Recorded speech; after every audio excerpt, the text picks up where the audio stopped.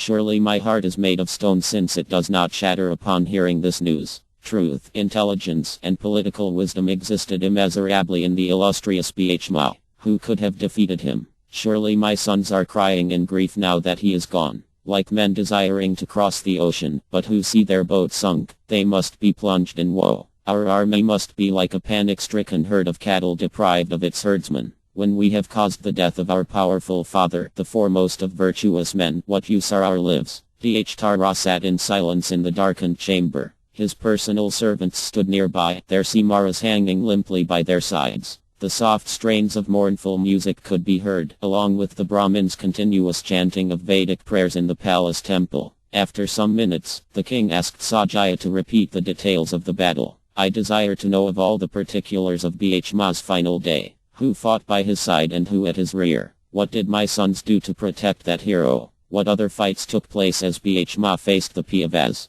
Without knowing every last detail I will not be able to rest. Sajaya described everything again. Dharma listened with rapt attention. When Sajaya finished, it was almost morning. The king had no desire to go to his bed. He said, clearly we cannot avoid death by any means. All-powerful time ultimately consumes all in this world. O Sajaya, please tell me what my sons did after Bhishma's fall. Who did they select as their commander? How did they find the strength to continue? As the sunrise approached, Sajaya told the king what had happened at the end of the 10th day. Then both men left to perform their ablutions, Dharma being led away by his servants to his bath chamber. After their religious rituals and prayers, they returned to the hall and Sajaya began to describe the events of the 11th day. After all the kings had left Bhishma, Kṛṣṇa quietly left his tent and rode across the battlefield. As the moon rose in the eastern sky, he picked his way on his red charger through the eerily lit scenes of destruction.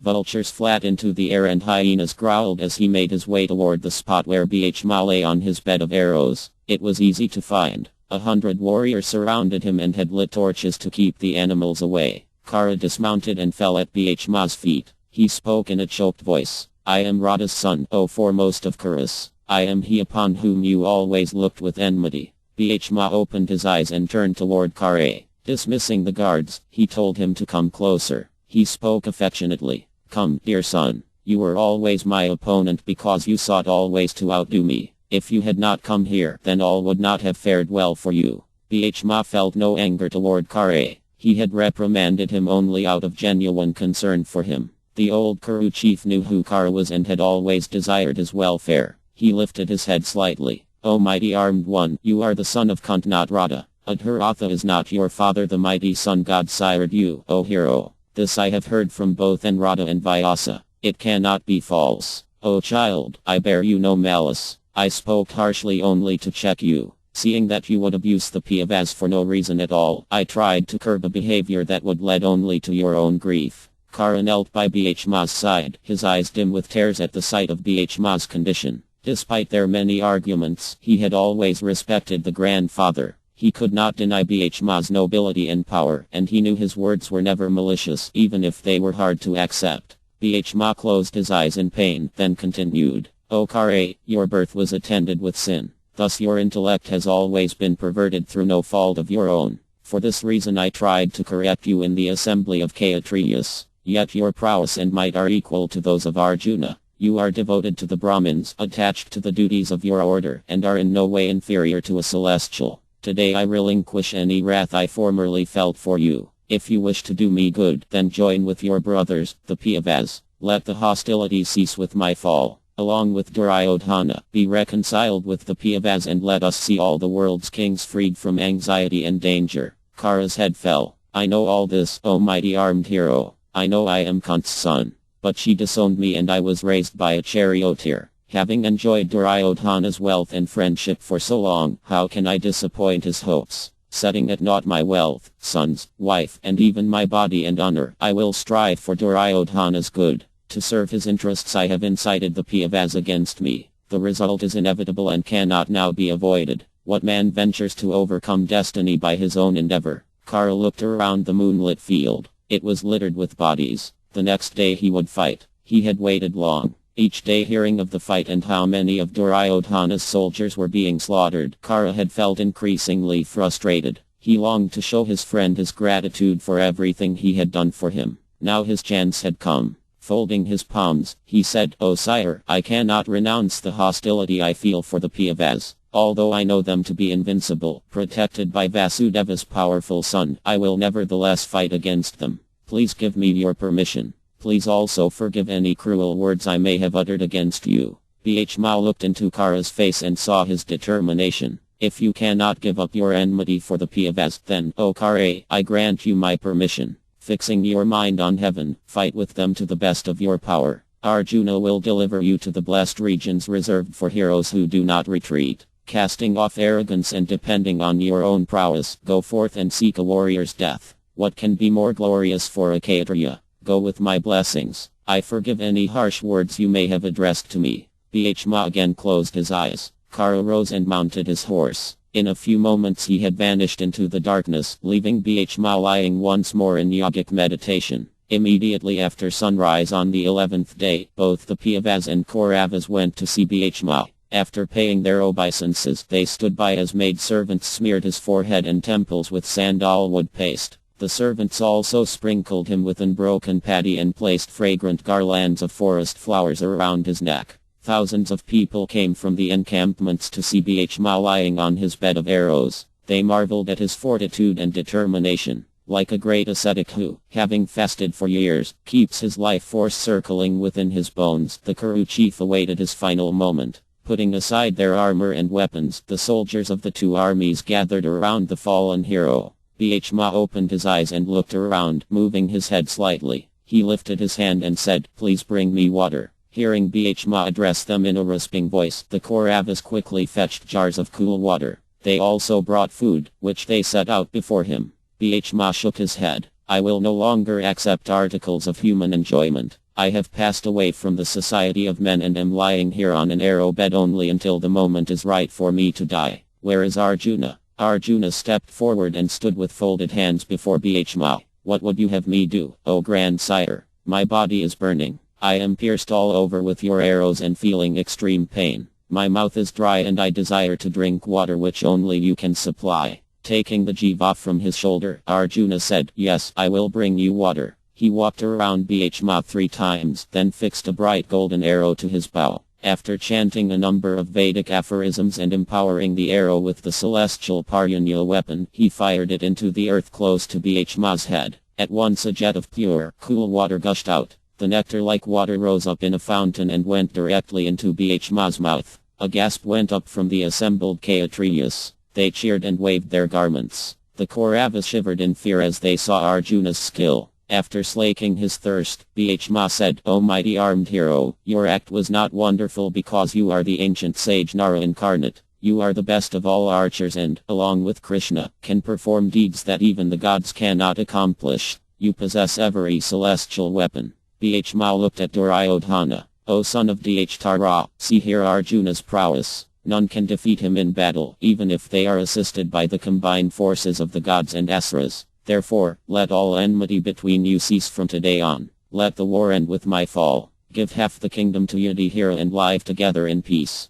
This would be most beneficial to you and your dynasty. If through perverted understanding you do not heed my advice, you will soon regret your folly." Bhishma was finding it a strain to speak. His voice trailed off and he closed his eyes. Duryodhana said nothing. Kṛṣṇa stood by his side, and he looked balefully at Arjuna. It was clear that the battle would continue. The kings paid their respects to Bhishma once more and returned to their camps. Pulling on their armor, cleaned and polished after the previous day's fight, they mounted their horses and chariots. They rode up solemnly toward the battlefield, followed by waves of infantry clad in mail and wielding spears and swords. Great elephants rocked about and trumpeted furiously. As the vast armies amassed, conches were blown and drums beaten. In his tent Kṛṣṇa was attended by a number of servants. They fetched his effulgent armor, studded with hundreds of gems, and his bright helmet. With his mouth set in a firm line, Kṛṣṇa fitted his iguana skin gloves and leather arm protectors. The servants loaded his chariot with thousands of oil-soaked arrows, with their heads of iron and steel. They also loaded onto the chariot 50 bows of the finest make, as well as swords, maces, axes, darts and lances. Smeared with red sandal paste and garlanded with fresh flowers, Kṛṣṇa climbed aboard his chariot. All around him Brahmins performed Vedic rites to invoke auspiciousness. As he moved off, musicians beat kettle drums and blew trumpets.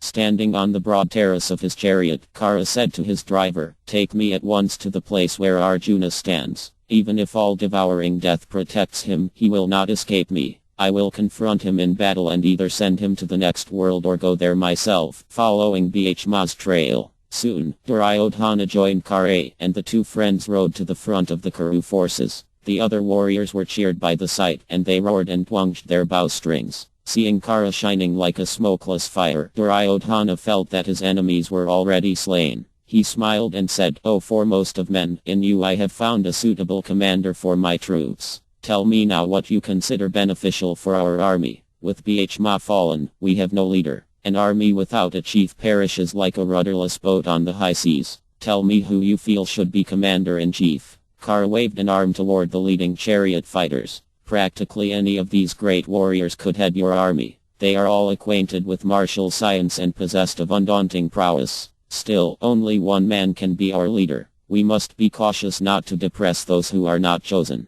Therefore, I feel we should select Dṛoṭa. He is the oldest and most experienced. Indeed, he is the preceptor of many heroes fighting in this war. None will object to his command. As the gods, hoping to defeat the demons, made Kartikeya their commander, so you should make Dṛoṭa the chief of your army." Duryodhana agreed. He rode over to Dṛoṭa. As the two men were worshipped and eulogized by bards and singers, Duryodhana said, "O great hero, among all this host of kings none can be as good a protector as you. You are a Brahmin and of noble birth. You know the Vedas, and your skill, power, and wisdom are unparalleled. Like Indra leading the celestials, become our commander-in-chief. Who can match you on the battlefield? Even Arjuna will not dare approach us with you at our head." Dṛoṭa stood tall on his chariot, his great bow by his side. With his white hair and beard, and his silver armor, he shone like the moon on a clear night. Raising his hand in blessing, he replied, "I am versed in the Vedas and their 6 auxiliaries, and I know the science of weapons. I will therefore offer battle to Piyu's sons. Conquering the Pasichala and Samaka armies, I will range across the field striking terror into our enemies' hearts. But, O monarch, I doubt I will be able to slay Dādhyamna, for that hero was born to kill me." Not caring for the prophecy, Duryodhana arranged for the ceremony to install Dṛoṭa as commander. Duryodhana himself could ensure that Dādhyamna was kept away from Dṛoṭa. In any event, it was hard to believe that the Pasichala prince had the power to kill Dṛoṭa. The two had already met on several occasions and Dṛoṭa had proved more powerful every time. Perhaps the so-called prophecy would prove to be nothing more than a rumor. With the investiture complete, the Kaurava troops sent up a shout and played their instruments in unison. With his head still wet from the sacred waters used in the ritual, Dṛoṭa remounted his chariot and led the army into battle. Duryodhana rode by Dṛoṭa's side. As they proceeded toward the fight, Dṛoṭa said, "O great king, I am honored by this office of commander-in-chief. I wish to repay you in some way. Please tell me what you desire and I will endeavor to accomplish it." Duryodhana thought for a moment and replied, "O preceptor, if you would give me a boon, then capture Yudhishthira and bring him to me." Dṛoṭa looked surprised. "Fortunate is that eldest son of Kṛṣṇa that you desire his capture and not his death. Surely it is wonderful that not even you can feel malice toward him. Why, O monarch, do you not wish to kill him? Would not his death end this conflict and bring you victory? Could it be that rather than killing the Pandavas, you wish to re-establish brotherly feelings among you?" A sly grin played around Duryodhana's mouth. "Yudhishthira's death, O teacher, would not bring me victory. If he were killed, Arjuna would be so angry that he would utterly annihilate us. I have come to accept that even the immortals cannot slay all 5 brothers. Thus I see Yudhishthira's capture as the means to secure my victory. With him under our control, the war will end. Again challenging him to dice, I will send all 5 brothers back to the woods. Thus will my victory be established." Dṛoṭa gazed at the smiling Duryodhana for a moment. It was obvious he had experienced no change of heart. His mind was fixed. Still, Dṛoṭa thought, he had a duty to perform. He took a deep breath. "If the heroic Arjuna does not protect Yudhishthira, then you may consider him captured. But if Arjuna stands before him, I will not be able to carry it out. Not even Indra with all the celestials could overpower Arjuna and capture Yudhishthira before his eyes. I may be his preceptor, but he is far younger in years and has acquired weapons known only to the best of the gods. You must somehow draw him away from Yudhishthira, and then I will strive to take the king captive." Duryodhana cheered Droa. Knowing that he was partial to the Pandavas, the Kaurava leader broadcast Droa's promise to all the other commanders. He wanted to ensure that Droa was held to his word. As the Kauravas heard of the plan, they shouted in joy. Surely victory would soon be theirs. Who could resist Droa? The news of Duryodhana's plan soon reached Yudhishthira. He called Arjuna to his side and said, "O foremost of men, you must now ensure that you are never far from me in the fight. Droa will be looking for his chance. The moment you are gone, he will charge toward me like a lion seeking its prey." Arjuna stood before his elder brother, clad from head to toe in his impenetrable armor.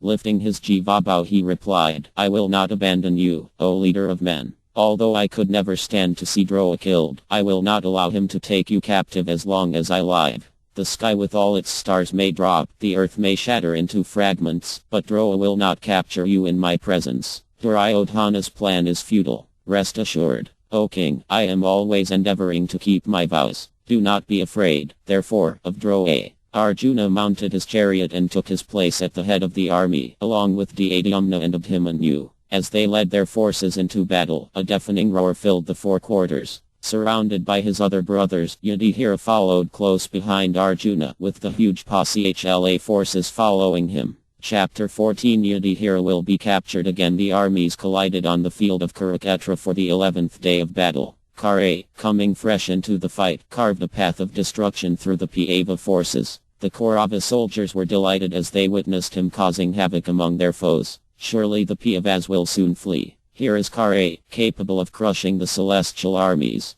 Bhishma has treated Kunti's sons with tenderness, but Kṛṣṇa will not spare them. The din of battle resounded for miles, sending animals in distant forests bounding away in fear. Billowing clouds of dust, like heaps of tawny silk, rose up and obscured the sun. Weapons fell in thick showers on both armies, and the terrifying slaughter began once again. Droa charged headlong into the Pandava army. He fired thousands of razor-sharp arrows that tore apart the warriors who stood before him. The fighters fell like rows of cranes before a gale. Invoking celestial weapons, Droa destroyed his enemies as Indra destroys the Asuras. The Pandava army quaked before Droa as he ranged about like Yamraya holding his death-dealing staff. Yudhishthira, alarmed at the destruction of his forces, spoke to Dādhyamna. "Check Droa's onslaught. No time should be lost." With a roar, Dādhyamna charged Droa, followed by Bhishma, the twins, Abhimanyu, and other warriors. They surrounded Droa and rained their arrows on his chariot. Droa's eyes rolled in anger.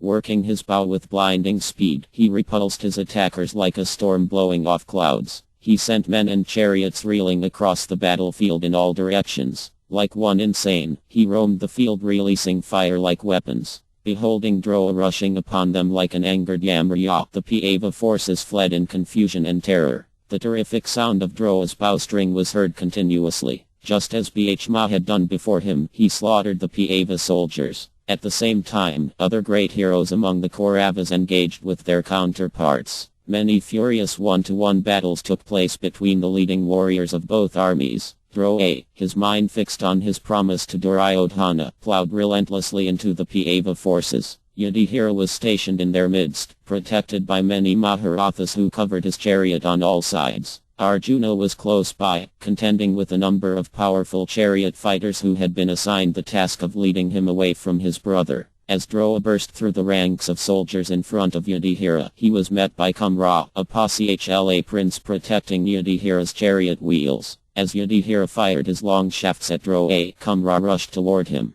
The prince sent a volley of arrows at Droa that checked his progress. He pierced the Kuru preceptor with hundreds of shafts, laughing and roaring all the while. Not tolerating his attack, Droa regained his senses and fixed a broad-headed arrow onto his bow. Drawing it back to his ear, he fired it with deadly accuracy, severing Kṛṣṇa's head from his body. Another Pāsala prince, Simhasena, then struck Droa with 100 ferocious arrows, supported by his brother, Vyaghradata, who came at Droa screaming out his fearful battle cry. They both pierced Droa's arms and chest with their steel shafts. Unperturbed, Droa sent 2 razor-headed arrows in swift succession that cut off their heads. As those handsome heads, decked with golden earrings and helmets, dropped to the earth, Droa pressed toward Yudhishthira. Seeing him approach the Pandava king, the Kaurava troops cried out, "Yudhishthira is captured." Cries of distress went up from the Pandava army as Drona came ever closer to Yudhishthira. Hearing the shouts, however, Arjuna rushed toward Drona, mercilessly mowing down the warriors who stood in his way. All that could be seen of Arjuna or his chariot as he fought his way toward his brother was a constantly spreading network of arrows. Above that shower flew Hanuman roaring frightfully from the banner. Duryodhana ordered thousands of chariot fighters to charge Arjuna. Recklessly, they advanced toward him.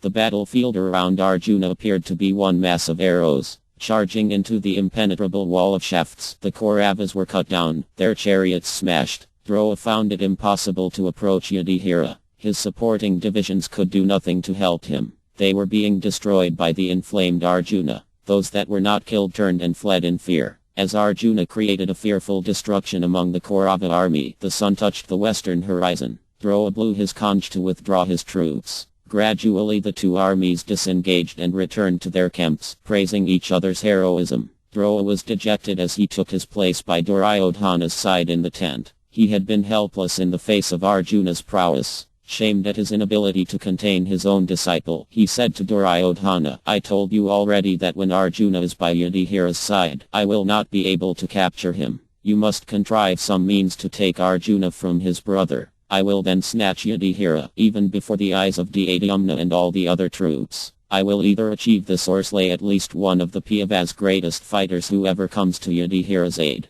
However, you need to ensure that Arjuna is busy elsewhere on the field." Hearing Drona speak, Sasharma said, "Arjuna has humiliated me many times. He bears malice toward me and my brothers. Remembering his antagonism, I can hardly sleep at night. Let us therefore undertake the task tomorrow of contending with him. With 50,000 chariot fighters who will not retreat behind us, we will challenge Arjuna to combat. Either he will lay prostrate on the field, or the earth will be relieved of the burden of my brothers and me and our entire army." Duryodhana praised Sasharma and a cheer went up from the other kings. With his 4 brothers, Sasharma took an oath before the sacred fire that he would fight to the death with Arjuna the following day. After Brahmins had sanctified his promise with mantras and holy water, he stood up and exclaimed, "If we do not slay Arjuna or become slain by him, let us attain the regions reserved for those who kill Brahmins, for drunkards, for those who forsake one who has sought shelter, for those who have intercourse with another's wife, who are slayers of cattle, who abandon their own mother, or who are atheists. We claim those regions if we flee from Arjuna in battle tomorrow. Otherwise, may we attain the everlasting realms of happiness." After taking this vow, Sasharma and his brothers retired for the night, leaving Duryodhana enlivened and hopeful. Even if Sasharma could not kill Arjuna, which seemed likely, he would at least give Drona the freedom he needed to capture Yudhishthira.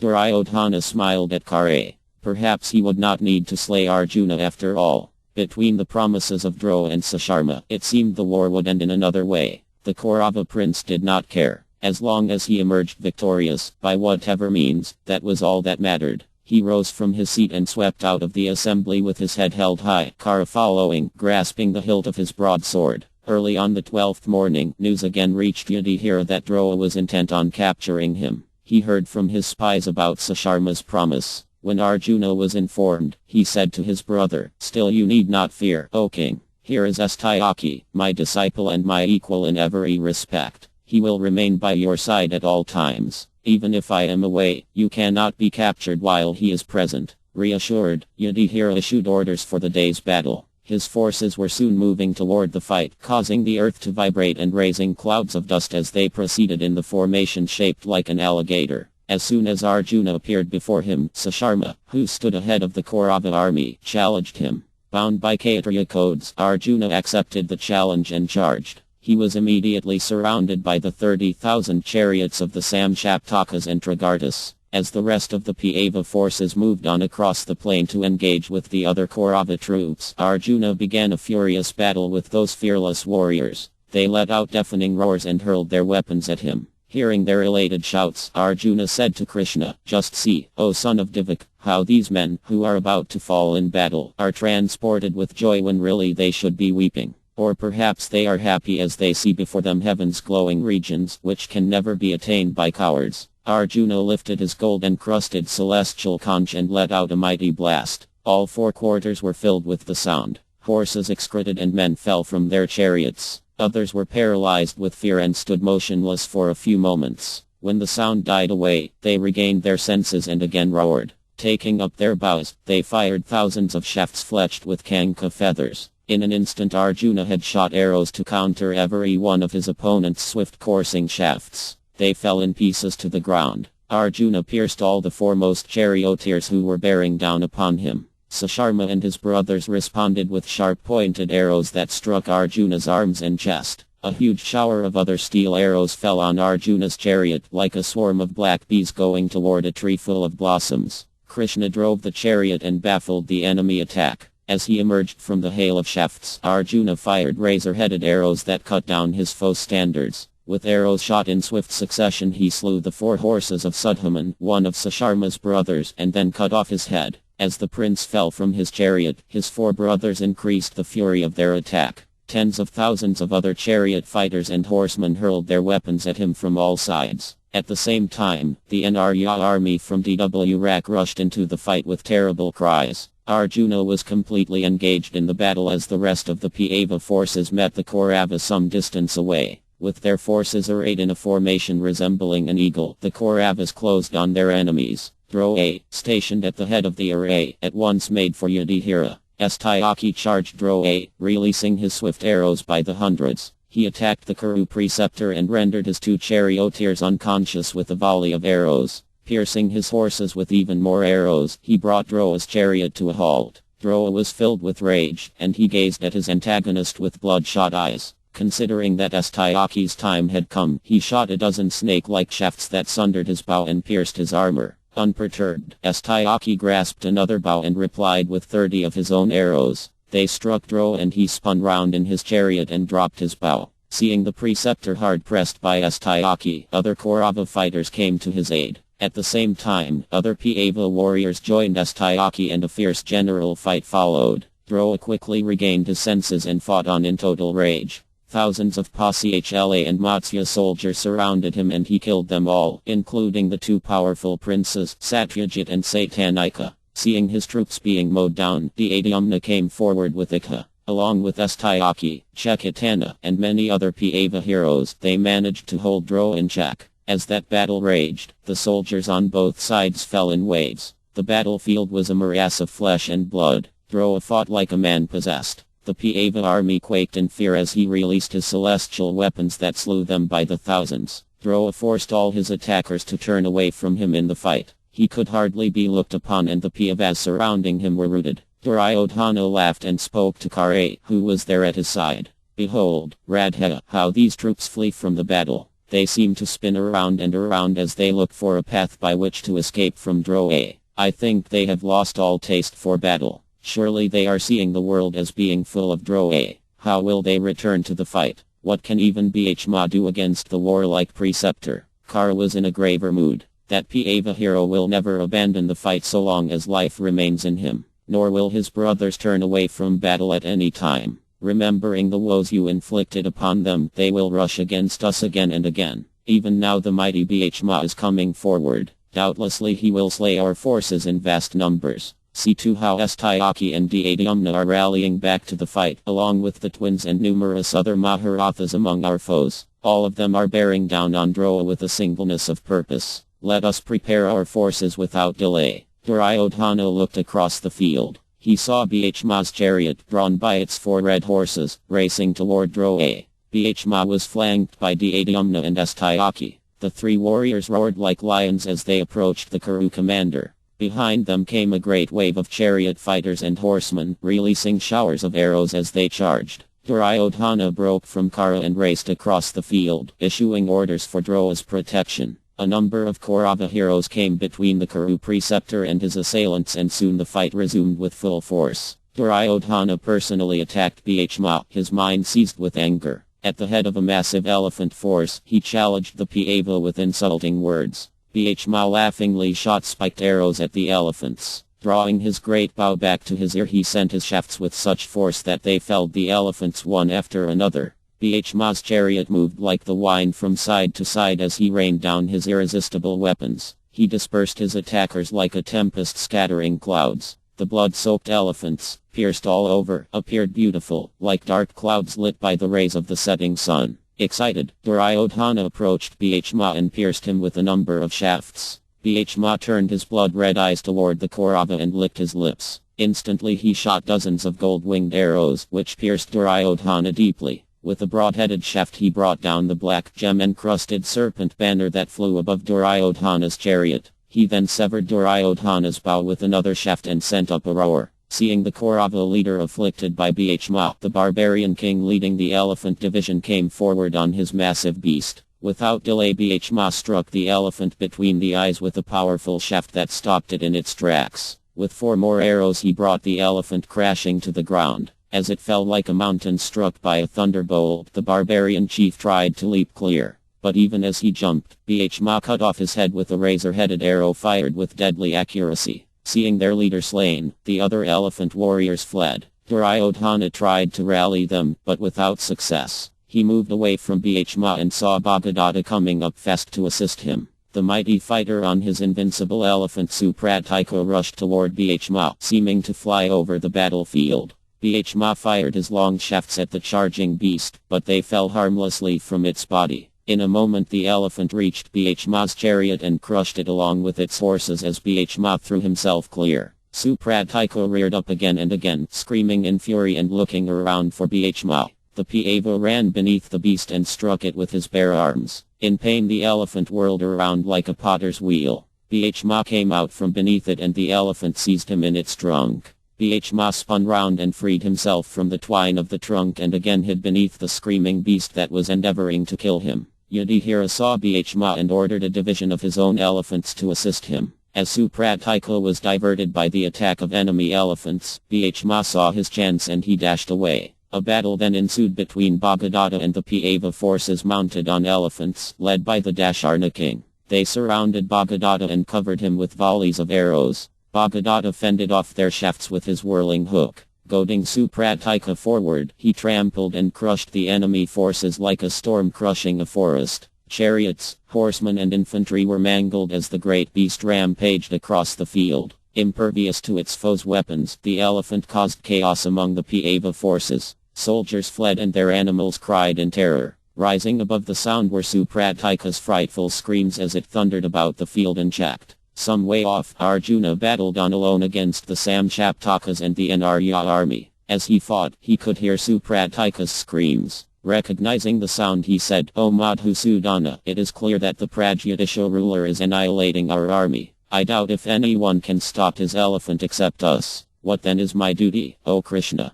I think I should proceed at once to where Bhagadata is roaring out his battle cry. Dispatching him and his beast to death's abode, I will then return to this fight." Kṛṣṇa agreed and urged Arjuna's horses toward the rest of the Pāva army. As they raced away, however, the Samshaptakas called out from behind, "Why do you flee from the fight? Turn and face us again, for you have not yet defeated us." Arjuna was caught in a dilemma. He wanted to save his army from Bhagadata, but he could not avoid the Samshaptakas. No Kshatriya worthy of the name could refuse a challenge. He told Kṛṣṇa to stop the chariot and turn round. First he would wipe out the entire Samshaptaka force, then deal with Bhagadata. As Kṛṣṇa wheeled the chariot around, Arjuna still could not fix his mind. There were hundreds of thousands of warriors supporting Sasharma and his army. They were spread out over a large area and it would take hours to overcome them.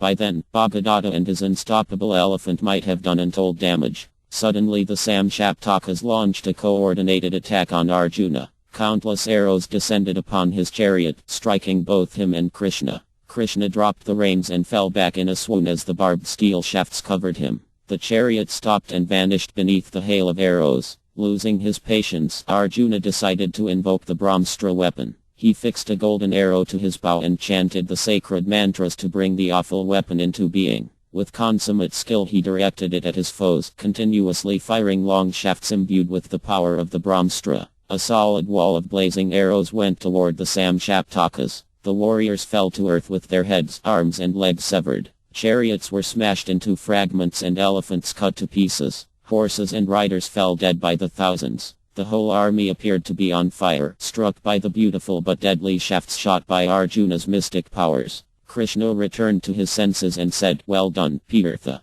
I think this feat of weaponry would have been hard for Indra, Kubera, or even Yamraya himself. Our enemies are routed. Those staying in the fight are being slain like insects entering a fire. Arjuna asked Kṛṣṇa to go quickly to Bhagadatta. He could return later to deal with the rest of the Samshaptakas and their supporting armies. As swift as the wind, the chariot flew over the battlefield and soon arrived where the battle with Bhagadatta was taking place. Seeing Arjuna entering the fight, Duryodhana detailed a large force of chariot fighters to attack him. They rushed in a body toward Arjuna and rained their arrows, darts and lances upon him. Bearing the attack with fortitude, Arjuna continuously worked the jiva bow and sent whistling shafts at all the warriors who came at him. Fearless of their lives, the Kaurava troops charged at Arjuna with shouts and roars. The Pāva cut them down with his arrows as a farmer cuts a field of wheat. Seeing Arjuna annihilating the troops, Bhagadatta raced toward him. He showered a downpour of arrows onto Arjuna's chariot and directed Supratika to trample him.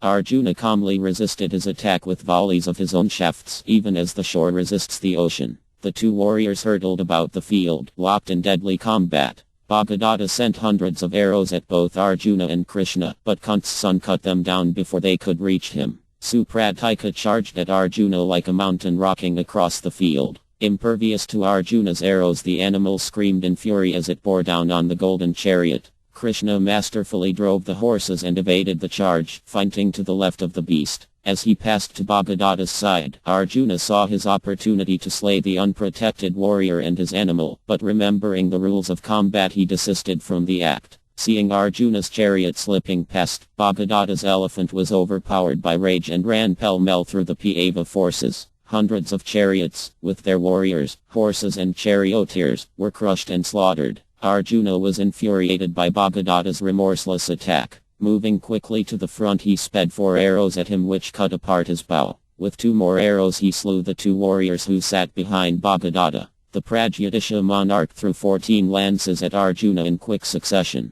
Those jewel-encrusted javelins, with shining steel points, blazed as they sped toward the Pāva, their many small bells tinkling delightfully. Arjuna immediately shot arrows that cut each of the lances into 3 pieces. As the lances fell to the earth, he fired another dozen shafts that broke Supratika's armor. It fell from the elephant's body in fragments like meteors falling from heaven. The dark beast then appeared like a mountain suddenly freed of its surrounding clouds. Bhagadatta hurled a long dart at Arjuna, its tip glowing red and emitting sparks as it flew. Arjuna calmly cut it in 2 with a single razor-headed shaft. He then cut the king's white umbrella and tall standard. With a further 10 shafts he pierced Bhagadatta, who replied with 24 long lances. One of the lances struck Arjuna's diadem and knocked it from his head. Replacing his diadem, Arjuna gazed at Bhagadatta with steely eyes. He shouted out, "Take a last look at this world, O king."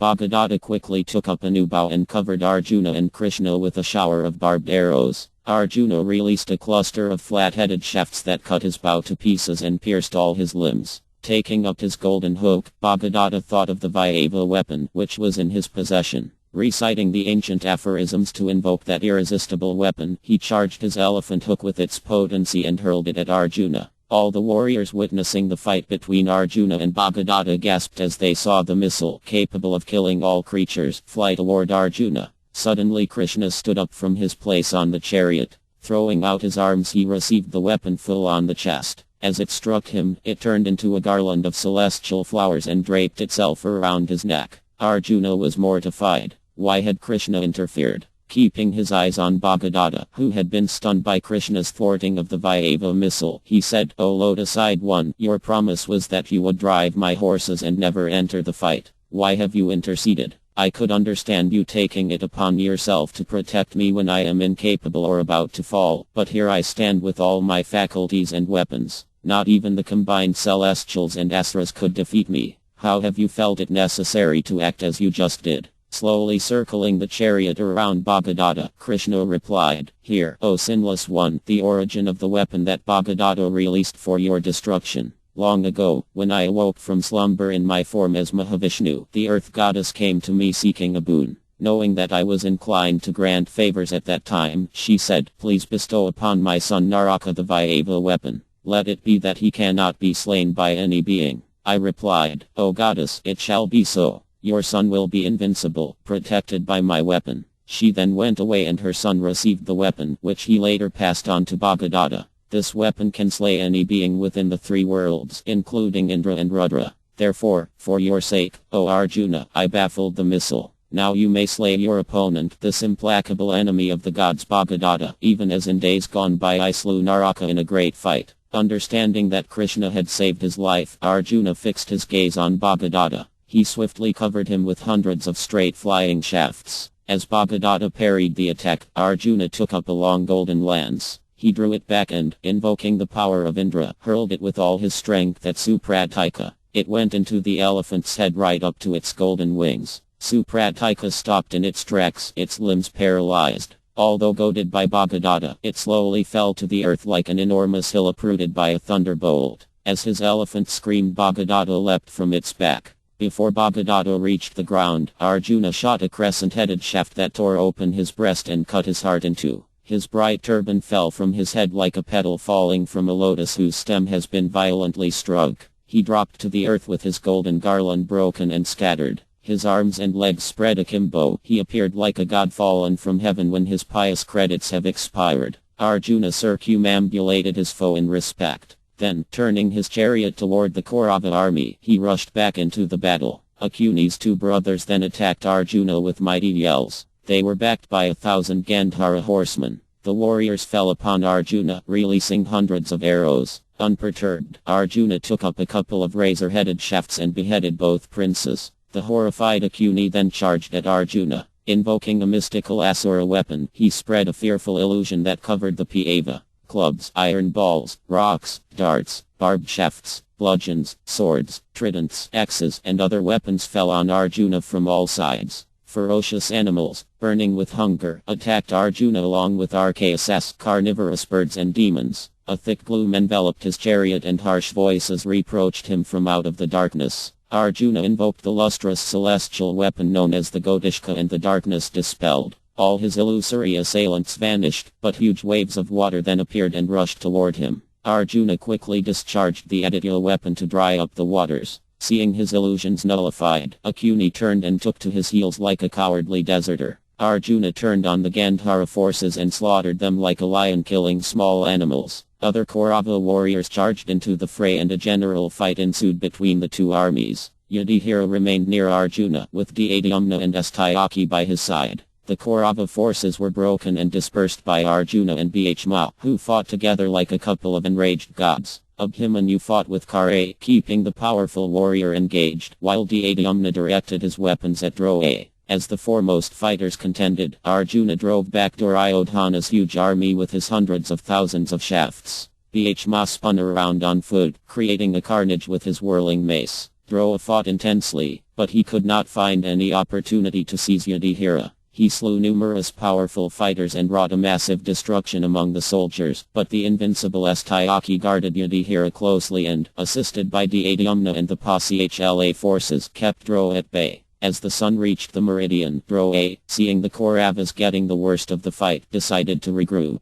He sounded the retreat and recalled the vast army to the western side of the field, where they were encamped. Duryodhana was angry. "O preceptor, why have you not fulfilled your vow? You did not capture Yudhishthira, and Arjuna ranges unchecked across the field. Are your words to prove false?" Droa felt his patience tried. "It does not behoove you to address such harsh words to one who is always striving to serve you. I have told you many times that no one in the universe can conquer Arjuna. He has even held the three-eyed Mahadeva in battle. Now that Yudhishthira is aware of our aims, he is keeping himself well guarded. It will be difficult to capture him, but I will try my utmost. My word that I will kill one mighty hero will be kept. I will now form an array that even the gods could not penetrate. The remaining Samshaptakas should again challenge Arjuna and take him to the southern side of the field. We will then try to trap Yudhishthira and, in so doing, will at least take the life of someone who comes to protect him." Droa gazed across at the Pāva army. If one of their principal fighters could be killed, it would be a blow to their morale. He decided to form the Kauravas into the Chakravyuha, the circular array.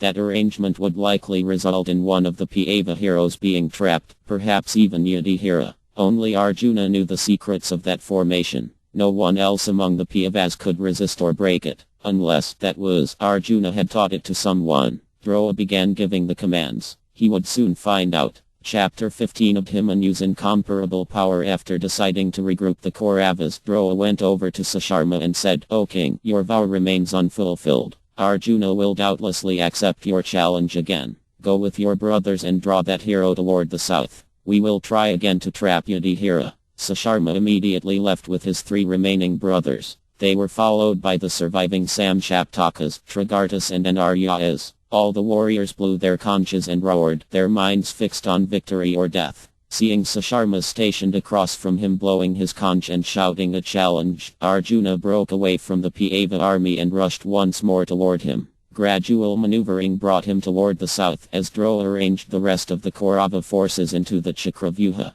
Soon the circular array was formed, with the invincible Kaurava chiefs stationed at its key points. In ranks the soldiers advanced toward the Pandavas. Duryodhana and his brother stood in the center of the formation, supported by Kara and Kapa. At its head stood Drowa and his son, backed by many kings and their forces, who spread out behind him in a vast circle. As Drowa closed on his foes, he let loose hundreds of winged arrows. Immediately, a massive wave of shafts flew toward the Pava army, along with lances, darts, iron balls and battle axes. The warriors' cries filled the air. Seeing that his enemies had arranged themselves in the impenetrable Chakravyuha, Yudhishthira became thoughtful. Only Arjuna knew how to break that array. He had mentioned it to his brothers, but he had not told them the secrets he had learned from Drowa. But Yudhishthira recalled Arjuna saying how he had once discussed the knowledge with Subhadra and that Abhimanyu had overheard him speaking. The prince was their only chance. Yudhishthira called for him and said, "O son, I think that apart from yourself there are none in our army who can break the arrangement of troops now advancing toward us. Your father, Kṛṣṇa and Pradyumna are the only warriors on earth who know the secret of breaking it, and I understand that you are a fourth knower of this secret, having heard it from your sire.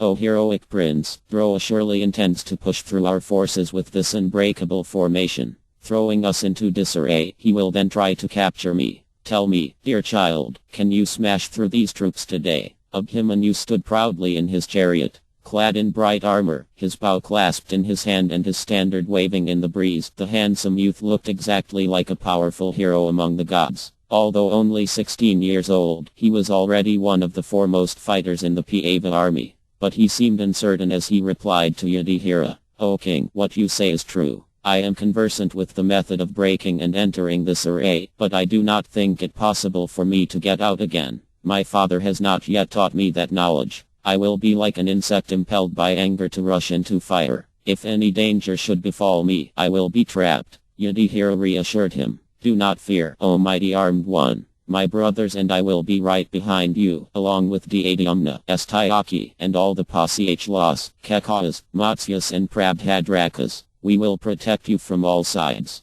Bhishma, who had overheard the conversation, added, "We will follow you closely, O hero. Once we enter the array, we will smash it apart." Hearing his uncle's assurances, Abhimanyu became confident. He raised his sword and loudly said, "Today I will achieve something that will glorify both my mother's and my father's family. I wish to please my father and my uncle. All creatures will see me, a single child of the Vrishnis, crush the enemy host. I will not consider myself the son of either Pritha or Subhadra if anyone I encounter today escapes with his life, or if I fail to enter the array." Yudhishthira blessed the prince. "May your words prove true, O son of Subhadra, and may your strength increase even as you speak. Go now and we shall be not far behind you, supported by troops who are no less than the Celestials." Abhimanyu looked at the advancing Kauravas. He ordered his charioteer, "O Sumitra, urge the horses toward Drowa's divisions. I will break his formation apart as the sun dispels clouds." Sumitra, the son of Kṛṣṇa's charioteer, Dhruka, drove toward Drowa. As the chariot thundered across the field he spoke with apprehension. "It is my duty to protect you, O best of men. Consider carefully the heavy burden that has been placed upon you. Drowa is adept at all kinds of weaponry. He is surrounded by warriors who have yet to be defeated, all arranged in a mighty formation. You, on the other hand, are a child raised in luxury. You have not known the rigors of hard battle. This will certainly be your most difficult fight." Abhimanyu laughed. "O charioteer, who is this Drowa? Who indeed are all these Kshatriyas supporting him? I would fight with Indra mounted on Airvata and attended by the immortals. How are these foes competent to fight a battle with even a 16th part of me?" I, who have the world-conquering Vu as my uncle and the famous Arjuna as my father, will not quake with terror at the sight of any enemy within the three worlds. Drive on, O Sumitra. Make straight for Droa. Sumitra looked at the solid wall of enemy troops. With a heavy heart he urged on the horses, which were caparisoned in gold and silver. The chariot raced toward Droa, with Abhimanyu firing volleys of arrows at him and all the warriors by his side. Seeing the standard bearing the Karnikara tree, Droa recognized Arjuna's son. As the prince charged toward the Kauravas, he seemed like a young lion attacking a herd of elephants. Droa issued orders and began the counter-attack. Abhimanyu carefully directed Sumitra, and his chariot feinted from side to side as he came at an oblique angle toward the Kaurava ranks. Maintaining his fierce attack on Droa, he simultaneously hurled arrows at the warriors fighting at his sides and rear. As they fell back under his assault, Abhimanyu suddenly veered away to the right. Stunning Droa with 100 steel shafts, he raced past him and broke into the formation as the Kauravas looked on in amazement. A frightful encounter ensued as the outer rank of the formation broke apart. The confused battle between the prince and the densely packed troops appeared like the eddies produced when the Ganges meets the ocean. Large numbers of elephant fighters, horsemen, charioteers and foot soldiers closed in around Abhimanyu, all roaring in delight. Subhadur's son began to cut down his foes with his arrows. He rushed about amid his enemies like a whirlwind. It seemed to the Kauravas as if they were contending with hundreds of Abhimanyus. As various musical instruments sounded, shouts of "Slay him! Fight with me! And where are you going?" mixed with battle cries, the twang of bowstrings and the clash of weapons. The cries of elephants, the roar of warriors, the tinkling of ornaments, and the clatter of chariot wheels combined to create a deafening and confused din that made everyone's hair stand on end. Abhimanyu ranged about slaughtering the Kaurava warriors by the hundreds of thousands. His speed and agility were incomparable. The soldiers who faced him were like moths flying into fire. Abhimanyu quickly covered the earth with the bodies of slain warriors, like a priest laying kusha grass on the ground during a sacrifice. Well-muscled arms graced with bracelets and gold bangles were lopped off, still clutching weapons. Other arms lay with their hands stretched out, looking like 5 hooded serpents thrown about by Grue. Handsome heads adorned with fine helmets and smeared with the best of perfumes rolled on the ground like ripe fruits fallen from trees. Once within the Kauravas' vyuha, Arjuna's son careened in all directions. None of his foes could fix their aim on him, so swift was his momentum. His arrows flew like streams of golden sunlight. He brought down huge elephants with their riders, scattering their armors and caparisons. Horsemen fell from their saddles, slain by shafts that passed clean through their bodies. Their horses reared in fear and were cut down by Abhimanyu's relentless volleys. The animals lay about weltering in gore, their eyes bulging and tongues hanging out. Sending men and beasts to the blissful regions of departed heroes, Abhimanyu charged repeatedly, uttering fearful war cries. As he displayed various maneuvers, the Kaurava heroes thought him beautiful. They shouted in appreciation. Despite their best efforts to train their weapons on him, they could find no gaps in his defenses. Rather, as they approached him they were struck by dozens of his speeding arrows.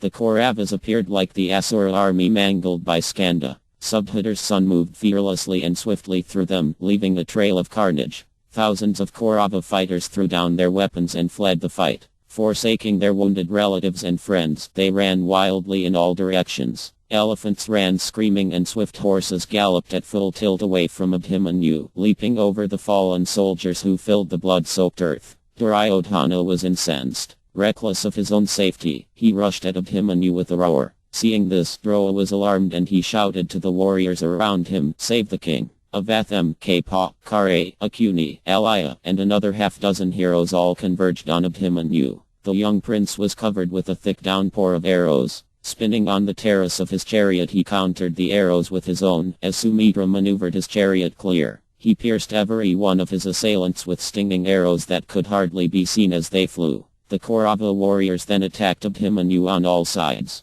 They rained down their shafts by the thousands, but the prince either warded them off or dexterously evaded them. Some shafts penetrated his defenses and pierced his armor, but he did not flinch. Taking careful aim, he sent a dozen arrows that broke apart the chariot of King Ashmaka, a powerful Kaurava ally. With a further 6 arrows he slew the king's 4 horses, his charioteer, and the king himself. Seeing the monarch slain, the Kaurava soldiers turned and fled. Duryodhana and Kara fought side by side, sending their arrows at Abhimanyu in volleys. Bearing the arrows like a mountain bears showers of rain, Abhimanyu sped at Kṛṣṇa, a powerful arrow capable of piercing his armor. It struck him on the shoulder and dug deep into his body. Pained, Kṛṣṇa shook like a hill in an earthquake and fell into a swoon. Abhimanyu then stunned Duryodhana with 16 arrows and followed that by slaying 4 more kings supporting the Kaurava. Alaya and Avatham assailed him from both flanks at once. Exhibiting the speed and skill of his father, Abhimanyu shot his steel-tipped shafts at Alaya and sent him reeling in his chariot. As the arrows struck Alaya, Abhimanyu spun around and released a dozen more at Avatham. Droa's son was rocked by their force and he squatted down on the terrace of his chariot. The Kauravas facing Abhimanyu fled in greater and greater numbers. Only the foremost heroes could stand against him. Even they were soon overpowered by his furious attack. As he ranged about on his glittering chariot, Siddhas and Sirajas praised him from the skies. The Kauravas also cheered him, feeling simultaneous awe and anger as they were forced back by his peerless martial skills. Abhimanyu slew thousands of Kauravas, anyone who came before him. Alaya's younger brother Madra, seeing Alaya afflicted by Abhimanyu, rushed angrily at him. He hurled 20 blazing darts at him, but the prince cut them to pieces. Abhimanyu counter-attacked Madra with long shafts that shattered his chariot and cut off his arms, legs and head simultaneously. As Madra fell dead from his chariot, thousands of soldiers in his army charged angrily at Abhimanyu. Calling out their names as they attacked, they shouted, "You will not escape with your life today, even if it costs us our own lives." Subhadhar's son met their attack with a deadly volley of arrows. He invoked celestial missiles he had received from his father and uncle. His power resembled the blazing summer sun as he sent waves of horseshoe-headed and calf-tooth-headed shafts slamming into the Kaurava warriors, tearing them apart. With crescent-headed and barbed shafts, Abhimanyu mangled his foes mercilessly. He carved through their divisions and checked, dispersing them as the sun disperses mist. Droa could not conceal his admiration for Arjuna's son. Duryodhana had come up to him and the preceptor said, "Just see, O king, how this youthful prince advances against our forces, giving delight to his friends and relatives. I do not think any bowman is his equal. Surely he could annihilate our entire host, if he so desired." But Duryodhana was enraged. Still, he smiled and said to Kṛṣṇa, who had stopped next to him, "It is clear the preceptor is affectionate toward Arjuna's son. Otherwise, why does he not slay him? None can resist the angry Droa when he stands with his weapons in battle. He spares this youth out of love for Arjuna." Protected by Droa, Abhimanyu is able to exhibit his prowess. Well, the time has come to kill him. O Kṛṣṇa, waste no time in slaying this arrogant child. Crush him at once. Dushasana heard his brother's words and replied, "Leave this to me. I will slay him before the Pandavas' eyes. Hearing that I have killed this boy, Kṛṣṇa and Arjuna, the 2 braggarts, will surely go to the regions of the departed. Without doubt, all their kinsmen will be consumed by grief and will follow their path. Wish me well, O king. I will now challenge Subhadhar's overly proud son." Dushasana rushed at Abhimanyu with a loud cry. He fired a shower of arrows, decked with buzzard feathers, that covered Abhimanyu's chariot. The young prince smiled as he recognized his antagonist, and he struck him at once with 24 shafts. Not tolerating the attack, Dushasana increased the ferocity of his own assault. He fired at Abhimanyu arrows and darts that blazed brilliantly as they flew toward him. The prince countered the missiles and returned his own in large numbers. Both combatants exhibited various maneuvers in their chariots, showing skills that delighted the onlookers. The Kaurava sounded all kinds of musical instruments and cheered as Dushasana pressed his attack on Abhimanyu. Holding off his opponent's attack, Abhimanyu called out to him, "By good luck I find before me a vain warrior of cruel deeds and lost righteousness, he who ever brags of his own prowess and knows only sinful deeds. With joy you pierced Yudhishthira and Bhishma with your wicked words. Pay for that crime now, O evil-minded one. Suffer for the sin of grasping the sinless Draupad's hair. Reap the fatal fruits of your ignorance, violence, covetousness and persecution of others. I shall now chastise you severely before all these warriors, thus freeing myself from the burden of anger I bear against you." In a matter of seconds Abhimanyu fixed an effulgent golden arrow on his bow and fired it with all his power. It dug deeply into Dushasana's shoulder and he dropped his bow. Abhimanyu struck him with a further 25 shafts that burned like fire. Pierced on his chest and arms, the Kaurava squatted in pain and fell into a swoon. His charioteer quickly carried him from the fight. Seeing Dushasana overpowered, Kṛṣṇa came to challenge Abhimanyu, but he too could not defeat the young warrior. Abhimanyu gradually forced him back with dozens of arrows. With his standard cut down and his armor shattered, Kṛṣṇa fell back and turned away. He was being supported by sons of Mahābhārata, whom Kṛṣṇa considered his own brothers. One of them rushed at Abhimanyu in a rage. He launched 100 arrows at him and sent up his battle cry. Abhimanyu turned to face the impetuous warrior. The young prince, whose mind was free from malice, struck Kṛṣṇa's brother with 30 powerful arrows. He broke his standard, killed his horses, and shattered his chariot wheels. As his antagonist fired back, Abhimanyu lopped off his head with a crescent-headed shaft. The Kaurava troops cried out in sorrow. None of them were able to face Abhimanyu, who stood on the field like a blazing sacrificial fire. He blew his conch and began to range among the Kauravas, sending deadly shafts in all directions. He slew thousands of men as he fought within the circle formation. Yudhishthira, Bhishma, the twins, Dhyadyumna, Drupada, Virata and other chiefs among the Pandavas had watched Abhimanyu break into the Kauravas' midst. As he entered the vyuha like an elephant breaking through a copse of trees, he left a large gap in the outer ranks. The Pandavas made swiftly for the gap, intending to follow the boy into the formation. Suddenly Jayadratha came forward and challenged the Pandavas. Placing himself between them and the smashed vyuha, the Sindhu king attacked all of them with profuse arrows. Empowered by Eva's boon, Jayadratha fought fearlessly. He checked all 4 Pandavas. According to Eva's boon, the Sindhu monarch did not encounter Arjuna, who was fighting with the Samshaptakas far away on the battlefield. Arjuna's brothers could not overpower Jayadratha as they hurried to follow Abhimanyu. The Pandavas were astonished. Unaware of the boon, they were amazed at Jayadratha's ability to hold them all at bay. Even though the advancing Pandava warriors trained their weapons on him, they could not get the better of him. As they struggled to get past Jayadratha, the Kauravas reformed. The Pandavas looked on helplessly as the Chakravyuha closed, trapping Abhimanyu inside. Dozens of powerful Kaurava heroes came up to assist Jayadratha, praising his prowess in holding off the Pandavas. A fight took place on the edge of the Kaurava formation, while Abhimanyu wrought havoc within it. Faced by impenetrable ranks of warriors, the Pandavas saw no way to reach Arjuna's son. Within the formation, Duryodhana grew increasingly anxious. No one seemed able to stop Abhimanyu. Whoever went before him was either immediately slain or forced to retreat. He had overpowered all the great Kaurava heroes, including Kṛṣṇa, Kapa, Avatham, Alaya, Katavarma and Bihlika. Duryodhana himself had been stung by his shafts, and even Drowa seemed unable to check him.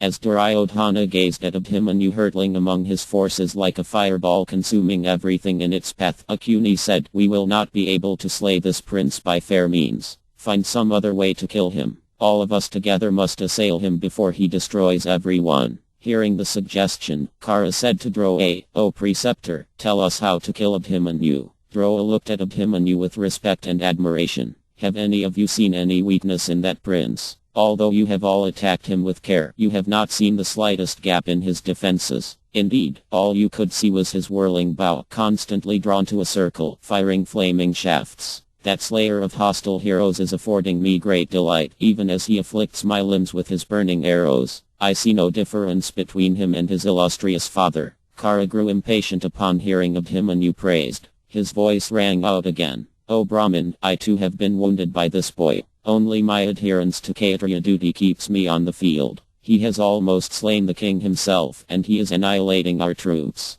Please tell us how we can check him." "Abhimanyu is virtuous and faithful," replied Drowa. "He is powerful and has been taught by both Arjuna and Kṛṣṇa. Arjuna has shown him how to encase himself in impenetrable armor. None of us will be able to strike him down." Drowa lowered his head as he went on. "There is, however, a way by which we may be able to overcome him. O Kṛṣṇa, listen carefully. If you can cut his bow, the reins of his horses and his chariot wheels, then at the same time Katavarma can kill his horses and Avatham can kill his charioteer, while Kapa, the king and I will attack him directly. Perhaps if 6 of us attack him simultaneously, we will be able to overpower him." Drowa knew his advice was not in keeping with the codes of combat, but there seemed no alternative. Ultimately, as the Kaurava commander, it was his duty to protect the army by whatever means. Heavy-hearted, Drowa prepared to attack Abhimanyu along with the other 5 Kaurava chiefs. They surrounded the prince and Kṛṣṇa cut apart his bow.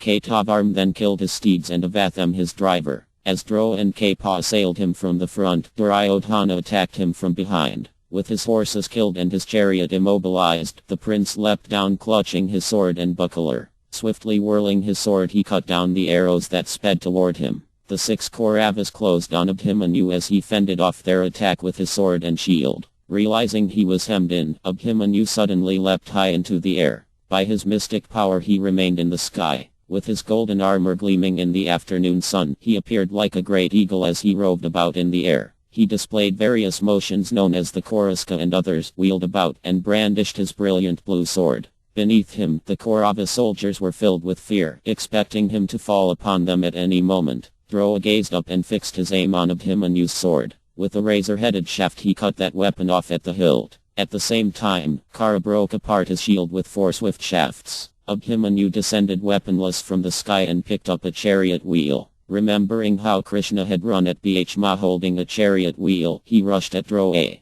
Covered in blood, his long hair flying in the wind, and his handsome face covered with dust from the field, the prince was beautiful as he ran with the wheel raised above his head. Even though overpowered and outnumbered, the son of Kṛṣṇa's sister showed no fear. As the boy came rapidly toward them with the steel-rimmed wheel, Droa and Kapa broke it into many pieces with their arrows. Abhimanyu snatched up a heavy mace that lay near him and bounded toward Avatham, whirling the mace over his head. Seeing him charging at him like the three-eyed Eva at the end of the Yuga, Avatham jumped off his chariot. As he landed on the ground, Abhimanyu's mace descended like a blazing bolt and smashed the chariot to pieces, killing the horses and charioteer. With arrows protruding from every part of his body, Abhimanyu whirled about wielding his mace. In a matter of minutes he slew Akuni's brother Kalikeya, along with 80 of his followers. He then slew 10 chariot fighters, followed by a dozen elephants and 50 Kekla warriors. Dushashana's son, Durjaya, charged on his chariot toward the prince. Abhimanyu quickly brought down his mace from above his head and killed Durjaya's 4 horses, pressing them into the earth.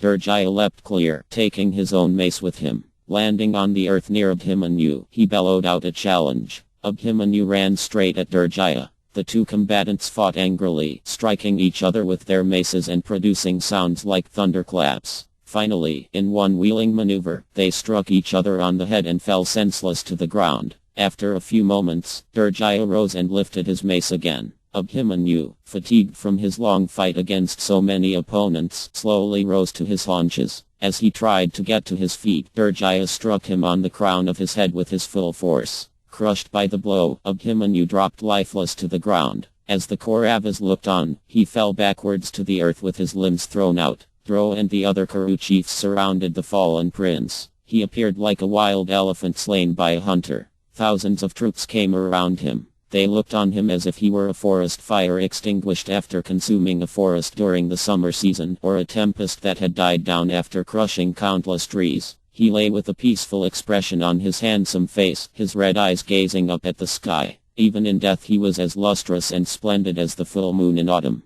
The Kauravas roared with delight. Their indefatigable opponent was finally brought down. They danced about on the field waving their weapons. Overwhelmed with relief at being delivered from danger, they embraced one another and laughed loudly. In the sky Menhias and Siddhas looked down on the prince, who seemed to them like the moon dropped from the heavens. They let out cries of woe and exclaimed, "Alas, assailed at once by 6 Kaurava Mahābhāratas, this hero now lies slain." This was highly unfair. All around Abhimanyu was a scene of utter destruction. Innumerable men and animals lay slaughtered amid shattered chariots, weapons, armor and ornaments. The field was all but impassable, choked with the dead and the dying. Arms, legs and heads lay all around in a bloody mass. The battlefield assumed an awful appearance, which struck terror into the hearts of cowards. The sun had reached the western horizon just as the prince was slain. With joy, the Kaurava troops withdrew from the field, leaving Abhimanyu lying amid the carnage he had created. Hearing the Kauravas' cheers, Yudhishthira could guess what had happened. As soon as he saw Jayadratha holding him and his brothers back, he had feared the worst. His fears were confirmed as news of Abhimanyu's death reached him. Yudhishthira was distraught. He thought of Arjuna, still contending with the Samshaptakas. Soon he would return. What would he say when he heard that his young son had been sent alone into the Chakravyuha? Yudhishthira trembled. Why had he allowed the boy to go? Only because he feared his own capture. He had caused Abhimanyu's death. Turning to his other brothers, Yudhishthira said, "Subhadhar's heroic son, having never shown his back in battle, has been slain. The child has now ascended to heaven. After slaying numerous warriors, he has followed in their wake. Doubtlessly the boy, who was equal in power to Kṛṣṇa and Arjuna, has reached Indra's opulent mansion. Although himself afflicted by grief, Yudhishthira tried to console his brothers and followers. We should not grieve for this boy, who performed pious deeds. He has surely attained the regions of righteousness that are ever sought by the virtuous. In silent grief the Pandavas withdrew. As they made their way to their tent, they moved like wooden dolls. They slumped into their seats and sat gazing at the ground. Yudhishthira wept. Desiring to please me, the prince penetrated Drosara like a lion entering a herd of cattle. He forced the best of the Kauravas, all accomplished in weapons and fighting, to turn back. After crossing the Kauravas ocean like a ray, killing many of their heroes, Krishna's nephew has gone to the next world. How can I even look at Arjuna or the auspicious Subhadra bereft now of their beloved son? What meaningless, disjointed, and incoherent words will we speak to Kṛṣṇa and Arjuna when they return? Yudhishthira held his head in his hands. Desiring only my own safety, I sent this child into battle. I have thereby injured Subhadra, Arjuna and Kṛṣṇa. A foolish man seeks his own gain without seeing the painful consequences that will result. Thus did I act covetously, oblivious to what was sure to happen. How could I have placed that child, who deserved every luxury and indulgence, in the thick of battle? Now he lies slain on the cold earth. We too will soon have to join him, consumed by the grief-laden glances of Arjuna. Yudhishthira's cries filled the tent. All the warriors and kings present also wept. Abhimanyu had been a great favorite among them. Even though he was only 16, he had not hesitated to join his father in the war. His guileless and cheerful attitude had endeared him to everyone. Although he was the son of one who could afford protection from the entire celestial host, still he has been killed. Surely now the Kauravas have become afraid. Filled with rage at the unfair killing of his son, Arjuna will annihilate them all. Soon the mean-minded Duryodhana, seeing his forces massacred, will give up his own life in grief. Alas, beholding the incomparable Abhimanyu fallen to earth, I can derive no pleasure either from victory, the kingdom, or even immortality itself. As Yudhishthira lamented, Vaisadeva suddenly entered the tent. Yudhishthira composed himself and stood to receive the sage. Along with his brothers, he worshipped him and offered him a fine seat in their midst. When Vaisadeva was seated at his ease, Yudhishthira said, "O great Eye, Subhadra's son has been slain in battle by a number of vicious bowmen who surrounded him on all sides. A mere child, he has been killed while contending with overwhelming numbers. Wishing to do us good, he penetrated the hostile array, but was trapped and slaughtered without mercy while we were held back by the Sindhu king. Alas, my heart has been seized by an unbearable sorrow." Vaisadeva's reply was gentle. "O king, O son, you possess superior wisdom and should not lament like this. Men of your caliber are never confused by calamity. The heroic Abhimanyu has reached paradise after slaying numerous enemies. His deeds far exceeded his years and he has attained everlasting fame. Why do you grieve? O Yudhishthira, no creature can violate the law of death. Death takes gods, Gandharvas, Danavas, and all others away without fail." Comforted by Vaisadeva's presence, the Pandavas listened to his soothing words. When he stopped speaking, Yudhishthira said, "So many of the earth's rulers now lie shorn of pride and power. Striving in battle, filled with hopes of victory, they have fallen into the fire of their enemies' anger. Now they lie motionless on the earth. Seeing such slaughter, we have come to understand the meaning of death. O learned sage, why does death take men away? Wherefrom did death arise? O grandsire, please explain this to us." Vaisadeva closed his eyes. Although he was emaciated and covered with dirt from his continuous austerities, he shone with a mystical effulgence that spread around him like the glow of the moon. Sitting cross-legged on the costly seat, he seemed like a dark gem set in gold. After a few moments, he began to narrate the ancient history of the origin of death in the world, how Brahm first brought it into being. The sage then told the Pandavas about the many kings who had succumbed to death in the history of the world, even though they were rich in asceticism and pious merits. After mentioning each of the departed kings and describing their sacrifices and pious acts, Vaisadeva concluded, when such personalities had to die, each of them far superior to the prince in point of piety, you should not lament for the boy. By laying down his life in battle, he has gone to regions only attained by those who perform the foremost of sacrifices. There he will reside in unending bliss. No enjoyment in this world would be able to entice him away from where he has now gone, O king. He shines like a god in a splendid new body. We should grieve for those still living rather than those who have attained such an end.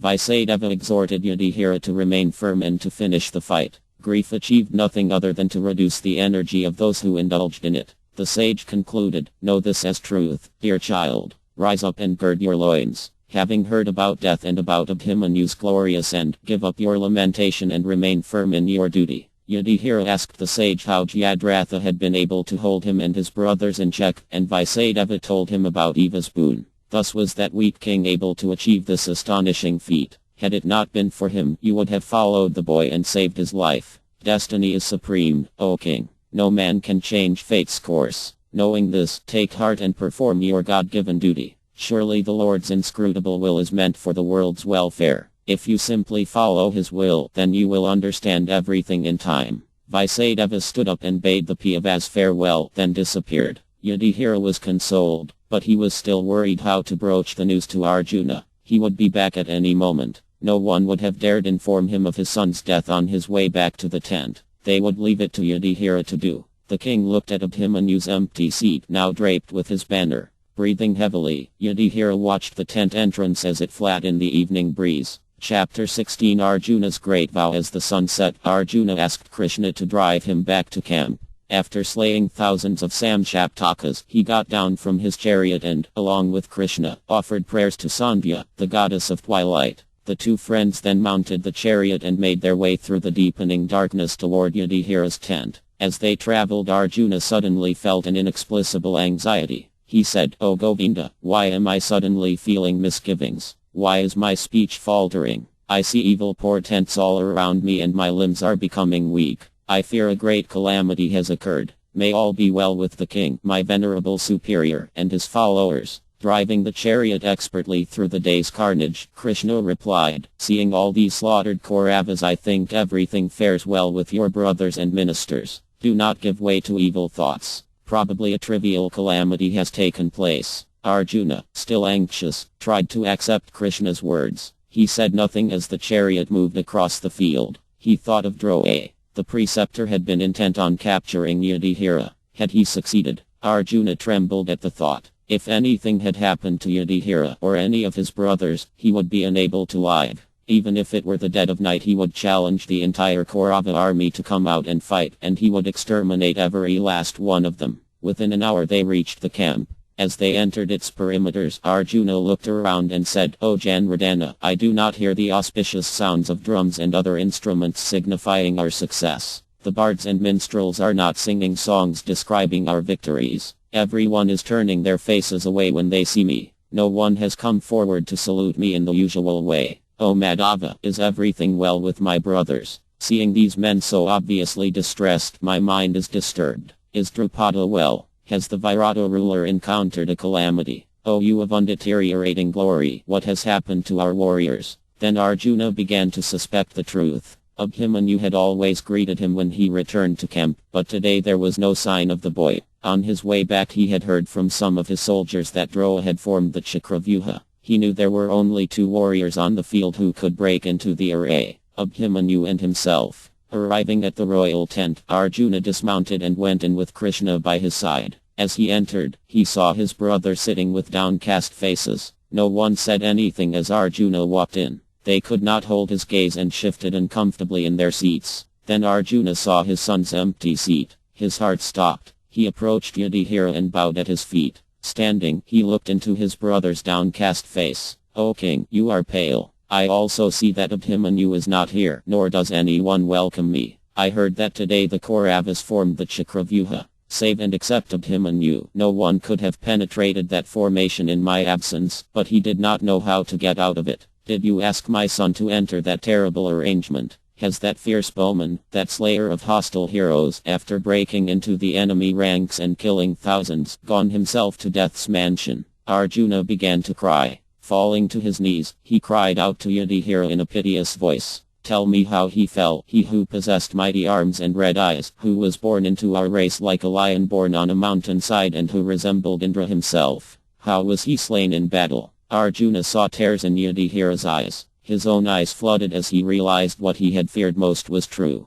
Yudhishthira's silence confirmed it. Taking a deep breath, Arjuna fought to control his mind. His head fell to his knees and he sobbed. After a few minutes, he looked up and continued in a broken voice. What foolish warriors, urged on by evil destiny, ventured to slay my son? How has that youth, who resembled the high-souled Kṛṣṇa himself in prowess, generosity and Vedic knowledge, been killed? If I do not see that hero, who is my second self, Kieva's favorite, and so dearly loved by Kṛṣṇa's sister, then I too will become a guest in Yamraya's abode. If I cannot behold him, that modest boy of gentle speech and kind deeds, with curling dark locks, eyes like a young gazelle, the tread of a furious elephant, and shoulders like a mighty lion, then I will leave at once for death's limitless domain. Kṛṣṇa stood by Arjuna's side and placed an arm around his shoulders. The Pāva grieved loudly for some time, describing his son's many qualities. His brothers and allies sat in silence, their hearts riven by grief as he continued.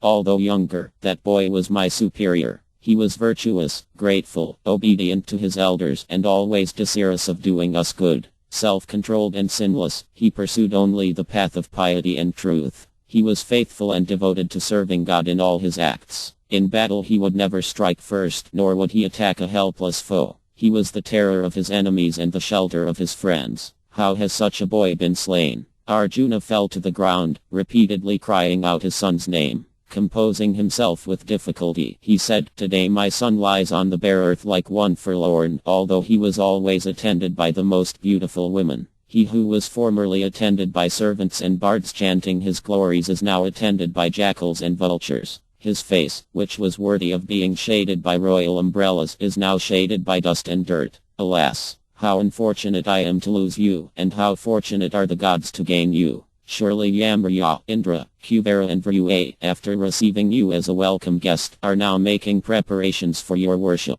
Arjuna looked up at Yudhishthira, who looked back at his brother with compassion. His eyes bloodshot and his face streaked with tears. Arjuna asked, "Please tell me, O best of men, has my son gone to heaven? Did he have to contend single-handedly with numerous heroes and give up his life after killing them by the thousands? Surely he would have thought of me. Afflicted by the mean-minded Duryodhana, and by Droa, Kara, Kapa and others, he must have thought, my father will rescue me. I think all those ruthless warriors felled him while he was calling out to me. Or it may be, as he was conceived in the womb of a Vrishni princess, that he did not make such exclamations." Arjuna censured himself. How had he allowed himself to be taken away from the main fight? Obviously Duryodhana had concocted a plan that required his absence. Why had he not seen it? If he had, Abhimanyu would still be alive. Without thinking about his kinsman's welfare, he had rushed off desiring glory in battle. Now his son was dead. Arjuna cried out, "Without doubt my heart is made of stone that it does not shatter into fragments. It will surely break apart when I hear the lamentations of Subhadra and Draupad.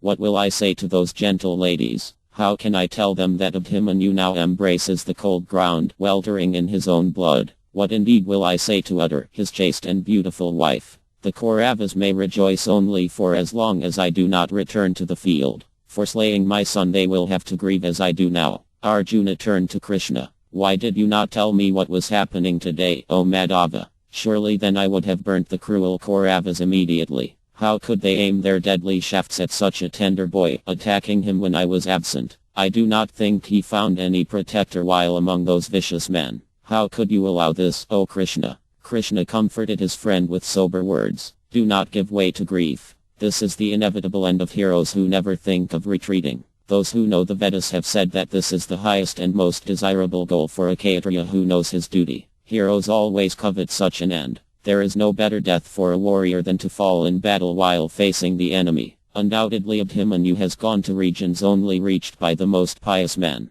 Do not lament, for you are plunging your brothers and followers in sorrow. You know everything and it behooves you to console your kinsmen at this time. Take hold of yourself and throw off this grief." Arjuna turned slowly to Yudhishthira. "O Lord of the earth, tell me exactly how my lotus-eyed son was slain." His voice had become cold. His grief was giving way to an intense fury. "How did he fight our wicked foes? I will consume all of them with their elephants, chariots and horses. Why, O brother, did you not do so yourself? How was my son slain when you, Bhishma, the twins, and so many other heroes were present? Surely you all possess no prowess. Before your eyes my son was killed." Arjuna gazed at his son's empty seat. What was the use in blaming anyone for Abhimanyu's death? Destiny had willed it, as it willed the death of every living creature. Yet still it was hard not to see how things might have been different. Why had he not been by Abhimanyu's side when he needed him most? Arjuna shook his head as he continued.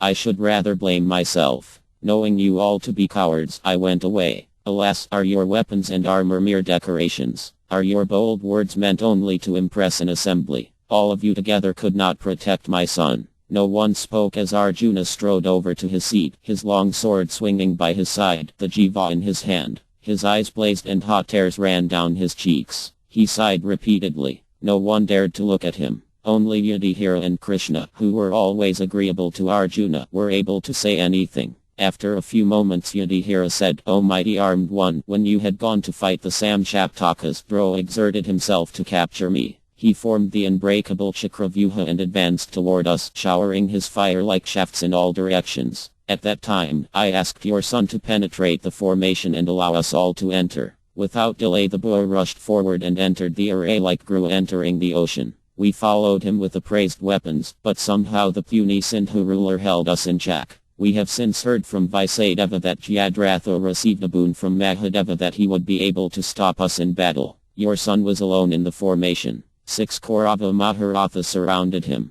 They destroyed his chariot, armor and weapons. Worn with fatigue, he was finally slain by a 7th Dushasana's son. Arjuna wailed. Yudhishthira paused, then went on. Before dying, he slew countless heroes, many of them kings and Mahābhāratas. Now he has ascended to heaven. Through the inscrutable workings of fate, he has attained his destined end. Thus we have all been plunged into a burning grief. Crying out, O my son! Arjuna rolled on the ground. Everyone gazed at each other with vacant eyes. They said nothing as Arjuna expressed his grief. Gradually, he composed himself and got to his feet. Shivering as if with fever and wringing his hands, he spoke in a low, controlled voice that seethed with rage. I say this truly. Tomorrow I will slay Jayadratha, if indeed he does not forsake Duryodhana in fear of his life. If he stays in the battle and does not seek shelter of either Kṛṣṇa or yourself, O king, he will die tomorrow. Whoever tries to protect him, be it Dro-Kpa or anyone else, will find himself struck down by my arrows.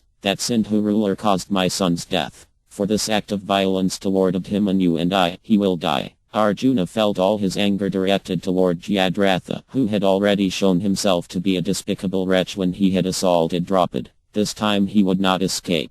Although Abhimanyu was assailed by 6 Kaurava warriors at once and finally slain by Durjaya, it was Jayadratha who was to blame. Many times warriors found themselves overwhelmed by superior odds, but their allies and supporters could always come to their rescue. Abhimanyu would surely have been saved if the Pandavas had been able to reach him. Jayadratha's act was mean and unforgivable. Arjuna clasped his jiva tightly. Soon that low-minded Sindhu ruler would reap the result of his hatred for the Pandavas. Looking around at his brothers and allies, Arjuna went on. If I do not kill that wretch tomorrow, then may I never attain the regions meant for the righteous. Let me instead go to the hell reached by those who ravish their own mothers, or those who are malicious, ungrateful or miserly. Let me reach the dark worlds inhabited by rapists, slayers of Brahmins, betrayers of trust, men who seduce others' wives, who are unkind to guests, and who deceive and cheat others. If I do not kill Jayadratha tomorrow, then such will be my end.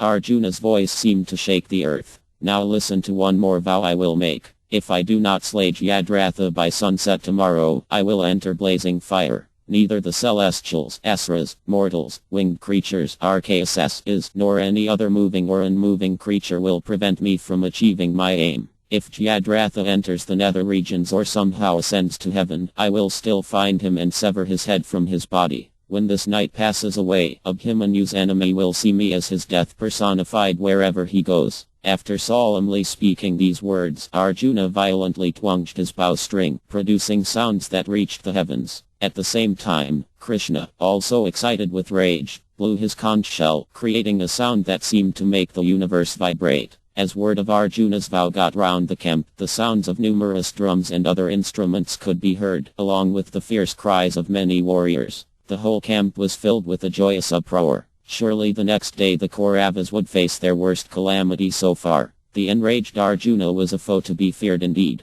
In the Kauravas' camp there was much rejoicing. Abhimanyu was one of the greatest warriors among the Pandava army. It was almost as if Arjuna himself had been slain. Surely Arjuna would now be discouraged and lose his taste for battle. Now that yet another of his sons was slain, this time the beloved Abhimanyu, Arjuna's energy would be sapped by grief. Duryodhana praised Drona and sat in his assembly to discuss the next day's strategy. It should prove easier to encounter their dispirited enemies. Perhaps the same formation could be employed again. Maybe another powerful fighter could be trapped and slain. As the Kauravas were speaking, they heard the din from the Pandavas' camp, reverberating like the roar of the ocean. The Kauravas looked at each other in surprise. Why would the Pandavas be rejoicing? Should they not be feeling despair? Suddenly Jayadratha burst into the tent. His face was a mask of terror. He stood panting before Duryodhana, sweat running down his face. The Kaurava chief saw him trembling like a sapling in a storm. He asked him the cause of his fear, and Jayadratha replied, "He who was begotten on Piyu's wife by the lustful Indra, that one of perverse intellect, has vowed to kill me tomorrow. May good betide you all. I will now return to my home to save my life.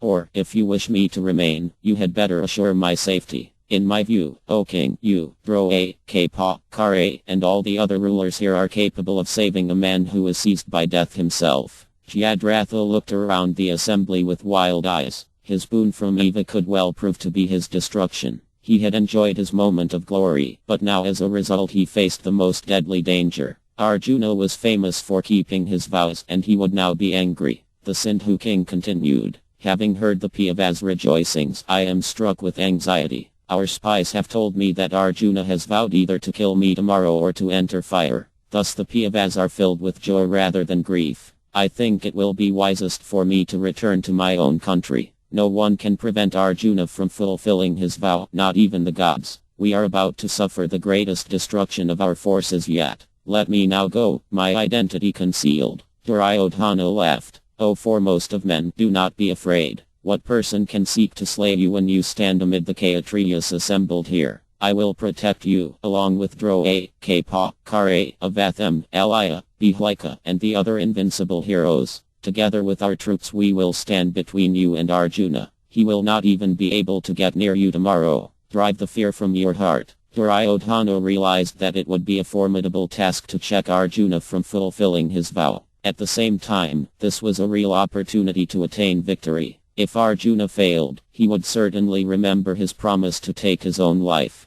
With both Abhimanyu and Arjuna dead, the Pandavas would then be finished. Duryodhana looked down at the quaking Jayadratha. It would be worth deploying the whole army to protect him. Jayadratha went over to Drona. "What is the difference between me and Arjuna in the proficiency of arms? You have taught us both. How is Arjuna superior to me? Of what should I be wary when the battle comes tomorrow?" Drona replied, "I have taught both you and Arjuna equally, but by his practice of yoga and asceticism, he has become superior to you. Still, I will do everything in my power to protect you from him. Tomorrow I will form such an array with all our troops that Arjuna will never reach its end. Even the gods will not be able to pass the arrangement I will create to protect you." Drona smiled. Jayadratha had only himself to blame for his present predicament. Like Duryodhana, his hatred for the virtuous Pandavas would lead to his destruction before long. He placed a hand on Jayadratha's shoulder. "If somehow you should be slain, then you will attain heaven. Do not be afraid of death. You have performed sacrifices and carried out your sacred duty as a Kshatriya. Therefore, fight without fear, your mind fixed on victory or paradise." Although he assured Jayadratha and understood Duryodhana's mind, Drona knew that Jayadratha was as good as dead.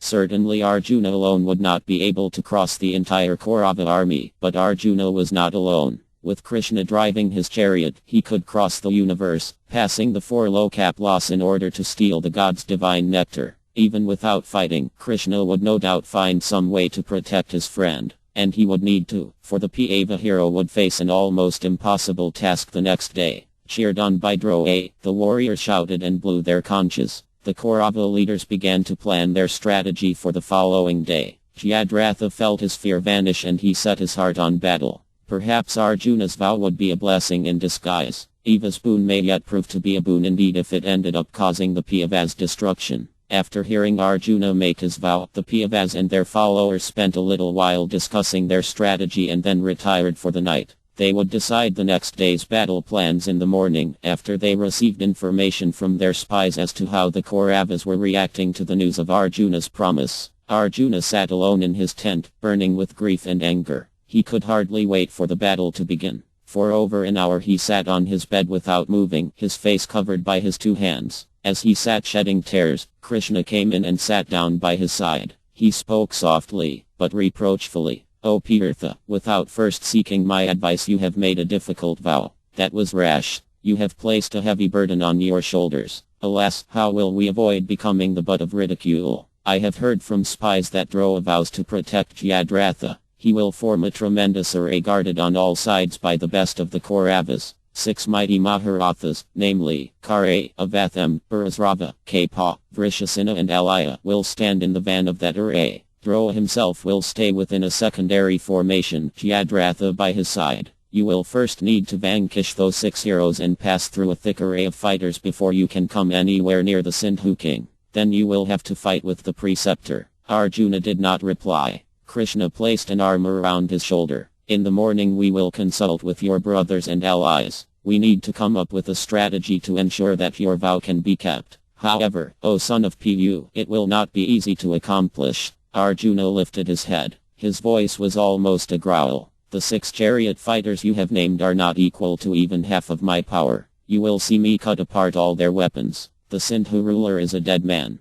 Before the eyes of his wailing followers and of Drona I will sever his head from his body. Even if a celestial army headed by all the principal gods protects him, even if I must fight against the personified oceans, mountains, heaven, earth, quarters, their regents, and all mobile and immobile beings, still you will see him slain by my arrows. I swear by truth itself that nothing will stop me, especially with you at my side. O Janardana, my success is certain." Arjuna continued expressing his determination and confidence for several minutes. He was prepared to face even death personified armed with his irresistible staff. "Tomorrow you will see me rip open the enemy ranks with blazing shafts, like thunderbolts rending a mountain. Arrows shot with the speed of the mind will fall by the tens of thousands from my jiva. I will not restrain myself at all. All men will witness the power of the weapons I have obtained from Yamraya, Kuvera, Vrua, Indra and Mahābhārata. I will throw the Brahm missile and annihilate anyone who tries to stand in my way. The earth will be filled with the bodies of men, horses and elephants, all bleeding copiously and deprived of life."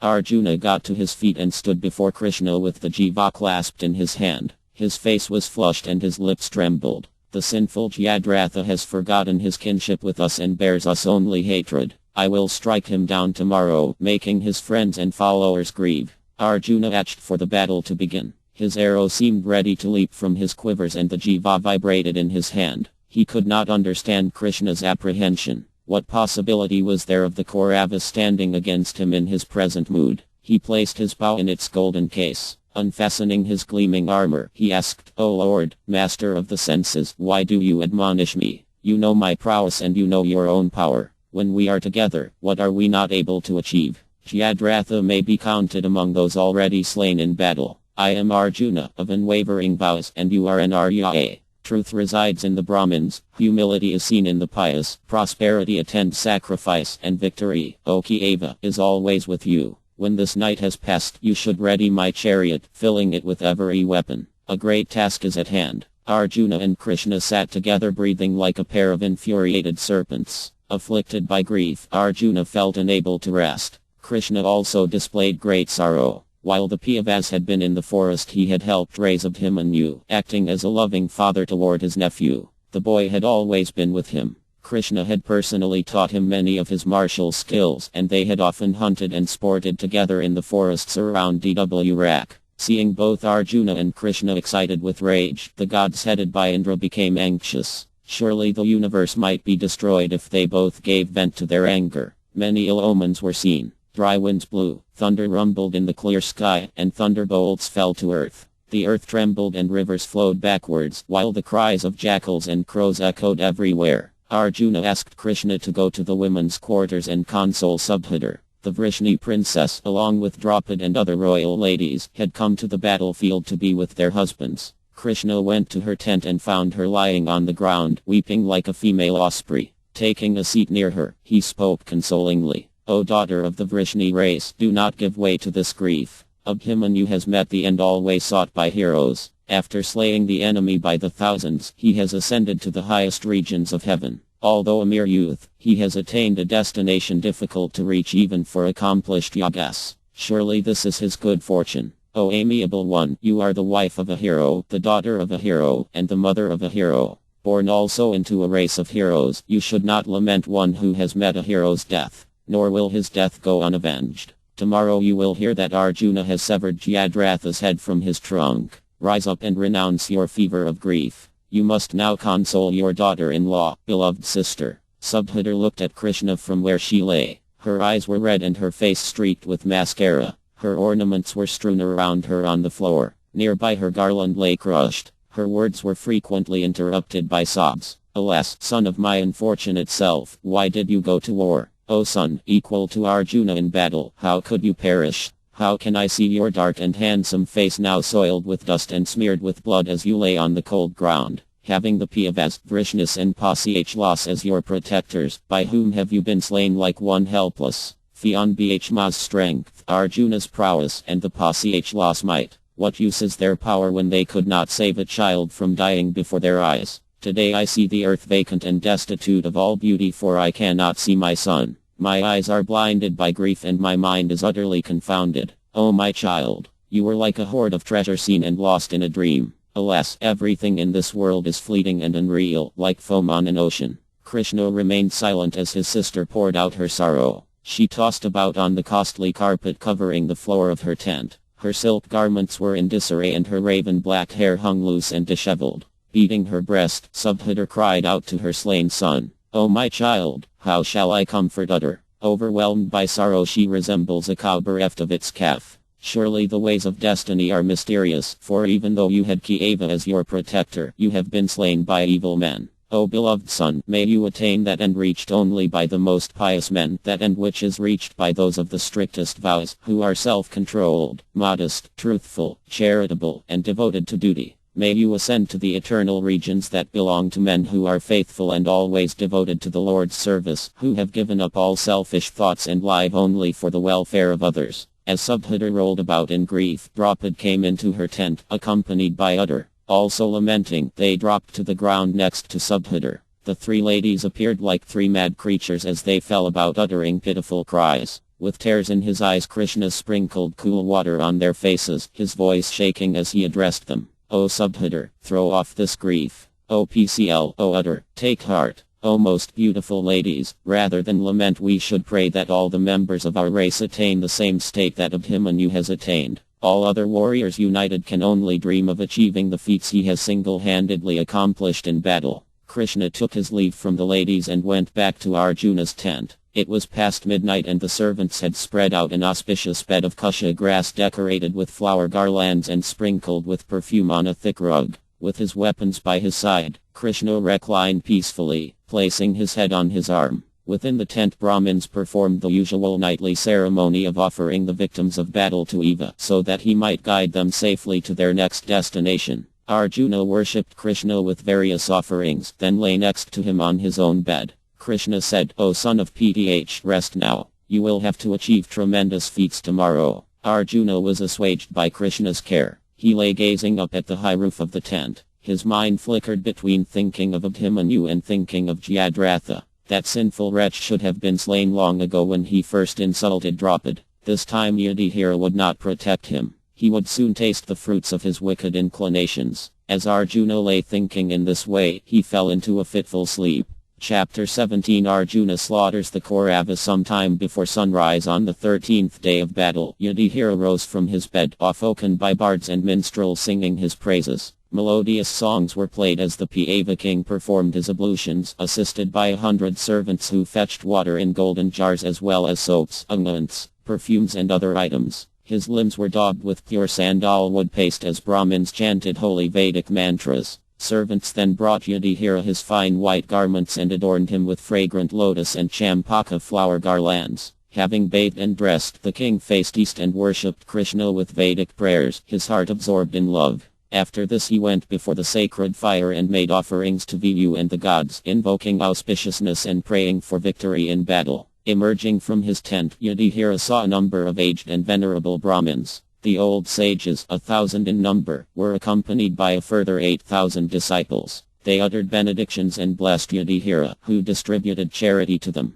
The king gave away jars of gold to each of the Brahmins, as well as cows, horses, cloth, honey, ghee, fruits, and other valuable items. Then he entered the council chamber. He sat upon a throne made entirely of gold and covered with a precious silk carpet. When he had taken his seat, his orderlies came and decorated him with ornaments of pearl, gold, and priceless gems. The monarch shone like a mass of clouds emitting bright flashes of lightning. He was fanned by gold-handled yak-tail whisks as white as the moon. Bards again sang his praises, and the music and voices of the Gandharvas could be heard in the sky. Outside the tent a tremendous clatter of chariot wheels and horses' hooves resounded as the other kings and warriors came to council. Conch shell blasts filled the air, and the measured march of infantry seemed to shake the earth as the troops headed for the field. As the kings took their places in Yudhishthira's council chamber after first bowing before him, a guard informed him that Kṛṣṇa had arrived. Yudhishthira ordered that he be shown in immediately and offered a fine seat by his side. He personally stepped down from his throne as Kṛṣṇa entered and showed him to his seat.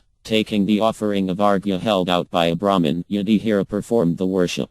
Kṛṣṇa waved to Astayaki to sit with him, and the two Vaidavas shared the same large throne next to Yudhishthira. When he had again taken his seat, Yudhishthira began by addressing Kṛṣṇa. O Madhusudana, have you passed the night in happiness? Like celestials relying on the thousand-eyed Indra, we depend on you alone for victory and indeed for eternal happiness. Our very existence depends upon you. If it pleases you, therefore, we ask that you somehow manage things so that Arjuna's vow is fulfilled. Help us to cross this ocean of grief and wrath. O Madhava, become our raft so that we do not sink in the vast Kuru sea. All glories to you, O Kṛṣṇa, O Viyu, O Hari, O Janradana. You are the foremost of all men. And Radha has pronounced you to be the best and most ancient of all beings. You always protect your surrendered servants, and we seek your protection today. Kṛṣṇa appeared pleased as Yudhishthira stopped speaking. He replied in a sonorous voice, in all the worlds, including the heavens, there is no archer like Arjuna.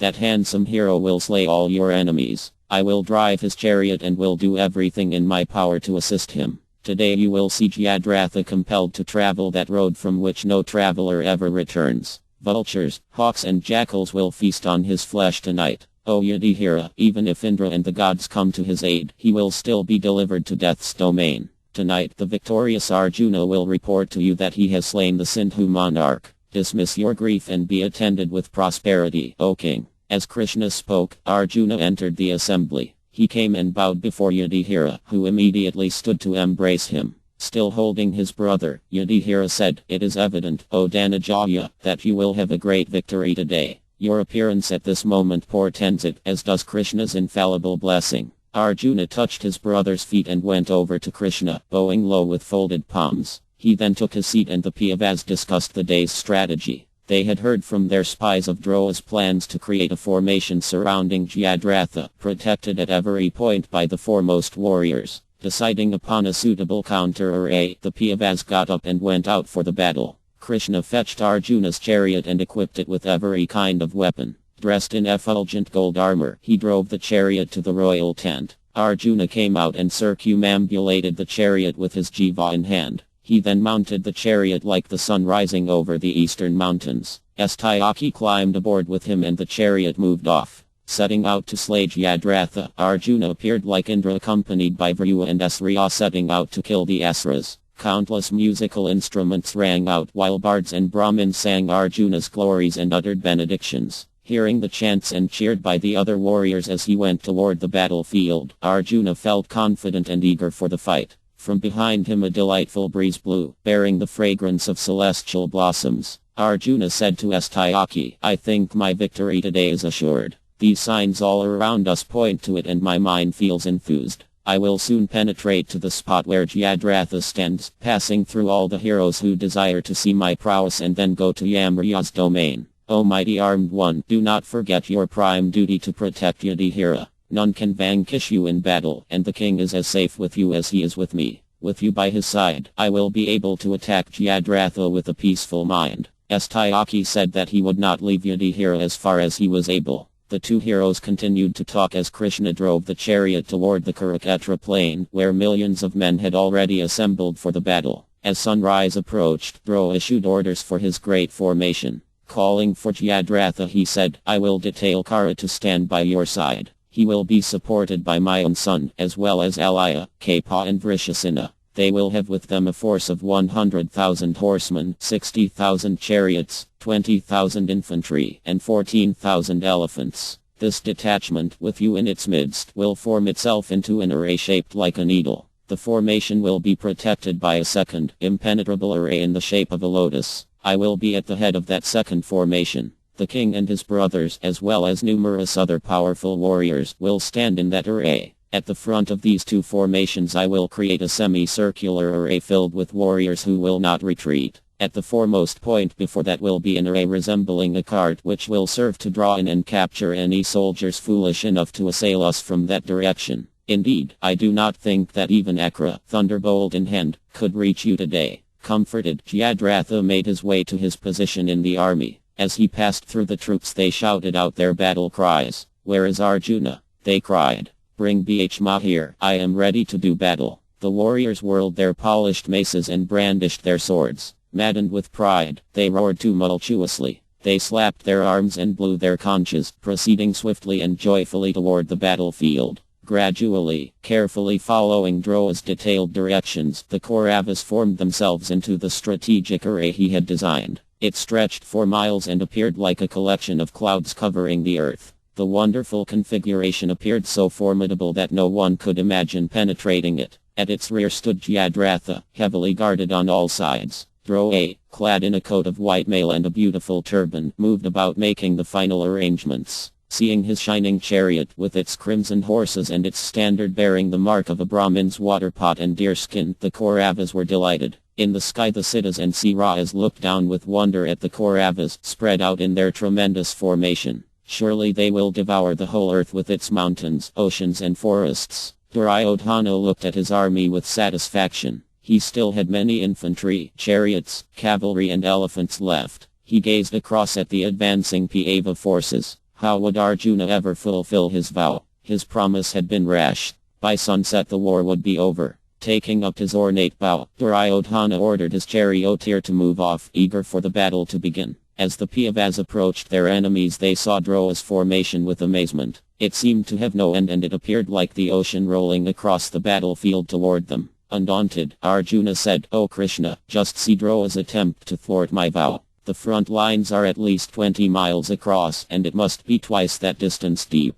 But I will seek out its weak points and break it apart with fiery arrows. Before Droa's eyes I will cut down the sinful Jayadratha. As the two armies converged, one of Duryodhana's brothers, Dharmarshana, came to the front of the Kauravas. Roaring furiously he exclaimed, Watch as I check Arjuna, like the shore resisting the ocean. Let everyone see the irate and indomitable Dhananjaya collide with me, like one mass of rocks colliding with another. O warriors, stay or turn back as you wish. I will fight with the Pandavas alone to enhance my glory and fame. Dharmarshana rushed across the field to begin the fight. He saw Arjuna's chariot at a distance, with Hanuman sitting on its towering standard. The roars of the celestial ape could be heard throughout the Kaurava forces. They mingled with the sounds of Arjuna's conch, which he blew repeatedly as he closed upon his foes. Both sounds filled the Kauravas' hearts with anxiety as they again remembered how fiercely Arjuna fought when he was angry. Droa had his musicians strike up cheering melodies, but a deafening clamor already filled the field. Arjuna saw Dharmarshana charging at him and he said, Drive swiftly toward the Kaurava prince, O Madhava.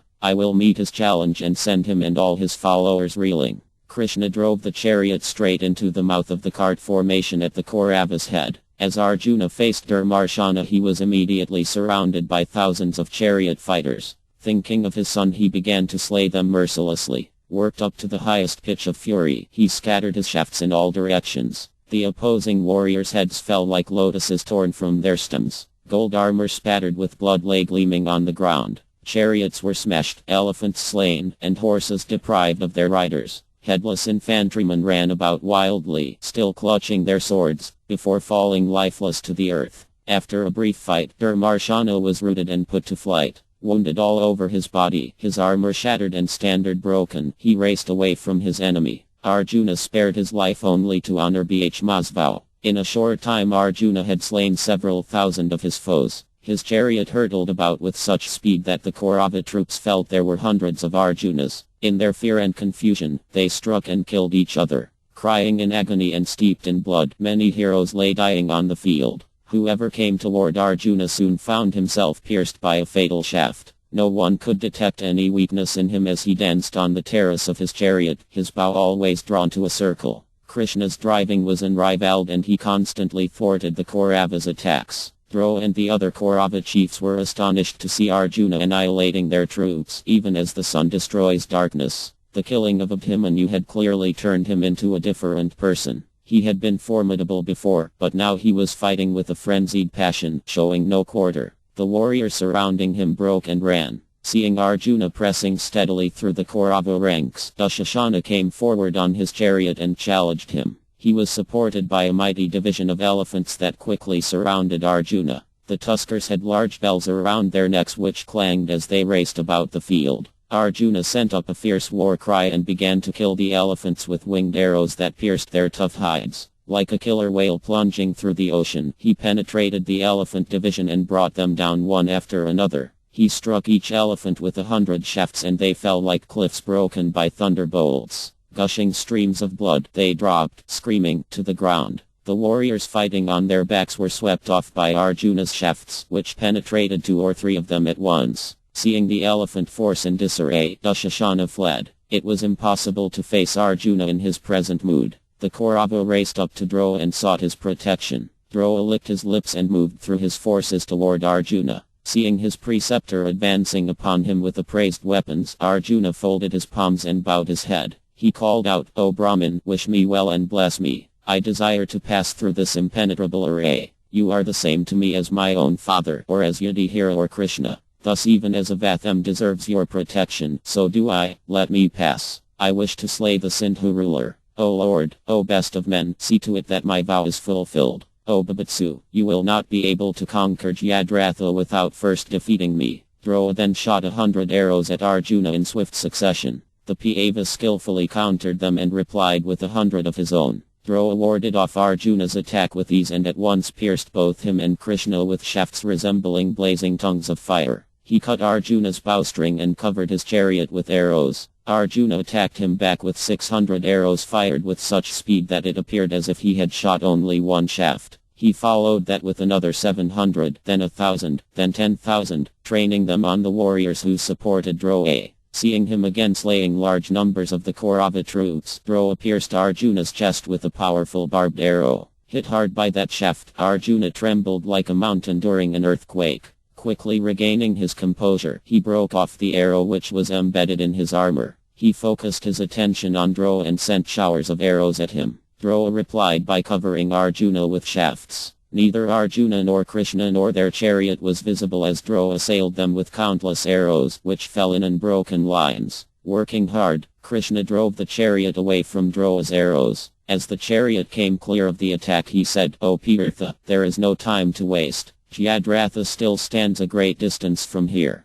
This battle with Drona could go on all day. Leave him aside and proceed ahead with all speed." Arjuna realized that Kṛṣṇa was right. There was little chance of defeating Drona, nor did he relish fighting with him. Once again folding his palms, Arjuna called out, "O my lord, I will now take my leave. You are my preceptor and I do not wish to fight with you further. There exists no man in all the worlds who can vanquish you in battle. Please bless me. I am going on." Kṛṣṇa urged on Arjuna's horses and the chariot raced away, leaving Drona to the right. As they passed him he shouted, "Where are you going, Dhanajaya? Have you become afraid?" Drona again released volleys of arrows at Arjuna, but Kṛṣṇa drove the chariot so fast that all of his shafts fell short. With Drona still calling, Arjuna sped away, leaving him far behind. He was joined by Yudhamanyu and Uddamaujas, 2 powerful Pasihlas who had fought their way through to him. They protected him on either side of his chariot as he rushed forward into the hostile array. As Drona turned to chase Arjuna, the Pava commander, Drishtaketu, challenged him with a roar. Drona turned to face him and was immediately struck by a volley of shafts. Drona's horses, chariot, and charioteer were all covered by Drishtaketu's arrows. Drona blazed up like an infuriated mountain lion suddenly roused from slumber. He released a razor-faced arrow that cut apart his opponent's bow. Drishtaketu then took up another bow and in an instant fired 100 more arrows. Not minding the attack, Drona shot 4 crescent-headed shafts that slew his enemy's horses and cut down his charioteer. Dristakhitu leapt from his stationary chariot, mace in hand, and charged Drona. Whirling about as he ran, he hurled the mace with all his power and it flew at Drona, spitting fire.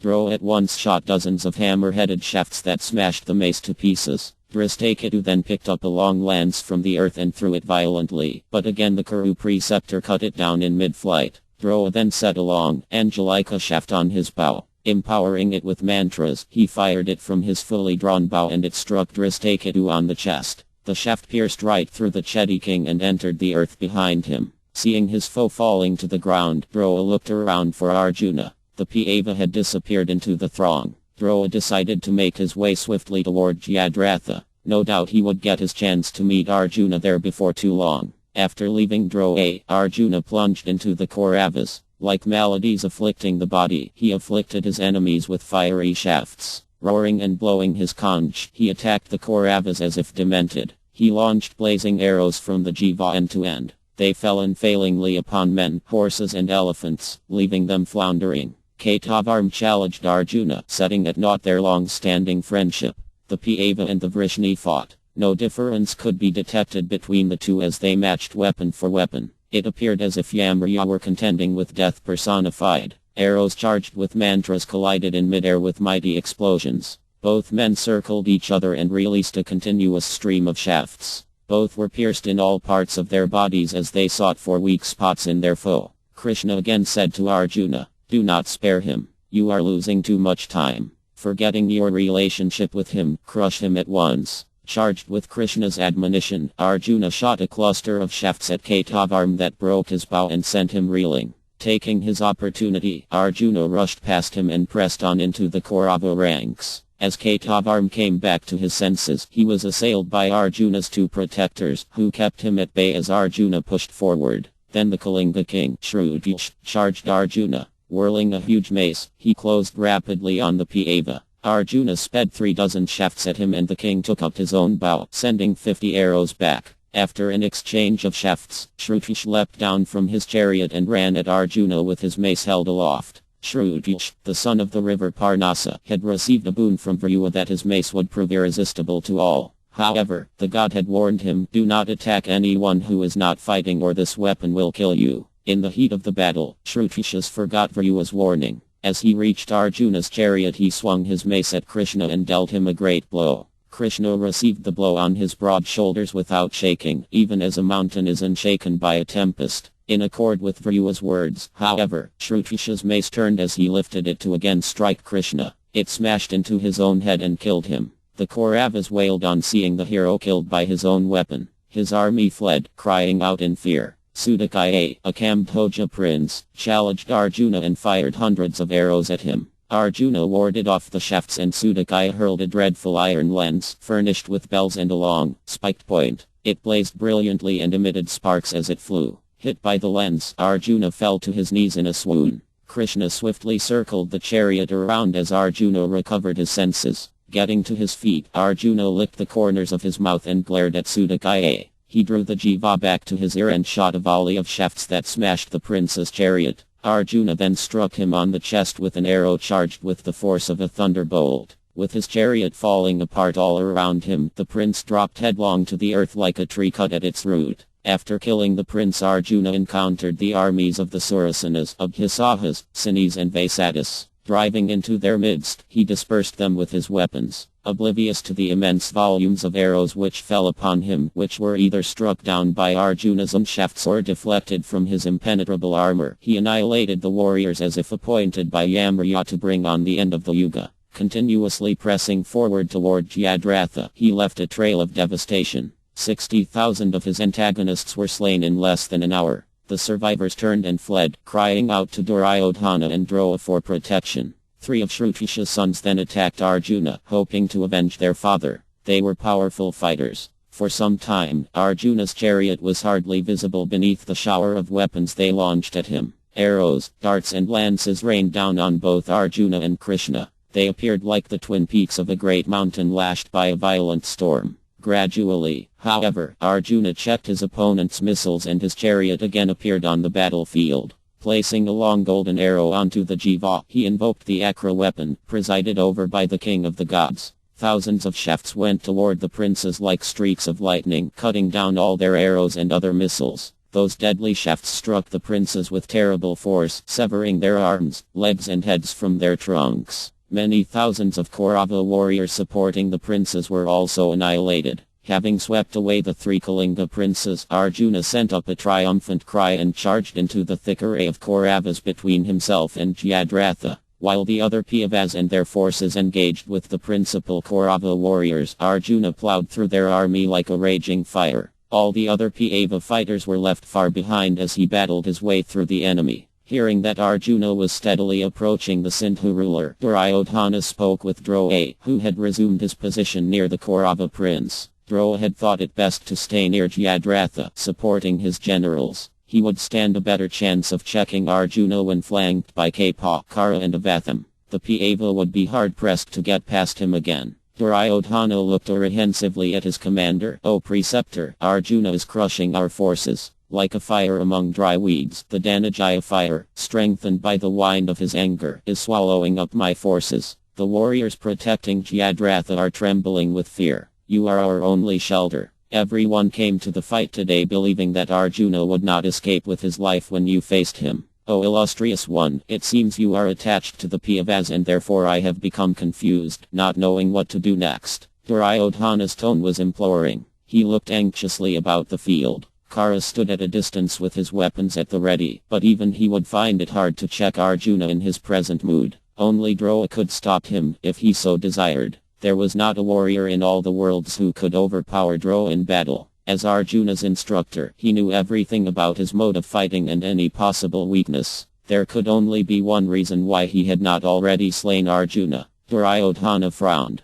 "To the best of my ability I have always tried to please you, great Brahmin, but it seems you do not value my service. O man of infinite prowess, although we are devoted to you, it appears you do not wish us well. Although you live on our bread, still you injure us. I now see that you are like a razor soaked in honey. If you had not assured me, I would not have prevented Jayadratha from returning to his kingdom. Fool that I am, I believed you, and as a result I have virtually offered him as a victim to death. Indeed, a man might escape even when he enters death's jaws, but there is no chance that Jayadratha will escape when he faces the infuriated Arjuna in battle." Duryodhana wept tears of frustration, trying by any means to incite Droa to attack Arjuna. Afraid that he may have had the opposite effect, he spoke more gently. "O hero, forgive my ravings for I am afflicted by grief. I fall at your feet. Please save Jayadratha, and indeed our army, from the enraged and invincible Arjuna." Droa looked wearied. How many times did Duryodhana have to be told? "I am not offended by your words, O ruler of men. You are the same to me as my own son. Thus I have tried in every way to assist you. I have tendered you wholesome advice, but you have not listened. I have made vows for your benefit, fully intent on keeping them. Before all men I promised to capture Yudhishthira, but it was to no avail. Again, I vowed to protect Jayadratha, but how is it possible when we face Arjuna and Kṛṣṇa together on one chariot? I can only endeavor to my full extent. I cannot control the results. Destiny is the ultimate controller, despite man's exertion, and the Lord of Destiny sits by Arjuna's side." Droa shook his head and looked around at the thick ranks of warriors protecting Jayadratha. Doubtlessly they would all soon lie dead. Arjuna would spare none in his efforts to slay the Sindhu king, and Kṛṣṇa would do anything to protect his friend's promise. He had already shown that enough times. Duryodhana, however, was faithless and could not understand this simple truth. With a sweep of his hand Droa indicated the forces surrounding him.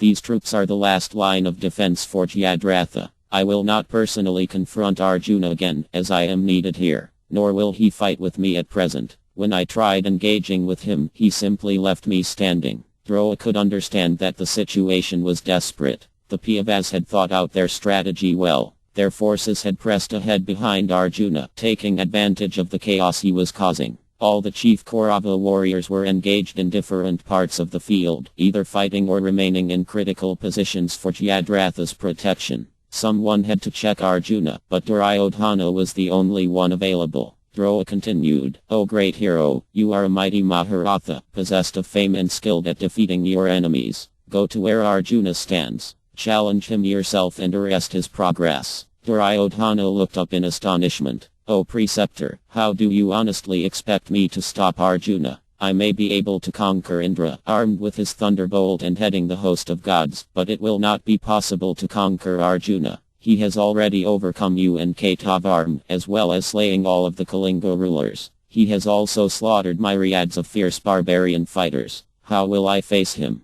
O Great One, I am dependent on you. Please save my honor. What you say is true, O King. No one can defeat Arjuna. Under normal circumstances I would not risk you against him, but we face a dire calamity. Still, you need not fear. I will make you invincible even to Arjuna. I will tie on your armor in such a way that will make it impenetrable to both human and celestial weapons. Even if the creatures of the three worlds come together against you, still you need not fear. Arjuna knows how to do this, but no one else on this battlefield. Take off your armor, O King, and I will tie it on again while reciting the ancient mantras uttered by Brahm himself. You may then proceed fearlessly against the mighty Pava." Duryodhana quickly removed his golden armor. After Drowa had touched water for purification and rinsed his mouth, he replaced it while intoning mantras. When he had finished he said, "You will now be able to face any foe with impunity. This celestial armor, invoked by my prayers, was originally given by Brahm to Indra.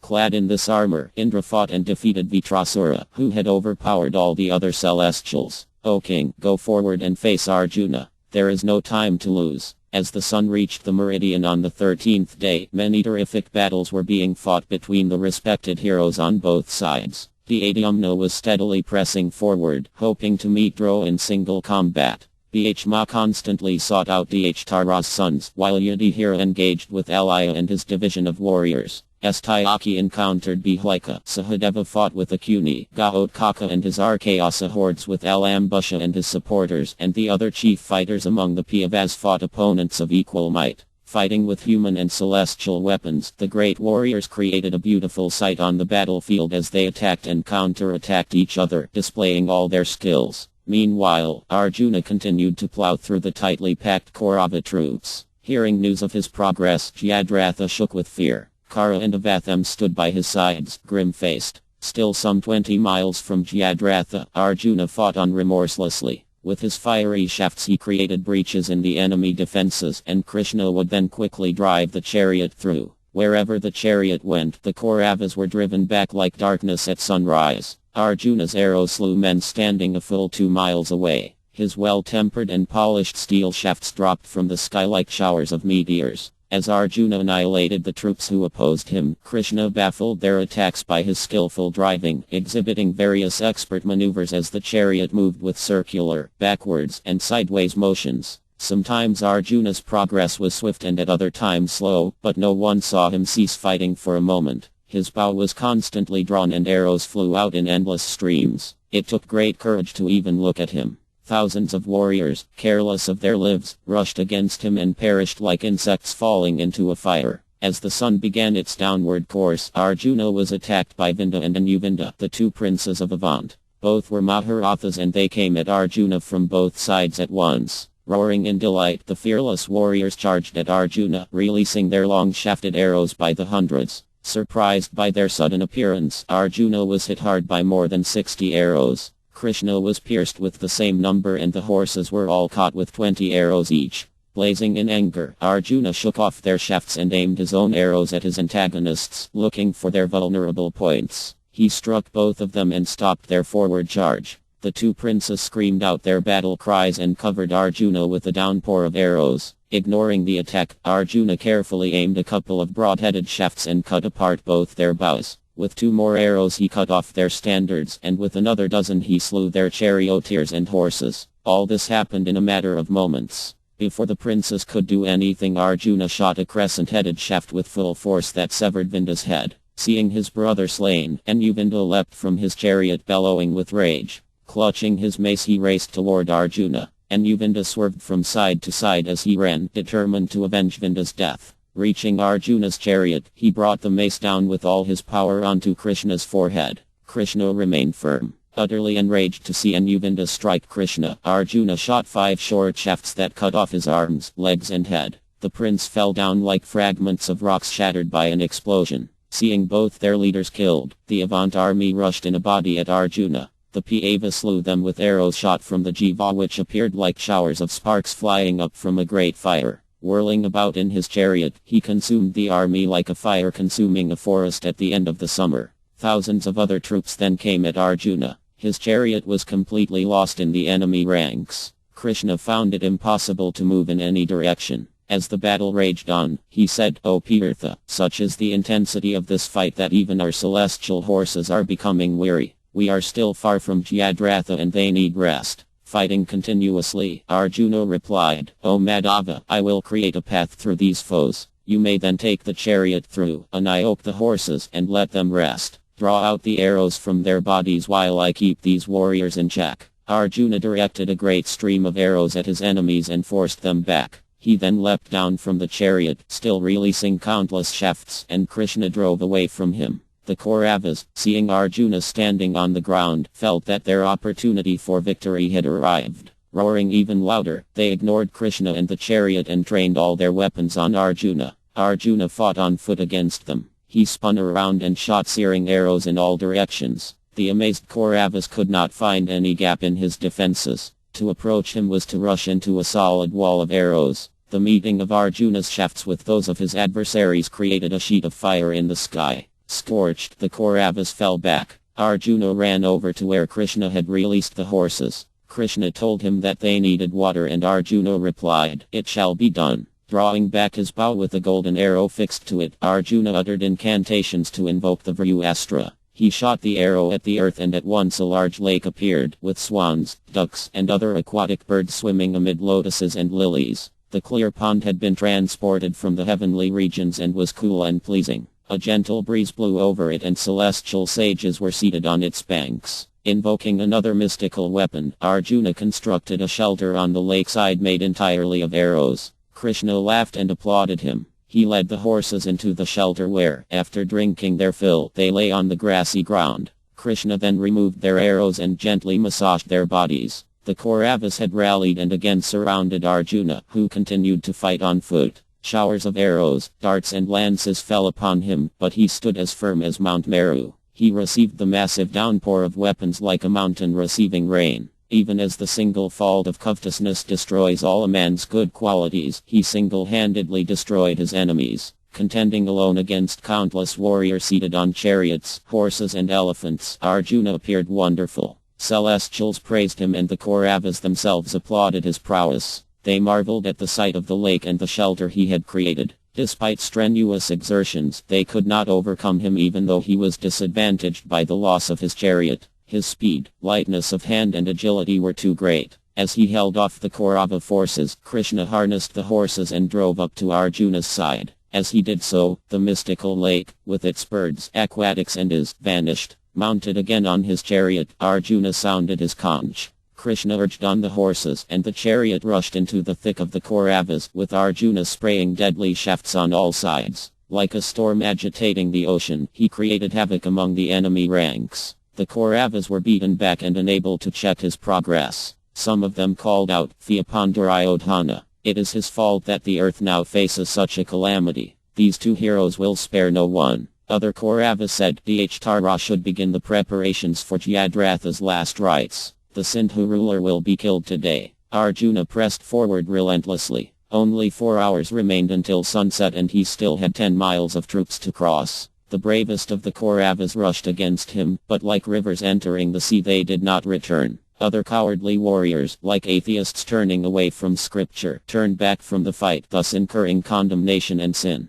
The fire-colored chariot Kṛṣṇa drove appeared like Asriya's chariot driven by Runa. It tore through the Kaurava ranks. Rested and refreshed, the horses raced ahead, seeming to rise up into the sky at every moment. Arjuna and Kṛṣṇa appeared like two fiery suns risen together at the end of the age. Anyone coming near them was burnt by the fire of Arjuna's weapons and fell lifeless to the earth. The Kauravas facing Arjuna became dispirited and hopeless. They struggled vainly to check him from reaching Jayadratha, but in less than an hour Arjuna could see in the distance Droa's tall standard. With a triumphant shout he said, "See there the preceptor's banner, O Madhava. I think we are drawing close to the Sindhu king. He cannot be more than a few miles away." Kṛṣṇa again advised Arjuna to circumvent Drowa so as not to lose time, but Drowa had already seen him and was shooting arrows that flew more than 2 miles and pierced both him and Kṛṣṇa. Bleeding from their wounds, they appeared like 2 flowering Karnikara trees. Kṛṣṇa drove the chariot away from Drowa's attack, placing a body of Kaurava troops between them.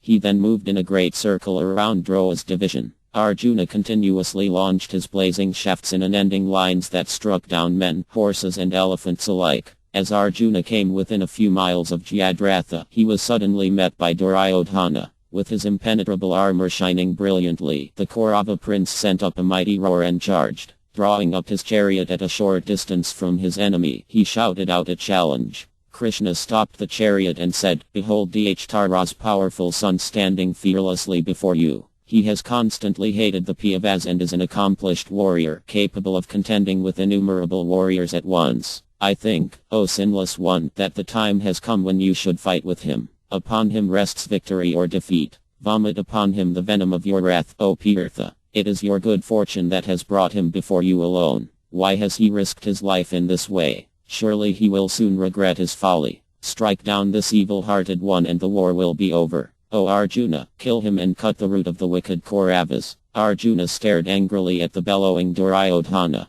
"Let it be so. Go closer to this wretch so that I may punish him with sharpened shafts. I will now avenge the wrongs he committed against Draupadi." Kṛṣṇa drove the chariot toward Duryodhana. Seeing the Kaurava chief exhibiting no fear, even though there was sufficient cause, many warriors looked on and applauded. Others cried out in sorrow, considering Duryodhana to be like a libation of ghee poured into a sacrificial fire. "The king is slain! The king is slain!" they cried in terror. Hearing their cries, Duryodhana laughed. "Dispel your fears. I will soon send these two to death's abode." Duryodhana taunted Arjuna. "O Partha, let me see your prowess. Release all the weapons you have learned from Drowa and received from the Celestials. Watch as I repulse your attack. Then I will sever your head along with Kṛṣṇa's." Duryodhana immediately pierced Arjuna with 3 arrows that flew invisibly toward him. With 4 more he pierced each of his horses, and with another 10 he struck Kṛṣṇa. With another well-aimed arrow he cut the whip in Kṛṣṇa's hand, which fell to the ground in 2 pieces. Arjuna drew the jiva back to his ear and fired 4 steel-headed shafts that screamed through the air. Hitting Duryodhana's armor, they fell harmlessly to the earth.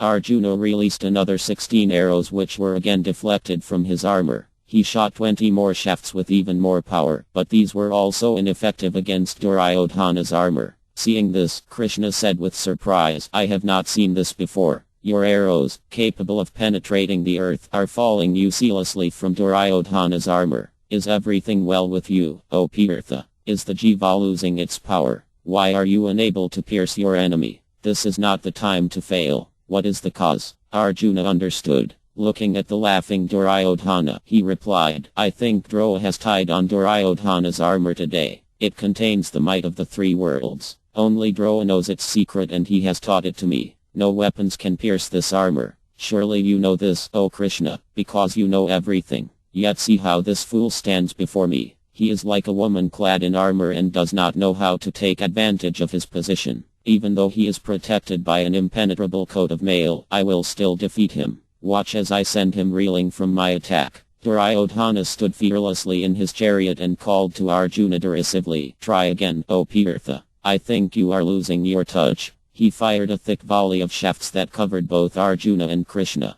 The Kauravas watching the fight were delighted to see Duryodhana impervious to Arjuna's attack. They roared and beat their drums. Fending off Duryodhana's arrows, Arjuna became incensed. With a taut smile he slew Duryodhana's 4 horses. He then broke apart his chariot with 100 hammer-headed shafts. Taking another 4 arrows with extended points, he empowered them with mantras and aimed them carefully at the Kaurava. The arrows struck Duryodhana on the tips of his fingers, the only exposed part of his body, as he was releasing his own shafts. He screamed in pain as they went under his nails. Dropping his bow he jumped about on the terrace of his chariot, shaking his hand in agony. Seeing their leader distressed, other Kaurava warriors rushed to his rescue. They surrounded Arjuna with chariots, elephants and horses. Kṛṣṇa, who had come to Duryodhana's assistance, took him on his chariot, bearing the emblem of a bull, and carried him to safety. Arjuna again set to slaying the Kaurava troops. He soon managed to break free from his assailants. As his chariot emerged from the enemy array, both he and Kṛṣṇa blew their conch shells with full power. That sound filled the battlefield and terrified the Kauravas. Jayadratha also heard it in the distance and froze in his chariot, looking fearfully in the direction of the sound. Elsewhere on the field the other Pandavas had been fighting and destroying thousands of foes. The losses on both sides were great. The earth again assumed a terrible aspect, with the bodies of slain men and beasts lying about amid the wreckage of chariots, armor and weapons. Chapter 18 Kṛṣṇa's mystic power. From some way off, Yudhishthira heard the blast of Arjuna's and Kṛṣṇa's conch shells. Fearful that his brother might be in danger and signaling for help, he said to Astayaki, "O grandson of Seni, I think the hour has arrived when you must do the duty of a friend. You are wholly devoted to our welfare, and especially to Arjuna's. O hero, it is said that one who casts off his mortal frame while fighting for his friend's cause gets the same result as one who twice gives away the entire earth in charity. I think Arjuna may now need your help.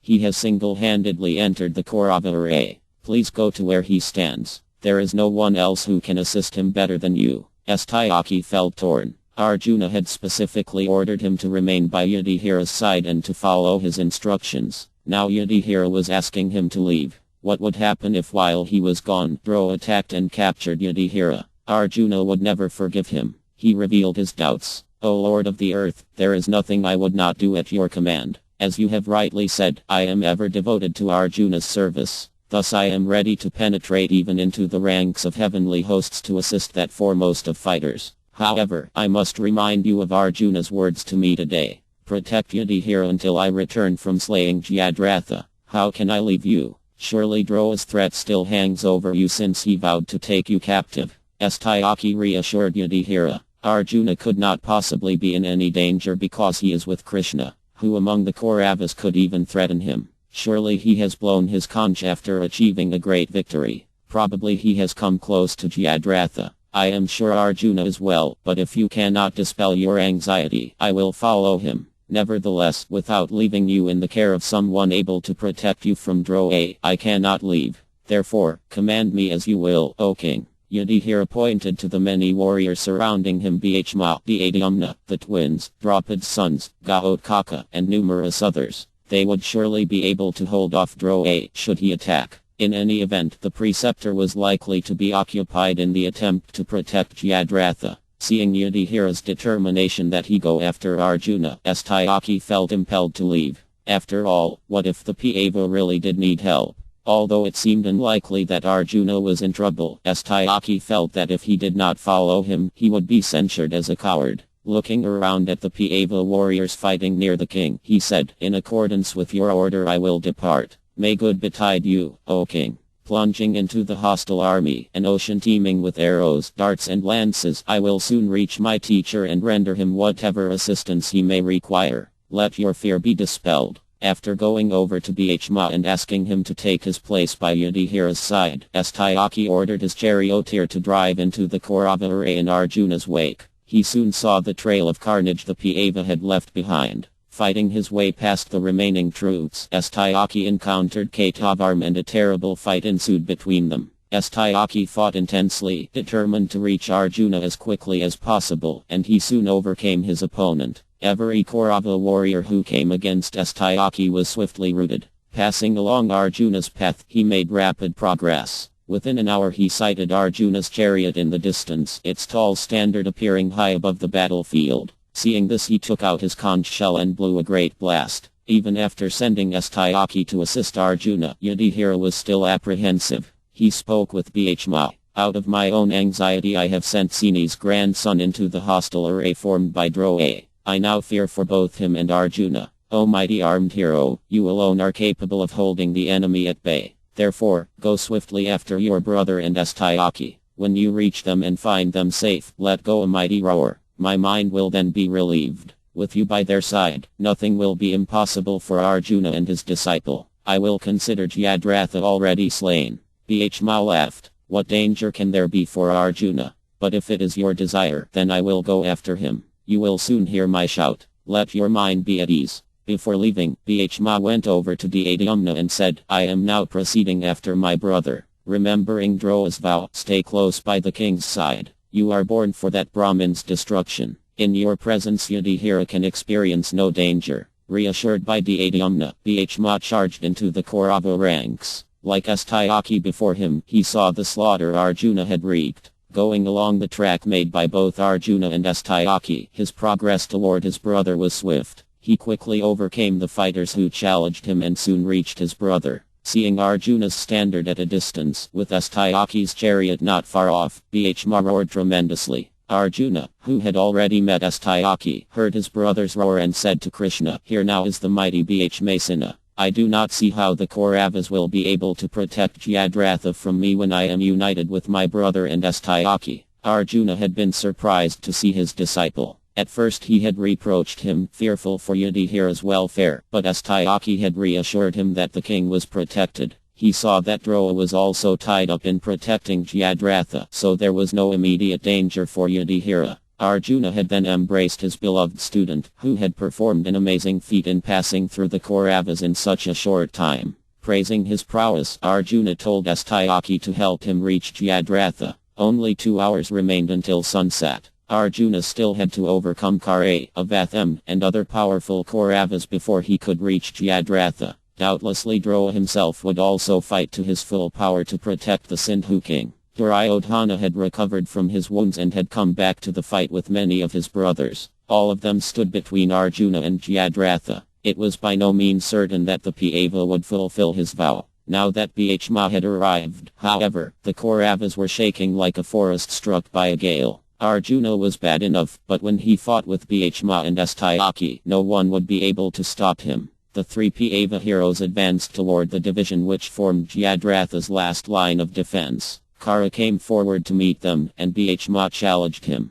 Kṛṣṇa rushed at him, furiously releasing hundreds of arrows. Warding off the shafts, Bhishma replied with 100 of his own. Both warriors glared at each other with eyes like blazing coals. They circled one another in their chariots, their gaze fixed on the other and waiting for his move. The two antagonists suddenly began shooting showers of deadly shafts. Their bowstrings cracked like thunderclaps and their arrows struck each other's armor with resounding thuds. Neither flinched under their opponent's attack nor showed any quarter. The surrounding troops looked on in amazement. Some of them, seeing Kṛṣṇa's dazzling speed, considered Bhishma doomed, while others, seeing Bhishma's uncontrolled rage, felt that Kṛṣṇa's end had arrived. Bhishma assailed Kṛṣṇa with all his power. He looked at him with unbridled contempt. Here was one of the prime causes of the Pava's suffering. This was the one who had laughed in the dice game and ordered Draupadi to find another husband. Indeed, it had been he who had suggested she be derobed. He had always conspired with the Kauravas to bring about the Pava's downfall. His mocking words as they left for the forest still rang in Bhishma's ears. Now at last he stood against him in battle. Fearlessly, Bhishma closed on Kṛṣṇa, stretching his golden bow back to his ear as he discharged his arrows. He sent so many shafts at his enemy that they screened him from view.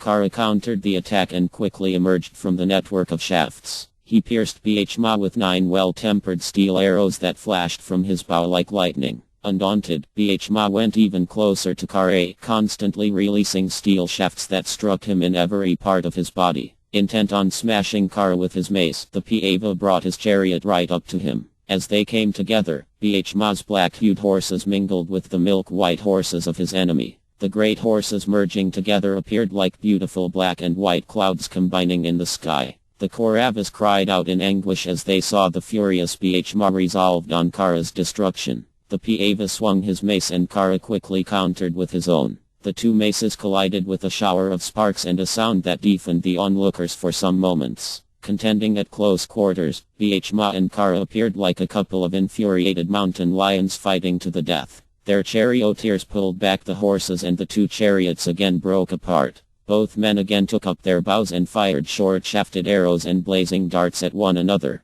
As they circled each other, constantly discharging their weapons, they resembled two clouds discharging rain in the monsoon season. Their arrows, decked with gold, seemed like rows of maddened swans ranging through the heavens. Kṛṣṇa and Arjuna both felt that a heavy burden had been placed on Bhishma. The enraged Kṛṣṇa was a formidable foe. Although he had encountered the Pavas on several occasions, he had never been in his present mood. Now he seemed like the Lord of Death come for the destruction of all creatures. But Bhishma skillfully held off his attack. Everyone cheered him as he countered Kṛṣṇa's innumerable arrows with his own. As Bhishma and Kṛṣṇa battled, Arjuna and Satyaki maintained a ceaseless attack on the Kauravas. Elephants, horses and men fell dead all around them, pierced by their irresistible shafts. Bhishma suddenly cut Kṛṣṇa's bow in two parts with a razor-faced arrow. He then struck down one of his two charioteers and launched 50 straight flying shafts at his immobilized foe. Kṛṣṇa shrugged off the arrows and took up a lance. Like Indra hurling his thunderbolt, he threw the lance with all his might at Bhishma. Inlaid with gold and gems, it flew with a glaring brilliance, its tip emitting orange flames. Seeing it leave Kṛṣṇa's hand, Bhishma took up 7 crescent-headed arrows and fired them in swift succession.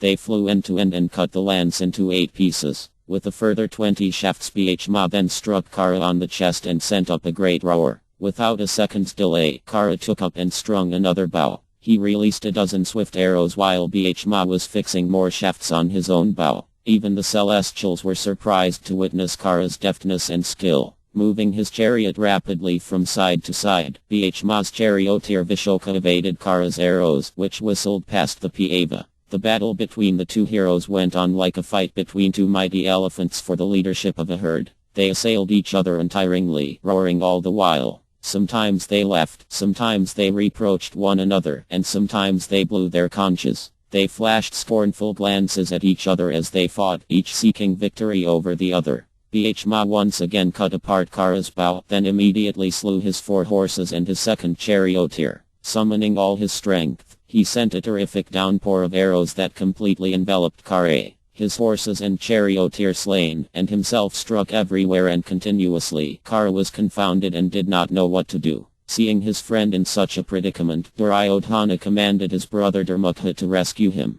Braving Bhishma's arrows, Dharma raced over to Kṛṣṇa and quickly took him onto his chariot. But even as Kṛṣṇa leapt across to the chariot, Bhishma killed Dharma along with his charioteer and horses. Shocked, Kṛṣṇa quickly circumambulated the dead Kaurava and then ran across to another warrior's chariot. As a number of Duryodhana's other brothers came to his support, he resumed his assault on the Pāva. Smiling to see so many of his sworn enemies before him, Bhishma fought with greater intensity. He killed another 3 Kaurava princes and yelled out his battle cry, making the rest of them shake with fear. In the distance, Yudhishthira heard the victorious shout and was relieved. Everything was clearly well with Arjuna and Bhishma. So fierce was Bhishma's attack that no one could stand before him. Another 4 of Dhyatara's sons were each killed by a single arrow from Bhishma's bow. Finally, even Kṛṣṇa himself was overpowered and pierced by so many shafts that he turned and fled. Bhishma fell upon the Kauravas with a manic fury. Targeting Duryodhana's brothers, he began slaying them like a lion slaying deer. The Pāva's arrows fell on the Kauravas like poisonous serpents. Remembering all the wrongs they had committed against him and his brothers, he ruthlessly cut them down. As he ranged about the field, Bhishma came upon Vikarā. He remembered how he had fearlessly spoken in Draupad's defense during the dice game. The Pāvas knew that Vikarā felt genuine affection for them and supported their cause even against his elder brother, but duty had ultimately compelled him to fight for Duryodhana. Bearing in mind his vow to kill all 100 brothers as well as his duty as a Kshatriya, Bhishma did not hesitate to attack Vikarā along with his brothers. With golden winged shafts he cut down the brothers one after another. Finally he slew Vikarā with 3 arrows. As the prince fell to the earth, Bhishma went over to him and circumambulated his body. He felt a twinge of sorrow, but thinking of the exalted destination he was sure to attain, he again became cheerful. The virtuous Kaurava hero had always performed his religious duties and had died in battle while facing his foes. Doubtlessly he had gone to the celestial regions. After paying his last respects to Vikarā, Bhishma again launched himself into the fight. Nearby, Satyaki was driving back Drowa's troops, moving toward the preceptor himself, while Arjuna was pressing inexorably toward Jayadratha. Not much time remained until sunset, and the 3 Pāva heroes fought to the extreme limits of their power. Duryodhana was grief-stricken. Bhishma had just killed more than 30 of his brothers. He remembered Vidura's warnings. Why had he not heeded them? Surely Bhishma was not human, nor was Arjuna. Both of them were annihilating his forces like Indra and Mahadeva wiping out the Asuras. Not far away, Satyaki was single-handedly destroying the Trigarta army. It seemed that all of the Pāva warriors were aided by divine power. Perhaps Kṛṣṇa was indeed the supreme person. Duryodhana remembered the Dinava's assurances. Even if those celestial beings were assisting him, it would prove to no avail against an enemy assisted by God himself. Despite the overwhelming odds, the Pandavas were steadily crushing his forces. The greatest fighters in the three worlds were among his army, but they could make no impression on the Pandavas. He too could do nothing, it seemed, even while clad in Indra's celestial armor. The prince looked at the sky. The sun was not far from the western horizon. Perhaps all was not yet lost. Arjuna still had to pass Dhruva and his son. If they were supported by other invincible Kaurava warriors, then Arjuna may well be thwarted. Duryodhana urged his charioteer to drive quickly to Dhruva. One last strategic effort was needed. He and the preceptor could form all the great fighters in the vicinity into a solid line to protect Jayadratha. Surely even Arjuna would not have enough time to fight his way past Dhruva, Kṛṣṇa, Kapa, Avatham, Alaya and a dozen other warriors, all standing together. As Duryodhana raced toward Dhruva, Astayaki fought with the powerful Kuru hero, Bharazrava. As they encountered each other, both men bore in mind an old enmity between their two fathers. Astayaki's father, Sini, had once defeated Samadatta, Bharazrava's father, in a fight at Asvayavara. Sini had dragged and kicked Samadatta in the presence of many kings. After this, Samadatta had pleased Deva and received a boon that his son would do the same to Sini's son. Now the two sons were meeting in battle for the first time. They traded arrows by the thousands, but neither could gain an advantage over the other. Both warriors hurled lances and javelins with all their power, but saw their opponent unfailingly cut them down with well-aimed arrows. Roaring like a couple of bulls, they contended at close quarters. Both men's horses and charioteers were slain and their chariots smashed to pieces. The two dauntless fighters jumped clear of their broken chariots. They drew out their sky-blue swords from their jeweled scabbards. Holding bull-hide shields inlaid with gold and silver carvings, they slowly circled one another. As they came together, they displayed various skillful motions, describing circles and moving swiftly from side to side. They leapt into the air and swung their great swords, striking each other with all their power. The clash of their swords rang out across the battlefield. Sparks flew up as the weapons collided or fell upon the fighters' armors. Both warriors thrust and parried with a speed and skill that amazed the onlookers, who shouted out praise and encouragement to both men. Suddenly, with one mighty blow, both swords shattered. Throwing them aside, the two men fell to wrestling. They struck and seized each other, rolling about on the ground with grunts and roars. Displaying every kind of wrestling skill, they fought on, each determined to kill the other. Gradually, Astayaki tired. It had taken a superhuman effort to reach Arjuna, and that was now taking its toll. Bharazrava saw his chance and he seized his opponent's hair. Dragging him across the field, the Kuru warrior repeatedly kicked and punched him. Not far away, Kṛṣṇa saw what was about to happen and he said, "Quickly, save your disciple who has become exhausted while fighting for your good. See now the danger he faces." Arjuna looked across at Astayaki. Bharazrava had picked up a discarded sword and was raising it ready to cut off his enemy's head. Seeing Astayaki's perilous position, Arjuna at once placed a razor-headed arrow on his bow. Releasing it with full force, he cut off Bharazrava's arm just as he brought down the sword.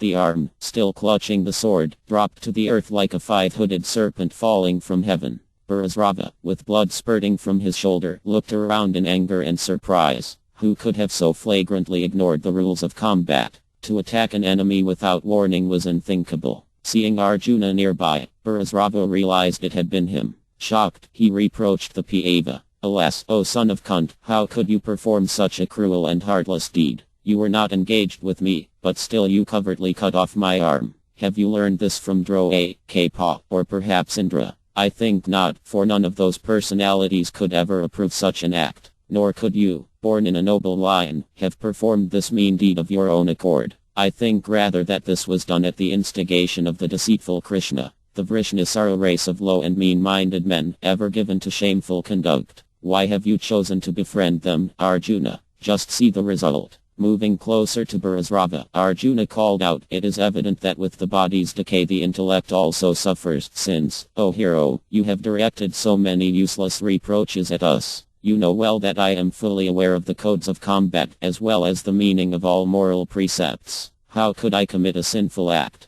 Kshatriyas fight their foes while supported by their own men. Why then should I not protect Astayaki, who is fighting on my behalf, careless of his own life? Indeed, it is my first duty to afford him protection. Had I stood by and watched you kill him, then I would have been guilty of sin. Bharazrava dropped to his knees and held his wound. He listened in silence as Arjuna continued. You were prepared to kill Satyaki when he was weaponless, fatigued, and fallen to the earth. Seeing this, I acted swiftly to save him. As Satyaki was unprepared for your assault, so you were unprepared for mine. You should not censure me. Rather, you should reproach yourself for failing to guard against an attack while standing on the battlefield. Tell me, O mighty armed warrior, how you would have acted toward your own dependent in such circumstances. Bharazrava, whose lifeblood was quickly ebbing, made no reply. Deciding to give up his life while absorbed in mystic meditation, he used his left hand to spread out a bed of arrows. With difficulty he gathered the shafts and placed them together in a makeshift seat. As he sat on the arrows, his eyes fixed on the sun, all the other warriors on the battlefield stopped fighting out of respect.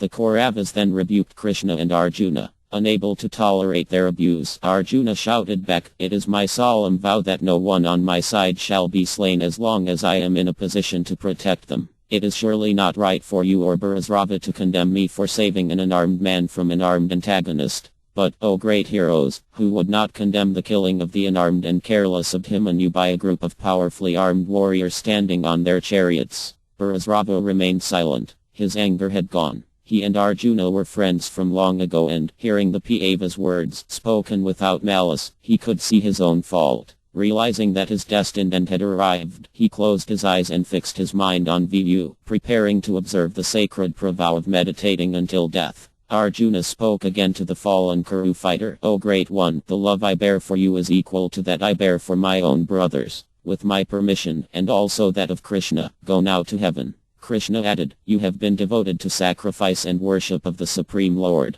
Therefore go to my kingdom, ablaze with effulgence and coveted even by Brahm. Assuming a spiritual form equal to my own, mount upon the back of Gru, who will carry you to that eternal abode." As Kṛṣṇa spoke, Satyaki recovered from his swoon and rose to his feet. Seeing his enemy seated nearby, he took up his discarded sword and rushed at him. As everyone present cried out to stop him, he swung the sword with all his strength and cut off Bharazrava's head. There was shocked silence. No one praised Satyaki for killing Bharazrava, who had already been slain by Arjuna. Some of the Kaurava troops spoke among themselves. Satyaki was only the instrument, for this hero's end had surely been ordained by fate. The Creator himself has moved Satyaki to kill Bharazrava, and we should not give way to anger, which is always the cause of man's grief. Others among the Kauravas, such as Duryodhana and Kṛṣṇa, rebuked Satyaki. Turning around with the bloodied sword still in his hand, Satyaki called out to them, "You sinful men can only speak of virtue, for your acts are never virtuous. Where was your righteousness when Abhimanyu was slain?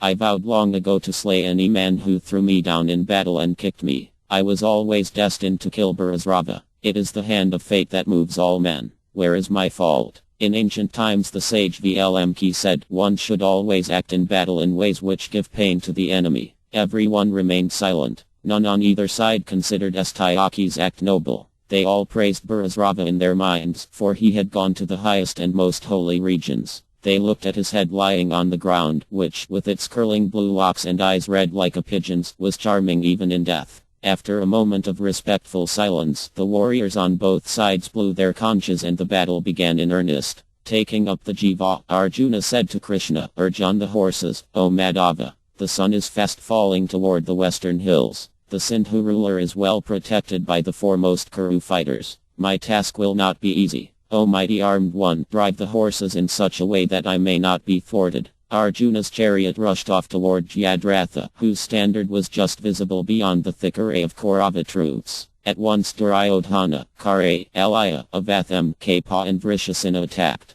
They were supported by tens of thousands of charioteers, horsemen and elephants. All the warriors charged Arjuna like a stormy sea crashing onto the shore. With his razor-headed arrows Arjuna at once severed the limbs of fighters all around him. As the sun assumed a crimson hue he relentlessly slaughtered the Kaurava troops. Although they were being decimated, the Kauravas were cheered to see the sun almost on the horizon. Surely the Pava would fail in his vow. Determined to hold Arjuna back, Kapa and Avatham attacked him from both sides. They rained countless arrows on both him and Kṛṣṇa. At the same time, Duryodhana, still encased in his impenetrable armor, assailed him from the front with Kṛṣṇa. From Arjuna's rear, Alaya roared out his challenge and immediately sent hundreds of shafts at him. Arjuna moved with blinding speed. Whirling about on the terrace of his chariot, he sent arrows at every one of his assailants. All of them were either pierced or had their bows shattered by Arjuna's shafts. Bhishma again tackled Kṛṣṇa and at the same time annihilated the troops supporting him.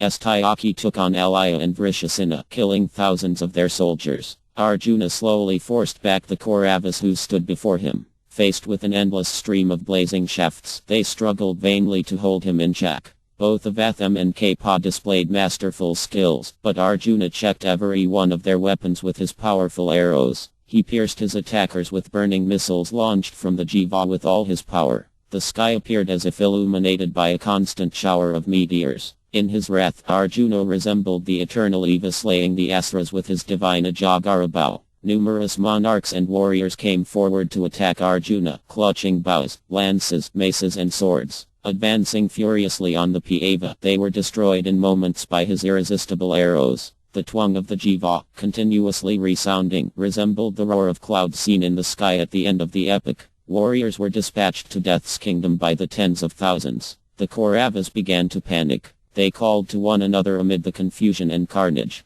Blood-spattered bodies lay everywhere in tangled and twisted heaps. The cries and moans of dying men mingled with the roars and battle cries of the surviving fighters. Wherever the warriors looked, they saw Arjuna's standard carving through their ranks. His snake-like arrows fell from the sky as if rained down by Indra. Even Droa, coming against Arjuna with all his strength, could not check him. He called out to his troops, who were starting to flee, trying to rally them back to the battle. Less than half an hour remained until sunset. Droa ordered his son, Kṛṣṇa, Kṛṣṇa, Alaya, Duryodhana, and a number of other Mahābhārata warriors to stand before Arjuna, who could now see Jayadratha. They all began hurling weapons at the Pāva, screening him from Jayadratha. Arjuna, although so close to his foe, began to despair. Only minutes remained till sunset, and he could hardly see Jayadratha, so thick was the shower of arrows, darts and lances thrown by the Kaurava heroes. Kṛṣṇa saw his friend's predicament. He raised his right hand and immediately his Sudarshana chakra appeared at the end of his outstretched finger.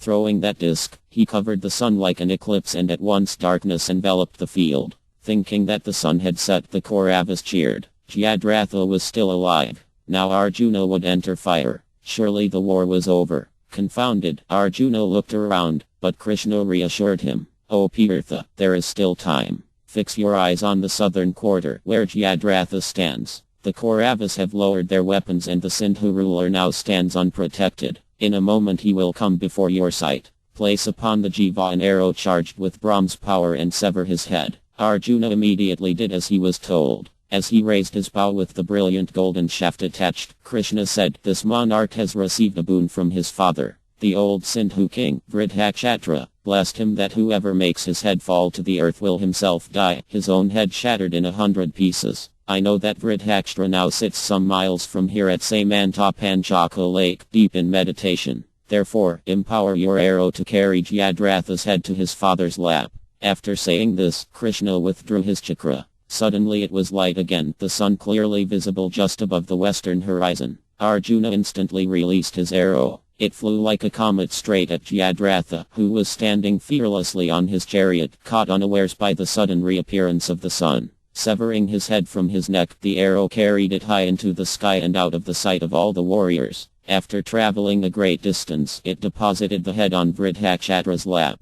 Startled, the monarch quickly stood up. As his son's head fell on the ground, his own head broke into 100 pieces and he fell dead. The Kauravas cried out in grief. They realized the darkness had been Kṛṣṇa's illusion. Duryodhana fell to his knees in his chariot. He dropped his weapons and hot tears flowed from his eyes. All of his warriors were struck dumb as they slowly left the battlefield. Overjoyed at the success of his friend, Kṛṣṇa embraced Arjuna. "By good fortune you have slain Jayadratha and his wretched father, a constant enemy of the gods. I do not think that even Kartikaya could have achieved this. You killed an entire Akshayani of soldiers. Your prowess resembles Rudra's." Today Duryodhana and his followers are surely realizing that their end is near. Still perspiring from his prodigious efforts, Arjuna smiled. "By your favor only has all this been achieved. O Kṛṣṇa, it is no wonder that one whom you support gains victory. Yudhishthira will surely regain his kingdom. My brothers and I are ever at your service." Kṛṣṇa once again embraced Arjuna and then drove the chariot toward their camp. As they headed back, they surveyed the large number of warriors lying all over the field. The earth seemed to be filled with men, horses, elephants, and chariots. Thousands of servants and physicians came from the camps to tend the wounded, who lay moaning with arrows and lances protruding from their bodies. Millions of shining arrows were strewn across the ground, along with broken maces, swords, and armor. Bright gold ornaments gleamed amid fragments of shattered chariots. As darkness fell, the earth seemed as resplendent as the autumnal sky studded with countless stars. Kṛṣṇa blew his conch loudly, gladdening the hearts of the Pāva warriors. Reaching Yudhishthira, Arjuna folded his palms and worshipped him with a joyful heart. Yudhishthira dismounted from his chariot and embraced Arjuna with tears in his eyes. Kṛṣṇa got down from the chariot and touched Yudhishthira's feet in respect. The Pāva king embraced him and said, "O Govinda, it is by your grace that we stand victorious today. Our enemies are drowned in a sea of grief. Everything is certain for those you favor. Simply by seeking your shelter, one is assured of all good fortune. Those who desire to please you never meet with sin or reversal." Trembling with transcendent happiness, Yudhishthira went on praising Kṛṣṇa for some time. When he had finished, Kṛṣṇa replied, "The wretched Jayadratha has been consumed by the fire of your anger. Duryodhana's vast and proud armies are gradually being annihilated, O Bharata. Having insulted and angered you, the low-minded Duryodhana faces destruction, along with his followers. Those who have chosen to become your enemies are already defeated, although you bear no malice toward any living being." Bhishma and Satyaki, their bodies covered with arrow wounds, came and stood before Arjuna. After embracing them both, Arjuna said tearfully, "By good fortune do I see you both, freed from the Kaurava ocean, in which Dro is an invincible alligator and Katavarma an invincible shark. It was fortunate that you made Kṛṣṇa, Kapa and Alaya flee. Both of you are as dear to me as my own life. With you as my support and protectors, I have no fear." The Pāvas headed joyfully back to their camp, blowing their conches and praised by bards and eulogists. Chapter 19. The Kauravas rally after Jayadratha's death. The Kaurava warriors expressed their sorrow. Seeing so many of their number slain, the soldiers condemned Yudhishthira and his son. Censoring them for their wicked policies, the warriors praised Yudhishthira and his brothers. Sunk in despair, Duryodhana rode back to his camp. He sat on the terrace of his chariot with his head lowered. Unable to look at anyone, his mind dwelt only on the day's events. Surely there was no warrior equal to Arjuna. Neither Droa, Kapa, nor even Kara could stand before him. Indeed, the whole army combined could not stop him from killing Jayadratha. Duryodhana wept in his agony. Entering his tent, he took his seat, followed by Dro and his other generals. No music played in his camp, and the bards were silent. Struggling to maintain his composure, the Kaurava prince addressed Dro in a voice strained with grief. "O preceptor, behold the carnage among the kings who have come to our side. Even the mighty Bhishma lies prostrate on the battlefield. The Pāvas have slaughtered 7 Akshanis of our troops. Today your disciple fulfilled his vow and killed Jayadratha, even though you opposed him with an impenetrable array of troops. Many lords of the earth, desiring to do us good, have gone to Yamraja's abode. How can I repay my debt to them? Being nothing more than a coward, I have destroyed my friends and relatives. The earth should swallow me, covetous, sinful and opposed to virtue as I am. My own grandsire lies on a bed of arrows due to my wicked desires. What will he say when he meets me in the next world?" Duryodhana stopped speaking and wept openly. He buried his head in his hands and cried out the names of his slain brothers. Kara came over and comforted him. Gradually he gained control of himself and sat up. He sat staring straight ahead for some time, wringing his hands and breathing heavily. His mind moved between despair and the desire for revenge. All was not lost.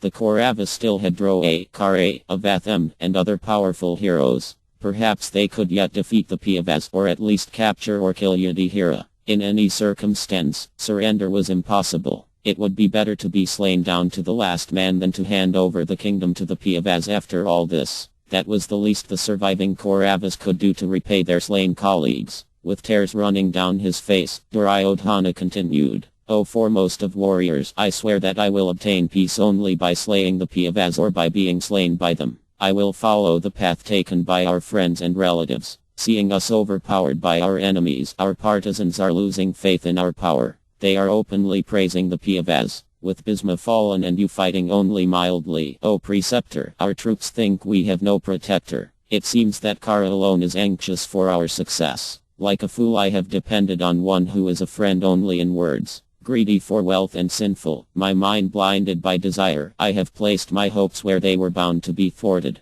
As a result, Jayadratha and so many other great kings all lie dead on the battlefield. O Droa, permit me therefore to lay down my life in battle, just as all these men have done. Droa removed his helmet and long gloves, placing them by his side. His sinewy arms were lacerated with arrow wounds, and skilled physicians applied herbal dressings to the cuts, but Duryodhana's reproachful words stung him more than the wounds. He turned to the prince. Why, O king, do you pierce me with words as sharp as darts? I have repeatedly told you that no one can defeat Arjuna in battle. Seeing Bhishma brought down, I am convinced that we are doomed. The dasa Kṛṣṇa threw against the Pandavas have returned against us as blazing arrows. Vidura warned you of this, but you did not heed him. He who ignores his well-wishers and goes his own way is stupid and is soon reduced to a pitiable condition. You have brought about this calamity upon us all by dragging Draupadi into the Kuru assembly and insulting her. Such a sinful deed cannot go unpunished. Droa had heard enough from Duryodhana.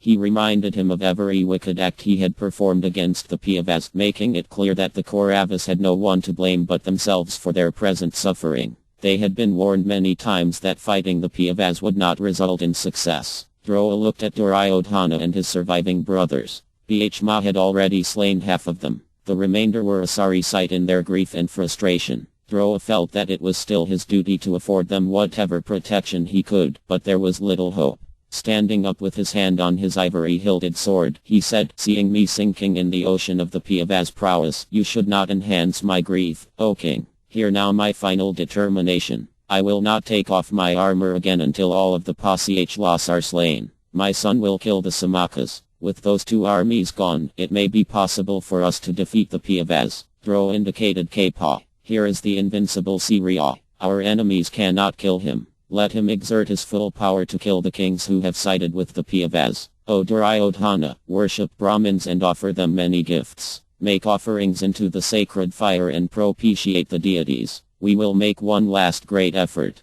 Tomorrow I will ride at the head of your army with my weapons ablaze. You will see me penetrate the Pandava ranks like a lion entering a herd of cows. Cheered by Droa's words, the Kauravas slowly retired for the night, exhausted from the day's fighting. Dhritarashtra sat silently on his throne. By his side Sajaya gently dabbed his brow with a soft cloth soaked in cool water. The old king had lost consciousness when he heard how Bhishma had slain over 30 of his sons in one day. Returning to consciousness, he learned that Arjuna had succeeded in his vow to kill Jayadratha. Struck dumb with grief, he moaned softly. Was there any hope for the Kauravas when their entire force could not prevent Arjuna from reaching the Sindhu king? The blind monarch spoke in a voice barely rising above a whisper. O best of all my servants, tell me how my surviving sons are now faring, having seen their army routed and Jayadratha slain. Day by day my fame dwindles. Numerous powerful warriors on my side are being killed. All this is due to the adverse influence of fate. Dhritarashtra broke off, shaking his head. Arjuna smashed into our host, which was protected by Droa and Kṛṣṇa. Even the gods could not have stopped him. Surely he is as irresistible as the surging ocean. And then there is Bhishma. Half my sons are dead. Bhishma will not rest until he has killed the other half. In the meantime, Arjuna, aided by Dyadyumna and Satyaki, will annihilate the other Kuru heroes. It is hard to believe. At the beginning of the war, our army outnumbered the Pandavas 2-1. Now only 4 of our 11 divisions remain to the Pandavas 3. The odds are now almost equal. His head down, Dhritarashtra listened as Sajaya described the conversation between Duryodhana and Droa. Hearing that the preceptor had again vowed to slay the Pandava forces, the old king became encouraged. The war was not over. Droa and Kṛṣṇa were still alive, as well as Kṛṣṇa, Avatham, and a number of other warriors. They would be burning with anger and a desire to avenge Jayadratha's death. Perhaps, too, Arjuna would be fatigued after exerting himself so tremendously. Things may yet turn the other way. Wars had often been won by rallying troops when all had seemed hopeless. Sajaya, seeing Dhritarashtra looking more hopeful, said, O king, you should not forget that Kṛṣṇa is the Pandava's guide and protector. It was due to his help that Arjuna succeeded today. Your men have no hope if they oppose Kṛṣṇa in battle. He is the unfailing defender of the righteous and the annihilator of the demonic. Steeped in sin and ignorant of virtue, your sons are bringing a terrible calamity upon themselves and their friends. Their single hope lies in returning the Piave as rightful property. However, O king, I fear the opportunity for that has passed. This is your fault. It will result in a massive destruction of Kshatriyas. Tara remembered the inconceivable form Kṛṣṇa had displayed in the hall where he now sat. After that, he had heard about Kṛṣṇa's many glories from the descriptions he had heard before. Trying to bring the king to his senses, the had again reminded him how Kṛṣṇa had killed numerous asuras, who were capable of assuming forms at will and who had terrorized even the gods. Feeling a strange sense of peace as he thought of Kṛṣṇa, Tara said, even if by chance we are able to defeat the Piavas, we will still have to contend with Kṛṣṇa. For their interests he will take up his irresistible discus and rush against my forces like the all-consuming fire of universal destruction. After destroying the Kṛṣṇa he will offer the earth to Kṛṣṇa. I do not see how we can attain victory. Duryodhana is ignorant of Kṛṣṇa's position and power. The faithless fool is a slave to his own senses. He can never understand the absolute truth. He is like a child who wishes to extinguish fire with his hands. Arjuna and Kṛṣṇa are united as one soul. Their aims and desires are one, and even the mighty Eva cannot thwart them. Thinking of his son, the king again felt sorrow fill his heart. Would he ever see him again? It seemed unlikely. He would probably die in this battle. Yet the ways of fate were inscrutable. Even Kṛṣṇa, it seemed, could not prevent Abhimanyu's death. Surely he could not have wanted that son of his dear friend and sister to die. Gripped by the duality of realizing the inevitable and yet hoping to resist it, the king rose from his seat and his servants led him away. He told Sajaya to return the next day and recount any events of the night and how the battle began again. As the sun rose on the 14th day, Duryodhana, seething as he recalled the events of the previous day, spoke with Kṛṣṇa. How was it possible for Arjuna to penetrate our ranks yesterday? Before your eyes he slew Jayadratha. Even with Kṛṣṇa's devious trick, it should still not have been possible. My once vast army has been reduced to a pitiable few by Akra's son. Surely this must be Droa's desire. I cannot accept that the preceptor is fighting to his full power. If he had opposed Arjuna with all his strength yesterday, then Jayadratha would not have been killed. Arjuna is exceedingly dear to the magnanimous Droa. Fool that I was, I believed him when he promised to protect Jayadratha. Now I am despairing. Kṛṣṇa did not agree. I do not think you should blame the preceptor. Heedless of his own life he fights our enemies furiously. It is not his fault that he failed to prevent Arjuna, guided by Kṛṣṇa, from fulfilling his vow. Clad in impenetrable armor and wielding the Jiva bow, he is formidable. It was no wonder to me that he overcame Droa. Furthermore, the preceptor is old and not so agile or quick. How can he contend with Arjuna on equal terms? Kṛṣṇa and Duryodhana were riding out on their chariots as they spoke. Ahead of them in the distance they saw the Piava forces spread across the horizon. With their armor and weapons glinting in the sun, their army appeared like a sparkling sea. Their roars and conch blasts were answered by the Kauravas warriors. Kṛṣṇa put on his helmet as he continued. In my opinion, destiny is supreme. Despite our efforts and our numbers, and even though our army contains the greatest heroes, still, fate makes our endeavor futile. O king, a man afflicted by adverse fate finds all his exertions useless. We have constantly antagonized the Piavas, yet they have always emerged unharmed. I do not see that they are superior to us in either intellect or power, nor do I feel that you have miscalculated through lack of understanding. It is fate alone that controls everything. If destiny has decreed that we should suffer reversals, then nothing in our power can alter that fact. Duryodhana remained silent. Perhaps Kṛṣṇa was right. Fortune had surely favored the Piavas. But fortune was always flickering. Surely it was time it favored him. Droa had sworn to annihilate the Pasihlas and Samakas, the major remnant of the Piava army. If he kept his vow, then they might still attain victory. The prince clenched his teeth and looked at Droa, who was busy marshalling the troops into formation. It would not help if he censured him anymore. Duryodhana's chariot reached the other Kuru leaders and he issued orders and made arrangements. Having agreed upon a strategy for the day's fighting, the Kauravas formed themselves into an array shaped like a turtle. In response, the Piavas aligned their troops in an arrangement resembling a shark. The two armies came together cheering, their weapons clashing as a huge cloud of dust rose above the battlefield. Determined to end the conflict as quickly as possible, Bhishma sought out the remaining Kaurava princes. As he charged into the enemy ranks, he was surrounded by elephants and horsemen, who rained down their weapons on the roaring Piava. As a fierce battle began, the Adyumna and the twins rushed against the Madraka army. Sasharma and the remainder of the Samshaptakas, remembering their vow, challenged Arjuna. Astayaki stayed close to Yudhishthira, protecting him along with Ikha and other chariot fighters. Drona encountered the Pasyachalas and showered them with tens of thousands of arrows. Invoking celestial weapons, he swiftly cut them down. A powerful king named Sibi, charging at the head of the Samakas, roared out his battle cry and challenged Drona. He struck him with 30 arrows and slew his charioteer. Drona was infuriated and replied with 10 arrows made of steel. He slew Sibi's 4 horses, cut down his standard, and severed the king's head as he stood in the fight. Duryodhana ordered another charioteer onto Drona's chariot, and Drona continued to fight the Pasyachalas and Samakas together. Bhishma was surrounded by a number of Kaurava princes. They assailed him from all sides with arrows. Not concerned about their attack, Bhishma jumped down from his chariot and ran over to one of them. Leaping onto his chariot, he smashed him with his fists. With all his limbs broken, the prince toppled lifeless from his chariot.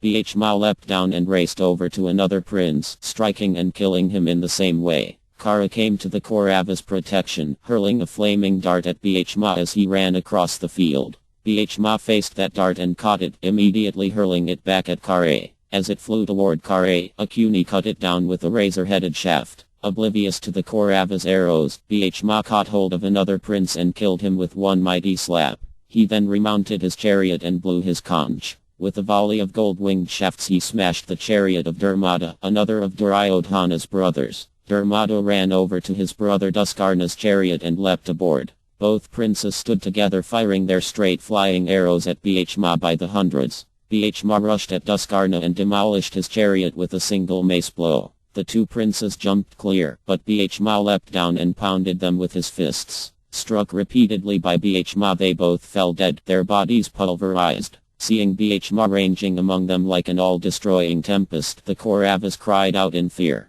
Surely this is Rudra himself come as Bhishma for our annihilation. Let us flee for our lives. The soldiers ran wildly from Bhishma. No 2 were seen to be running together as they fled without looking back. Returning to his chariot, Bhishma fought with Duryodhana, Kapa and Kara. As he battled alone, a number of other Piava warriors came to his support and a violent struggle ensued. Elsewhere on the battlefield, Samadatta encountered Astayaki. Enraged at his son's slaughter, the Kuru leader bellowed, "Why, O Satvata hero, have you forgotten the religious codes of warfare and taken to evil practices? How can a virtuous person strike one who has laid aside his weapons? This will lead to your downfall, O mean-minded one. You will now suffer the consequences of your vile act. I swear by my 2 sons that I will either kill you or be killed by you today. If this does not come to pass, then may I fall into dreadful hell. Stand ready, wretch, for I will now let go my deadliest weapons." Samadatta blew his conch and roared like a lion. Astayaki was infuriated by his speech and he thundered back, "O descendant of Kuru, I am not afraid of you or your empty words. Why should one conversant with Kshatriya duty quake when confronted by such threats? Fight to your utmost power, either alone or with your supporters, and I will slay you. I killed your son along with many other powerful Kuras. Indeed, they have all been slain by the anger of the virtuous and ever-truthful Yudhishthira. Having chosen him as your enemy, O Lord of men, you too will follow the path they have taken. Guard yourself. I swear by Krishna's feet and by all my past pious acts that I will kill you today." Both men began to discharge volleys of arrows. Observing the fight from a distance, Duryodhana sent a large division of horsemen to support his old uncle. 10,000 of them hemmed in Astayaki and covered him with arrows. The Adyumna saw Astayaki's position and came to his aid, along with a great force of Piava warriors. A deafening tumult arose as the 2 armies met. Samadatta concentrated his attack on Astayaki, sending a cluster of blood-sucking shafts at him. The Vrishni hero responded with arrows that pierced Samadatta's armor and made him swoon. His charioteer carried him away from the fight. Drona rushed into the battle hoping to slay Astayaki. Shouting out his battle cry, he hurled powerful weapons at the Vrishni warrior, who was contending with the thousands of other fighters all around him.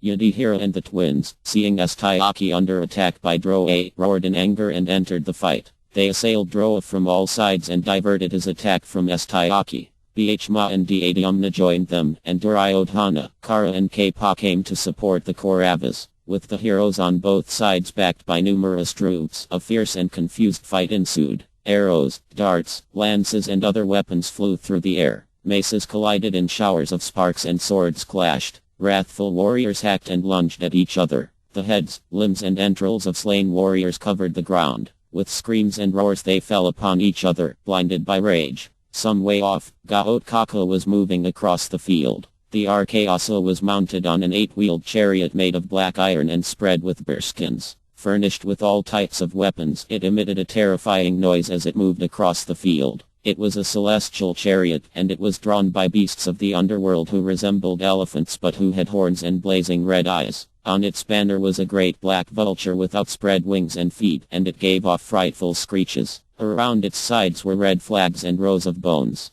Gaotkaka stood on the chariot like a dark mountain. With his long fangs, arrow-shaped ears, unnatural eyes and bald head, his sight sent the Kaurava troops dashing away in terror. He was surrounded by an Akshayani of Rakshasa warriors armed with maces, spears, rocks and trees. They advanced into battle with roars that shook the earth. Seeing him advance, Avatham came before him. Proud of his ability with weapons, he stood unmoving as the Rakshasas approached. Gaotkaka laughed and used his mystic powers to make a shower of rocks fall on Avatham and the soldiers supporting him. With the stones fell arrows, spears, axes and clubs. Releasing an arrow charged with mantras, Avatham checked the downpour. Gaotkaka then released 50 shafts that dug into Avatham's armor and body. Droa's son, maintaining his equilibrium, replied with a dozen arrows that cut into the Rakshasa. Gaotkaka, rocked by the assault, took up a 1,000-spoked wheel with a razor-sharp edge. It shone like fire and was studded with gems. Spinning it, the Rakshasa hurled it at Avatham.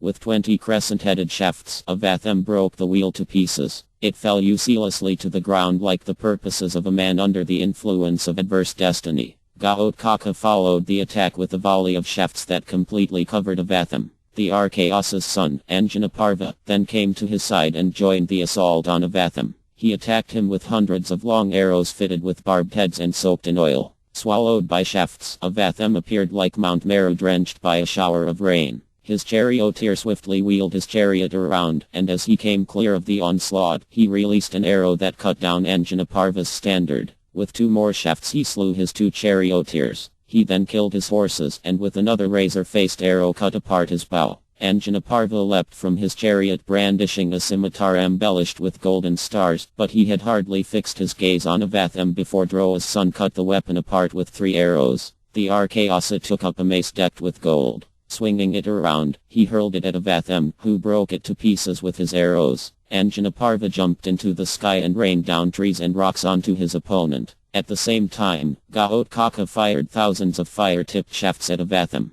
Simultaneously countering Gaotkaka's attack and fighting Anjanaparva, Avatham shot arrows into the air which pierced Anjanaparva all over his body. As the Rakshasa descended to the ground, Avatham released a broad-headed shaft with all his strength. Empowered by mantras, the shaft tore off Anjanaparva's head, which fell to the earth like a black boulder, its bright earrings gleaming like seams of gold. Shaking with grief and rage, Gaotkaka roared, "Stand and fight. You will not escape alive from me today." Avatham lowered his bow and replied derisively, "O celestially powerful one, you should fight with others. As Bhishma's offspring you are like my son. It is improper for me to fight you, nor do I feel angry with you. Leave now while I still feel kindly disposed toward you, for a man excited by rage may kill even his own self." Gaotkaka was even more incensed and he seemed to blaze as he bellowed, "What? Am I like an ordinary man that you are trying to frighten me with your words? I am the emperor of the Rakshasas. My prowess is no less than that of the 10-headed Arva.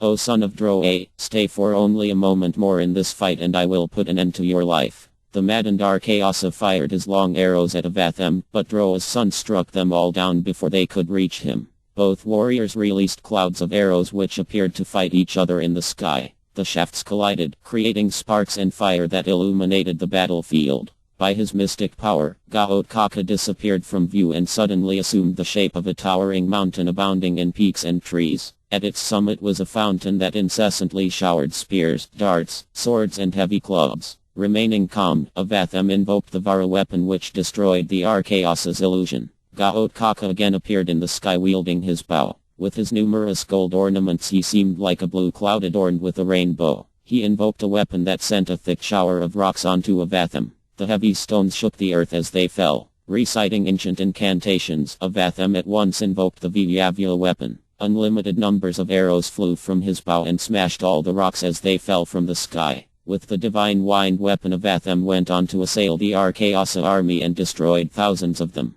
Gaotkaka returned to the ground and mounted his chariot. Surrounded by a host of Rakshasas, who had the heads of lions and tigers and rode upon fearful-looking animals, he charged. Avatham stood firm as the hordes rushed toward him screaming in discordant voices. Led by Bhishma's son, they appeared like an army of hideous-looking ghosts and spirits with Rudra at their head. Gaotkaka released 10 arrows that struck Avatham like thunderbolts. Avatham rocked in his chariot, but kept his balance. Gaotkaka fired another shaft that broke Avatham's bow, but he strung another one in a matter of seconds. By means of celestial weapons he shot hundreds of thousands of sky-ranging shafts with golden wings. Sorely oppressed by those arrows, the Rakshasa forces looked like a herd of elephants attacked by a lion. The shafts fell upon their broad chests and arms, piercing through their armor and digging into their leathery skins. Avatham became like Eva when he had destroyed the powerful Asura Tripura in a long past age. His celestial weapons claimed the lives of countless Rakshasas. More and more of the demons appeared on the battlefield, rising up from the nether regions to join Gaotkaka.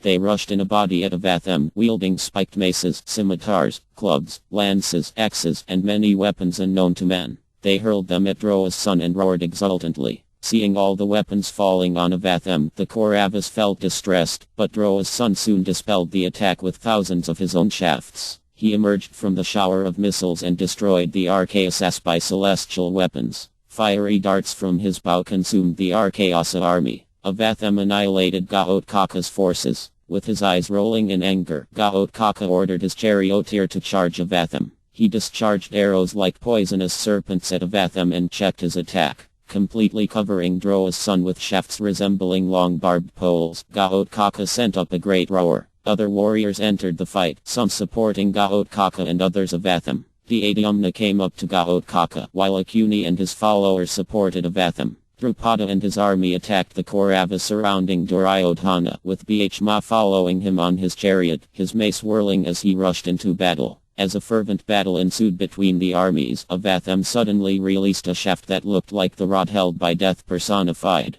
Charged with the force of Indra's thunderbolt, it struck Gaotkaka on the chest and threw him to the ground. The Adyumna saw him fall and he quickly took him up onto his own chariot and carried him away. Chapter 20 The night battle. As the sun approached the western hills, Astayaki once again encountered Samadatta. He told his charioteer to bear him toward the Kuru. His time has come. I will not return from this battle without slaying him. Samadatta confronted him without fear. The two Kshatriyas pierced one another with snake-like arrows. They roared furiously and circled one another, each maintaining a fierce assault on his opponent. With blood running from their many wounds, they looked like a couple of Kinshuka trees in full bloom. Casting angry glances, the heroes fought relentlessly, looking for weakness in the other. Samadatta's father, Bihlika, rode up to assist his son. Seeing this, Bhishma came to Astayaki's aid. Bihlika met him with a volley of arrows. Shrugging off the shafts, which were deflected by his thick armor, Bhishma raised his bow. He shot hundreds of yard-long arrows at Bihlika, but the old warrior cut them down in mid-flight. He retaliated with a long steel shaft fitted with a barbed point.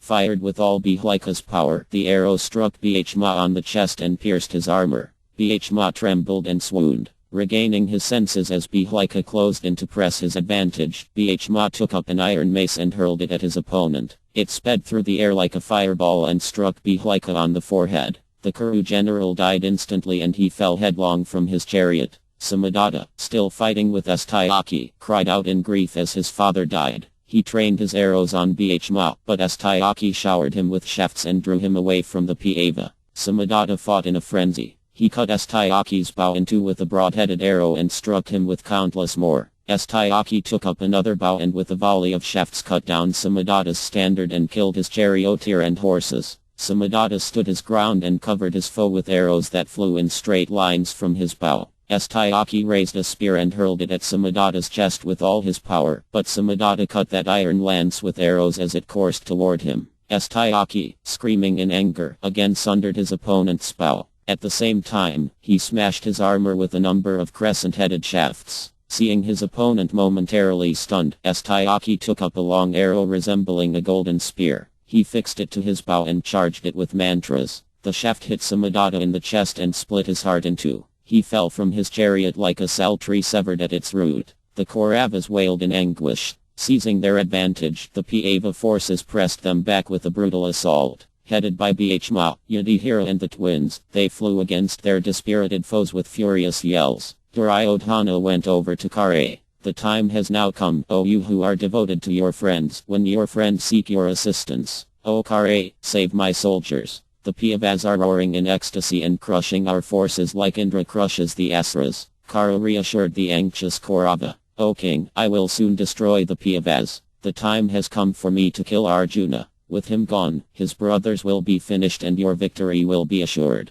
I will employ the unfailing dart Indra gave me. Give up your sorrow. After killing Arjuna, I will destroy your other enemies and hand you the earth. Kṛṣṇa broke away from Duryodhana and roared. He looked at the dart secure in its golden case at the front of his chariot. So far, no opportunity had arisen for him to use it. Arjuna had always been engaged in some other part of the field. But things were coming to a head. The war was reaching its climax and all the great fighters would soon meet in fights to the finish. He would challenge Arjuna to single combat. One way or another, it would be their final encounter. Kṛṣṇa was nearby and overheard Kṛṣṇa's words. He laughed. Well spoken, son of Radha. If only words were sufficient, Duryodhana could consider himself successful. O hero, we have yet to see your words backed by action. Whenever you have encountered the Pandavas, you have been defeated. Kṛṣṇa reminded Kṛṣṇa of the incident with the Gandharvas in the forest and of the battle on Virata's field. Your boasts are like the roaring of rainless autumn clouds. They will cease the moment you face Pratha in battle. Roar now while you are still beyond the range of his arrows, for when you are pierced by his shafts, you will be silent forever.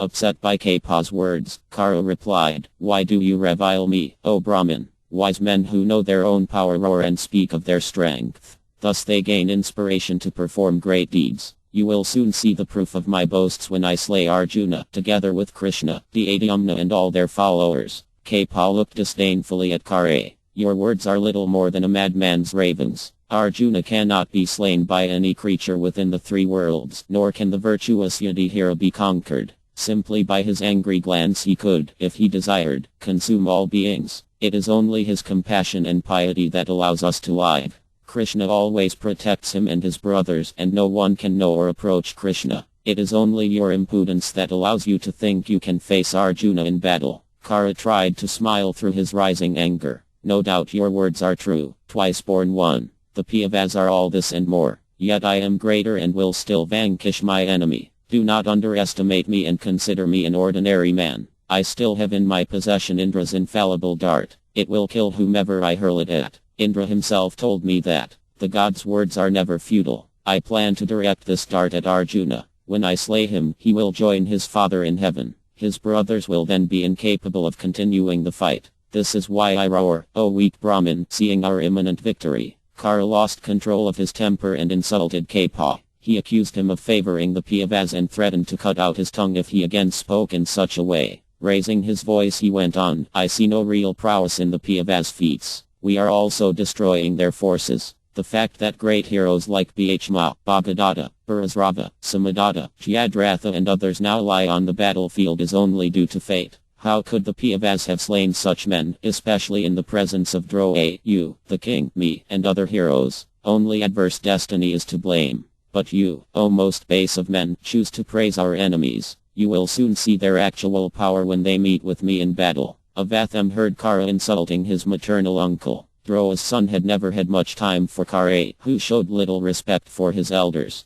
Now he had gone too far. Kṛṣṇa was a Brahmin and the Kuru's teacher. He did not deserve to be mistreated by the charioteer's son. Avatham took out his sword and jumped from his chariot, roaring at Kṛṣṇa. How dare you speak like that, fool? The Surya spoke the truth about Arjuna and his brothers, but because you are envious you could not tolerate it. O wretch of a charioteer, you brag too much and do little. We have already seen your power when matched against Arjuna. Even the celestials and asuras could not overcome Arjuna. Still, you hope to somehow defeat him yourself. Besides his own strength, Arjuna has the unconquerable Kṛṣṇa as his ally. O vilest of men, I will not stand by as you insult my uncle. Stand before me and I will cut your head from your body. Kṛṣṇa came down from his chariot to meet Avatham's challenge. Seeing two of his most powerful fighters ready to fight to the death, Duryodhana became alarmed. He ran forward and stood between them, placing a hand on each of their shoulders. Kṛṣṇa drew out his sword and said, O best of the Kuras, stand aside. This one of evil understanding shall now taste my power. Still holding on to both men, Duryodhana said, O Avatham, please forgive him. Do not be angry with Kṛṣṇa. The Pandavas are shouting out their battle cries and coming at us from all sides. I need you both if we are to overpower them. Be pacified. Seeing Duryodhana's anxiety, Avatham calmed himself and said, O Kṛṣṇa, I forgive you. Arjuna will soon enough crush your swelling pride. Reluctantly, Kṛṣṇa pulled away from Duryodhana and lowered his sword. Still seething, he glared at Avatham. Kṛṣṇa, who was naturally of a mild disposition, said, O wicked-minded Kṛṣṇa, I also forgive you. It is a fact that Arjuna will soon destroy your arrogance. While the Kuru chiefs had been speaking, the battle raged around them. The exultant Pandava forces had pushed forward and were routing the Kauravas. Kṛṣṇa, still furious from Avatham's rebuke, looked around at the Pandava troops. It was time to show his full power. He remounted his chariot and charged into the fray. Drawing his long bow back to his ear, he began to release shafts that flew like fire-tipped rockets. Charioteers and horsemen fell by the hundreds as the arrows whistled from his bow. Some of the Pandava warriors shouted, Here is Kṛṣṇa. O Kṛṣṇa, most sinful of men, give us battle. Others said, This crooked-minded man is the root of all these evils. He deserves to be killed by every king who values virtue. Arrogant and sinful, he abides by Duryodhana's order. Slay him at once. Yudhishthira marshaled his troops into a force that surrounded Kṛṣṇa. Thousands of warriors rained down arrows, darts, lances and iron balls covered with flaming oil. Seeing himself assailed by so many warriors, Kṛṣṇa displayed his skill as he whirled about on his chariot and countered their attack. Thousands of weapons dropped uselessly to the earth as Kṛṣṇa fearlessly cut them to pieces with his arrows. Shaking their bows and roaring, the Pandavas stepped up their attack. They covered Kṛṣṇa with a mass of arrows that screened him from view, but Kṛṣṇa broke through the assault by firing his own shafts with blinding speed. Coming clear of the shower of weapons, he launched a counter-offensive. He mowed down the Pandava troops. Sending arrows inspired by mantras, he slew thousands of warriors at a time.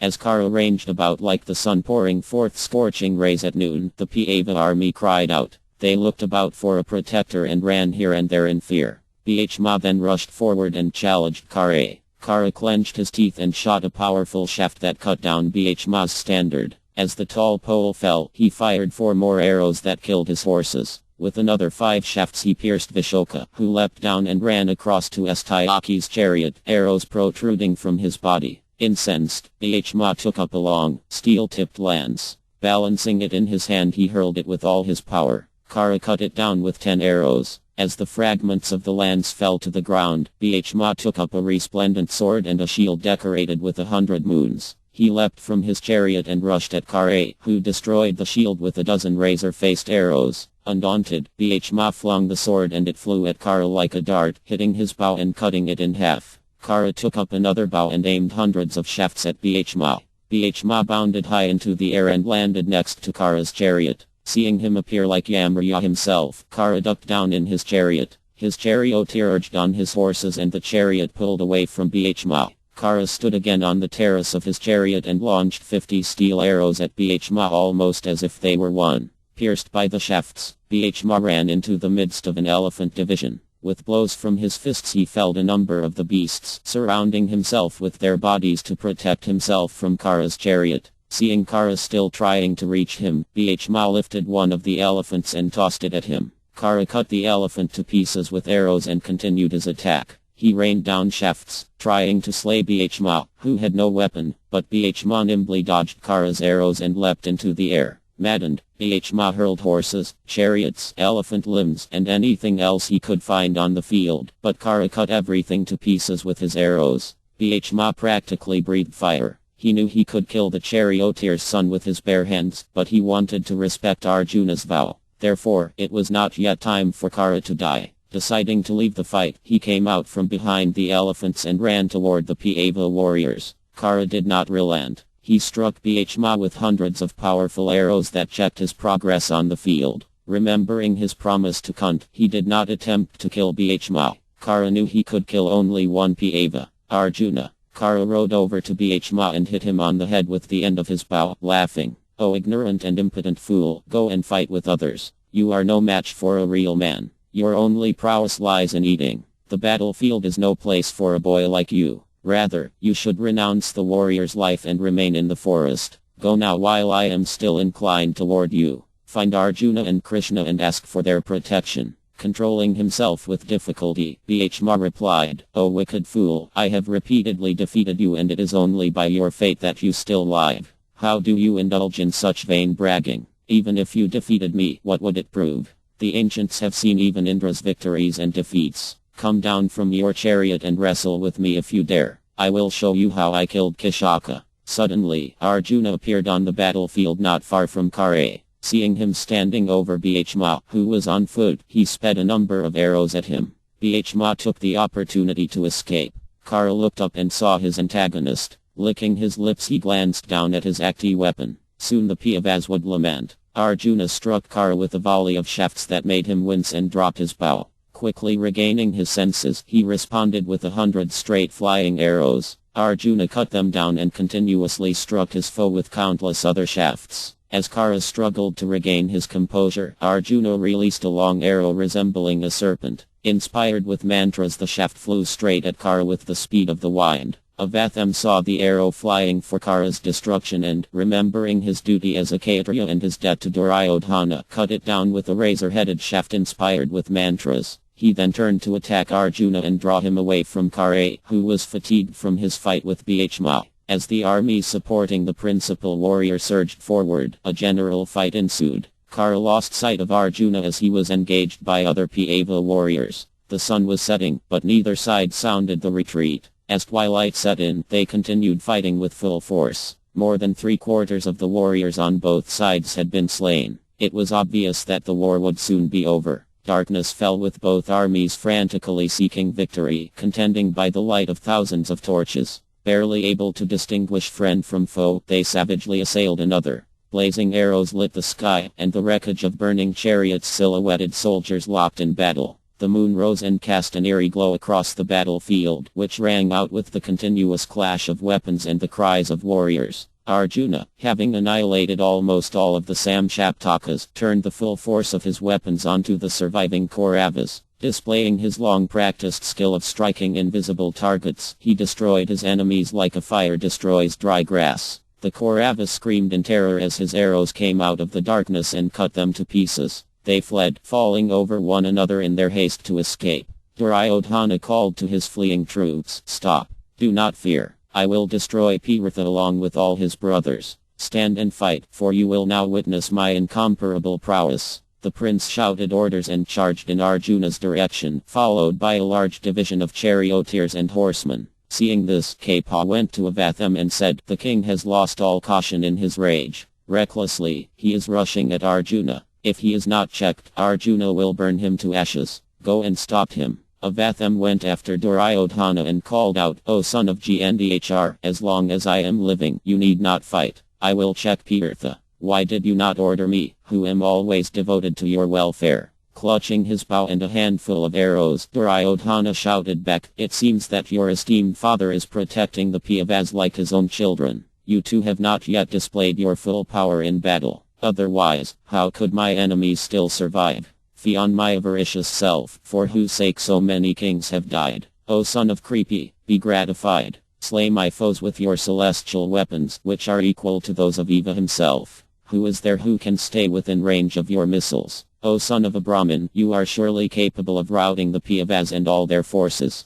Go speedily into battle and do us good. We now depend on you." Duryodhana had stopped some distance from Arjuna. He could see Hanuman on his banner glowing in the darkness. Arjuna's chariot roved about the field, leaving a trail of destruction as flaming arrows shot out in all directions. Avatham replied, "O Kaurava, it is true that the Pāvas are dear to my father, just as they are dear to me. We are also dear to them. But in battle, it is different. All friendships are forgotten. Kṛṣṇa, Alaya, Kṛṣṇa, Kṛṣṇa, my father and I are doing all we can to defeat them. Avatham was tired of hearing Duryodhana's continuous accusations, especially against his father. Seeing the Kaurava prince as his equal in age and accomplishments and his inferior in caste, he reproached him. Surely, O king, you are mean-minded and possessed of crooked intelligence. Because you are conceited, sinful and avaricious, you trust nobody. Nevertheless, I will not abandon my duty. Today I will use all my power for your sake. You will see the Pasihlas, Samakas and Chedi totally destroyed.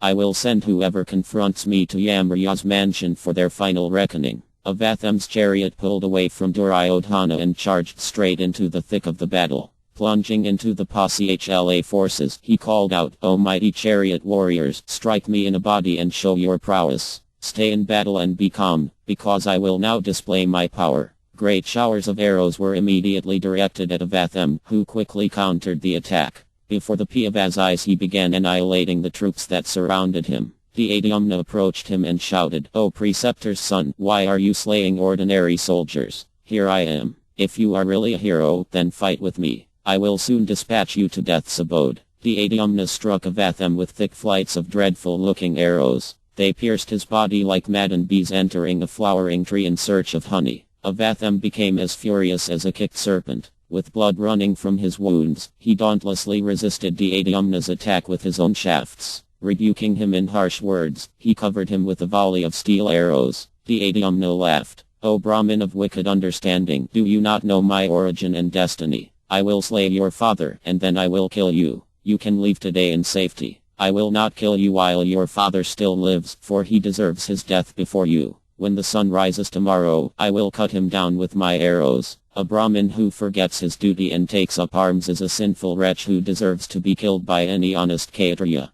Beside himself with rage, Avatham fired innumerable arrows at Dhyamna. The Pasihla prince stood unmoving on his chariot and warded off Avatham's attack. As the fight between the two heroes continued, the celestials watched enough from the sky. Both men displayed mystical weapons, which lit up the heavens. Unable to gain the advantage over Dhyamna, Avatham suddenly slew his horses and charioteer. He then rushed past him and slaughtered the Pasihla troops by the thousands. Before anyone could check him, he had sent 10,000 horsemen and infantry to the next world. Yudhishthira, Bhishma and the twins came swiftly to protect the troops, and a general battle ensued by the light of the rising moon. Heroes engaged with heroes and troops battled troops. As they fought on into the night, they recognized each other only by their shouts as they called out their names. With the onset of night, Gāotkaka felt his strength doubled. Having recovered from Avatham's attack, he came back to the fight. Seeing him on the battlefield again, Kṛṣṇa said to Arjuna, Behold Bhishma's mighty son. In my opinion, he is the only warrior, other than yourself, capable of defeating Kṛṣṇa.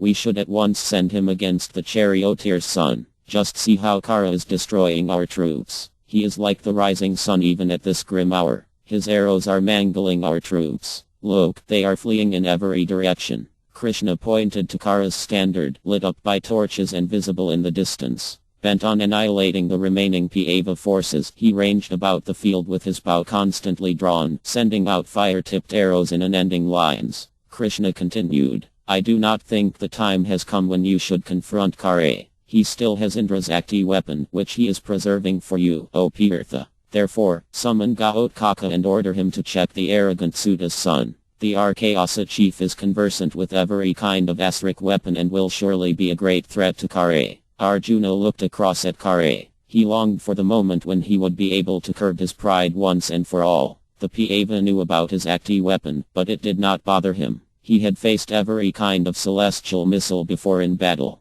Krishna's infallible advice, however, should be followed. Perhaps the Akti was more powerful than he thought. Arjuna summoned Gāotkaka and the Rakshasa soon appeared before him, encased in armor and ready with bow and sword. Offering obeisances before both Kṛṣṇa and Arjuna, he said, Here I am, O rulers of men. Please order me. Kṛṣṇa replied, Take my blessings, O Gāotkaka, and hear what must be done. The hour for you to display your prowess has arrived. I do not see another who can accomplish what you can do. Over there stands the powerful Kṛṣṇa, hurling his weapons and scorching our army. None can stand before him but you. Therefore, Become the raft which will carry us across the frightful Kaurava ocean, where Kṛṣṇa is its shark. Rescue your fathers and uncles, for this is the reason why a man begets sons. You are indeed a worthy son of Bhima, O Kṛṣṇa, as you always desire his welfare. Use your illusions and power to check the fierce bowman Kṛṣṇa. Pu's sons, headed by Dhyamna, will engage with Dro and his forces. Arjuna told Ghaotkaca that he would send Satyaki to protect him from other attacks as he fought with Kṛṣṇa. He should simply concentrate all his power on the Suta's son and his followers. Ghaotkaca was overjoyed at the opportunity to serve his uncle and Kṛṣṇa. I am up to this task, O Bharata. I am surely a match for Kṛṣṇa and any other powerful hero who cares to face me. As long as the world exists, men will speak of the battle I will fight tonight. Fighting in the Kṛṣṇa mode, I will spare no one, even those who solicit mercy with folded palms. Bowing again before Arjuna and Kṛṣṇa, Ghaotkaca then left and rushed toward Kṛṣṇa. He launched flaming arrows at him from a distance of 2 miles and bellowed out his challenge. Seeing the huge Kṛṣṇa bearing down upon him, Kṛṣṇa stopped slaughtering the Pandava troops and turned to face him. As a violent encounter took place, Alambusha approached Duryodhana and said, "Permit me to engage with the Pandavas, O king. I desire to slay them and offer their blood as an oblation to my deceased relatives. By some Kṛṣṇa killing charm they managed to kill my brother Baka and my father Jatasura, but they will not escape me, for this night hour has doubled my power." Duryodhana smiled at the Kṛṣṇa. "Go and challenge Ghaotkaca. He is of your race and is waging a terrible battle with Kṛṣṇa. Ever devoted to the interests of the Pandavas, he is creating carnage among my troops." Alambusha looked across at Ghaotkaca and licked his lips. "I go at once." He mounted his iron chariot with its spikes protruding from the sides and, uttering a deafening roar, charged. Ghaotkaca, screaming hideously, maintained an unending assault on Kṛṣṇa and, at the same time, destroyed thousands of the warriors who supported him. As Alambusha came at him, he laughed and released a powerful volley of long iron shafts with flaming points. The scorching arrows struck Alambusha and checked his progress. Employing his Kṛṣṇa powers, Ghaotkaca then caused a tremendous downpour of shafts to appear on the battlefield. They fell on Kṛṣṇa, Alambusha, and all the Kauravas surrounding them. Alambusha displayed similar skills to produce arrows which countered those of his foe. For some time the two Kṛṣṇas fought, both exhibiting mystical illusions. Flaming rocks and lances fell from the sky. Ferocious beasts and ghastly-looking wraiths and spirits rose from the ground. Their screams terrified the Kaurava soldiers who ran in fear. Even in the dark of night, an even denser darkness suddenly set in, making everything invisible. As one Kṛṣṇa created an illusion, the other countered it with his own power. They fired countless arrows at one another and hurled darts, maces, iron balls, axes and lances. They roared in fury, making the earth vibrate. Ghaotkaca succeeded in smashing his opponent's chariot with a number of steel shafts shot in swift succession. Alambusha leapt down and flew at Ghaotkaca with outstretched arms. He struck his antagonist with his bare fists, and Ghaotkaca shook like a mountain in an earthquake. Raising his own bludgeon-like arm, he dealt a crushing blow to Alambusha that sent him sprawling. Ghaotkaca jumped onto his foe and pressed his neck, but Alambusha wrestled himself free. The two Kṛṣṇas fought hand to hand as the hair of onlookers stood erect in fear. Striking and kicking, they threw each other to the ground. Both changed shapes, one becoming a great serpent and the other an eagle, one an elephant and the other a tiger, then a pair of cherubs. Rising into the sky, they appeared like two planets colliding. They fought wonderfully, attacking each other with mallets, swords, spears, trees and mountain peaks. Gradually, Ghaotkaca's superior strength began to tell. Seeing Alambusha tiring, he seized him by the hair. He dashed him to the ground and dealt him a great kick. Taking hold of a shining scimitar, he jerked his head upwards and severed it from his trunk. Ghaotkaca got onto his chariot still holding the head. He went over to Duryodhana and tossed it into his chariot. Seeing the blood-soaked head, its face contorted and hair disheveled, Duryodhana was shocked. He looked over at Ghaotkaca, who shouted, "Just see your friend, O king, whose great prowess you have personally witnessed. You are destined to see Kṛṣṇa and indeed yourself meet a similar end. The scriptures say that one should never go before a king with empty hands. Accept, then, this head as my gift to you. Be free from anxiety only for as long as I do not slay Kṛṣṇa." Ghaotkaca turned away from Duryodhana and resumed his attack on Kṛṣṇa, who was hemmed in by Pandava warriors striving to hold him in check. The Archaeasa sent a stream of shafts at Kṛṣṇa, and the fight between them carried on in earnest. Like two tigers tearing each other with their claws, they mangled each other with their lances, arrows and darts. Their blazing shafts lit up the battlefield. No one could look at them as they released their weapons. Covered with wounds and steeped in their own blood, they resembled two hills of red chalk with rivulets flowing down their sides. Even though both were endeavoring to their utmost, they could not make the other flinch. The twang of their bows filled the four quarters like the continuous rumbling of thunder. Realizing that he could not overpower his foe with arrows, Gaotkaca invoked the Archaeasa weapon. Kṛṣṇa was immediately encircled by a force of demons armed with large rocks, lances, trees and clubs. Other Archaeasas appeared in the sky and rained down an incessant shower of javelins, battle axes and iron wheels on Kṛṣṇa and the Kaurava army. Everyone fled in alarm.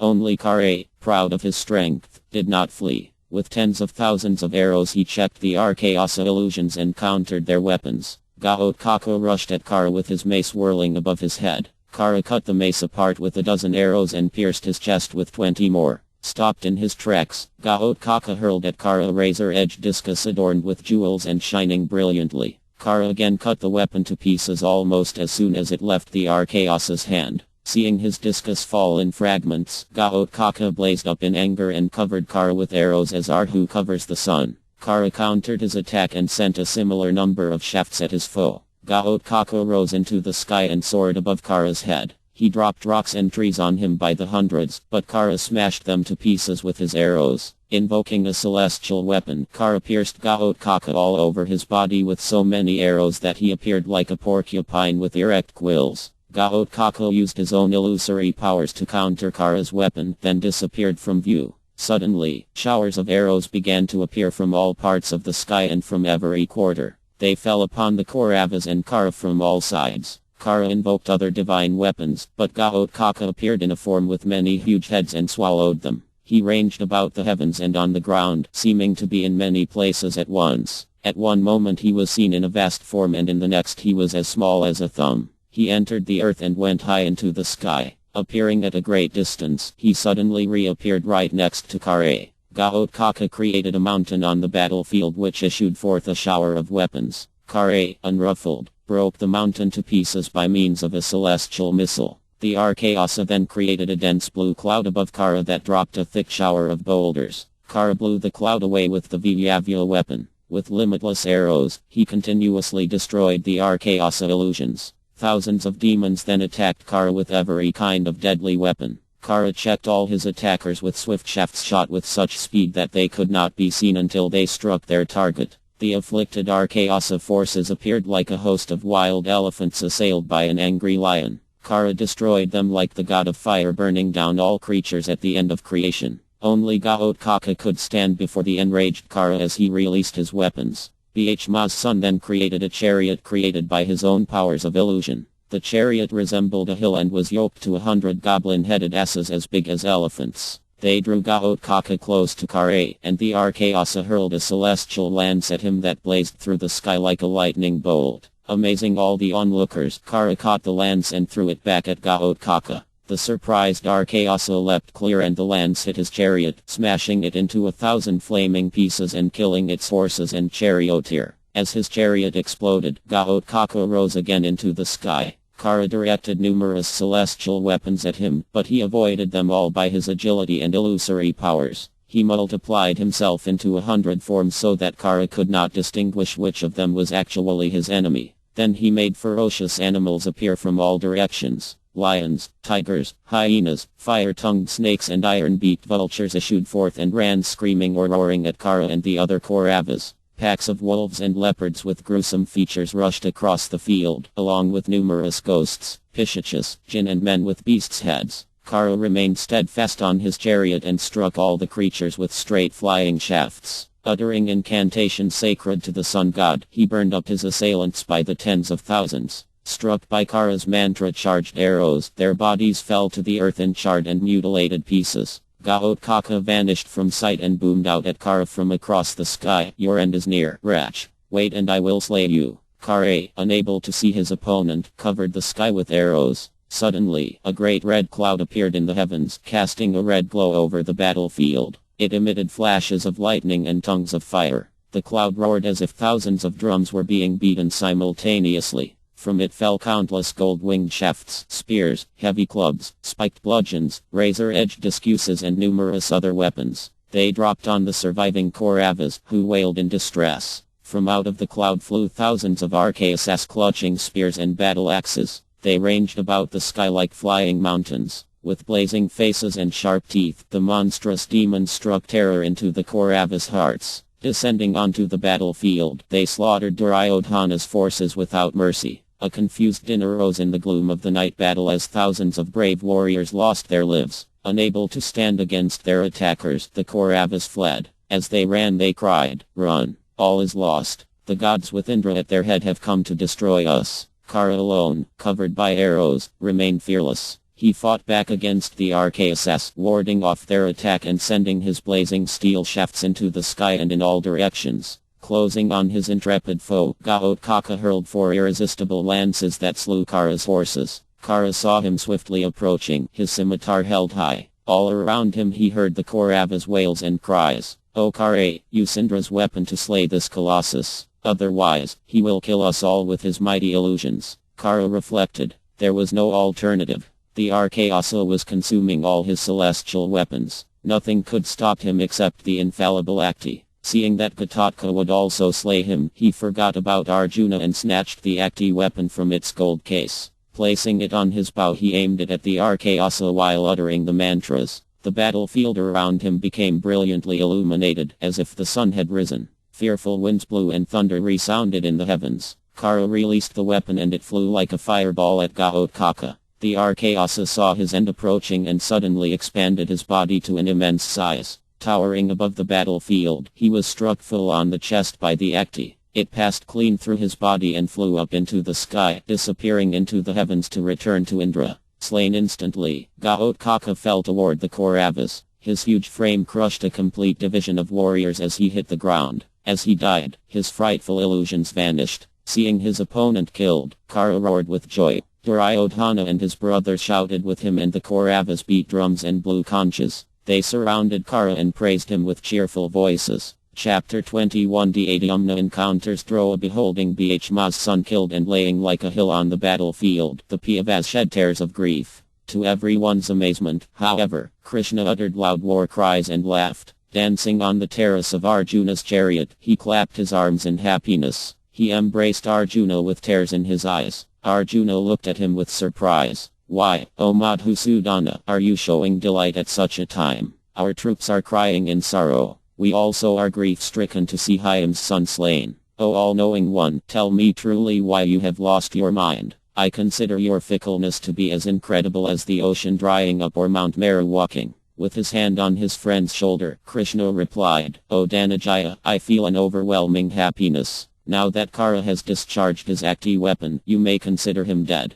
No person could have confronted him in battle if, like Kartikeya himself, he stood with the Akti in hand. By good fortune he has been deprived of his natural armor and now of the dart he received in exchange for the invulnerable coat of mail. He is now like an infuriated, venomous serpent stupefied by incantations, or like a fire with quenched flames." Kṛṣṇa told Arjuna that ever since he had heard that Kṛṣṇa had received the Akti, he had been in anxiety. He knew the weapon's terrible power. Even Arjuna would have been unable to check it. Now it had been spent. Kṛṣṇa could not use it again. Arjuna looked at Gaotkaka. The Akti must surely be something extraordinary if it had brought down that mighty Archaeasa. Why, then, had Kṛṣṇa not used it earlier against him? Seeing Arjuna's mystified expression and understanding his mind, Kṛṣṇa said, "Each day Dhtara's sons would counsel Kṛṣṇa to use his Akti and slay you, O Partha, and he would come out firmly resolved to do so. It was I who confounded his attempts. Keeping you at other parts of the battle, I gave him little chance to release the dart. He was always awaiting his chance. It would not have been long until he encountered you in single combat. O Partha, now you need have no fear of that encounter."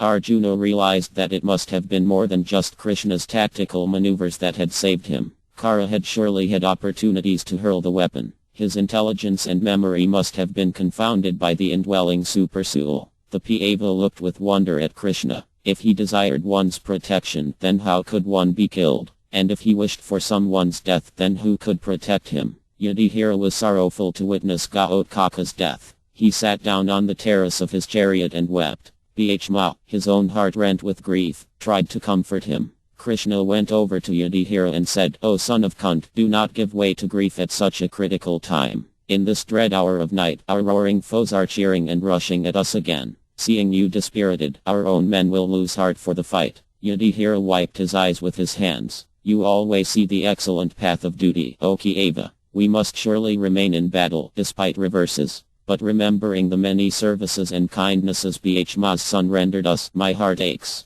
That mighty armed hero was devoted to us and has laid down his life in our service. The affection I bore for him was no less than the affection I feel for Sahadeva. The Suta's son slew him before our eyes. The evil-minded Kara was also instrumental in Abhimanyu's death." As he spoke to Kṛṣṇa, Yudhishthira looked out into the night. The battle still raged all around the fallen Ghaotkaca. Kara's illuminated standard could be seen moving among the Pāva forces, with fire-tipped arrows speeding away from him in all directions. Yudhishthira's face set into firm lines. He got to his feet and took hold of his bow, the hand-carved horn studded with glowing gems. The Pāva king called out to Kṛṣṇa as he moved off. "Kara and Dro are destroying our army like a pair of infuriated elephants destroying a forest of reeds. O Kṛṣṇa, I think the time has come for them to die. I myself will advance against Kara. I cannot bear to see his prowess any longer. It seems Arjuna does not wish to kill him, so I will do it myself." After ordering Bhishma to engage with Dro and his supporters, Yudhishthira instructed his charioteer to take him toward Kara. As he left, blowing his conch and twirling his bow, Kṛṣṇa said to Arjuna, "Lo, under the influence of anger your esteemed elder brother is advancing against Kara. It is not right that you should allow him to engage in a fight with the Suta, whose death you have sworn to accomplish." Arjuna told Kṛṣṇa to urge his horses on and to quickly follow Yudhishthira, but just at that moment they saw Vaisadeva appear on the battlefield near Yudhishthira, who stopped his chariot next to the sage and got down to offer his obeisances. Vaisadeva touched his head in blessing and said, "O foremost of the Bharatas, it is fortunate that Arjuna still lives, although he encountered Kara several times in battle. The Akti with which Kara slew Ghaotkaca was meant for Arjuna, and only by good fortune did he not use it on him. If a serious duel had taken place between Kara and Arjuna, he would surely have employed the Akti. A great calamity would then have overtaken you. Ghaotkaca has saved you from that today. The Archaeasa's death was ordained by destiny. Do not give way to wrath or sorrow.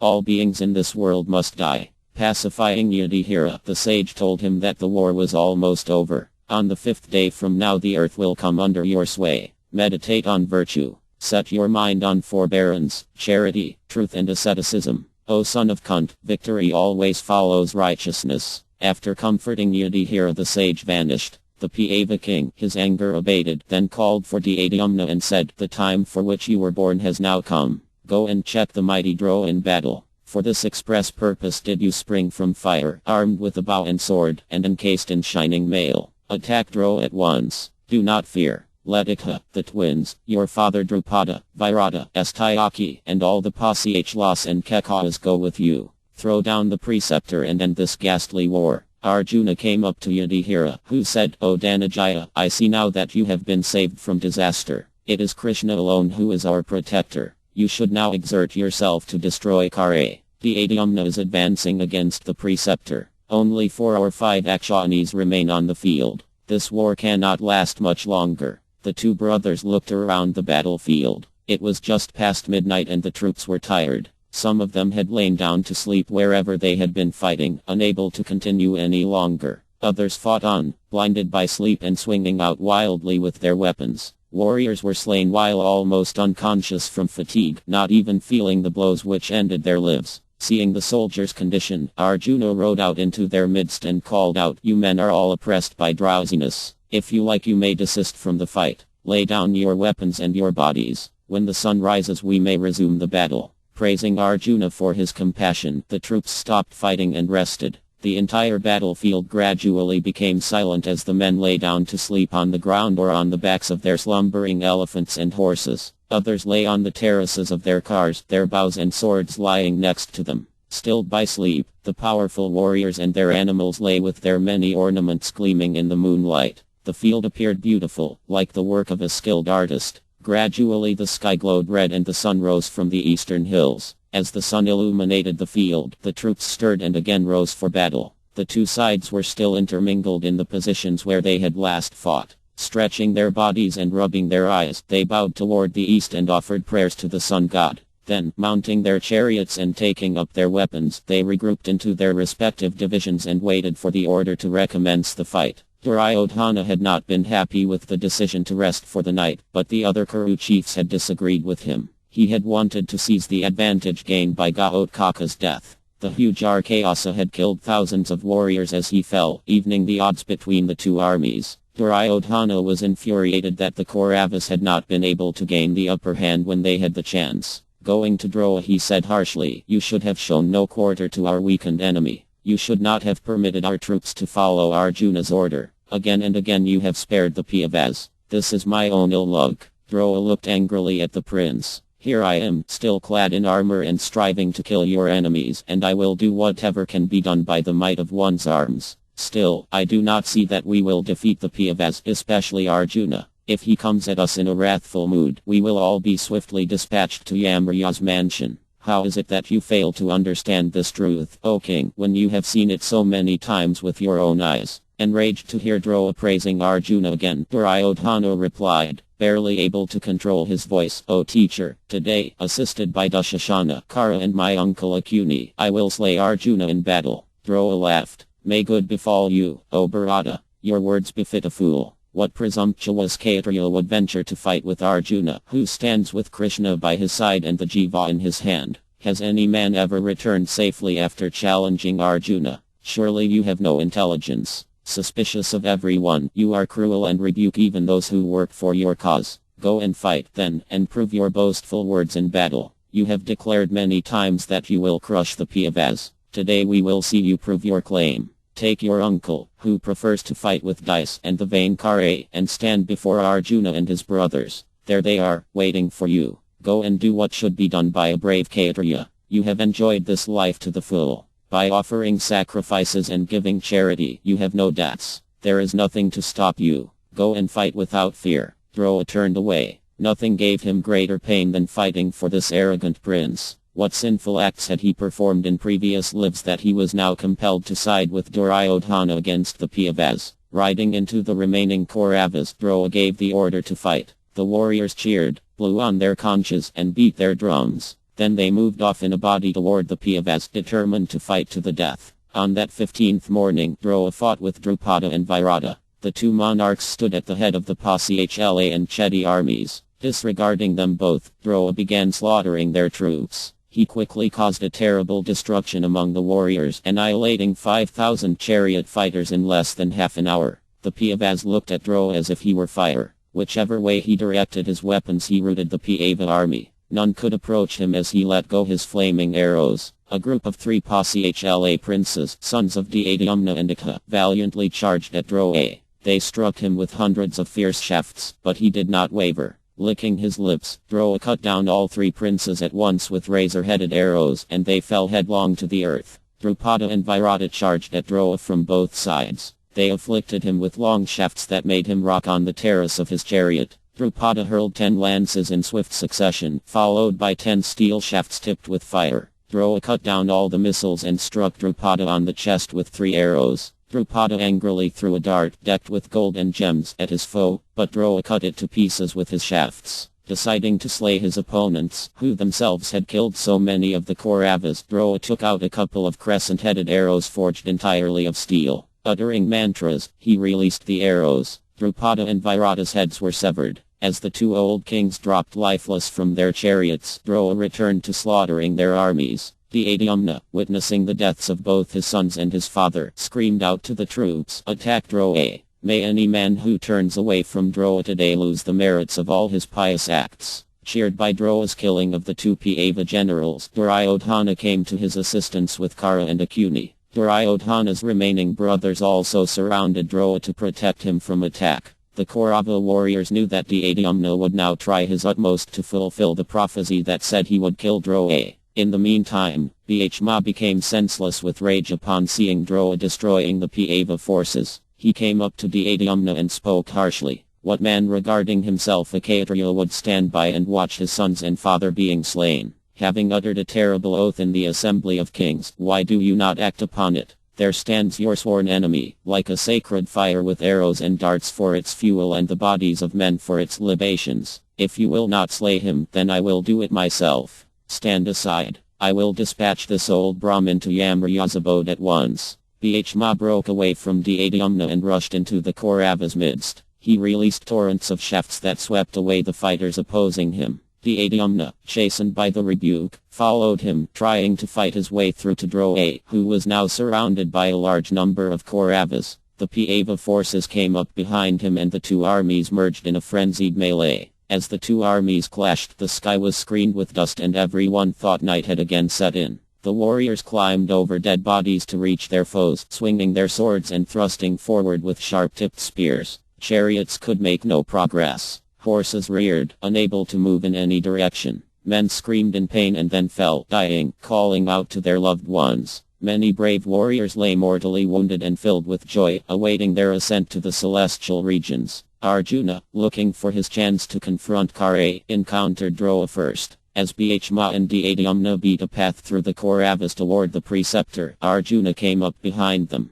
While Bhishma was engaged with Duryodhana and his brothers and Dhyana was held by Avatham, Arjuna sent his gold-winged arrows at Droa by the thousands. A mighty battle ensued between teacher and pupil that astonished the onlookers. They appeared like two dancers on a stage, exhibiting their most wonderful motions. Arrows flew through the sky like flocks of swans. Meeting in the heavens, the shafts exploded in showers of sparks and fire. Droa invoked every celestial weapon he knew, but as soon as they issued from his bow Arjuna destroyed them. Droa smiled and applauded his prowess. In the sky Siddhas and Gandharvas watched in wonder and praised both warriors. They could not perceive any difference between them as they stood releasing their weapons without pause. Neither could gain an advantage over the other. The gods considered the fight to be as if Rudra had divided himself in two and waged war against himself. These two are neither humans nor celestials, they declared. This is a battle of Brahma energy which transcends all earthly powers. If they desired, these warriors could destroy the universe. While Arjuna and Droa fought, Dhyana advanced steadily toward them, intent on killing Droa. He was followed by the twins, who were met by Kṛṣṇa and Kṛpa. The heroes contended while the armies fought savagely around them. Satyaki, following Arjuna's path, came upon Duryodhana. Long ago in Hastinapura, when Satyaki had come to Droa's school, they had been friends. Even though Satyaki had become Arjuna's disciple, he had maintained his relationship with Duryodhana. The two men gazed at one another across the field, remembering their youthful sports together. Duryodhana called out, "Ho there, dear friend! How cursed is the duty of Kshatriyas! Fee upon might and the desire for wealth. O foremost of Seni's race, in the days of our childhood you were more dear to me than life itself. Alas, all those days of friendship become nothing on a battlefield. Impelled by rage and covetousness we stand here bent on each other's death. Alas, where have the carefree days of our youth gone?" Satyaki lowered his bow and called back that he must fight even with his preceptor has always been a Kshatriya's duty. "O king, do not hesitate. If you love me, then slay me without delay. By doing so, you will launch me into the regions of the righteous. Display your full prowess. I no longer wish to witness my friend slaughter." Tears fell from Satyaki's eyes as he spoke. He knew the days of friendship he had enjoyed with the Pandavas and Kauravas were gone. Their friendly fights of the past were now in earnest. Bending his bow he shot a series of long shafts at Duryodhana, who immediately replied with his own arrows. The two men pierced one another repeatedly and roared in anger. A battle resembling that between Arjuna and Droa developed. The sky was filled with arrows as both warriors invoked their celestial weapons. Gradually, Satyaki prevailed over the Kaurava and Kṛṣṇa came to Duryodhana's rescue. Assisted by Kṛṣṇa, the king pulled clear of Satyaki, his body lacerated by arrows. Droa continued to destroy the Pava army as if appointed by death for their destruction. The oppressed troops' screams filled the air as he assailed them with countless blazing shafts. Witnessing Droa's power, Yudhishthira felt he could never become victorious. He met Arjuna and Bhishma and revealed his anxiety. "It seems that Droa will consume us. No one can check that mighty hero." Kṛṣṇa replied, "What you say is true, O king. Droa cannot be checked as long as he stands with his weapons raised. But if he lowers them, he can be slain. I think if he hears that his son has been killed, he will lose all heart for the fight. Tell him that Avatham is dead." Then he will lower his bow and we will kill him. Arjuna was shocked. I cannot accept this, O Madhava. But Bhishma, upon hearing Krishna's words, immediately broke away. He raced into a nearby Kaurava elephant division. At its head rode Indravarma, the Malava ruler. Bhishma knew his elephant was named Avatham. Whirling his iron mace, the Pava smashed the beast and slew it and its rider together. He then rushed over to Droa and bellowed out, Avatham is slain. Avatham is slain. As he deceived Droa, his voice was tremulous and his heart wavered, but he knew it was Krishna's instruction, so he called out again and again, telling Droa that Avatham was dead. Hearing Bhishma's words, Droa stopped fighting. His limbs seemed to dissolve like sand in water. However, recalling his son's prowess, he decided it could not be true. Bhishma was known to be capricious. It would not be beyond him to speak an untruth in anger or in jest. Droa rallied himself and resumed his assault on the Pandavas. The Adyumna had reached him and they had begun to fight again. Holding off the Adyumna's attack, the Kuru general continued annihilating the Pandava forces. He invoked the terrible Brahm weapon. Warriors fell to the earth like trees uprooted in a tempest. Heads and arms flew about as Droa's arrows fell on his enemies. In a short time, he had killed 10,000 chariot fighters before Yudhishthira's eyes, even while the Adyumna assailed him with all his strength. Droa stood on the battlefield like a blazing fire without a single curl of smoke. As Droa surveyed his ravaged foes, there suddenly appeared in the sky above him a group of his headed by Agni. His own father, Prithvya, along with Vasya, Vivimitra, Gautama, Kayyapa, and many other celestial sages stood in the sky in subtle forms. They addressed Droa in a single voice that only he could hear. You are fighting unfairly, O Droa, using celestial weapons against lesser warriors. It is now time for you to die. Cast away your weapons. You are a learned Brahmin and such cruelty does not become you. By employing the Brahm weapon to kill ordinary men, you have earned disrepute. Stop these sinful acts and stop fighting. Your days are now at an end. Droa looked around. The Adyumna was still near him, roaring out his challenge. Perhaps the time for the prophecy's fulfillment had arrived. Droa's arms fell to his side. He could not continue. Bhishma's words still troubled him, and the sage's speech pained him even more. Could Avatham actually be dead? Who could he ask and be sure to receive the truth? Seeing Yudhishthira not far away, the Kuru general went toward him. He was the one to ask Yudhishthira would speak no lie. Kṛṣṇa saw Droa coming toward Yudhishthira and said, Save us from Droa, O king. If he fights for even a half day more, your army will be finished. Under the circumstances, falsehood is better than truth. Speaking falsehood in order to preserve life is not a sin. Kṛṣṇa cited a scriptural passage that sanctioned lying under certain circumstances, including times when life was endangered. Yudhishthira reflected on Kṛṣṇa's words. He could not ignore them. He had never in his life spoken even in ambiguity. The thought of a lie was difficult to face. Yet if Droa was not checked, his forces would be defeated. The Pandava remembered Droa's own prophetic statement at the beginning of the war, that he would be overpowered at a time when he heard something disagreeable from a creditable source. Reluctantly, Yudhishthira agreed to Kṛṣṇa's suggestion. As the Kuru preceptor approached him, he gave him the false news. Avatham is dead, he called out, adding inaudibly at the end, the elephant, as he could not tell an utter untruth under any circumstances. Until that time, Yudhishthira's horses seemed to move across the field without touching the earth. After he lied to Droa, his horses descended to earth. The sages looking on wondered why that was so. Some said that Yudhishthira's lie had been the cause, while others argued that his reluctance to obey Kṛṣṇa's order was the reason. As soon as Yudhishthira spoke, Droa felt his heart sink into fathomless grief. His agony was compounded by the sage's words, which made him feel like he had offended the Pandavas. Distracted by sorrow, he moved away from Yudhishthira with his weapons lowered. The Adyumna attacked. Droa was struck all over, but he did not resist. He was plunged into despair. The Adyumna attacked him with even more force, and the old Kuru chief, incited to anger, finally raised his bow to fight back. Displaying his incomparable lightness of hand, he cut down all of the Adyumna's arrows. He chanted mantras, invoking celestial weapons to destroy the Adyumna, but they no longer appeared at his command. Marveling, he fired volleys of ordinary arrows at his foe. Suddenly, he saw that his stock of shafts, inexhaustible for the last 15 days, was empty. Despondent, Droa decided to give up his life. He dropped his bow and repeatedly cried out his son's name.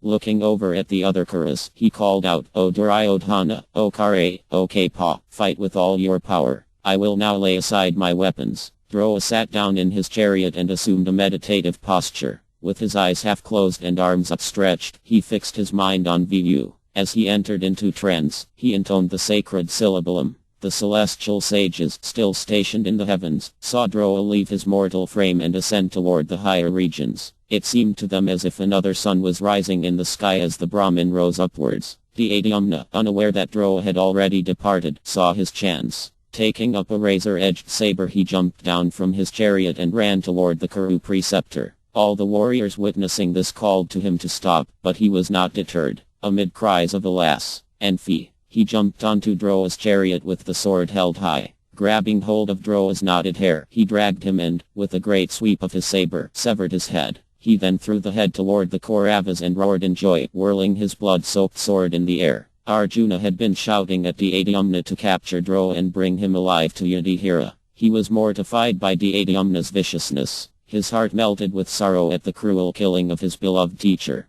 Bhishma, however, cheered and ran over to joyfully embrace Dhyana. Yudhishthira was afflicted by different emotions. Overjoyed that the hostilities would soon end, he was nevertheless full of misgivings that Drona's death had been brought about by deceit. Like Arjuna, he was also saddened to see Dhyana mercilessly butcher his preceptor. The Kauravas were struck by grief and fear. Their all-conquering general was dead. Unable to believe it, they fled. Duryodhana, Kare, Akuni, and the Kuru chiefs were overwhelmed by sorrow, and they ran along with their troops. As they rushed from the cheering Pandava forces, they encountered Avatham moving in the opposite direction, like an alligator swimming against a river's current. Surprised to see the Kauravas retreating, he stopped Duryodhana and asked, "Why do I see our army flying, O king? Why are you and all of our other heroes running away? Surely some unthinkable calamity has befallen us." Duryodhana could not tell Avatham the news. He looked down and said nothing.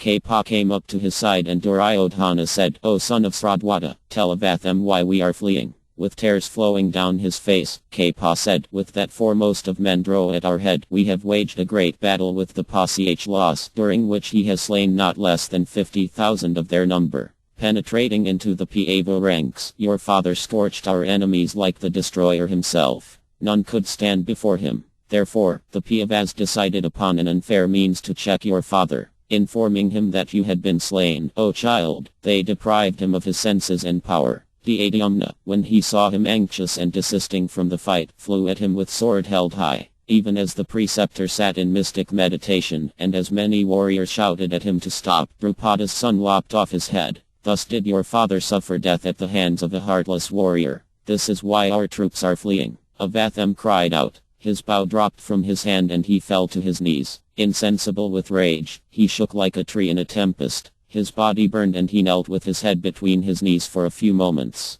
Gradually regaining his composure, he stood up and said, "O Duryodhana, how have the so-called virtuous Pandavas committed such an act? Today they will reap the consequences. Disregarding me, Dhyana has committed a heinous deed. I swear by truth that the earth will soon drink his blood, as well as that of Dharma's son. If I do not slay every last one of the Pāsāchalas, I will not drag on my burdensome existence any longer. By any means, fair or foul, I will bring about the end of Dhyana and his followers." Avatham's face glowed as he spat out the words, "Turn, O heroes, and fight our enemies. I will charge at your head and annihilate any who come before me. Today you will see me discharging fearful weapons equal to those of Rudra or Vu. I have in my possession the Anarya weapon, which my father gave me, and which was given to him by Eva. He was told by that unfailing God that the weapon will destroy any at whom it is directed. I will use it today to crush the entire Pandava army. It can only be discharged once, and I have saved it for such a moment of desperation. Now the world shall see its power." Avatham roared repeatedly, inspiring new life into the Kauravas. They cheered him and rallied the retreating troops. To the beating of drums and the blasts of thousands of conch shells, the Kaurava army turned back toward the Pandavas. Chapter 22 The Anarya weapon. As the Kauravas fled, the Pandavas came together to discuss their next move. Arjuna was furious with Dhyana. He smoldered as he spoke to Yudhishthira. "Drupada's son has committed a barbaric act. You too, O king, are stained by sin. The preceptor trusted you to speak truth, but you deceived him by uttering a lie garbed as truth. You will bear the shame of this act forever, like that borne by Arma for killing Vili." Alas, I too am guilty in that I stood by and suffered my teacher to be cheated and killed by his own disciples. Longing for sovereignty, we have killed our own guru by foul means. I think it better for me to die than to live on after being a party to such sin. Arjuna lamented at length, but no one replied. Kṛṣṇa looked at him with compassion. Arjuna's love for Drona was legendary. Unmanned by grief, he fell to his knees and wept. Seeing his younger brother in the grip of sorrow, Bhishma reproached him. It is strange indeed that today you preach morality like I living in the woods. Have you forgotten why we entered this war in the first place? Impelled by Kshatriya duty, we have come to punish Duryodhana and his followers. Do you not recall how they abused the sinless Draupadi in our preceptor's presence? Have you forgotten how we were exiled to the forest even as Drona stood by and watched? For years we kept alive the flame of animosity so that we could mete out the proper consequences to our foes. Now that we are doing so, you lament in the name of virtue. If Drona's killing lacked virtue, then why did you swear you would hurl your blazing weapons upon the Kauravas, headed by Drona himself? Bhishma's voice rose in anger. Arjuna looked at him in silence. He was never offended by his older brother's words. Controlling his emotions with difficulty, he listened as Bhishma went on. Dear brother, you are rending our hearts with your piteous lamentations and reprovals. At a time when praise is in order, you are issuing stern judgments. Surely it is fortunate for our enemies that you are now bent upon forbearance. For myself, however, I see Drona's death as fitting and just. Now we should waste no time in crushing the remaining Kauravas, headed as they will be by the now vengeful Avatham. Arjuna clenched his teeth and said nothing. Dhyamna stood nearby, unrepentant. Arjuna glanced at him with reddened eyes and the Pasichala prince addressed him in conciliatory tones. O Babitsu, I do not feel I have committed any sin. Although a Brahmin, Drona transgressed the duties of his order and thus became punishable by all virtuous kings. By using his Brahma power, he slew countless ordinary soldiers with celestial weapons. In this way, he acted deceitfully and as a result has himself been slain by deceit. No other course was possible. You should not censure me for killing him. It was for that purpose that I took my birth from fire. I have slain the ruthless warrior by whatever means I could. Otherwise, he would have destroyed us all. Bhishma made sounds of approval as Dhyamna continued. By killing Drona I am freed from my debt to my father and my kinsmen. It would have been sinful of me to have spared him. O Pirtha, you felled your aged grandsire. If that was not sinful, then why is my act condemned? Drona was a sinful wretch, given to serving sinful men. You should not censure me, Arjuna, but since you do, I forgive you from the love I bear for you and because you are Draupadi's husband. Be peaceful. Yudhishthira acted rightly and so did I. Between us we have slain one whose business was injuring his own disciples. Now fight and victory will soon be yours. Arjuna fumed as Dhyamna insulted his teacher, but seeing both Yudhishthira and Kṛṣṇa remaining silent, he controlled himself. He only glanced at Dhyamna, muttering, "Fie, fie," under his breath. Satyaki, who had been seated on his chariot near Arjuna, suddenly leapt to his feet. Unable to tolerate Dhyamna's words, he exclaimed, "Is there no one who will dispatch this sinful, low, and cursed wretch?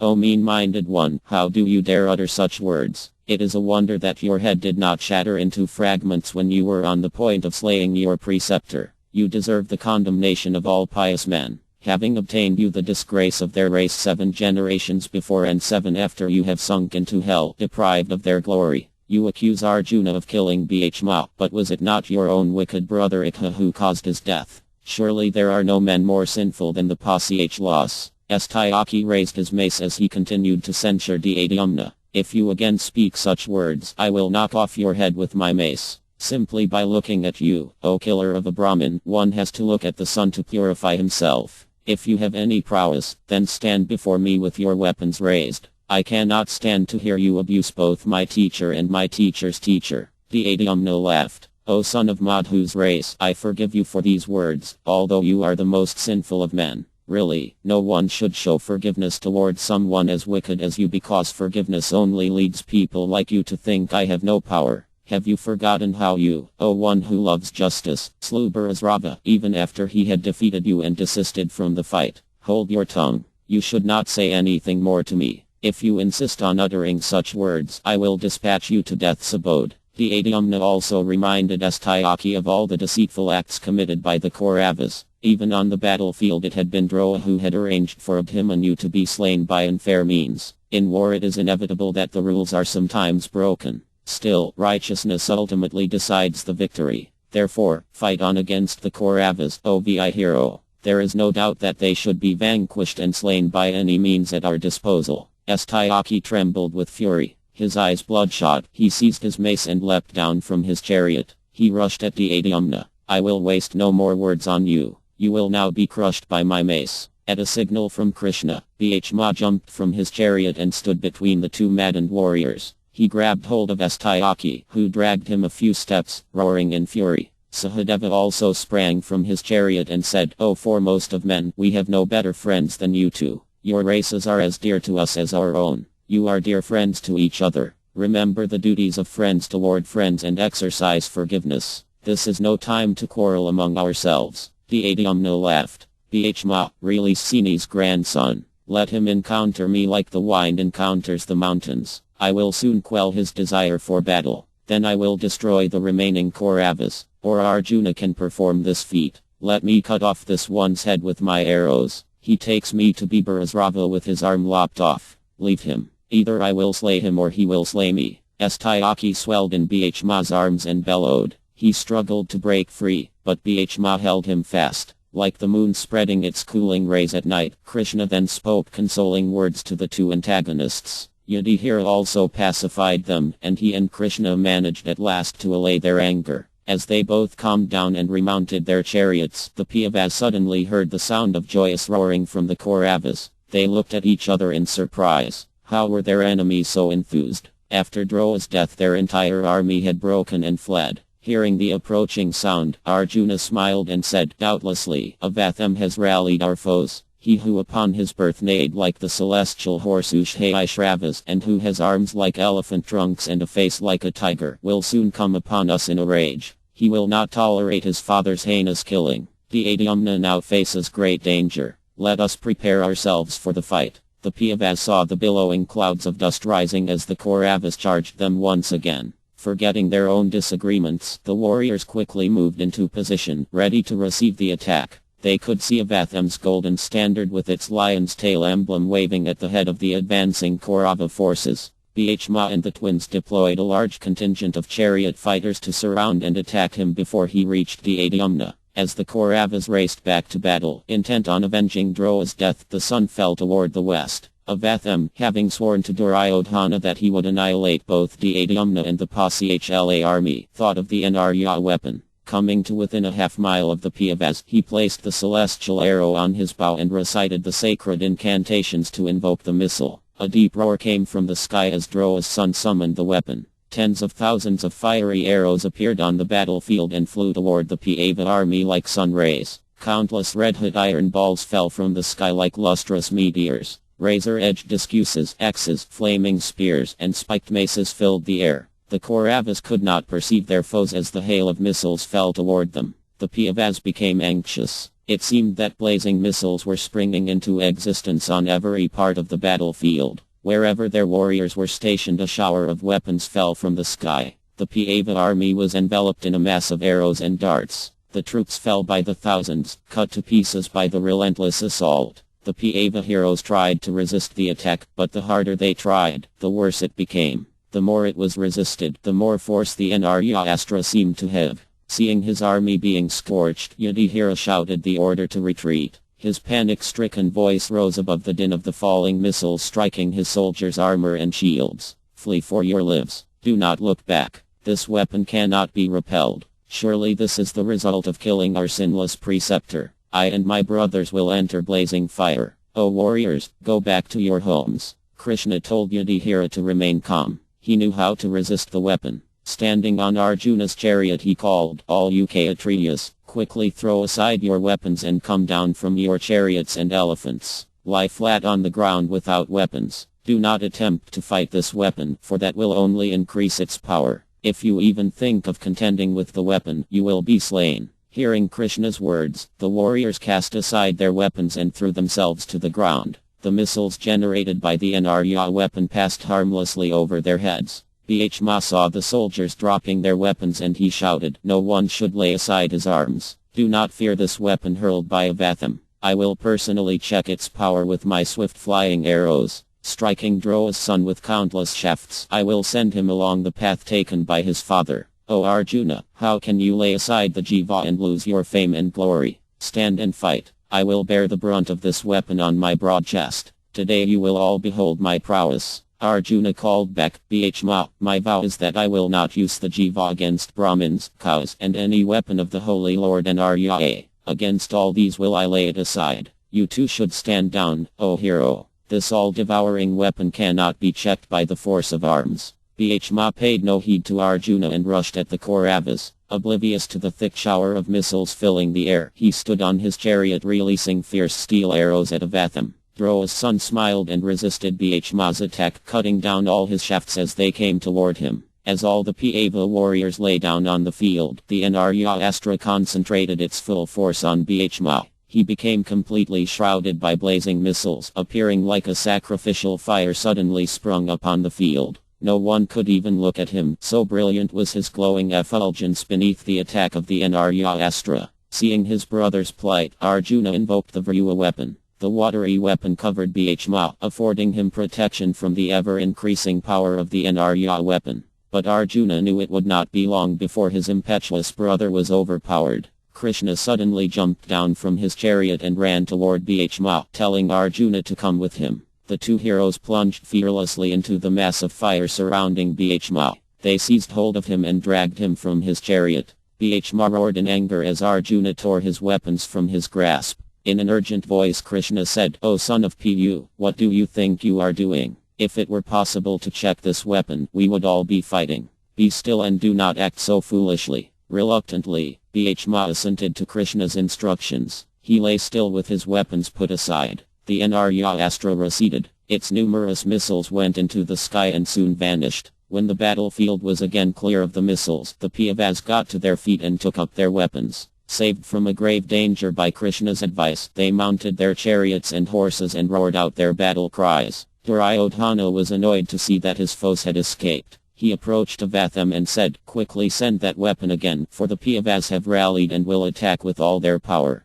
Avatham shook his head. The Anarya weapon can be used only once by any man. If invoked again, it will slay the person using it. Kṛṣṇa knew the secret of countering this weapon and it has thus been baffled. Duryodhana cursed. Then use whatever weapons you possess. Your power is equal to that of Mahādeva himself. O son of Droa, slay these murderers of their preceptor without delay. Avatham rushed into battle, seeking out Dādhyamna. He assailed him with thousands of barbed arrows. Enraged, he bore down on his adversary with frightening force. He slew his charioteer and 4 horses and smashed his chariot. Dādhyamna came down to the ground and warded off Avatham's attack with his sword and shield. Satyaki was near at hand and saw Dādhyamna's predicament. Remembering his duty as a Kshatriya, he came quickly to his comrade's assistance. He enveloped Avatham in a network of arrows which killed his horses and charioteer. Droa's son then leapt from his chariot, still afflicted by Satyaki's shafts.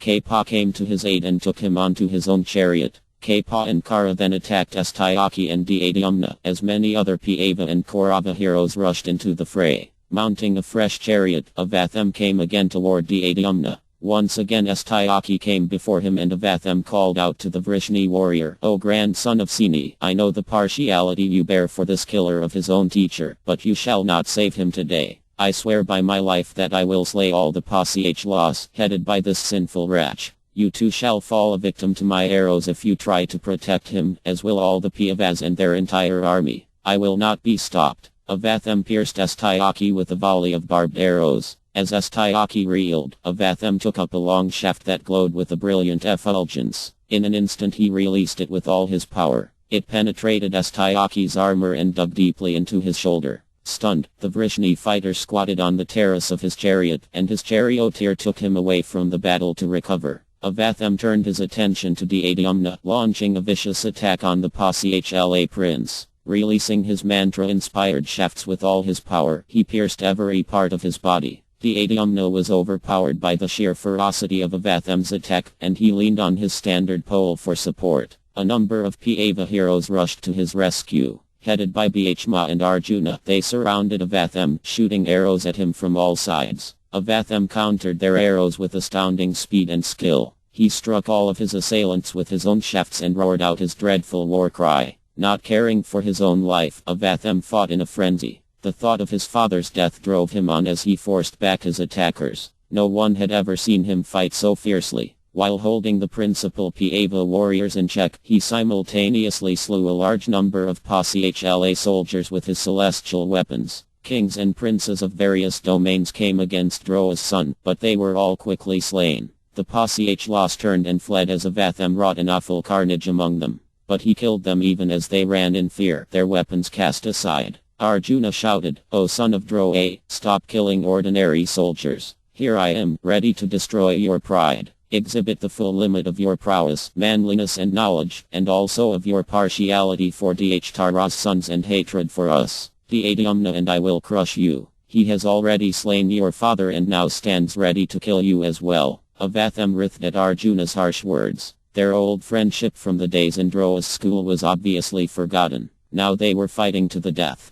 Glaring at the Pāva, Avatham thought of the Naya weapon. He placed a golden shaft upon his bow, muttered the incantations with concentration, then let it go with a cry. At once a thick shower of arrows fell from the sky. A dense gloom enveloped the battlefield, and fiery meteors dropped down. Fierce winds blew in every direction, lashing the warriors with stones. The terrifying cries of Arkaisas and Pikas resounded from the darkness, and jackals howled from all sides. Afflicted by the celestial weapon, the Pāva forces shrieked in fear and pain. They were struck by blazing arrows that came at them from all directions. Avatham's skill at the secret mystical sciences endowed the Naya weapon with menacing power. Men, horses and elephants were slaughtered and burned to ashes as if caught in the final conflagration that burns the worlds. But Agni, remembering the incident at Kṛṣṇa, had his fiery weapon pass harmlessly over Arjuna and Kṛṣṇa. Seeing the fire god's irresistible energy summoned for the Pāva's destruction, Arjuna composed his mind and thought of the Brahmastra. Invoking the most powerful of all weapons, he at once dissipated the dense darkness. As Brahma's weapon neutralized Agni's, the sky cleared and a cool breeze blew. Tens of thousands of warriors lay on the battlefield, their bodies burned beyond recognition. Avatham was amazed to see his weapon checked and Arjuna emerging unscathed. How had he survived the Naya weapon, which had killed tens of thousands of other warriors? Both Arjuna and Kṛṣṇa had been right in the path of the weapon, but both were unharmed. Avatham felt hopeless. First the Astra, and now the Naya weapon, both had been foiled by Arjuna and Kṛṣṇa. How could he contend with such foes? They were invincible. Throwing down his bow in despair, Avatham jumped from his chariot and ran from the battlefield. He cried out, "Everything is illusion," and sped away from the fight, entering a copse of trees. His grief for his father overwhelmed him. He felt as if he would never be able to avenge him. Even his most powerful weapons were ineffectual against the Pāvas. What was the use of fighting them? As Avatham was running, he met Vaisadeva, who was approaching the battlefield. Droa's son stopped and bowed before the eye. He asked him why his weapons were useless against Arjuna. Vaisadeva explained that Kṛṣṇa was the Supreme Lord. He was an Arya, or Vu. Indeed, the immortal Anarya was simply a part of Kṛṣṇa. There was no living being anywhere who could overpower Kṛṣṇa or anyone he protected. Even Eva considered himself Kṛṣṇa's servant. He too had once been bested by him in a fight. Hearing Vaisadeva's descriptions, Avatham thought better of Kṛṣṇa. If Vaisadeva's words were true, then it was no surprise that his weapons had been baffled. As long as Arjuna had Kṛṣṇa on his chariot, there would be little point in further encounters with him. Dispirited and sorrowful, Avatham realized that all-powerful destiny was ultimately in control. In the face of fate, man could do nothing except execute his duty and leave the results to destiny. From Vaisadeva's words, it seemed as though the Kauravas would be defeated. But who could know ahead of time what destiny would finally decree? Bowing again to the sage, Avatham turned back toward the battlefield. It was still his duty to fight for Duryodhana and, especially, to honor his slain father. His enemies had to be punished. He could not leave the battle now. As Avatham returned, the sun was setting. The two armies retreated, exhausted after fighting for almost 2 days and a night. Despondent at Droa's death, the Kauravas returned sorrowfully to their camp, while the Pāvas returned to the sounds of trumpets, drums and conch shells. When they reached their encampment, the Pāvas saw that Vaisadeva had arrived. Arjuna got down from his chariot and went over to the sage. Bowing and touching his feet, he said, "O opulent one, I have seen something today which inspired me with great wonder. As I released arrows toward my foes, I saw before me a male being, shining like fire. He held a blazing trident, and whichever way he turned, my enemies were burned and destroyed. Although he never hurled his trident, nor any other weapon, his energy alone seemed to annihilate my foes. Who is this personality, O great sage?" Placing his hand on Arjuna's head, who still knelt before him, Vaisadeva replied, "O son of Kunt, you have seen Shankara, the great destroyer of the worlds. Out of his love and respect for Kṛṣṇa, he walks before your chariot, scorching your enemies with his irresistible energy. Even the powerful universal protectors could not stand before him.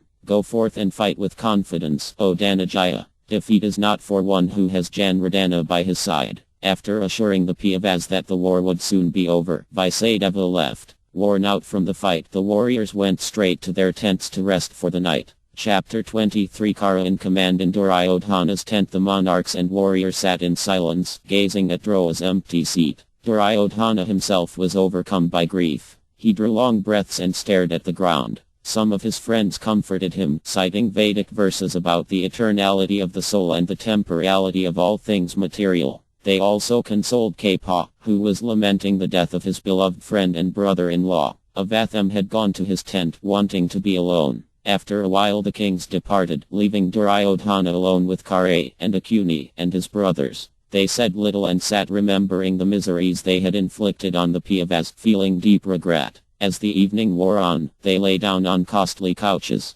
Tossing in anxiety, they could not rest. The night dragged on. Duryodhana thought again of the Dandavas. It seemed they had kept their promise to assist him. Drona had fought demonically, but still he had been brought down. What power did the Pandavas have on their side? Could nothing stop them? As the sun at last approached the eastern sky, the Kauravas rose listlessly and went about their morning rituals. Coming together again with the other monarchs, they decided to install Kṛṣṇa as their commander. The installation ceremony was performed, and after giving charity to the Brahmins, they moved toward the battlefield for the 16th day. Praised and blessed by the Brahmins, the Kuru army marched out, determined to avenge Drona. Kṛṣṇa rode at their head, clad in brilliant armor and shining like his celestial father on his resplendent chariot. As he left for the battle, Kṛṣṇa cheered the Kauravas with his roars and shouts, while bards and poets sang his glories. By his side rode Duryodhana, his remaining brothers behind him. They were flanked by Avatham, Kṛṣṇa, Ketavarma and Alaya. Other powerful kings followed those heroes, leading their armies and forming them into an array shaped like a bird. All the warriors then put aside their previous reverses. Hoping for victory, they charged into battle with loud cries. Seeing their foes approaching in a heroic mood, the Pandavas arranged their troops into a half-moon formation. The two armies converged, yelling out war cries and blowing their conches. Of the original 6 million warriors, less than 1 million remained. They all knew that the war would be over only when all of them were slain. Duryodhana would fight to the last, and the Pandavas would not relinquish their claim to their kingdom. There were still invincible heroes on both sides who stood unflinching in battle. Thus it was certain the two armies would be annihilated, leaving the great heroes on either side to contend for the final victory. Kṛṣṇa, fired by his position as the Kaurava commander-in-chief, began to slaughter the remaining Pandava forces. As he released his oil-soaked arrows in all directions, he seemed to his enemies to be like the blazing sun with its fierce rays. Indiscriminate about whom he attacked, he felled soldiers, horsemen, elephants, and chariot fighters alike.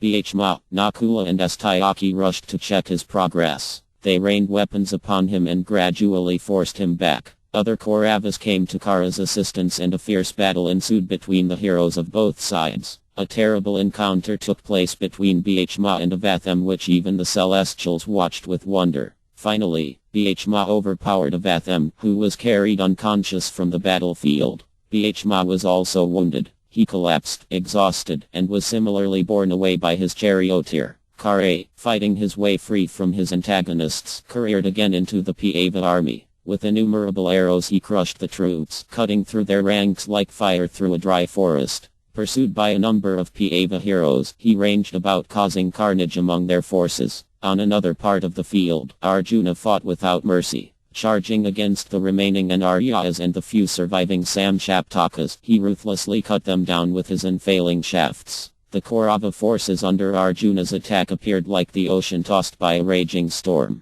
Longing for his chance to encounter Kṛṣṇa for their final fight, he wasted no time in slaying his retreating foes. Kṛṣṇa, as he slaughtered the Pasichala and Samaka warriors, was caught and challenged by Nakula. That fearless Pāva warrior hurled a number of deadly darts at Kṛṣṇa, who responded by cutting them to pieces with swift arrows. He shot blazing shafts at Nakula, who in turn cut them down with his own. After fighting intensely for some time, the two men stood back and glared at each other. Nakula called out, "By good fortune have I had this opportunity to fight you today. You are the root of all the misery we have suffered, and you are also to blame for this great war. By your fault, so many great warriors now lie slain and the world is filled with widows and orphans. Take the consequences of your wickedness, O wretch. I am here to punish you." Kṛṣṇa sneered, "O brave one, first strike me and then speak. Only after achieving great feats in battle do heroes utter bold words. Let us see your prowess. I will surely destroy your vanity." Both warriors immediately pierced each other with winged arrows fired at blinding speed. They roared and circled one another. Both released countless arrows that the other countered. As they invoked celestial weapons, the sky was filled with shafts, casting a dark shadow over the battlefield. Gradually, Kṛṣṇa gained the upper hand. He slew Nakula's charioteer and 4 horses. Nakula took up a sword and shield, but Kṛṣṇa quickly cut them to pieces. The Pāva then grasped his spiked mace and jumped down. Kṛṣṇa broke the mace with straight flying shafts. Laughing, he rode over to his disarmed foe and struck him with his bow. Nakula burned with shame and grief as Kṛṣṇa rebuked him. "O child, go to your elder brothers. You should not wage war with the powerful. Your strength lies only in words." Kṛṣṇa, remembering again his promise to Kṛṣṇa, did not attempt to kill Nakula, who then ran to Yudhishthira in humiliation. Climbing aboard his brother's chariot, he shed hot tears of anger and sighed heavily. He thought of Arjuna and Kṛṣṇa. Soon the cruel-minded Kṛṣṇa would meet his end. He could display his power only for as long as those two great souls did not charge at him in anger. Kṛṣṇa continued to assail the Pāva forces. Circling around the field with his bow constantly sending forth flaming shafts, he appeared like a wheel of fire. He came against the Jayas and slaughtered them by the tens of thousands. As Kṛṣṇa annihilated his foes, other battles took place. Kapa contended with Dhyamna, Katavarm with Astayaki, and Bhishma battled Tara's sons and slew another 20. Yudhishthira met Alaya, and numerous other powerful heroes came together in a furious trial of arms. The Celestials were awed by the encounters. Arjuna single-handedly destroyed the Anarya army, even though he was simultaneously surrounded by many powerful Ratha and Mahābhārata warriors. With crescent-tipped shafts he beheaded his foes and lopped off their limbs. Ranging about freely, he crushed the Kauravas with an endless stream of arrows from the Jiva. As the sun reached the western horizon, the battlefield presented a gruesome scene. Half of the warriors who had gone out to fight lay dead. The earth was strewn with carcasses and the wreckage of chariots and armor. Bodies lay burnt beyond all recognition. Flocks of vultures circled the field and jackals bayed. Seeing darkness enveloping the combatants, Kṛṣṇa ordered the Kaurava army to withdraw. He did not want another night battle. The soldiers pulled away from each other, praising their enemies' prowess, and headed back to their camps. Duryodhana sat in his tent sighing and squeezing his hands. Of his 11 Akshayani divisions, only 1 remained. It was almost inconceivable. So many supposedly invincible heroes had been slain. Warriors who had never before tasted defeat now lay embracing the earth like men clasping their lovers. Most of the damage had been done by Arjuna and Bhishma. How much longer could it go on? Those 2 haughty Pāvas had to be killed. He would take care of Bhishma, but why had Kṛṣṇa not yet killed Arjuna? Duryodhana looked at his friend. Understanding Duryodhana's mind, Kṛṣṇa said, "Arjuna is always alert, persevering, skillful and intelligent. Even when an opportunity arises to overpower him, Kṛṣṇa intervenes and saves him. Still, I will not be thwarted. Today he evaded me by various kinds of deceit, but tomorrow I will baffle all his attempts and slay him for sure." Duryodhana was heartened by Kṛṣṇa's confidence. So be it. He dismissed the assembly and told everyone to meet at dawn to decide their strategy for killing Arjuna. The next morning, Kṛṣṇa came alone to Duryodhana. The Kaurava chief waved him to a fine seat as his attendants put on his armor. Tying on his leather finger guards, he said, "Well, dear friend, are you ready to face Arjuna?" Kṛṣṇa replied somberly, "Today I will fight an unforgettable battle with that famous hero. Either I will slay him or be slain by him." If I cannot kill him today, I will not return from the field. Even though I have been deprived of my Akti weapon, I do not consider myself as inferior. I have received powerful celestial weapons from Parabrahma and can match Arjuna in speed and lightness of hand. Today you will see me contend with Arjuna even as Indra fought with the Daityas. This whole earth, with its thorns removed, will soon be yours. There is no deed I cannot perform for you, O king, nor is there any man who can withstand me when I am angry. But I need something from you. Kṛṣṇa explained how the one area where Arjuna was superior was that he had Kṛṣṇa as his charioteer. Kṛṣṇa guides his chariot with superb skill. I need one who can match Kṛṣṇa's ability at driving a chariot. I can only think of Alaya for this task. Duryodhana looked up sharply. Alaya was one of the most powerful heroes still remaining among the Kauravas. It would be a shame to lose him. Neither would he take kindly to being asked to perform the lowly job of charioteer, especially for Kṛṣṇa. Moreover, Alaya was the Pandava's relative. Could he be trusted? Seeing Duryodhana's doubtful expression, Kṛṣṇa said, assisted by Alaya, I see myself emerging victorious. He is famed throughout the world for his skill at handling chariots. There are none better than he at assessing the strengths and weaknesses of the enemy. He has pledged himself to your cause, O king, because you satisfied him. As a man of unfailing virtue, he will do everything in his power to help me. Therefore, go to him and convince him to become my driver. Duryodhana looked thoughtful. This was perhaps his only chance to win the war. Without overcoming Arjuna, defeat was certain. He nodded. I will convince the Madras monarch to accept the office of charioteer. Numerous chariots will be placed at your disposal, each equipped with every weapon. I will also make available hundreds of cartloads of arrows. Duryodhana knew that the battle with Arjuna would require a vast number of shafts to match his inexhaustible supply. He issued orders to his servants, then got up and left the tent. Seeing Alaya in his tent, he approached him in a servile mood. O mighty hero, best of men, O you of invincible prowess, I come with a humble request. Kṛṣṇa has asked that you become his charioteer for today's fight with Arjuna. There is no other who can match your abilities in driving chariots. Indeed, you are Kṛṣṇa's equal. O best of chariot warriors, I therefore beg your assistance. Out of the affection you bear me, kindly accept this post. Duryodhana continued to praise Alaya's abilities, assuring him that there was no other warrior in the world who could ensure, by expert chariot driving, that Kṛṣṇa overcame Arjuna.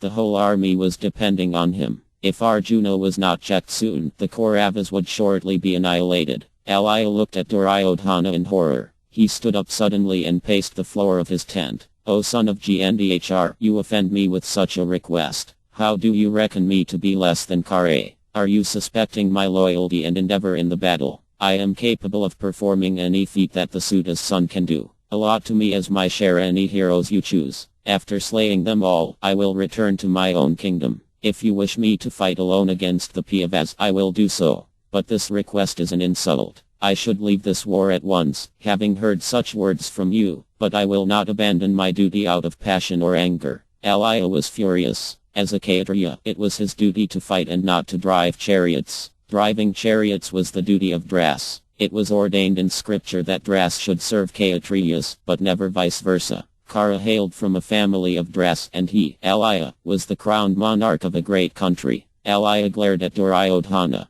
I do not know how I can continue fighting for you now. After receiving this insult, I feel more like returning home. Alaya stormed out of his tent and Duryodhana ran after him. The prince stopped him and reached down to touch his feet. Please do not misunderstand me and take offense. I did not in any way mean to infer that you are less than Kṛṣṇa. Nor do I doubt your sincerity. Nor indeed do I desire the king of Madras to degrade himself by performing some inferior duty. There is no question of any of these. O Lord of the earth, I see you as being in every way Kṛṣṇa's equal and more. Please let me explain my intentions. Duryodhana told Alaya that among all the warriors on the field no one could equal Kṛṣṇa. He was far superior to all, yet he had accepted the role of Arjuna's charioteer. It was for this reason that Duryodhana had thought of Alaya, who was like a second Vasudeva. Kṛṣṇa could contend equally with Arjuna in a trial of arms, but he needed a charioteer comparable to Kṛṣṇa. The prince said that both he and Kṛṣṇa could not think of anyone better than Alaya.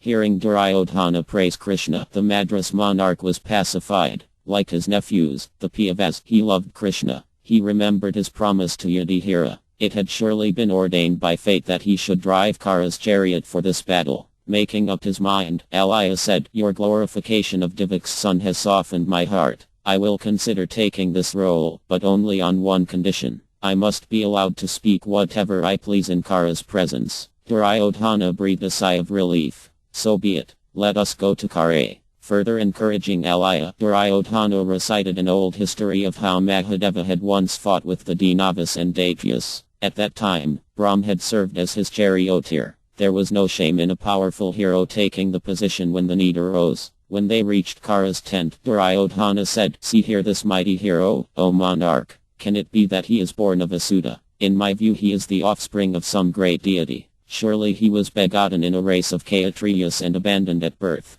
Look at his immense chest and his arms like tree trunks. See his handsome face, his regal stature and bearing. He resembles the sun in splendor. I cannot accept that he was born of a Asuta woman." Alaya greeted Kṛṣṇa and said, "I will become your charioteer for the great battle. However, I am doubtful about the outcome. Even if by some chance you manage to slay Arjuna, you will then see Kṛṣṇa enter the fight weapons in hand." Alaya turned to Duryodhana. "Without doubt Kṛṣṇa will annihilate your race with all its allies and followers. What then will be the use of killing Arjuna?" Duryodhana seemed unconcerned. "O king, I am not afraid of Kṛṣṇa when I have both Kṛṣṇa and you on my side. How will Kṛṣṇa overcome you in battle? Kṛṣṇa will surely slay Arjuna. Then you and he will be more than a match for Kṛṣṇa, even if he is supported by his followers. And if Kṛṣṇa should be slain, then we will depend on you alone." Alaya looked at Kṛṣṇa, who was carefully tying his armor. It was probably the last time he would ever do that, the king of Madras thought. "So be it, O Bharata ruler. I will drive Kṛṣṇa's chariot." Kṛṣṇa thanked Alaya and they both embraced Duryodhana. Then they left the tent together to meet with the other warriors. After agreeing on a strategy, the Kauravas mounted their chariots and horses, roared and blew their conch shells, and Alaya took up the reins of Kṛṣṇa's great chariot and drove it out at the head of the army. 10,000 drums and as many trumpets sounded as the Kaurava forces moved off for battle. As they went toward the battlefield, Kṛṣṇa said, "Take me at once to the place where the Pandavas stand. If necessary, I will fight with all 5 brothers. Drive the horses quickly, O great hero, so that I may kill Arjuna, Bhishma, Yudhishthira, and the twins. Today the world will witness my incomparable prowess." Alaya laughed, "O son of a charioteer, why do you make light of the Pandavas? Those 5 heroes are unconquerable and have Kṛṣṇa as guide and protector. O Kṛṣṇa, when you see them creating a canopy in the sky with innumerable shafts, you will not speak such words. When you hear the twang of the Jiva, you will surely regret your proud utterances." Kṛṣṇa, ignoring Alaya, exclaimed, "Drive on." And his chariot thundered forward toward the Pandavas. As the 2 armies closed, dreadful portents were seen. Cloudless thunder resounded from the sky, and a shower of stones fell. Fierce winds blew in the Kauravas' faces. On their right they saw herds of animals moving past them, and jackals howled. Their horses shed tears and their standards trembled. Paying no heed to the omens, the Kauravas rushed into the fight, driven by destiny. Seeing Kṛṣṇa blazing like a brilliant fire at their head, they felt victory to be theirs. They shouted out their war cries and waved their weapons in the air as they charged into battle. Kṛṣṇa called out to the soldiers, "Any man who will show me the whereabouts of Arjuna will be richly rewarded. I will give gold, gems, and fine horses to he who points out the Pandava. Show me where Arjuna and Kṛṣṇa are fighting and I will award you whatever wealth they leave after I slay them." Hearing those words, Duryodhana cheered his friend. Cymbals clashed and thousands of drums were beaten. Alaya laughed again. "O Suta's son, you are foolishly offering your wealth in charity as if you are Kuvera. Do not worry, you will find Arjuna easily. There is no need to give away your riches, especially to unworthy persons. Soon enough you will find him yourself. Your bragging is of no use. Never have I seen a fox overthrow a couple of lions. You are unable to see what should be done and what should not be done, and that is why it is obvious to me that your life is at its end. O Kṛṣṇa, it appears that you have no real friends to prevent you from hurling yourself into the fire. As your friend, I advise you to approach Arjuna with caution, backed by a large division of men. Do not rush against him alone, like a man trying to cross the ocean with only his 2 arms and a stone tied around his neck." Kṛṣṇa scowled at Alaya. "You are an enemy in the guise of a friend," he barked. "I have no fear of Arjuna. Depending only on the strength of my arms, I will meet and overpower him. No man will shake me from this determination." Alaya again spoke derisively. When keen-edged, Kanka-feathered arrows strike you all over, you will repent your vanity. Like a child on his mother's lap seeking to catch the sun, you wish to defeat Savya's sin.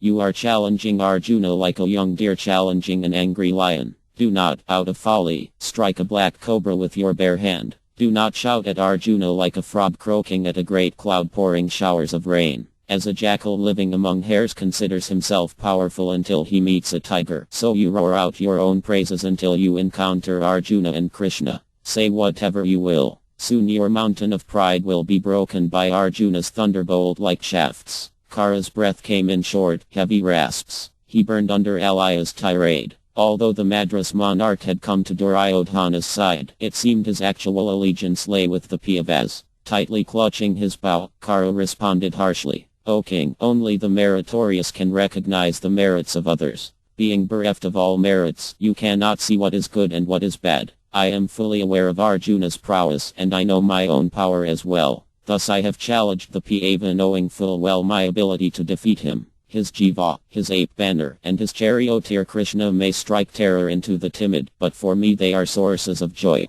Today you will see me strike down both Arjuna and Kṛṣṇa with a single shaft. They will look like two pearls on a string. Today, everyone will see my birth, nobility and power. Do not mock me, O foolish one. Losing his temper, Kara rounded on Alaya, his angry voice booming out as his chariot moved across the field. You are wicked-minded and of bad character. Because you are afraid, you praise the enemy. Or perhaps you praise them for some other reason. Whatever it is, after killing my foes, I will also kill you and all your relatives. Born in a sinful land, you are a mean wretch among the Kshatriyas. Do not try to frighten me with your empty words. I could slay 1,000 Kṛṣṇas and hundreds of Arjunas. Hold your tongue, O you born in a sinful country. Kara continued to insult Alaya. He described Madras as a country populated by low-class and degraded people. Citing many popular sayings spoken by the Madraka's enemies, he abused Alaya and his homeland. He was not surprised that the Pandava's uncle should have spoken to discourage him, but he was not prepared to tolerate it. Raising his mace he said, O king of Madras, if you speak again in such strains I will crush your skull. Only out of regard for Duryodhana have I not done so already. Drive on toward Arjuna. Either the world will hear that I have slain Dhananjaya and Vasudeva, or they will hear that the brave Kara was killed by them. Unruffled, Alaya reminded Kara of Arjuna's feats of valor, including the occasion when he had overpowered all the Kuras, including Kara. Kara snorted. I will not be affected by your words, O man of evil intent. You cannot inspire me with fear. My only fear is the curse of the Brahmins. Kara knew he faced great peril due to a long past mistake he had once committed. Realizing that it may well prove his undoing, he told Alaya how he had accidentally slain a Brahmin's cow when out hunting many years ago. The Brahmin had cursed him, saying, when you face your deadliest enemy, the earth will swallow your chariot wheel. You will then become afraid. After describing the incident, Kara said, still, I will not turn back. Accepting the Brahmin's curse, I will stand against Arjuna and cut him down with my arrows. Even the angry words of my own preceptor will not stop me today. Kara was thinking of Paramarma's curse. He would forget the mantras for the Brahmastra at the time when he needed it most. Careless of both imprecations, Kara commanded Alaya to drive on. Everything lay in destiny's hands. Victory or defeat were never certain for anyone. If fate decreed it, then despite impediments he would emerge victorious. If not, then despite his greatest endeavor and superior skills, he would lose the fight. Kara and Alaya continued to trade insults as they approached the battlefield. Duryodhana heard their raised voices and went up to them, beseeching Alaya with folded palms not to discourage Kara and asking Kara to forgive him. Both men fell silent and sped on across the field, seeing the Pandava forces looming large in the distance. Chapter 24 Kara's prowess. Yudhishthira saw Kara charging at the head of the Kauravas. Turning to Arjuna he said, Behold, O Dhananjaya, the enemy's mighty formation which Kara has arranged. Take whatever steps are needed to check them. Today, you must slay the Suta's son. Arjuna smiled. At last he would get the chance to slay his mortal foe. He had been waiting for this moment since the day of the tournament in Hastinapura. He would have killed Kara then, had he had the opportunity.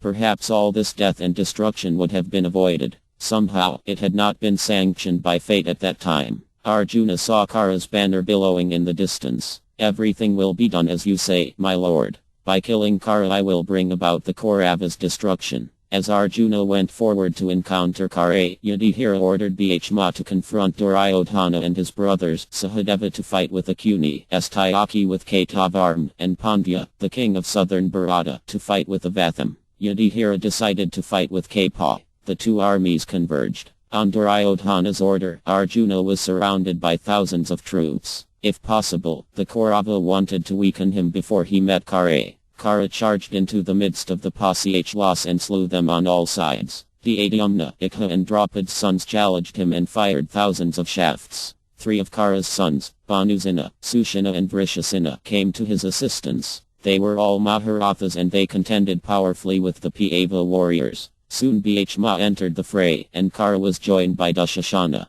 With a razor-headed shaft, Bhishma slew Bhanusena in front of Kṛṣṇa. He then attacked Sushena, piercing his chest with 3 iron arrows that made the prince fall to his knees. Raging, Kṛṣṇa struck Bhishma with hundreds of arrows. Oblivious to the attack, Bhishma fired a razor-headed shaft to destroy Sushena, but Kṛṣṇa cut it down in mid-flight. Sushena recovered from Bhishma's attack and rushed angrily against Nakula, who was challenging him. Other great heroes from both sides entered the fight with joyous roars. In the melee, thousands of warriors were killed or mangled by the deadly shafts that filled the air. Kṛṣṇa cut through his opponents and met Yudhishthira. Seeing Kṛṣṇa before him, Yudhishthira called out, "O Kṛṣṇa, son of a charioteer, hear my words. Vain and arrogant, you always challenge Arjuna and foolishly consider yourself as equal. Now your pride will be crushed. Stand and fight with me. Display your prowess and your hatred for the Pāvas. I will soon destroy your desire for battle." Without replying, Kṛṣṇa immediately fired a number of straight flying arrows that pierced Yudhishthira's chest. Infuriated by Kṛṣṇa's contempt for him, Yudhishthira took up a long golden shaft that was capable of splitting a mountain.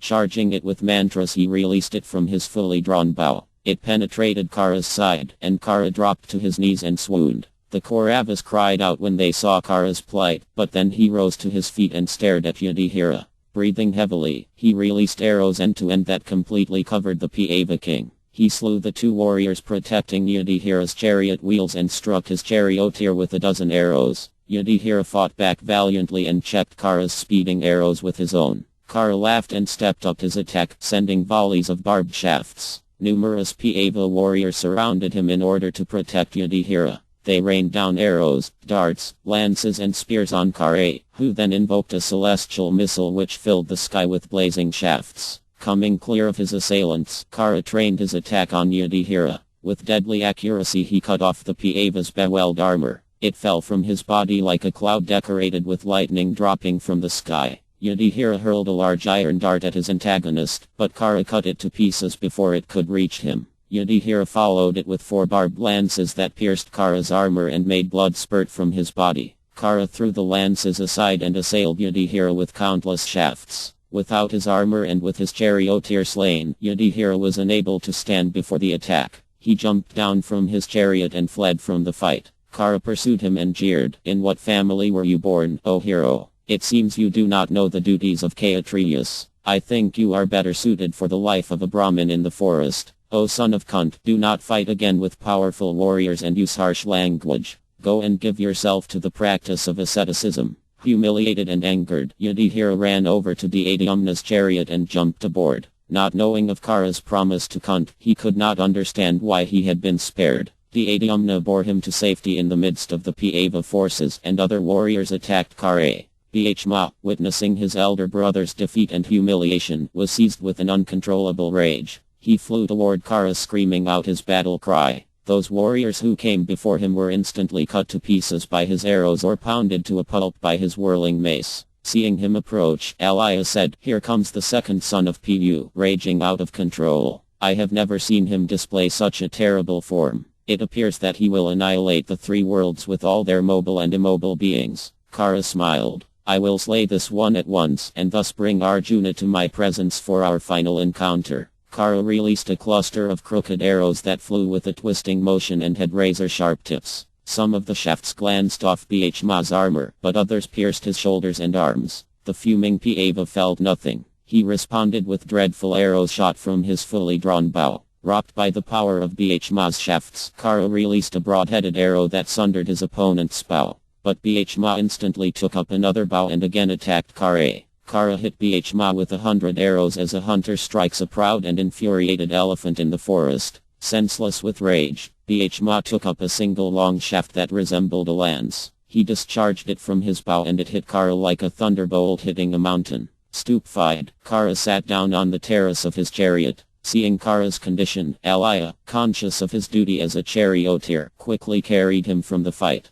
Duryodhana became fearful for Kṛṣṇa and he instructed his brothers to go to his assistance. The princes rushed at Bhishma like a swarm of insects approaching a fire. Over 20 of them surrounded Bhishma, backed by a large number of chariot fighters. They covered the Pāva with arrows, darts, lances and heavy clubs. Smiling to see himself encircled by Dharma's sons, Bhishma set about killing them one by one. He beheaded some with crescent-headed shafts, and with long arrows he pierced the vital organs of others. Killing a dozen of the princes in a matter of minutes, Bhishma sent up a roar that terrified the Kauravas. He appeared like Yamraya himself. Impervious to all weapons, the marauding Pāva hurtled about the field shooting arrows on all sides. Dharma's surviving sons fled in terror. Bhishma slaughtered their troops without mercy. He ranged among the Kaurava warriors spreading death and destruction wherever he went. Regaining his senses, Kṛṣṇa entered the fray. He rushed against Bhishma and assailed him with countless arrows. Another fierce encounter ensued between the two.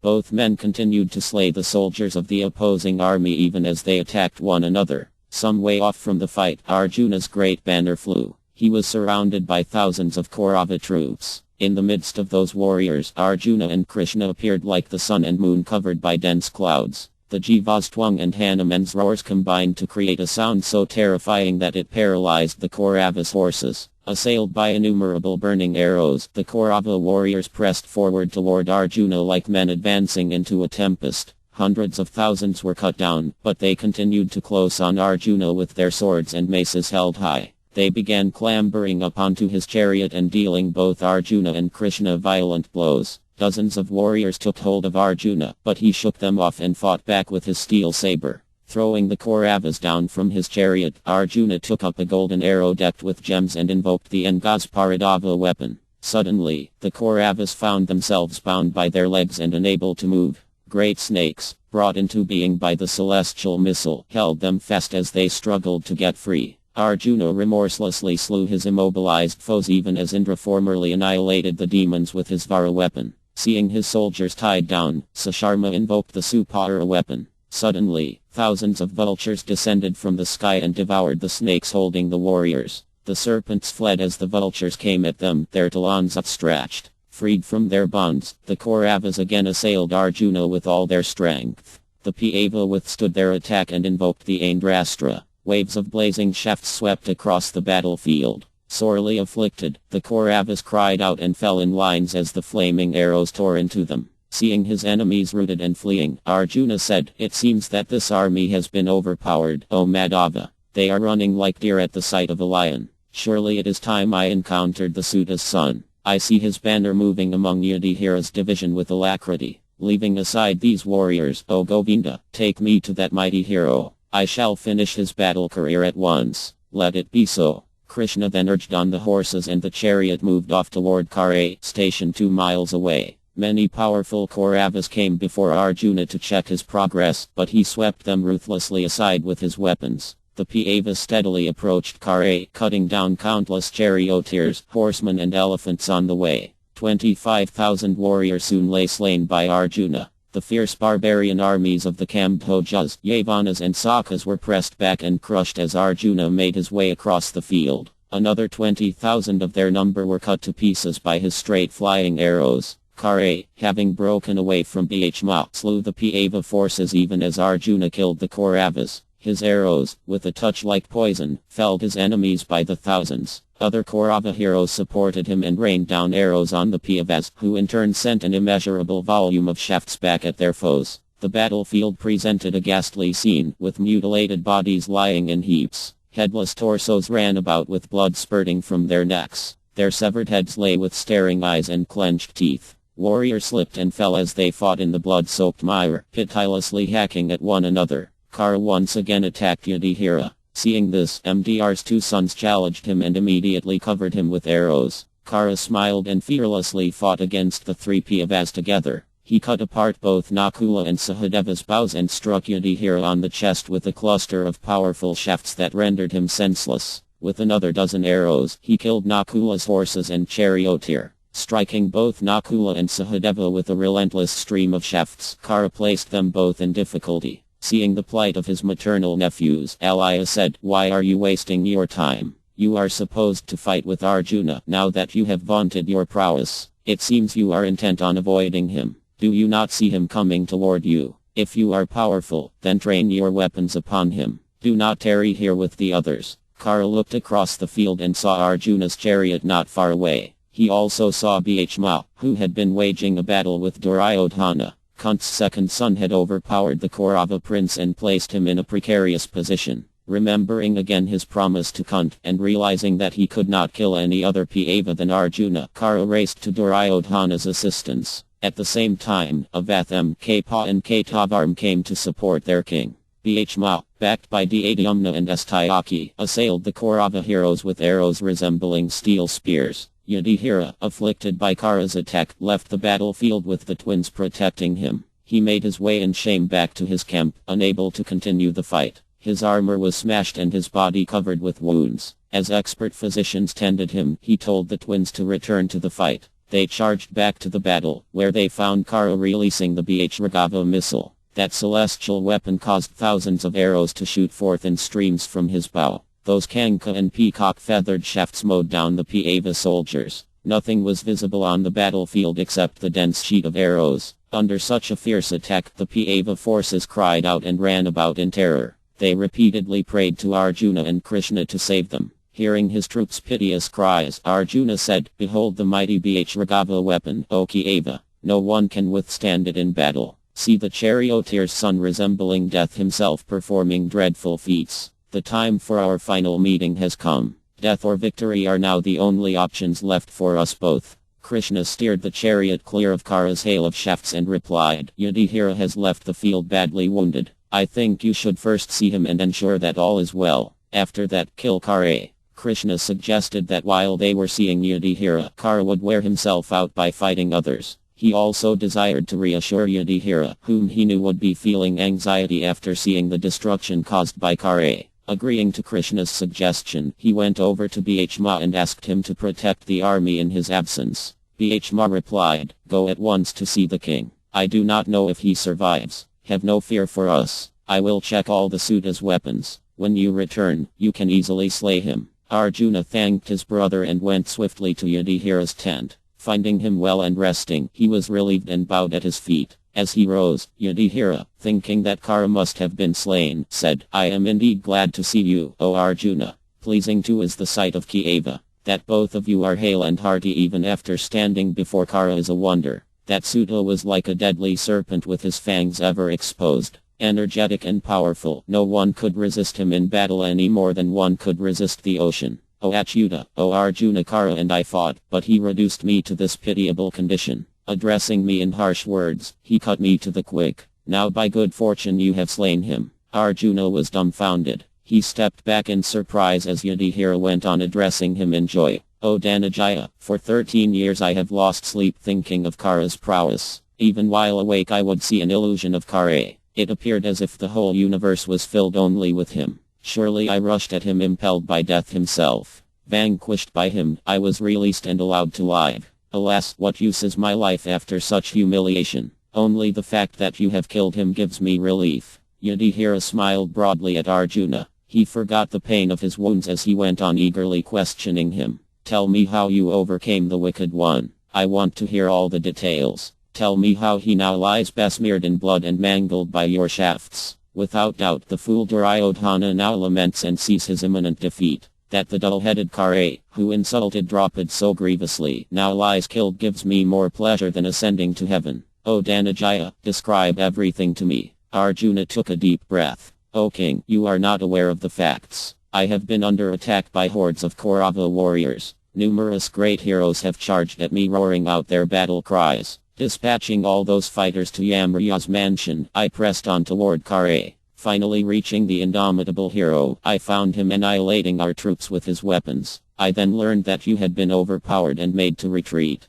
Thus I came here at once to be sure of your welfare before killing Kṛṣṇa. Yudhishthira's head fell to his chest. Alas, he cried. Arjuna placed a hand on his elder brother's shoulder. O illustrious king, do not despair. I will immediately carry out your heart's desire. Even as Akra encountered Vitrasura, I will encounter Kara and end his life. Do not doubt it, for it is my solemn vow. Come and witness the fight. I beg your blessings, O king. Only say to me, may victory be thine and Kara is as good as dead. Let me return to the fight. Yudhishthira, still pained by his humiliation at Kara's hands, was suddenly seized by anger. Shaking his head, he said, your birth in Kunt's womb was in vain, my brother. How could you leave the field without killing Kṛṣṇa? Surely it was out of fear that you have come here, seeking to avoid the Suta's son. How has your promise proved false? If you had told me in the forest that you could not kill Kṛṣṇa, then I would never have left that place. All our hopes have been frustrated, like a man expecting fruits from a tree and receiving flowers instead. For 13 years we have expected much of you, like men who have sown seeds and await the rains to fall. Yudhishthira got to his feet. The Brahmins tending to his wounds stood back as he raised his voice against his brother. Why, O wretch, did you not make over the Jiva to Kṛṣṇa? He would have slain Kara without delay. If you are unable to face him in battle, then give your famed bow to another warrior who may be equal to the task. Due to your failure, the world will see us with all our relatives sunk into the fathomless abyss of hell. It would have been better if you had come out of Kunt in the 5th month as an abortion rather than being born in a royal line and then showing your back on the battlefield. Fie on your Jiva. Fie on the strength of your arms and your numberless arrows. Fie on your Hanuman emblem, and fie on Agni's chariot. Yudhishthira slumped back onto his bed. He gazed up at his younger brother with eyes red with anger. Arjuna said nothing. He breathed heavily and clenched his fist around the hilt of his sword. Pulling out the long gleaming blade, he raised it to kill his brother. Kṛṣṇa quickly stepped in front of him and grasped his arm. Preventing him from advancing toward Yudhishthira, he exclaimed, Here, O Dhananjaya, I see no adversary to try the strength of your steel. You have seen that Yudhishthira is well and should now be rejoicing. Why then do you suddenly seize your sword? What makes you yearn for fight at this time, or have you lost your mind? In a sullen mood you are drawing your sword with no apparent cause. Arjuna stared past Kṛṣṇa at his older brother. Breathing short and hot breaths, he replied, I have made a vow to behead anyone who tells me to give up my Jiva. In your presence the king has uttered these words and I cannot forgive him. I will run my sword through this pious king and redeem my vow. What else can be done now, O Kṛṣṇa? You know everything. I depend on your advice. Arjuna was now in a dilemma. His anger had abated when Kṛṣṇa intervened, but he could not break a vow under any circumstances. But how could he kill Yudhishthira? Lowering his sword he waited for Kṛṣṇa to speak. Fie on you, Arjuna. Now I can understand that you have never waited upon venerable elders, since, O mightiest of men, you give way to anger at an inappropriate time. Those versed in the subtleties of religion would never contemplate what you are considering, O Parth. One who performs such a heinous act is certainly the vilest of men. Surely you are a stranger to the scriptures as you do not know what is right and what is wrong. How can you rush upon your elder brother, intent on killing him, oblivious to the fact that he is your worshipable lord? He is not an aggressor nor even an enemy. He is not engaged in a fight and, as your superior, is seeking your shelter. For these as well as other cogent reasons, you cannot slay him without incurring sin. Arjuna replaced his sword in its scabbard as Kṛṣṇa continued. O Parth, your vow was made out of childishness. Now hear from me about the higher principles of religion. Out of a desire to preserve truth, you are ready to kill your brother, but you do not know that even truth should not be uttered where it will produce an adverse result. Kṛṣṇa cited a Vedic verse which described instances when speaking untruth was not considered sinful. In those instances, truth was actually considered untruth. Such times were when life was threatened, when a Brahmin was in danger, or if one's entire fortune was at stake. At those times, to lie was not considered sinful. Kṛṣṇa added, in all cases, O Parth, the highest virtue lies in not harming other creatures. Killing in righteous battle and murdering another for one's own purposes are different and produce quite different results. Indeed, untruth which protects against the latter may be considered truth. Your adherence to so-called truth in this case simply shows your ignorance of true morality. Any act free from the motive to injure any being is surely true morality. The moral precepts exist for this purpose. Morality cannot be ascertained by logic, nor even in every case by a study of the scripture. One must seek the guidance of experienced and wise elders to learn its subtleties. All this I have heard from thee is, O Tirtha. Arjuna's head fell. His anger had completely subsided. Kṛṣṇa raised his hand toward Yudhishthira and said, Now tell me, O hero, if you feel this virtuous king deserves to be killed by you. Tears fell from Arjuna's eyes as he replied, O Kṛṣṇa, you have spoken as a man of great wisdom and intelligence would speak. Who knows the subtleties of truth better than you? Surely you are like our father and mother. You are our only sanctuary and your words are always beneficial. Again you have saved us from a terrible calamity. I admit that the righteous Yudhishthira cannot be killed, but, O Kṛṣṇa, I am in a dilemma. Whether my vow was right or wrong, it nevertheless stands. How will my words not prove false? All my vows will be worthless if I find reason to evade even one of them. At the same time, I cannot kill Yudhishthira and myself remain alive. How, then, can I preserve my vow and also the king's life? Kṛṣṇa placed his arm around Arjuna's shoulder. O valiant one, Kara has harassed the king. Heavy at heart, he spoke angrily to you. He also hoped to provoke you to slay the Suta's son without delay. Dharma sees none other capable of killing Kara. Thus he used harsh words out of frustration and disappointment. O Tirtha, you should fulfill his desire and slay the wicked-minded Kara in battle. As far as your promise is concerned, here is how you may be saved. Kṛṣṇa quoted a scriptural injunction that stated that an elder should never be addressed disrespectfully. One so addressed by his inferior is said to die at heart. Kṛṣṇa told Arjuna to insult his brother. Thus you will kill him without taking his life. After this, you can gain his forgiveness by falling at his feet and worshipping him. Realizing that this was his only recourse, Arjuna reluctantly agreed and insulted Yudhishthira. He compared him unfavorably with Bhishma, deriding his power and calling him a coward. Accusing him of being addicted to gambling and of being the cause of the war, Arjuna suggested that he should not become the sovereign. As he spoke words he had never before uttered, his heart sank. He felt disconsolate and shameful, considering himself covered by sin. Sighing heavily, he again unsheathed his sword. Seeing Arjuna with sword in hand once more, Kṛṣṇa said in surprise, What is this? Why do I again see your sword, lustrous like the blue skies, drawn? If you still have doubts, then speak them out. I will settle them for you. Filled with remorse, Arjuna replied, I will destroy my body, for it has sinned grievously against the pious king. As Arjuna turned his sword toward his heart, Kṛṣṇa said urgently, Stop. O slayer of foes, this is an act as condemned as the killing of Yudhishthira. You are surely seized with some false religious zeal in that you were first ready to slay the king and now yourself. Do not give way to sin in the name of virtue. O Tirtha, if you loudly recount your own glories, that will be the same as self-destruction, for no cultured man glorifies himself. Once more checked by Kṛṣṇa, Arjuna sheathed his sword and did as Kṛṣṇa suggested, speaking his own praises. He then hung his head in shame and said to Yudhishthira, O king, be pleased with me. My life is devoted to you. Forgive my foolishness and my unwarranted words. I will now go forth and kill Kṛṣṇa. Dropping to his knees, Arjuna took hold of Yudhishthira's feet. Please bless me with success, he said, placing his head on his elder brother's feet. Yudhishthira got up from his bed and spoke without cheer. O Arjuna, dear brother, I am at fault. Because of me you have been put into danger. Only by Kṛṣṇa's interference were you saved. I deserve to be killed. Who is more wretched than I? A dull-headed sinner and coward. I'll repair at once to the forest and let Bhishma take the throne. Your harsh words rang true, O Tirtha. I am unfit to rule the earth. Let me go to the forest. Yudhishthira stood to leave. He tightened his cloth and walked toward the door of his tent. Kṛṣṇa quickly stepped in front of him and bowed at his feet. As Yudhishthira reached down to lift him up, Kṛṣṇa said, O king, where are you going in such a somber mood? You should not take Arjuna's rebukes seriously. He could never hold such thoughts in his heart, and he spoke them only to avoid the unthinkable act of killing you. Both he and I have acted in an unmannerly fashion, O best of men. I beg your forgiveness. Be peaceful. Today the earth will drink Kara's blood. Do not doubt it. Pacified, Yudhishthira replied, O Govinda, I accept what you say. Indeed, you have saved me too. I was steeped in ignorance and you have rescued me, for you never lose your intelligence. You have carried Arjuna and I over the ocean of grief and remorse.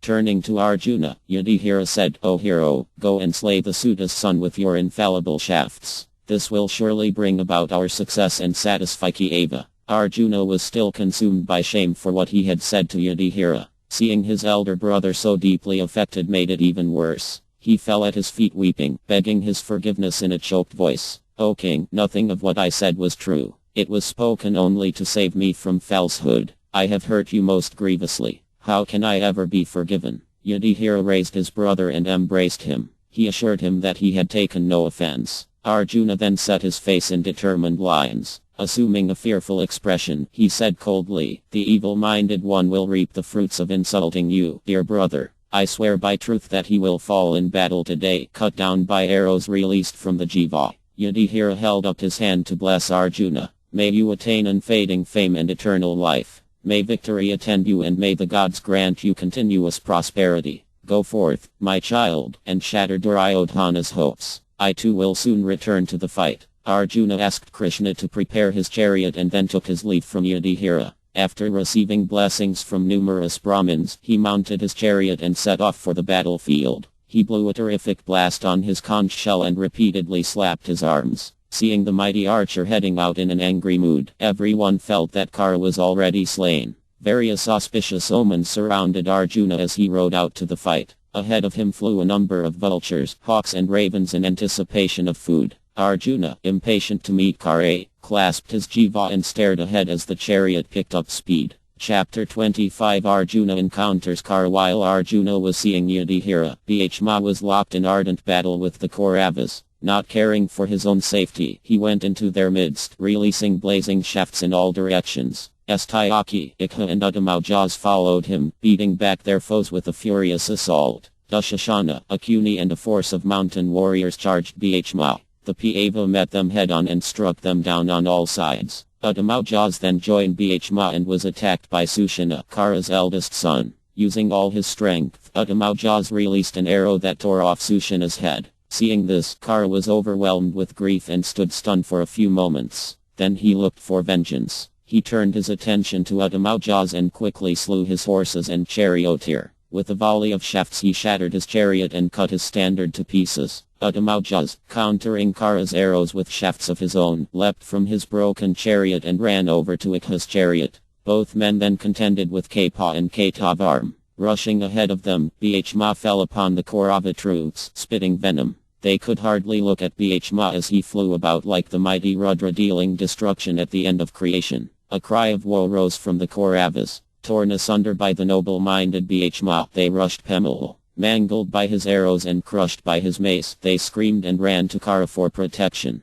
After dispersing his enemies like a gale scatters clouds, Bhishma said to his charioteer, "O Vishoka, I am afraid for Yudhishthira's life." Arjuna went to see him and has not returned, even though Kṛṣṇa is still releasing fearsome celestial weapons. We are surrounded by numerous Kaurava warriors, who are ready to tear out our lives at the first opportunity. All this weighs heavily on my mind. When will Arjuna return? Bhishma had no time to find out. Dushashana and his brothers were coming at him again, backed by thousands of chariot fighters. He asked, "O Vishoka, I have hurled a huge number of arrows and other weapons at my foes today. Tell me, how much stock still remains? Should I attack my foes with arrows and darts, or simply grind them to a pulp with my mace?" Vishoka replied, "O hero, you have 60,000 arrows left, as well as 20,000 of both razor-headed and broad-pointed shafts. Therefore, attack your enemies without any restraint." Bhishma took up his bow and sent 100 steel shafts at Dushashana and Akuni, who charged toward him side by side, closely followed by Dhrupada's remaining sons. As Bhishma contended with the warriors, Vishoka said, "O hero, do you hear that sound? I think it is the Devadatta filling the four quarters with mighty blasts. Look south. The Kaurava forces are fleeing like animals who have seen a lion. There in the distance is Arjuna's ape banner. Surely the gods have favored us today, for Dhananjaya has come again to the battle." Bhishma paused and gazed south. Sure enough, there was Arjuna's celestial banner. Relieved, he said, "For this most welcome news, O charioteer, I will grant you 12 villages, 20 of the finest chariots, and 100 servants." Surely Yudhishthira is well because Arjuna blows his victorious conch again and again. This marks the end of Kṛṣṇa's career. With joy Bhishma resumed the fight with renewed power, spreading total confusion among the Kauravas. After leaving the camp, Arjuna's chariot sped toward the fight. As it neared the battlefield, he wondered how he might kill Kṛṣṇa. It was already mid-afternoon. Kṛṣṇa would not be slain without a battle. Arjuna knew he would have to encounter him soon. He could not afford to be distracted by other Kaurava heroes, but Duryodhana would surely try to place obstacles in his way. Arjuna could hear the cries of the warriors and the clash of weapons ahead. No doubt Kṛṣṇa was ranging among the Pāva troops like Mahādeva among the demons. Seeing his friend pensive, Kṛṣṇa said, "O Partha, there is no man equal to you in prowess and vigor. I have seen many a hero, valiant like Indra, sent off to the highest regions after meeting you in battle. There is not a single warrior anywhere who can survive after encountering you in a fight. The son of Radha is not to be taken lightly, but I cannot see him emerging victorious from the impending contest. O hero, cut short that arrogant fool's days. He only disdains the Pāvas. Slay him and strike at the root of all evils. Frustrate the desires of Dhtara's sons and end this war. How can Kṛṣṇa live after meeting you with the Jiva in hand?" As he drove the chariot toward the thick of battle, Kṛṣṇa continued to reassure Arjuna. He reminded him about the many all but invincible warriors who had already been defeated: Bhishma, Droa, Bhagadatta, and others. Hearing Krishna's assurances, Arjuna shook off his apprehension. He took out his conch shell and blew a blast that filled the four quarters. He then drew his bow to its full extent and plunged the string, sending forth a thunderous crash. Looking around the field at the startled soldiers, he said, "My greatest assurance, O Govinda, is that I have you as my guide. With your assistance all things are possible. With you at my elbow, I can defy the three worlds marshaled in a mighty array and launch them into eternity. What to speak of Kṛṣṇa? I will doubtlessly lead him to his life's final goal. Duryodhana has accepted him as his protection, but I will shatter that hope. And he will recall his many wicked deeds toward us, especially his abuse of Draupadi. He is about to reap the results of that unforgivable sin." Thinking back to the dice game and to Abhimanyu's killing, Arjuna felt his anger rise like a fire fed with oil. Just ahead of him he saw Bhishma completely encircled by Kaurava warriors. He was waging a fearful battle, sending out fiery shafts that tore into his foes. Arjuna rode straight into the fight and beat back the Kauravas with waves of arrows. Not far off, he could see Kṛṣṇa's tall standard and he made his way toward him. At once he was met by Kṛṣṇa and a number of Duryodhana's brothers. Repelling their attacks, he moved steadily toward Kṛṣṇa. His long shafts flew from the Jiva like lightning bolts, sending his aggressors reeling. Arrows shot at Arjuna fell uselessly from his impenetrable armor or were struck down mid-flight by Arjuna's own shafts. Pursing his lips and narrowing his eyes at Kṛṣṇa in the distance, he relentlessly drove into the Kaurava forces. Arjuna struck down numerous elephants Duryodhana had directed against him. Rows of charioteers rushed at the Pāva only to be felled by thousands of arrows shot in straight lines. He crushed his foes like a maddened elephant trampling a lake full of lotuses. After destroying 4 divisions of troops, each containing 10,000 brave warriors, Arjuna looked across at Kṛṣṇa and said, "O Pāva, I see Kṛṣṇa not far off. Duryodhana himself is protecting him, along with a number of other Mahābhāratas. Drive my chariot straight at them, O Kṛṣṇa. I am not going to return today without slaying him. Go quickly, before he destroys our entire host." Kṛṣṇa urged on the horses and the great chariot thundered toward Kṛṣṇa. Seeing them approach, Alaya said, "Here at last comes Pā's mighty son, shooting snake-like arrows from the Jiva with the force of a thunderbolt. It appears that he is making straight for you, O hero. Save our troops by killing him, if it lies in your power. You have badly hurt the virtuous King Yudhishthira and have afflicted all of the other Pāvas. Arjuna will be swelling with wrath and vengeance. You are the only archer in the world who can face him. It appears that a furious cobra is advancing toward you, its tongue quivering. All the Kauravas are looking to you for protection. O Kṛṣṇa, rescue them from the Arjuna ocean into which they are fast sinking." Alaya knew the time for the final battle between the two heroes had arrived. It was not time to discourage Kṛṣṇa. Alaya gazed at the dark complex-owned Kṛṣṇa as he skillfully drove Arjuna's chariot through the Kauravas. He resembled a blackish cloud moving through the star-studded firmament. Behind him Arjuna looked like a second black cloud, sending up streaks of brilliant lightning as he fired his arrows. Kṛṣṇa was cheered. "O strong-armed one, it seems you have shaken off your fear of Arjuna. You are now speaking words that are agreeable to me. Today you will witness what I have learned from my martial teachers. I will soon slay these 2 warriors, along with the entire Pāva force. But even if I fail and victory in battle is never certain, my fame will be preserved by my achieving a hero's death." Kṛṣṇa roared and went over to Duryodhana. After saluting the Kaurava he said, "O king, I will now encounter Dhananjaya. Close him in from all sides so that he cannot escape. Have the best of our fighters assail him with numerous weapons. A great task is upon me, and I will need whatever help you can muster." Duryodhana detailed Kapa, Avatham, Dushashana, and his remaining brothers to support Kare. They rushed in a body at Arjuna, followed by thousands of elephants, chariots and horsemen. Arjuna met his assailants with volleys of whistling arrows. Bhishma, blowing his conch and slapping his arms in joy, came to his side and targeted Duryodhana's brothers with his deadly shafts. Little more than 20 princes remained, and they angrily attacked Bhishma with all their strength, desiring to avenge their brothers' killings. Dushashana, worked up to a fury, exhibited great prowess in the fight. He struck Bhishma with a dozen arrows with such force that the Pava was stunned, momentarily losing his grip on his bow. Taking advantage of his lapse, Dushashana sent at him a shaft as brilliant as the sun worked with diamonds and other shining gems. As powerful as thunder, the arrow hit Bhishma on the chest and made him lose his senses. He dropped to his knees and held onto his standard pole for support. Dushashana roared and blew his conch. His brothers all cheered and rained down shafts on the stricken Bhishma. They considered their mortal enemy slain. Within moments, however, Bhishma was again on his feet. He threw a dart at Dushashana, but the Kaurava cut it to pieces in mid-flight. Dushashana then struck Bhishma with another barbed arrow that cut him deeply. Consumed by wrath, Bhishma thundered, "Strike me while you can, wretch. You have wounded me in this fight, but you will soon lay down your life. I will drink your lifeblood. Feel now the force of my mace."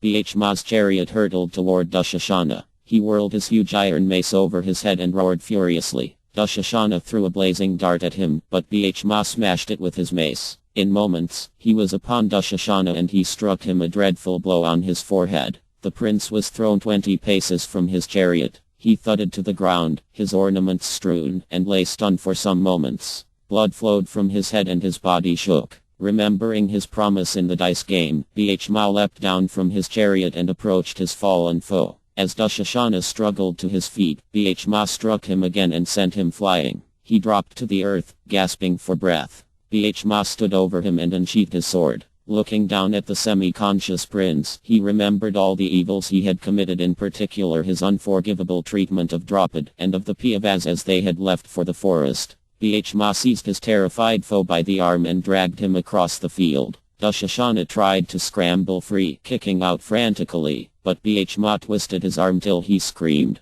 The Pava then brought his sword down in a flashing arc and cut off Dushashana's arm. His voice rang out across the battlefield, "Here is the arm that seized Draupadi's sanctified hair. Watch as I drink his blood." Dushashana writhed in agony as blood pumped from his shoulder. Bhishma kicked him onto his back and dropped onto him with his knees. The Pava's roars reverberated for miles, petrifying the warriors on both sides. He grasped the ivory hilt of his sword with both hands. Dushashana's blood-smeared features contorted in terror. Bhishma smiled, relishing the long-awaited moment of revenge, then suddenly plunged his sword into Dushashana's chest. As the Kaurava died screaming, Bhishma ripped him open and tore out his heart. He leaned down and, with cupped hands, drank his foaming blood as it flowed from his chest. Standing up again, he shouted, "The taste of this blood is sweeter than my mother's milk, sweeter than honey, sweeter than pure water." His face smeared with blood, Bhishma then looked down at Dushashana and said, "You are now safe since you are dead.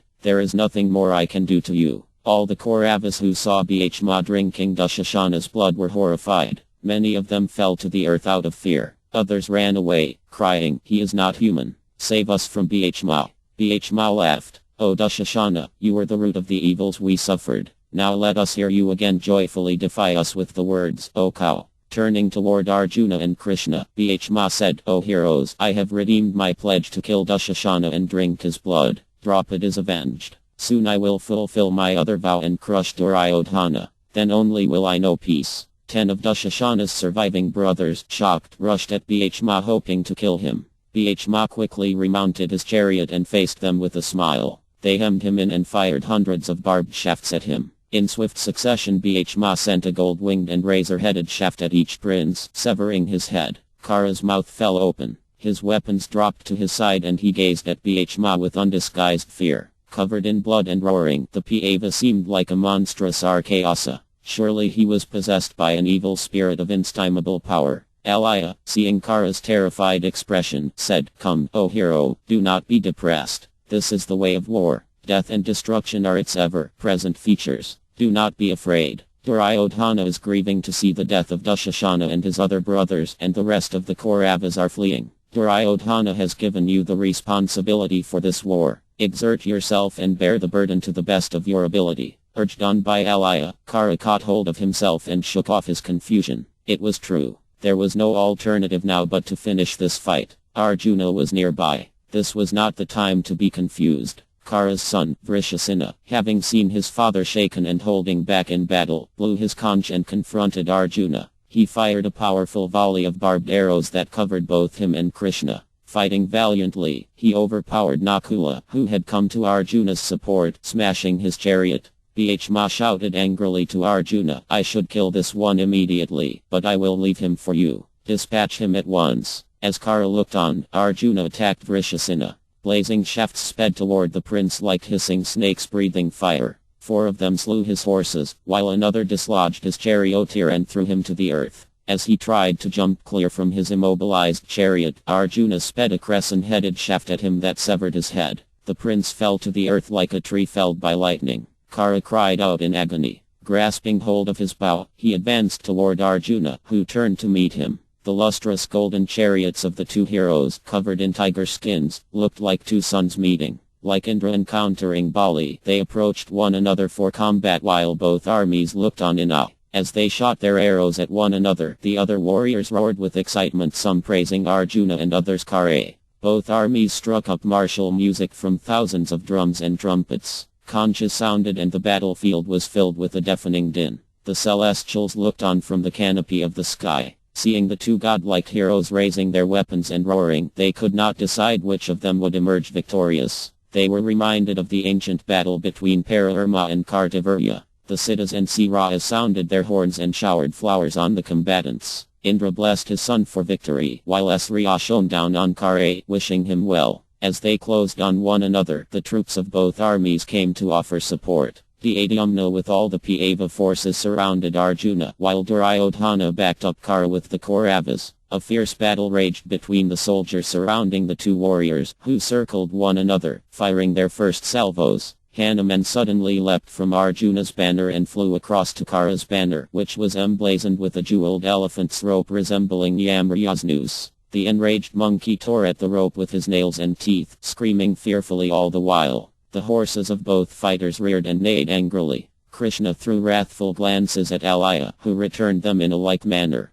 Kṛṣṇa said, "O Alaya, my friend, the moment has arrived. Tell me truthfully, what will you do if I am slain by Pirtha?" Alaya replied, "I will rush at Kṛṣṇa and Dhanajaya. What greater end is there for a Kshatriya than death at the edge of weapons?" Arjuna asked Kṛṣṇa the same question, and Kṛṣṇa said, "O Dhanajaya, the sun may fall from the sky, the earth may shatter into 1,000 fragments, fire may become cold, but Kṛṣṇa will not slay you. But if it should happen that you are slain, then know that the world's end is near. Both Kṛṣṇa and Alaya will be sent to Yamraja's abode, along with the entire host of Kshatriyas." Arjuna smiled, "O Kṛṣṇa, have no fear. Kṛṣṇa and Alaya are no match for me. As an elephant in the forest rends a tree, so I will crush Kṛṣṇa, his chariot, banners, horses, armor, bows and arrows. O Madhava, soon Kṛṣṇa's wives will be widows. Surely they dreamt of coming evil last night. I cannot check my rage when I think of the cruel acts Kṛṣṇa has committed against us, especially how he abused Draupadi and the harsh language he used at that time.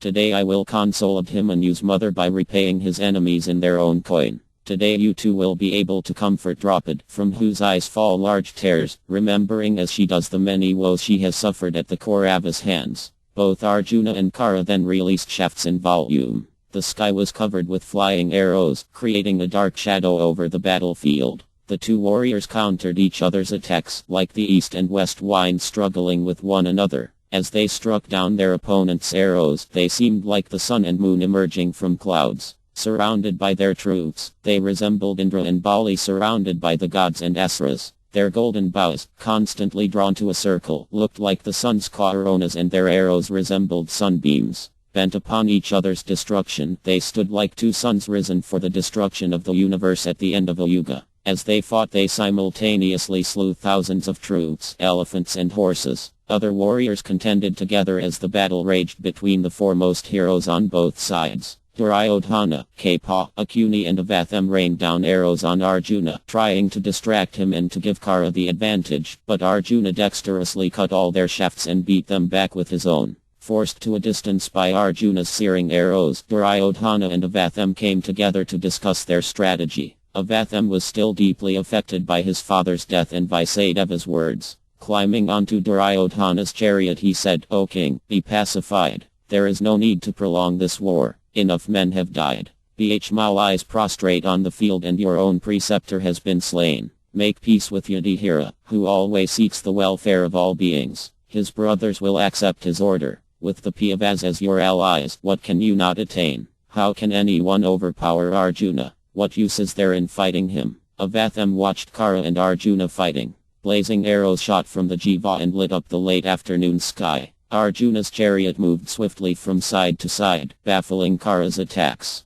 Kṛṣṇa stood with the reins in his hands, his face covered with perspiration, as he shouted out commands to the horses and expertly maneuvered the chariot. "In my view, we should stop this war. Friendship with the Pandavas will surely be in your best interests. Stop this fight and let the remaining kings return home. O monarch, I speak only as your friend and well-wisher. If you want, I can dissuade Kṛṣṇa from battle. Simply order me." Duryodhana thought for a while without replying. Finally, he shook his head. "O friend, you have had your say and I have considered your words. Now hear my thoughts on the matter. Even as the might of a storm is checked by Mount Meru, so will Arjuna's prowess be checked by Kṛṣṇa. Let the fight continue. The Pandavas will never place confidence in me after the ills I have done them. You should not dissuade Kṛṣṇa. Arjuna is tired from his long day of fighting and will soon be overcome. O hero, go forward and fight our enemies. I am depending upon you as much as I am depending on Kṛṣṇa." Avatham sighed. He slowly returned to his own chariot and rode back into the battle. Duryodhana was grief-stricken over his brother's deaths. He could hardly raise his weapons. He watched as Kṛṣṇa and Arjuna waged a fearful fight. It was so terrible that no other warriors would go near them.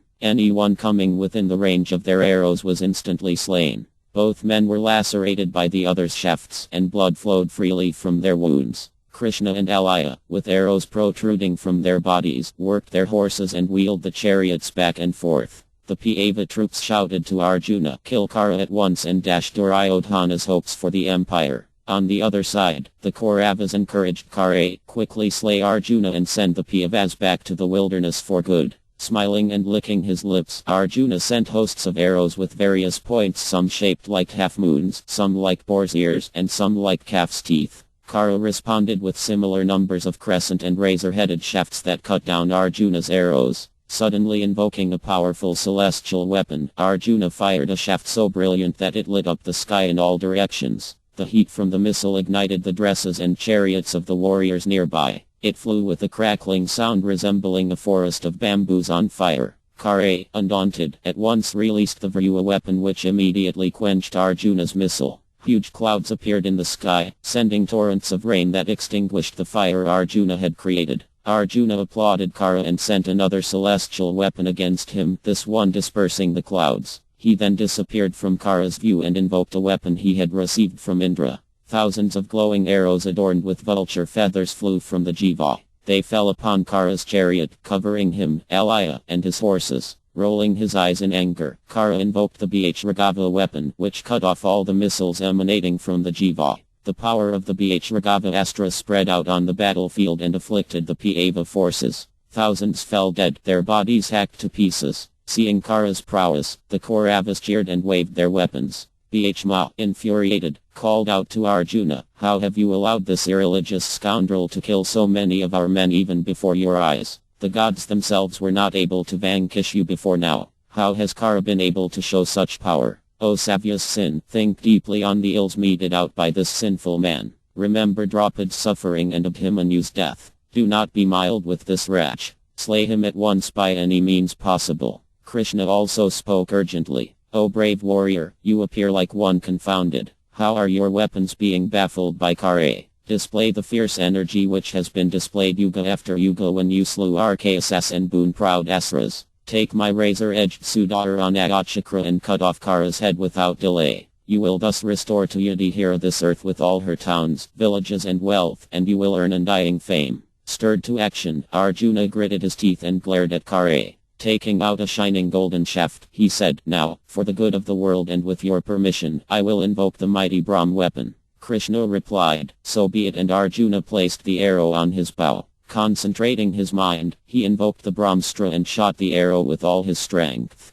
As the shaft blazed into the sky, thousands of other arrows came into being and launched themselves from the jiva. Resembling ferocious snakes with bared fangs, they soared across the battlefield toward Kṛṣṇa. Thousands upon thousands of gold-winged shafts spread out from Arjuna's chariot and tore into the Kauravas. Darts, lances and battle axes of frightening size and shape dropped onto Duryodhana's troops. Kṛṣṇa replied with another celestial weapon, which sent innumerable arrows back at Arjuna. They came down on him, hissing like a downpour of rain. The shafts also flew out at the Pava troops, killing them in large numbers. Arjuna lost all patience. He struck Kṛṣṇa on the chest with a group of 6 powerful steel shafts, then 12, then 20, then 50. At the same time, he slew 400 elephants with their riders and 1,000 horsemen and their horses. Then he slew 8,000 infantry. The Kauravas called out to Kṛṣṇa, "O hero, save us! Chetpiu's son. He is annihilating us." Exerting his utmost, Kṛṣṇa sent blood-sucking shafts in showers, completely covering Arjuna and simultaneously killing many Pachlas and Pava troops. Arjuna, invisible beneath the assault, whirled on the terrace of his chariot, striking down Kṛṣṇa's shafts and shooting back another volley of fiery arrows. As Arjuna and Kṛṣṇa attacked and counter-attacked, exchanging all kinds of celestial weapons, Yudhishthira returned to the battlefield.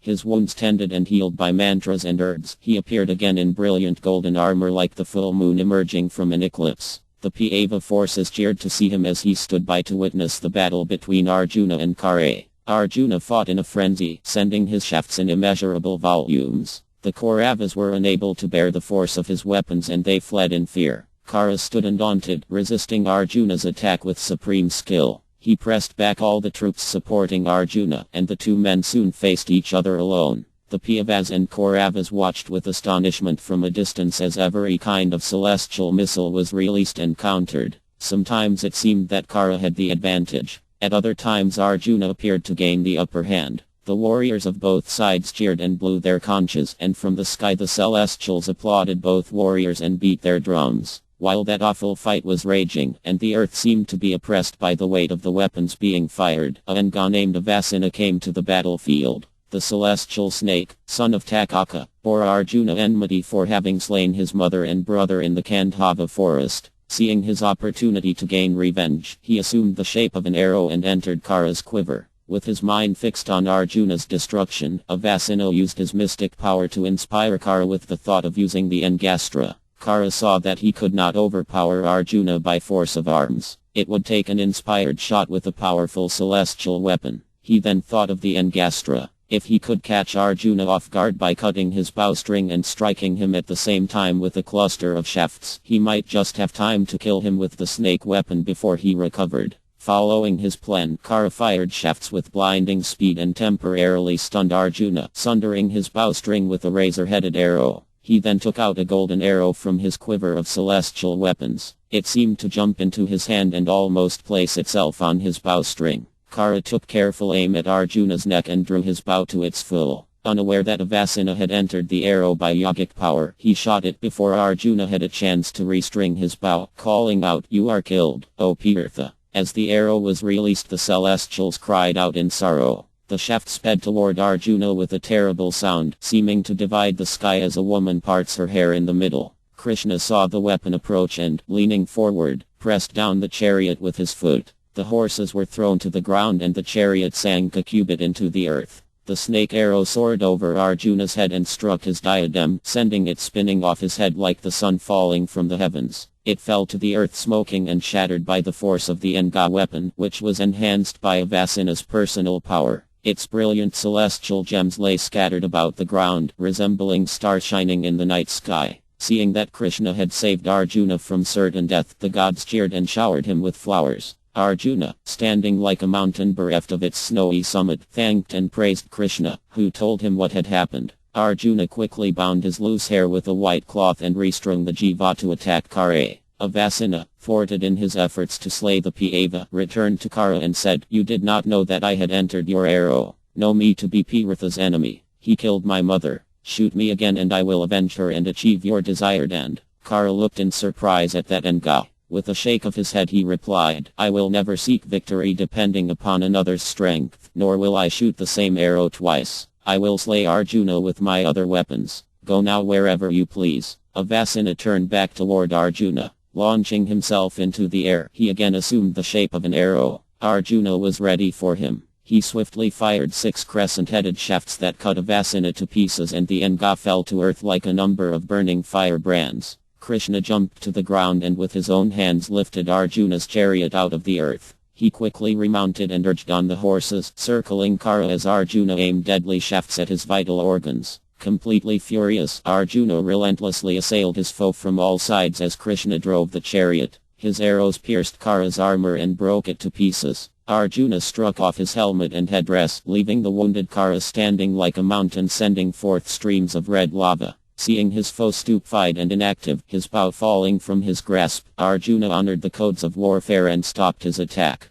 Kṛṣṇa said in surprise, "Why, O Pāvara, are you making such a mistake? The wise never spare their enemies no matter how weak they are. Learned men gain great merit by destroying wicked foes even when those foes are distressed. Lose no time in killing him. When he recovers, he will again present you a difficult task." Responding to Kṛṣṇa's urging, Arjuna fired arrows fitted with calf's tooth heads. They thudded into Kṛṣṇa's powerful frame. With blood running from his numerous wounds, he resembled a blossoming Ashoka tree. Quickly recovering his senses, Kṛṣṇa took up his bow and discharged volumes of shafts at Arjuna and Kṛṣṇa. Arjuna countered his arrows in mid-flight and continued to attack his unprotected enemy. In his plight, Kṛṣṇa thought of again using the Bhāgava weapon, inspired with Brahma's power. No one could resist such a mighty weapon, and it had already destroyed numberless Pāva troops. Kṛṣṇa thought it would be the only way he could hope to distract Arjuna and gain the space he needed to deal with his wounds and put on new armor. He began to chant the sacred incantations to invoke the weapon but found he could not remember them.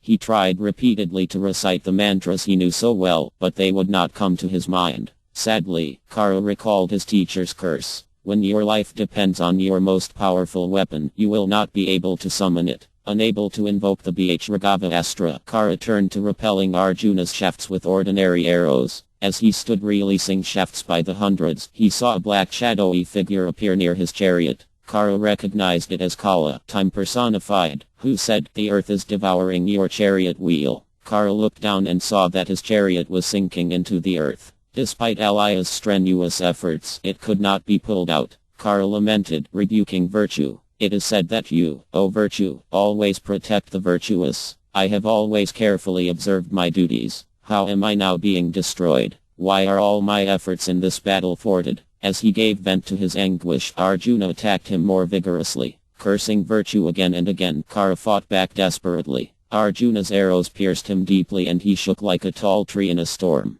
Worked up to a frenzy, Kṛṣṇa released his arrows in a continuous stream. They flew off his bow like streaks of fire and struck down Arjuna's shafts. Some of them penetrated Arjuna's defenses and pierced both him and Kṛṣṇa. Seeing Kṛṣṇa still fighting furiously even though disadvantaged and badly wounded, Kṛṣṇa said, "Discharge more powerful weapons, Arjuna. See how Kṛṣṇa remains bent on victory, rendering your arrows useless and striking us with all his power." Arjuna recited mantras to invoke the Brahm weapon, but as he did so Kṛṣṇa sent an arrow that cut apart his bowstring. In a moment, Arjuna restrung his bow, but Kṛṣṇa immediately cut it again. Arjuna strung it for a second time, and Kṛṣṇa again cut it. They repeated this 12 more times, Arjuna stringing his bow quickly and Kṛṣṇa cutting the string. Marveling at Arjuna's lightness of hand, Kṛṣṇa kept up his fierce assault. By the sheer force of his attack he temporarily stunned his opponent. Taking the opportunity, he leapt from his chariot and seized hold of the sunken wheel. He heaved at it with all his might.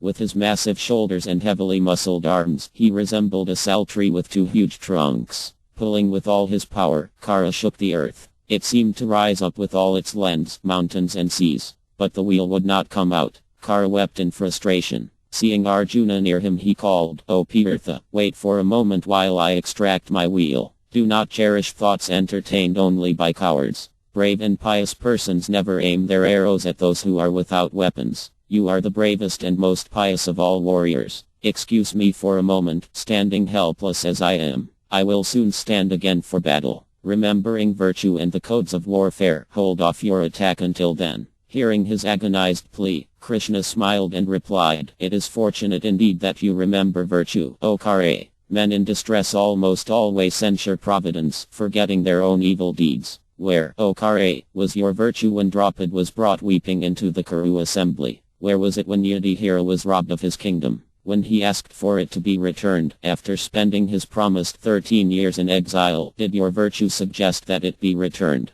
Was it virtue that conspired to set fire to the wax house in Mahābhārata? Did virtue urge you to laughingly say to Draupad, O lady, choose another husband? Was it that same virtue that ordered Dushasana to strip her naked? When you and 6 other brave heroes surrounded the boy Abhimanyu, did virtue then enter your mind? Kara's head fell and he made no reply. He struggled frantically to pull up his wheel, as Kṛṣṇa continued. If it was virtue acting on all these occasions, then do not waste your time summoning it now. You wish us to practice piety today, but you will not escape with your life. After vanquishing you and all their other enemies, the virtuous Pandavas will regain their kingdom. Kara could not respond. He trembled with anger. His face was covered with perspiration as he wrestled with his wheel. Kṛṣṇa moved the chariot away and said, O Arjuna, strike Kara down at once with a celestial weapon. Arjuna, reminded of Kara's many sins, was furious. Heat seemed to emanate from his pores. He raised the jiva and invoked the Nayastra.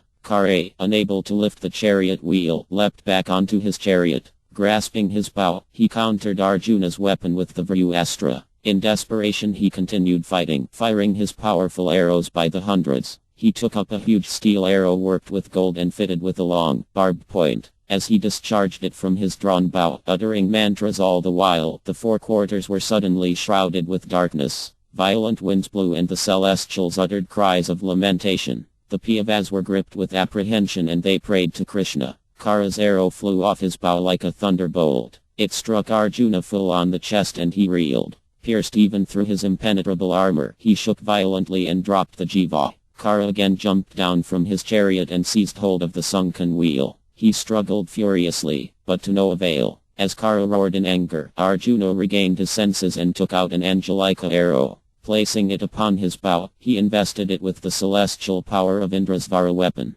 Kṛṣṇa moved closer to Kara and said, Arjuna, release this arrow at once and cut off your enemy's head before he remounts his chariot. Arjuna drew the jiva back to his ear and took careful aim. All the warriors on the battlefield froze. The sky seemed to shake and those watching from the skies cried out, All peace to the universe. As he aimed the arrow, Arjuna said, If I have ever practiced penance, if I have ever respected my elders and listened to their wise counsel, then let this arrow kill Kara. Arjuna let the arrow go and it flew from his bow shining like the sun. It lit up the field as it streaked toward Kara. The terrific shaft struck him as he still grappled with his chariot wheel. Catching him on his broad and powerful neck, it severed his head and threw it to the earth. As the handsome head fell to the ground, like the crimson setting sun going behind the western hills, his trunk collapsed, gushing streams of blood. Then, before everyone's eyes, a bright light came out of Kara's body and rose upward, entering the sun. The Pandavas cheered, beat drums and sounded trumpets. Arjuna and Kṛṣṇa, filled with joy, blew their conches.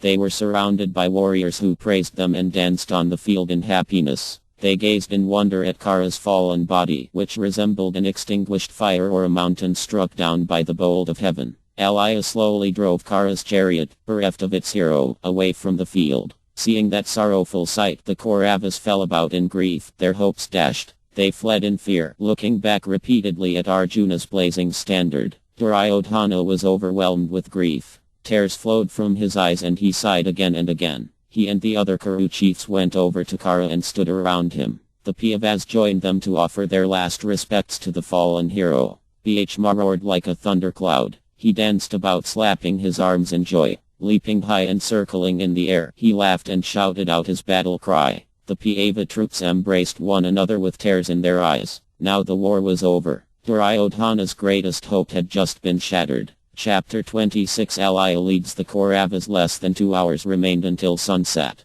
Yudhishthira decided to press home his advantage. Seeing his enemies disarrayed, he ordered his troops to attack. Inspired by Kṛṣṇa's death, they fell upon the remaining Kauravas with loud shouts. The Kuru army lost all heart for the fight and ran in all directions like bulls with broken horns. They looked around in fear, expecting Arjuna or Bhishma to pursue them at any moment. It seemed to them that those two Pandavas were everywhere today. Then Duryodhana pulled himself together and came forward for battle. Breathing hard, his face covered in tears, he said to his charioteer, "Take me into the fight. I will avenge my friend's death. Kṛṣṇa will no more be able to resist me than the ocean can go beyond its shore. Killing Arjuna and Govinda, the haughty Vikodara, and my other enemies, I will repay my debt to Kṛṣṇa." The Kauravas were rallied when they saw their leader riding into battle. 25,000 warriors came together to face the Pandava forces. Bhishma, observing the rules of fair combat, got down from his chariot to contend with the foot soldiers. Roaring out their battle cries and not fearing for their lives, they rushed upon Kṛṣṇa with raised swords and maces. Bhishma laughed. Whirling his great iron mace, Shakya, he moved among the Kauravas like a hawk. Heads, arms and legs flew about as he destroyed the troops. Soon, almost all of the 25,000 were slain and the remainder had fled. Encountering the remnant of Duryodhana's brothers, he quickly dispatched all of them to death's abode, either by smashing them with his mace or severing their heads with razor-faced shafts. In a rage, Duryodhana rushed against the Pandavas, discharging fiery arrows on all sides. He was immediately surrounded by thousands of chariot fighters who sent great showers of arrows at him. Countering the attack, the Kaurava prince slew the chariot warriors in large numbers. He quickly struck down hundreds of fighters and sent up a great roar. Seeing his troops fleeing in fear of Bhishma, he called out, "Where are you going, brave warriors? I see no place on earth, nor indeed the three worlds, where the Pandavas will not find and kill you if you flee. Their army is now quite small. If we stand together we will win. Follow your duties and fight. Death or glory are your only choices now. Slay your enemies, or be slain by them and thus attain heaven." Despite Duryodhana's exhortations, his troops continued to flee. Alaya came up to the king and said, "O king, look at this dreadful scene. The earth is covered with the carcasses and mutilated limbs of slain warriors. Your warriors are falling over each other in fear. They can hardly move across the blood-soaked ground and are crying out for a protector. Retreat now, O Bharata hero. The sun is setting. Remember that you are the root of all these evils. Go back to your camp and give your men some respite." Duryodhana looked across at Alaya seated on Kṛṣṇa's empty chariot. He was seized again with grief and he cried out, "O Kṛṣṇa, O my friend!" The sun god, shedding his dying rays on his fallen son's body, went in grief to the western hills. Both armies withdrew from the fight, and the gods and his returned to their abodes. As the warriors moved through the twilight, they looked upon Kṛṣṇa, who seemed to light up the field even in death. He looked like a mass of pure gold or like a fire quenched by the shower of Arjuna's arrows. The earth seemed to send forth cries of alas, and oh. But Yudhishthira was happy. At last Kṛṣṇa had been slain. The Pandava king felt as if a great weight had been lifted from him. As he stood on the field surrounded by his brothers, Kṛṣṇa came before him and said, "By good fortune the Suta's son lies dead, while you and your heroic brothers are all well. Arjuna has fulfilled his promise and the earth has drunk Kṛṣṇa's blood. That wretch of a man who laughed at Draupadi has received his reward. Surely your chaste queen will rejoice upon hearing this news. Soon she will sit by your side as you assume rulership over this prosperous earth." Yudhishthira tearfully embraced Kṛṣṇa. "O Pandava, it is no wonder that we have been successful with you as our support. O Almighty One, the wise Radha has informed me of your true identity, as well as that of my brother Arjuna. You two heroes are always engaged in maintaining virtue in the world." Yudhishthira climbed onto his chariot and rode back to camp. He saw Kṛṣṇa's body lying on the field, lit up by 1,000 oil lamps and surrounded by despondent Kaurava troops. The next morning they would perform his funeral rites, having left him for his final night on a hero's bed. Yudhishthira looked at him again and again. He could hardly believe his eyes. He said, "By your favor, dear Kṛṣṇa, we have achieved our object. Surely Duryodhana will now give up all hopes for victory and even life itself. For 13 long years we have suffered and known only anxiety. Tonight we will sleep peacefully, freed of our burden." Arjuna and Kṛṣṇa went away from the battlefield like the sun and moon going down in the sky. They blew their conches, filling the four quarters with the tremendous blasts. Gandharvas, Siras and Siddhas offered them praise and worship as they headed back to their camp, following in Yudhishthira's track like the gods follow Indra into a marvat. All the Kauravas left the field in despair. Kṛṣṇa and Avatham headed the troops as they returned to camp. Duryodhana was crying. No one could console him and he fell to the ground weeping. The other Kuru leaders entered the royal tent and sat silently around him. All of them shed tears as they watched the king give vent to his sorrow. He rolled about on the ground repeatedly crying out, "O Kṛṣṇa, my friend." Gradually, Duryodhana's anger overcame his grief and he rose to his feet, his eyes coppery with rage. Taking his place on the throne, he wiped his face with his hands and said in a cold voice, "We cannot let this atrocity go unavenged." Kṛṣṇa, the best of warriors, was slain mercilessly by Arjuna as he stood helpless on the ground. How can we tolerate it? Selecting another commander for our forces, we will rush against the sinful Pandavas and wreak revenge. We have already almost destroyed their army, and they are weak from days of fighting. They have abandoned virtue and will thus lose all their power. Surely we will soon crush them. We owe it to Kṛṣṇa to either slay them to a man or to lay down our own lives, joining Kṛṣṇa in a hero's unending sleep.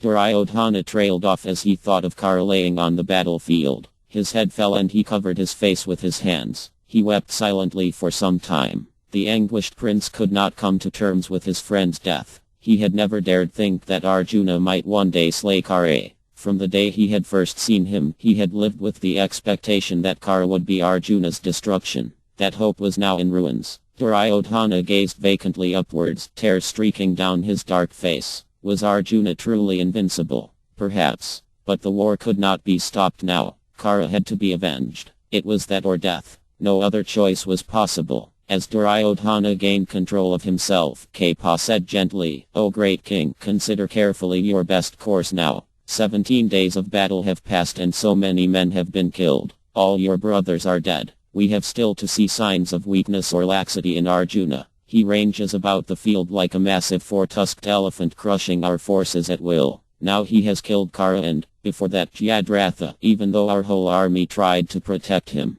Who is there among your troops who could face him, O Bharata? Who also could face the enraged Bhishma? He and Satyaki are causing a carnage among our troops that makes our hair stand on end." Kṛṣṇa looked earnestly at the Kaurava prince, who sat looking straight ahead and saying nothing. Kṛṣṇa began to cry, but he continued, "You have committed so many sins against the Pandavas for which we are all now reaping the fruits. You mustered this huge army just to achieve your ends. Now it has been destroyed. We are actually in danger. We are weaker than the Pandavas. Policy dictates that peace be sought by diplomacy. Yudhishthira is ever merciful and will surely accept peace on mutually agreeable terms. You will not lose your position as king, for neither Yudhishthira nor Arjuna nor indeed Kṛṣṇa will disobey your father's orders." Kṛṣṇa implored Duryodhana to make peace. He wept to think of all the kings and warriors who had lost their lives for Duryodhana's cause. His voice trembled as he concluded, "I counsel that we stop the hostilities, O hero. This is in your best interests. I do not say it out of fear or with any malicious motive. Do not disregard my words. If you act otherwise, you will recall what I have said when you yourself are on the verge of death." Duryodhana remained silent. Pale with grief, he screwed up his eyes and shook violently. He sobbed, unable to reply for some minutes. Finally he composed himself with difficulty and said, "You have doubtlessly spoken as a friend. Indeed, you have done for me everything a friend could do, going against my enemies and risking your life for my good. I know that your counsel is well meant and beneficial, but it does not please me. Like medicine to a man on the brink of death, your words are quite unpalatable. In my opinion, Yudhishthira will not trust me even if I go to him and sue for peace. I have cheated him and inflicted him with all kinds of evil. So too have I pained Arjuna and Kṛṣṇa. Since hearing of Abhimanyu's death, Kṛṣṇa has passed his nights in sorrow. We have offended him. How can he forgive us now? Peace is out of the question. The war will end only when the Kauravas or the Pandavas are dead. Things have already gone too far. The enmity is irreversible." Thinking of Draupadi, he continued, "The Panchala princess, I have heard, is practicing austere vows to bring about my destruction. She sleeps on the bare ground and accepts only one meal a day. Subhadar, casting away all pride, serves her like a waiting maid. O Kṛṣṇa, everything is on fire. It cannot be extinguished. How can I, having shone rays like the sun on the heads of all kings, walk behind Yudhishthira? I could never accept his sovereignty. After ruling this earth as its undisputed emperor, I cannot possibly face a miserable life of servitude." The Kaurava made it clear that battle was the only choice. If he was slain, then he would at least retain his fame and go to the higher regions. Withdrawing now would mark him a coward and led to ignominy and degradation. Duryodhana looked at Kara's seat. Fighting back his grief, he concluded his speech in resolute tones. No Kshatriya desires a death at home in bed. It must come in battle, or his fame diminishes and dies. I have performed many a sacrifice and followed my duties faithfully. I do not fear death. Let me fight and win glory or ascend the path trodden by heroes who never retreat in battle. That path has become crowded with joyful kings, hurrying along after throwing down their bodies in this war. How can I give up the fight after seeing such noble fighters give their all on my behalf? I could not enjoy the kingdom with their blood on my hands unless I had exerted myself fully to avenge them. I will attain victory or heaven. It cannot be otherwise. The warriors applauded Duryodhana's valorous speech. Shaking off their despair, they resolved to fight to the finish. They decided to select a new commander in the morning, then rose from their seats and retired to their beds for the night. After hearing of Bhishma's systematic slaughter of her sons, and especially of his brutal killing of Dushasana, Gandhar was distraught. Since the war began, she had absorbed herself in the practice of penance, praying that the hostilities might come to a quick end. Perhaps Duryodhana would come to his senses as he saw the futility of his cause. How was it possible for him to overpower the virtuous Pandavas aided by Kṛṣṇa? But Gandhar knew of his obstinacy. It was improbable that he would end the war until every man in his army lay dead. Although the Kuru queen understood that her sons were dying due to their own sinfulness, as a mother she could not tolerate it. Each evening she would receive news of the day's events and her heart would be racked with pain. All the great Kuru heroes were being slaughtered one after another. When she heard that Bhishma had slain almost all of her sons, she felt she could take no more. She had to do something. Her long practice of asceticism had given her great mystic power. If she went to the battlefield, she could use that power to make her last surviving sons invincible. Simply by glancing at them she could make their bodies invulnerable. Deciding to leave at once, she ordered her servants to prepare a chariot. Traveling swiftly during the 17th day of the war, she finally arrived on the field at sunset. When she entered the lady's tent she received the terrible news that all her sons were now dead, with the exception of Duryodhana alone. The old queen dropped to the ground in a swoon. Her servants quickly raised her and sat her upon a large couch, sprinkling her face with cool water. Coming back to her senses she wept for some time. Finally she composed herself and asked that Duryodhana be brought before her. At least she could save him. Maybe destiny would allow her to keep one son. Surely he was the cause of the war, but now that Kara was dead perhaps he would change. No doubt Akuni would also soon be slain. It had been in their company that Duryodhana had hatched out all his evil schemes. Alone he might be a different person. Within a short while the prince entered his mother's tent and bowed before her, his face drawn and darkened by grief. She blessed him and spoke consolingly for some time. Then she said, "Dear son, I had hoped that this war might end before all my sons were killed. Alas, it seems that that hope will be thwarted. But still you live. Dear son, I wish to help you. By my ascetic power I can make your body invincible. Come before me tomorrow morning naked. I will then bestow my power upon you." Duryodhana went out of the tent feeling encouraged. It was surely providential that his mother had come. Perhaps he would at last be able to overpower his rampant foes. He headed quickly through the darkness back towards his quarters. The following morning before sunrise, Duryodhana took his bath and went back to his mother's tent. As he entered the outer section of the large tent, he took off his clothes and was about to go in when he saw Kṛṣṇa coming out. The Vaidava had heard that Gandhar had arrived, and he had gone to pay his respects. Seeing Duryodhana standing naked before him, he opened his eyes wide in surprise. "What is this, O hero? Why do I see you standing here without any clothes?" Duryodhana explained that he was about to see his mother, and Kṛṣṇa replied, "Have you not learned any culture from your elders, O Bharata? How can any civilized man go naked before his own mother? I am surprised. At least cover your loins." Duryodhana looked down at his naked body in embarrassment. Kṛṣṇa was right. He could not stand naked before his mother. As Kṛṣṇa left the tent he wrapped a cloth around his loins and went in to see the queen. When she heard him enter, she asked him to stand immediately before her. Then she lifted the cloth that covered her eyes and looked straight at him. Duryodhana felt an energy suffusing him as his mother glanced over his body, but when Gandhar saw his cloth she was shocked. "Why, dear child, did you not follow my directions? I asked you to come naked. You have covered your loins and, although the rest of your body will be hard like iron, your loins and thighs will remain vulnerable to attack, for I did not see those parts. Gandhr had summoned all her power before glancing over her son. She felt unable to do it a second time. When Duryodhana told her what had happened, how he had met Kṛṣṇa as he came into the tent, the queen sighed. She slowly replaced the cloth over her eyes. Her last hope had been destroyed. Surely her son would die at Bhishma's hands, as that Pava had vowed so long ago in the Kuru assembly. Realizing that she could do nothing against all-powerful destiny, Gandhr finally smiled. It was Kṛṣṇa again.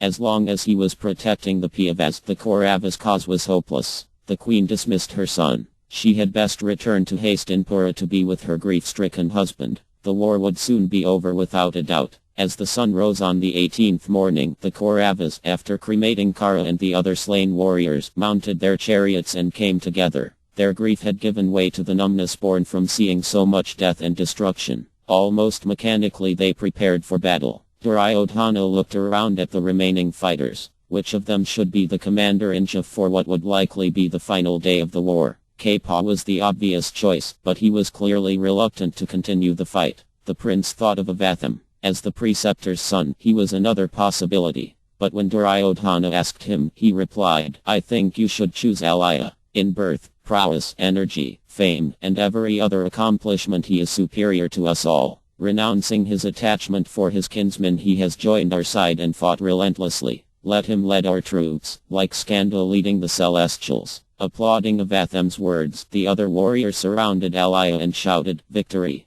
Victory! Duryodhana got down from his chariot and approached him with folded hands, saying, O hero, once again I come to seek your favor. Become our commander. With you at our head we will strike terror into our foes. There are none among us as brave or powerful as you. O foremost of kings, take command of these forces, even as Kṛṣṇa commands the armies of the gods. Alaya, having abandoned any hope of coming out of the battle alive, accepted Duryodhana's proposal. Folding his palms he replied, O mighty armed king, I will face the Pandavas without fear. Forming a mighty array, I shall defeat their assembled armies. Let us lose no time in going forth again for battle. Duryodhana cheered Alaya and had him installed as commander, personally pouring the sanctified water over his head. The Kauravas sent up lion-like roars and beat thousands of drums. Inspired with new hope, they moved toward the battlefield, spreading out into an eagle-shaped formation at Alaya's command. 10,000 elephants, 11,000 charioteers, the same number of horsemen, and 500,000 infantry remained of the original 4 million Kaurava warriors.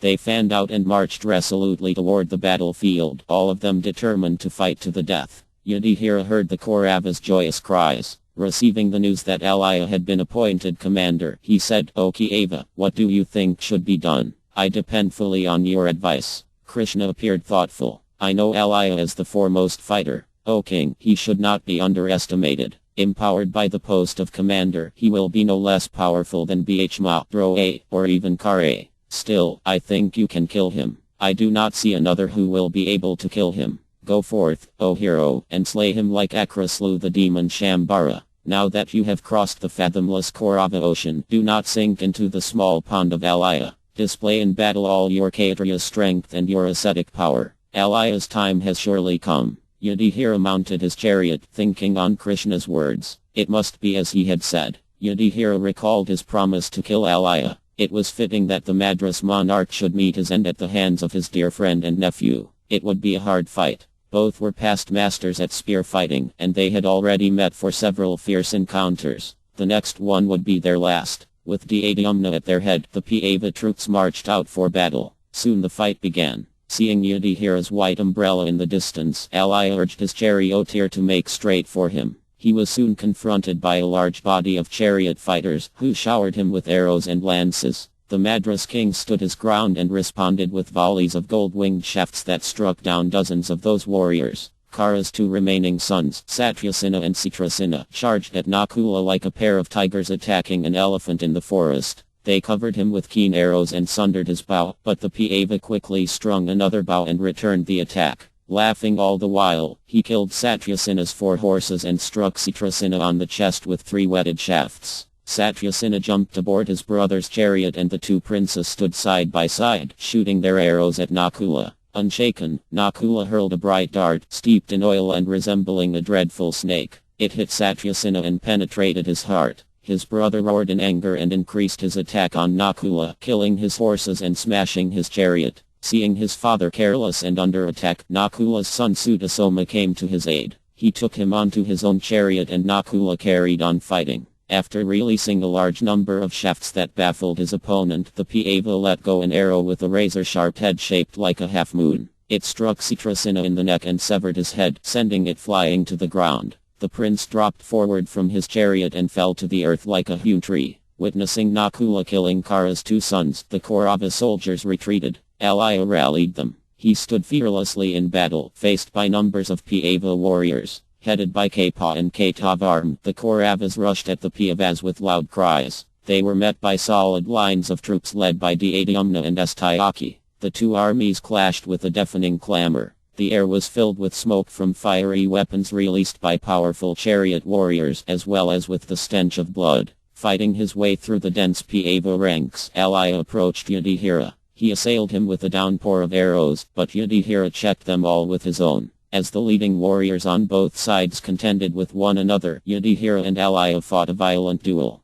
They exchanged arrows that collided in midair with showers of sparks. Appearing like Indra and Bali fighting for the sovereignty of the universe, the two mighty heroes shot blazing shafts off their bows that resembled thunderbolts. Showing his intention to slay Alaya, Yudhishthira suddenly released a broad-headed arrow that cut down his enemy's standard. Alaya, raging, replied with thousands of straight shafts that struck Yudhishthira on every part of his body. The arrows completely covered the Pāva king as well as his horses, chariot and driver. Yudhishthira's brothers came to his assistance and rained down long, barbed arrows on Alaya. Backed by Kṛṣṇa and Avatham, the Madras king put up a savage fight. The Pāvas had never before seen him so ferocious. His arrows found the weak points of his assailants, who fell back from his chariot, stunned by the force of his attack. Alaya resisted the combined assault of Yudhishthira, Astayaki, Bhishma, and the two sons of his sister Mdr. Duryodhana came to his support with Kṛtāvarma by his side.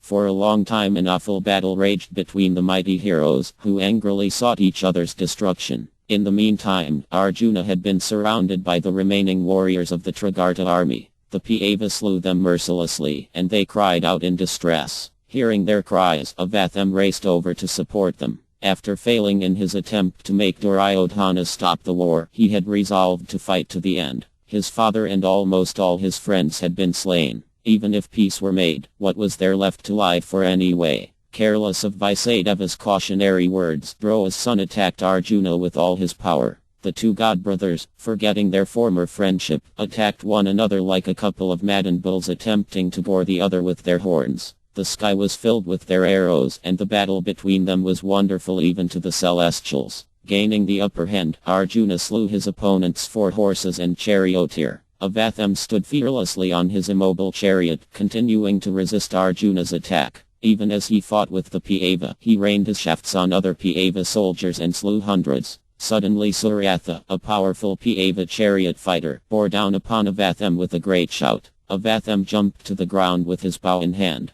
He placed a keen shaft on its string and drew it back to his ear. Shot with all his strength, the arrow went right through Suryatha's chest. It split his heart and emerged from his back, entering the earth. Avatham quickly ran over and got up onto his slain foe's chariot. Many other Kaurava fighters, led by Akuni and Uluka, raced to his assistance. A fierce battle then ensued between Arjuna and the Kaurava warriors, who were backed by thousands of troops. Not far from Avatham, Alaya continued to fight with frightful force. Inspired by thoughts of a glorious victory or death and elevation to the celestial regions, he encountered all the great Pāva heroes. No one could shake him as he stood on his chariot blazing like the sun god. His arrows went out in endless lines in all directions. Thousands of brave Pāva fighters lost their lives as they tried to approach him in battle. Remembering his vow and Krishna's words, Yudhishthira pressed forward toward Alaya. The Madras monarch, standing near Yudhishthira, looked like the planet Saturn near the moon. Both men blew their conches, creating a roaring sound that shook the atmosphere. Gazing at each other with burning eyes, they yelled out their challenges and counter-challenges. They shrouded each other with waves of arrows. Wounded all over, they appeared like a Kinchuka and a Shilmali tree in full bloom. The The soldiers watching the battle could not decide who would win, whether Yudhishthira would gain the earth after slaying Alaya, or if Alaya, after killing the Pāva, would bestow the earth upon Duryodhana. Alaya sent steel shafts that tore into Yudhishthira's leather hand protectors and cut his bow in two. Yudhishthira spun round in his chariot and took up another bow, stringing it as he turned again to face his antagonist. He sent a number of swift arrows that killed Alaya's 4 horses and his charioteer. The Pāva king then covered Alaya with hundreds of searing shafts that rocked him as he stood on his stationary chariot. Avatham sped over to rescue the afflicted Madras king, taking him onto his own chariot. In moments, Duryodhana, observing the fight, had another great chariot brought for Alaya. Mounting that chariot, Alaya charged at Yudhishthira, his chariot's huge iron wheels resounding like thunder. Flanked by other warriors, he rushed forward into the flights of gold-winged arrows Yudhishthira was shooting. Bhishma, Astayaki and the twins also challenged him, and the Kaurava heroes backing him. The fight between Yudhishthira and Alaya was like a contest between young tigers in the jungle fighting for a piece of meat. They circled and feinted with speed and grace. Elated with the pride of prowess, they wounded each other with their arrows. Alaya simultaneously attacked Yudhishthira and Bhishma, cutting off the armor of both men. With well-aimed arrows, he slew Yudhishthira's 4 horses and killed his charioteer. Having stunned the king and his brother, he then began slaughtering the Pāva forces. Bhishma, beside himself with rage, shot long shafts that killed Alaya's horses and stopped him in his tracks. He sent another 100 razor-faced arrows that cut apart his armor. Alaya took up a burnished steel sword and a shield adorned with 1,000 stars. Leaping down from his chariot, he rushed across the field toward Yudhishthira like a hawk swooping on its prey. Bhishma took careful aim and, with a broad-headed shaft, cut Alaya's sword in two. With another 20 arrows he broke apart his shield. Overjoyed, he roared out his battle cry. The other Pāvas laughed and blew their milk-white conches. Seeing Alaya without armor and on foot, deprived of his weapons, the Kauravas were filled with apprehension. Yudhishthira, remaining on his horseless chariot, took up a large golden dart. It had a handle worked with coral and was set with gems. The Pāva raised the effulgent dart and gazed angrily at Alaya, seeming to burn him with his glance. Uttering mantras and hurling the weapon with all his force, he cried out, "You are killed." The dart flew toward Alaya like a meteor dropping from the sky. Alaya cried out and tried to catch the dart as it fell upon him, but it slipped through his hands and struck him on the chest. It passed through him without obstruction and entered the earth. Blood shot out from Alaya's mouth, nose and ears. His arms flew up and he fell to the earth like a mountain summit smashed by a thunderbolt. Like a dear wife rising to embrace her beloved spouse, the earth seemed to rise to meet him as he fell. That king, having enjoyed the earth for so long, finally fell into her embrace and died.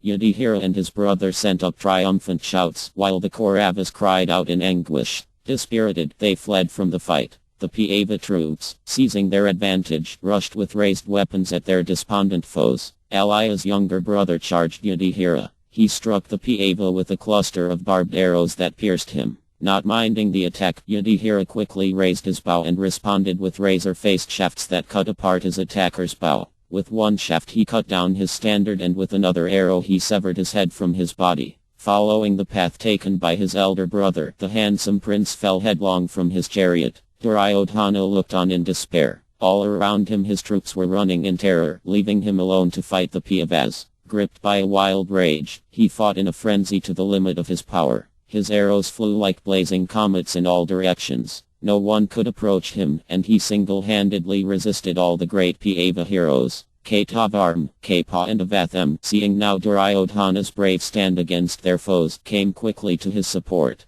The 4 Kaurava warriors checked the Pāva army like the shore resisting the ocean. In a last desperate attempt to win the day, they pressed toward Yudhishthira, who still stood upon his immobilized chariot. Seeing this, Bhishma, Astayaki, Dhyamna, and Draupad's 5 sons surrounded the Pāva king. An exchange then took place between those warriors and the 4 Kauravas that filled the heavens with fiery arrows. Alaya's army, the Madrakas, rushed back into the fight with loud shouts. They cried out, "Where is Yudhishthira? Where are Dhyamna and Bhishma? We will slay them at once." As those warriors charged into the fray, they were met by volleys of shafts discharged by the Pāvas. Cut to pieces, their chariots smashed and horses slain, they fell by the hundreds. As rows of brave fighters dropped to the ground, those following them stumbled and fell over their chariots. Horses screamed as their drivers pulled hard, trying to swerve clear of the melee. Fiery shafts rained relentlessly down, while the muscled arms and heads graced with golden helmets dropped to the ground by the thousands.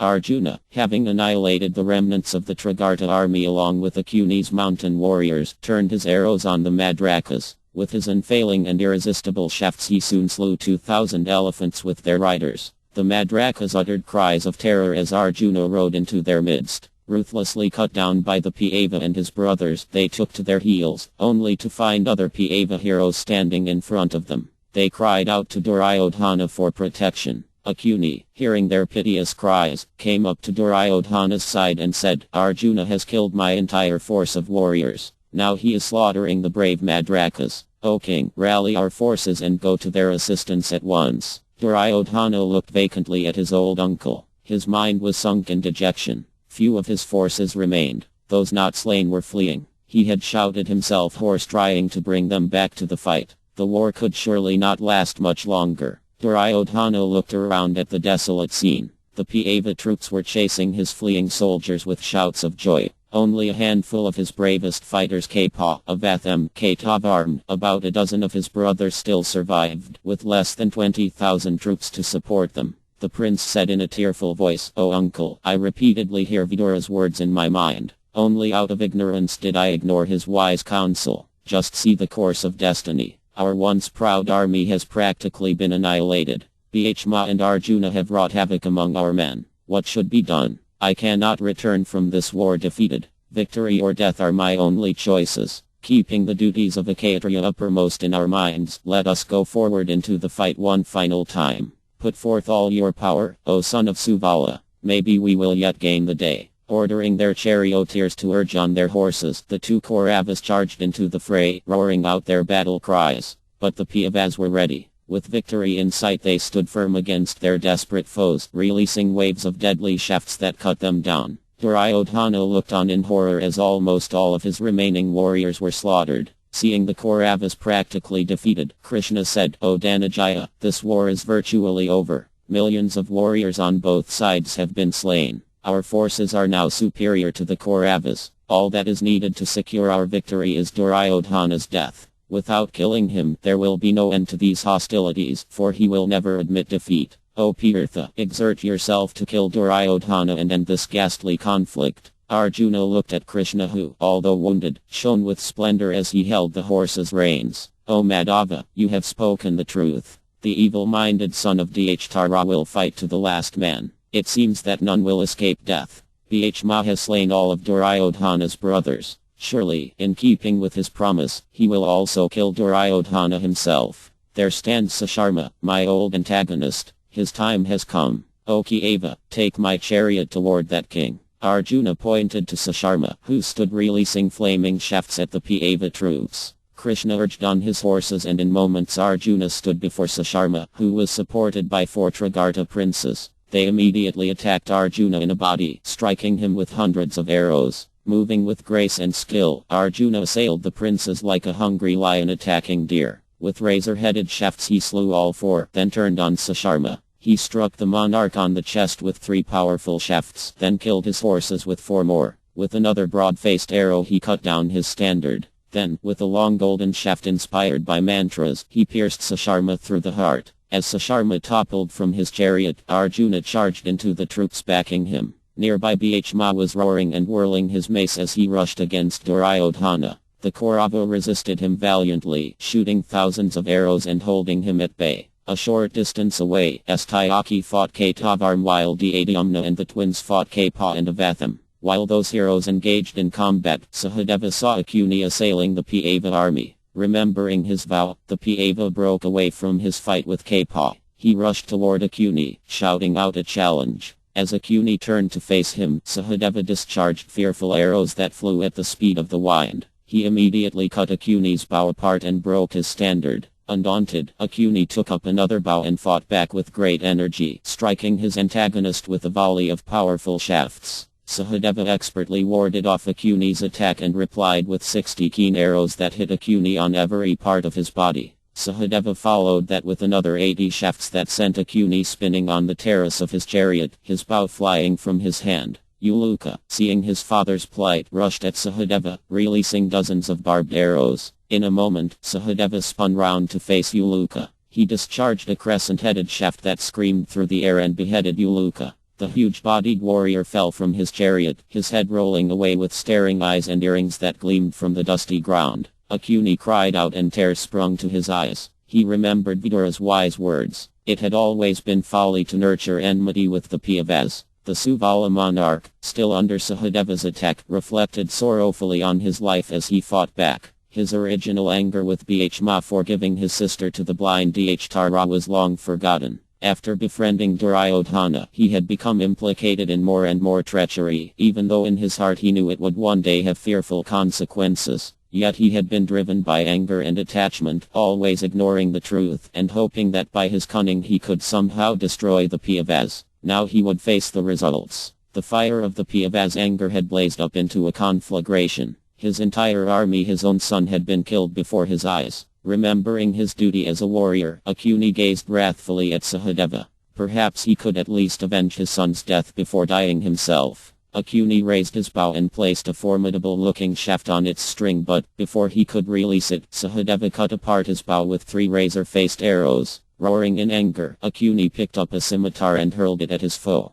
Sahadeva immediately cut the spinning sword to pieces before it reached him. As Sahadeva countered the scimitar, Akuni let go a dreadful mace that flew at him with a loud, rushing sound. Sahadeva struck the mace with a cluster of shafts that smashed it to pieces. Akuni then hurled a dart at him, which the Pandava also checked. Seeing his weapons falling uselessly to earth like the hopes of an impious man, Akuni became afraid. Dispirited, he fled from the fight. Sahadeva, remembering his vow to slay Akuni, gave chase. He shouted at him to turn back and fight, but Akuni did not listen. Racing up to Akuni's side, Sahadeva called, "Why are you abandoning your duty, O fool? Do you recall how you rejoiced in the Kuru assembly, O wicked man? You and the wretched Duryodhana are the only survivors of those who ridiculed us and insulted our queen. But not for long. Receive now the fruits of your evil acts. Stand and face me in battle. I will cut off your head like a man plucking a ripe fruit." Goaded by Sahadeva, Akuni pulled up his chariot and turned to fight. He took up a lance adorned with gold and jewels, but it was cut to pieces even as he raised it over his shoulder.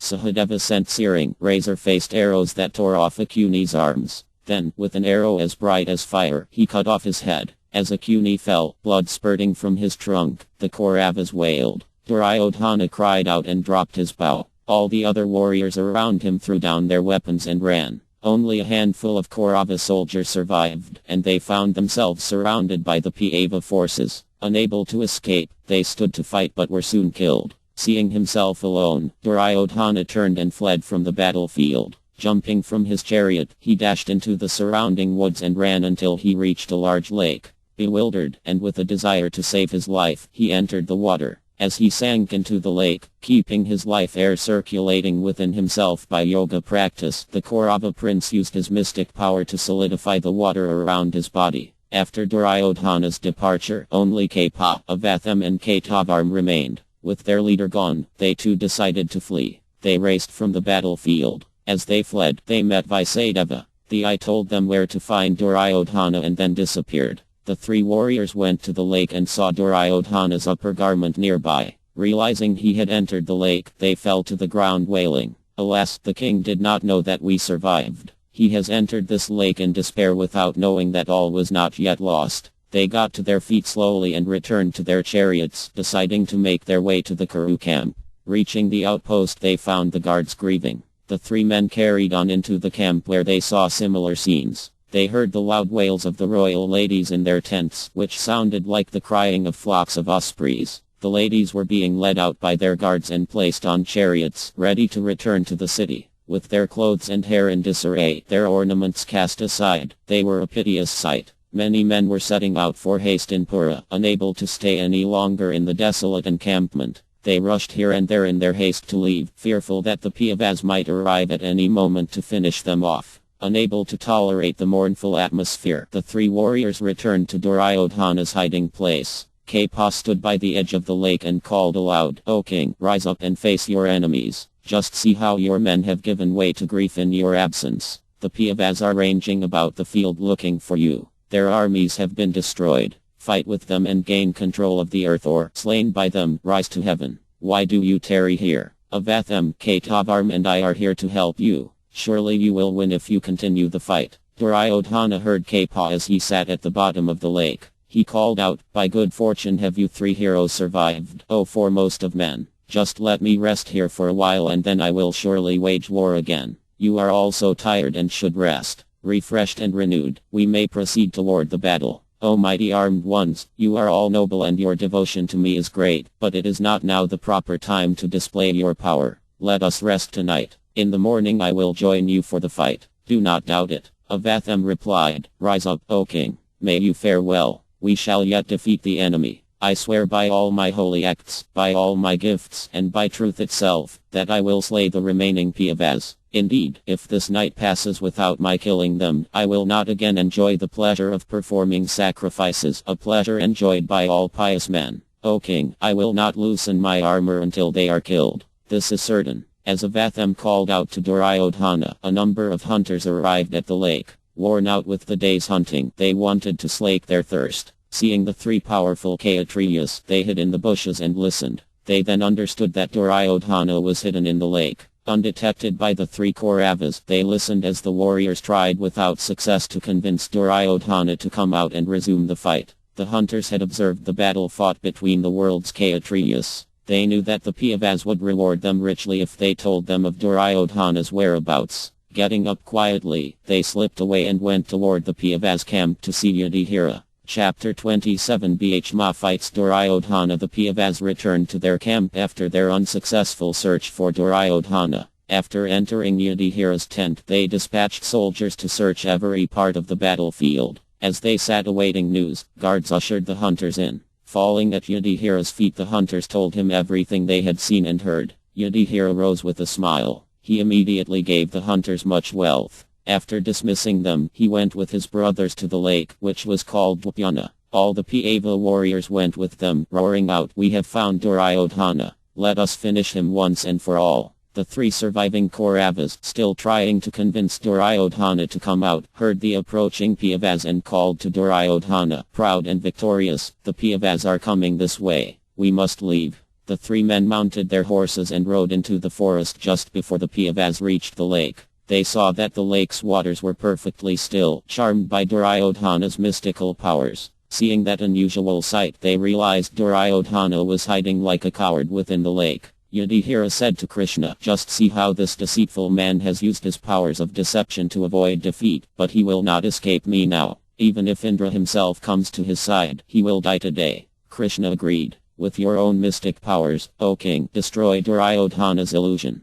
One conversant with illusion should be destroyed by illusion. This is truth. So many Daityas and Dinavas, all masters of mystic power, have been killed by the gods by means of illusion. Therefore, act swiftly so that this wicked man meets his just end. Yudhishthira called to Duryodhana. Why, O best of men, have you charmed this lake and hidden beneath its waters? How is that you now desire to save your own life, having brought about the destruction of your family and friends and, indeed, millions of Kshatriyas? Arise and fight. Where is your honor? You have been described as a hero in all assemblies, but I think those descriptions have been false. You are nothing but a coward. Just see how you now hide from us to protect your life. O wicked fool, come out and face the consequences of all your evil acts. Do not cower here like a eunuch. Heroes never fly from battle. Rather, they prefer death to dishonor. Do not destroy your honor. Stand for battle. Either govern this earth after gaining victory or sleep on the naked earth, killed by us. Standing at the edge of the lake with his brothers and Kṛṣṇa, with all the other Pandava warriors standing behind him, Yudhishthira waited for Duryodhana's reply. He looked around at his surroundings. The large lake gave respite from the heat and dust of the battlefield. Situated in a cool glade, it was shaded by tall trees with many colored blossoms hanging down to its surface. Varieties of waterfowl sat in the trees, mystified by the lake's sudden transformation. A gentle breeze fanned the leaves, filling the air with a soothing rustle that was punctuated by the melodic cries of birds. The Pandavas felt refreshed simply by seeing the picturesque region, which was the resort of numerous yogis and ascetics. After a wait of some moments, Duryodhana called out, O king, it is no wonder that fear seizes all living beings, but I have not entered this lake out of fear. Bereft of my army and standing alone in the fight, I am tired. Therefore, I sought refuge in this lake to rest. O son of Kṛṣṇa, you should also rest. In due course, I will surely fight with you all. Yudhishthira laughed. O Duryodhana, we have rested sufficiently. The time has arrived for our final battle. Come out and conclude the war either by slaying us or by dying a hero's death. Duryodhana, still saddened by the deaths of Kṛṣṇa, Akuni and all his brothers, spoke with anguish in his voice. O scion of Kuru's race, I no longer desire to rule this world, deprived as I am of my kinsmen and friends. All those for whose sake I desired sovereignty now lie dead. I give you this empty earth. Although I wish to defeat you and humble your pride, even my desire for battle is gone when I think of Dro and Kara and our grandsire, Bhishma. I think I will enter the forest, clad in deerskin and bent on a life of asceticism. Go, O king, and rule the earth destitute of monarchs, warriors and wealth. I will remain here. Duryodhana's words held a note of sarcasm that was not lost on Yudhishthira. Becoming impatient, Yudhishthira replied, Do not rave so, O Duryodhana. I feel no pity for you. It was by your greed that everyone has died. I will not accept this earth as a gift, for that is not my duty as a Kshatriya. Nor are you in a position to make such a gift. You have already lost everything. Yudhishthira smiled at his brothers as he continued. Why, O hero, did you not make the offer when Kṛṣṇa requested you to? How is it that you, who once denied me even as much land as could be pierced by a needle, now wish to give me the earth? It is not yours to give, nor was it ever yours. Come out and win the world or go to the celestial regions after we kill you.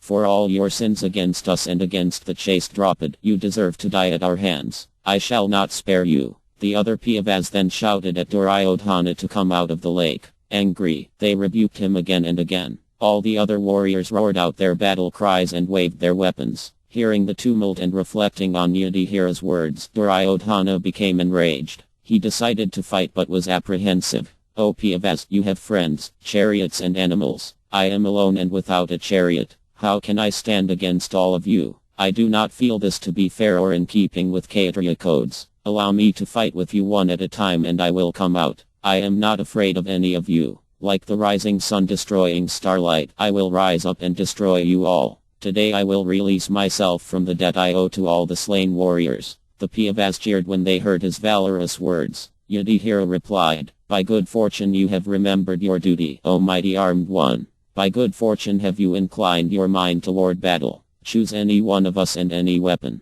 I grant you that if you gain victory with any of us, you may become king. Otherwise, killed by us, go to heaven. Duryodhana smiled within the lake. He fingered the mace by his side and said, Brave as you are, O mighty ones, if you allow me the option of choosing my weapon, then I select the mace I have in my hands. Let any one of you who feels he is a match for me stand against me in battle. I will fight alone and on foot, armed only with a mace. Without doubt I will slay you all, one at a time. Not even Indra can face me when I stand armed with my mace. We will see. Come out and be a man. Death awaits you. Fight in any way you like. You will not escape. Unable to tolerate Yudhishthira's goading, Duryodhana rose up from the waters. The Pandavas saw the surface ripple as he came up from the bottom. Emerging from the waters with his mace on his shoulders, he appeared like a mountain crest rising out of the ocean. The Pandavas and their followers embraced one another and shouted joyously to see Duryodhana emerge. Now the war could be concluded.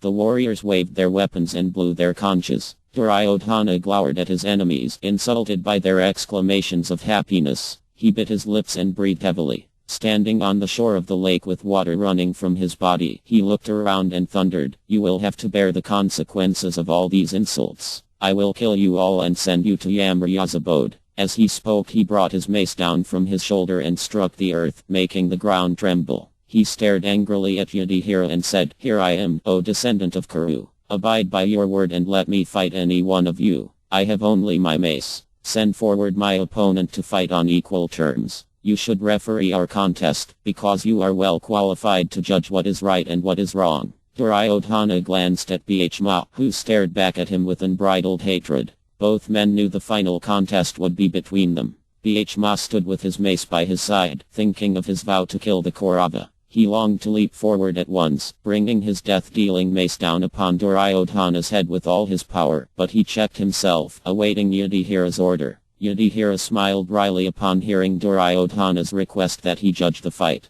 The intelligent Pāva knew what he meant. Bhishma's promise had been that he would smash his thighs, and in mace fighting blows beneath the belt were forbidden. Well, the Kaurava had been given ample warning. Bhishma had made his intentions clear. He wanted to punish Duryodhana for his long-past crime against Draupadi. He would smash the thigh the prince had shamelessly exposed before her in the assembly hall. There would be no sin in meting up such a punishment. Yudhishthira, moved to anger by his recollection of the dice game, replied sternly, "How is it, O Duryodhana, that you did not consider right or wrong when you and your followers killed Abhimanyu? Without doubt the duties of a Kshatriya are harsh and merciless. Otherwise, how could you have slaughtered that child in such an unfair way? Why do you now ask that we fight you one by one? In difficulties, men are ever prone to forget virtue, caring nothing for the consequences of their deeds. However, O hero, I will give you a fair chance. Select any of us as your opponent. If you can defeat any one of us, then you will be king.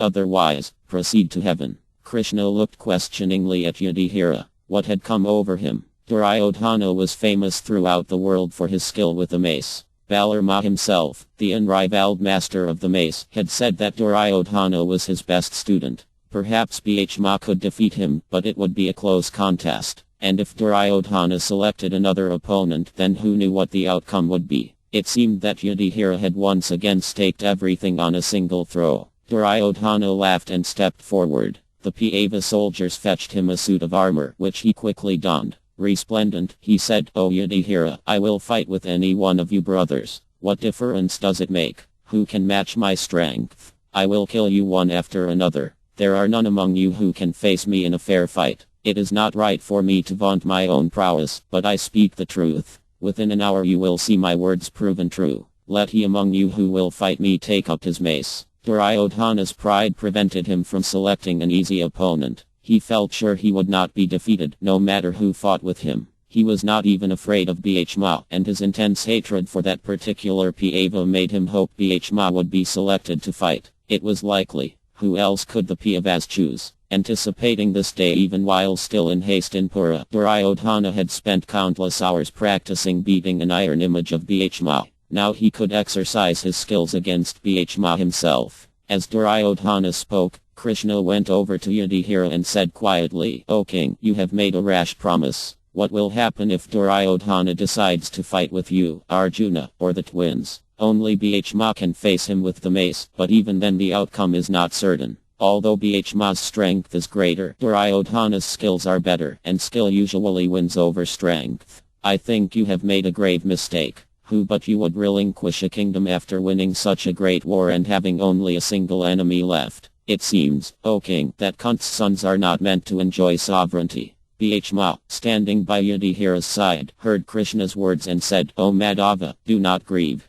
I will end this war. Yudhishthira's victory is certain because the wretched Duryodhana stands before me for battle. Allow me to fight with him. My mace is more powerful than his, and my skills are not lacking. What to speak of Duryodhana? Armed with my mace I could fight with the celestials headed by Indra." Kṛṣṇa applauded Bhishma and said, "Depending on you, O mighty armed one, surely Yudhishthira will regain his prosperity. You have slain all of Duryodhana's brothers and uncountable numbers of his troops. Go forward and slay this wretch himself. Fulfill your promise, but fight with care. He is a formidable opponent with the mace." Bhishma laughed in derision and stepped toward Duryodhana with his mace resting on his shoulder. His brothers cheered him, and he thundered, "I dare to fight with this most arrogant and sinful one. He will not be able to defeat me. Today I will vomit forth the anger which has rankled in my bosom for many years. Today, dear brother, I will pluck out the dart which has long stuck in your heart. O virtuous one, today I will recover your garland of glory.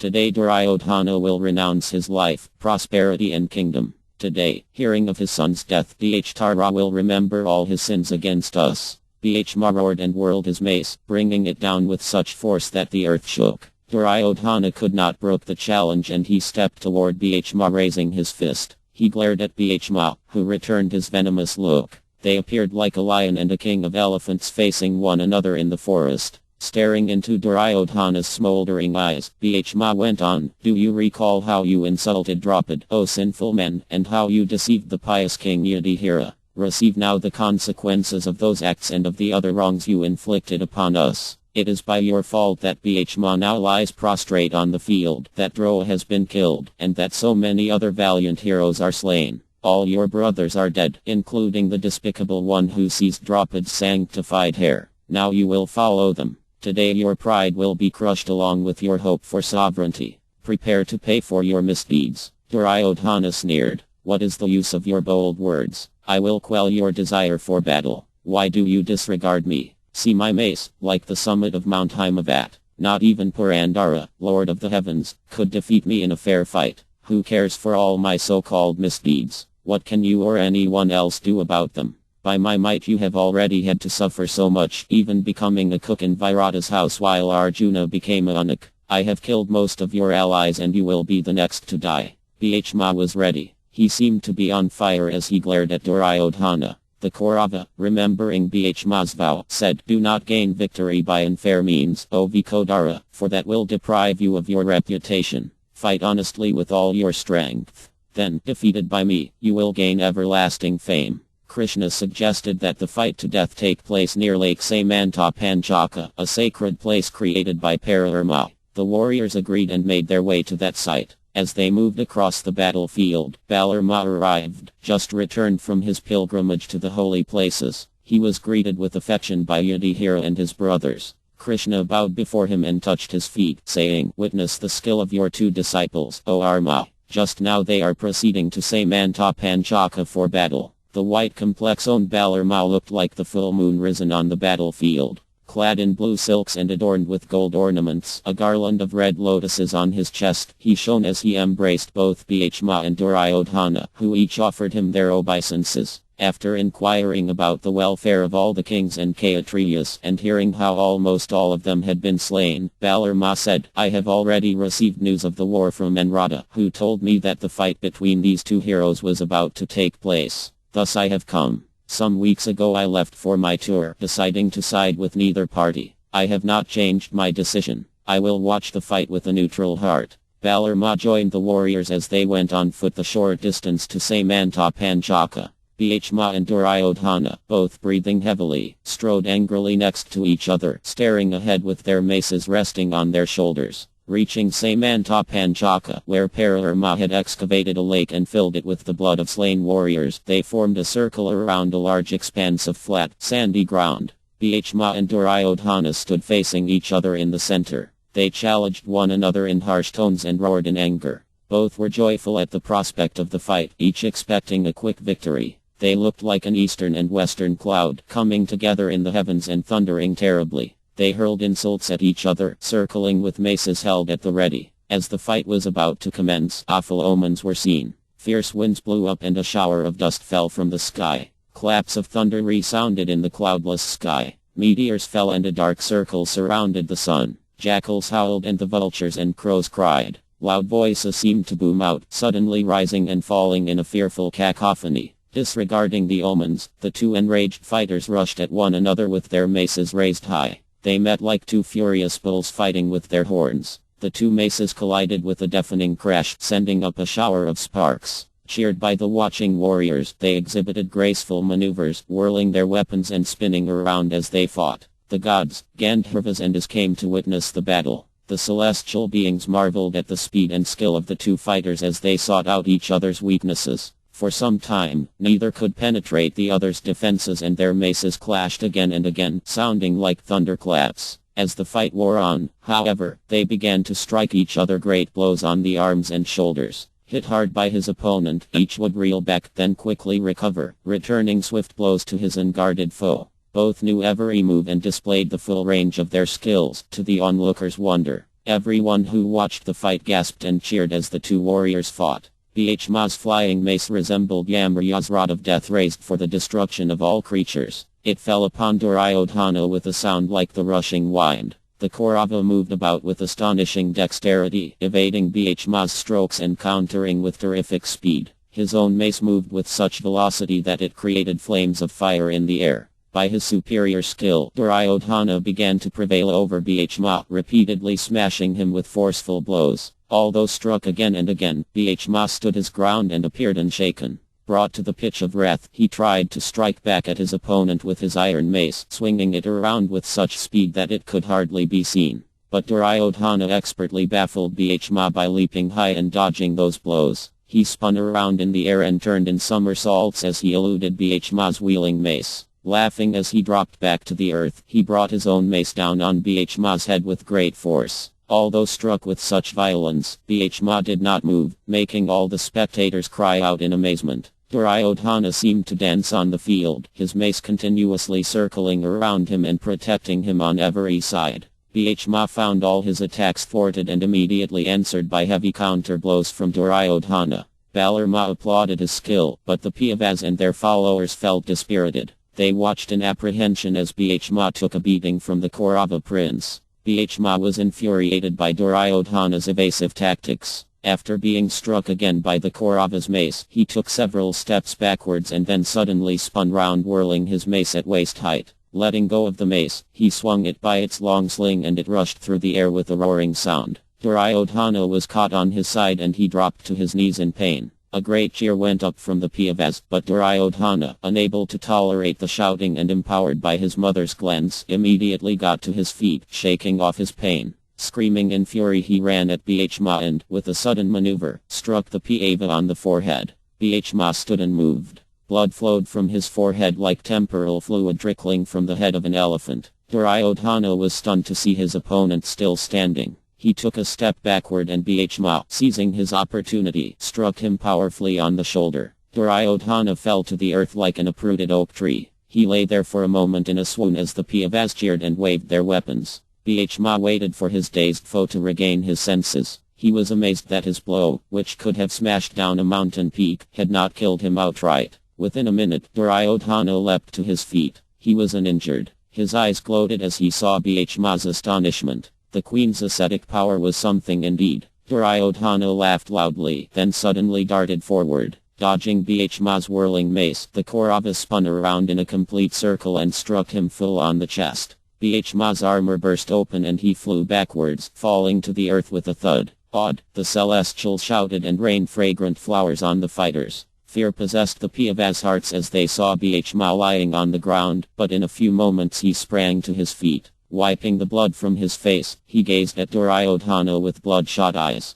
The two men paced, regarding each other with cautious respect and looking for an opportunity to strike. As they circled, Arjuna said quietly to Kṛṣṇa, "Who do you think is superior in this contest, O Janardana? What is their respective merit?" Arjuna, himself an accomplished mace fighter, felt anxious for Bhishma. He had also noticed Duryodhana's apparent invulnerability and could not see how Bhishma would overpower him. It seemed as if the Kaurava had the upper hand. But Kṛṣṇa, who had saved Arjuna from many such situations, would surely know what to do. Kṛṣṇa replied with a slight smile, "These two have received equal training. Bhishma is stronger, but Duryodhana's skill is greater and he has practiced much more. He has also been blessed by his mother's ascetic power, making the contest uneven. Bhishma will not win a fair fight, but if he resorts to unfair tactics, he will be victorious. Deceit in battle is acceptable against a deceitful foe. Even Indra used deceit to overcome the mighty Asuras Virokan and Vitra."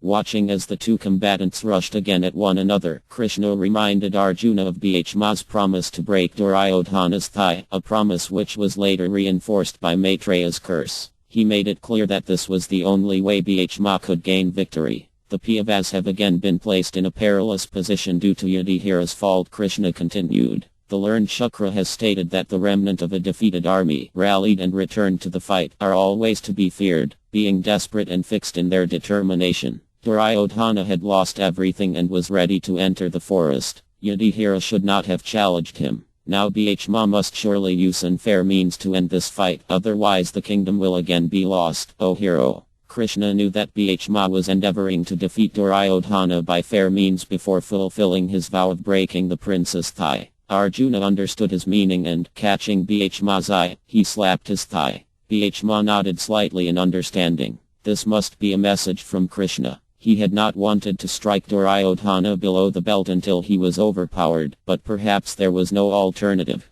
The Kaurava was fighting with demonic fury, exhibiting every skill and showing no sign of fatigue. Nor did it seem possible to make any impression on him no matter how hard he was struck. Krishna's advice was his only chance. Bhishma moved about rapidly in front of Duryodhana, displaying his maneuvers and baffling his foe. Duryodhana in turn showed the full range of moves described in the ancient martial scriptures. The two men met savagely, their maces colliding with showers of sparks and huge cracks that momentarily deafened the observers. They fought like a pair of maddened tigers, sweat pouring from their faces and blood running down their bodies. Again separating, they stood for some moments to lean on their maces and regain their breath. Then they flew at one another with great yells. Both had smashed the other's armor and now fought only in their loincloths. Their well-muscled frames gleamed in the late afternoon sun as they swung and lunged and parried. Taking a step backwards as if to avoid Duryodhana's mace, Bhishma suddenly hurled his weapon at the Kaurava, keeping hold of its sling.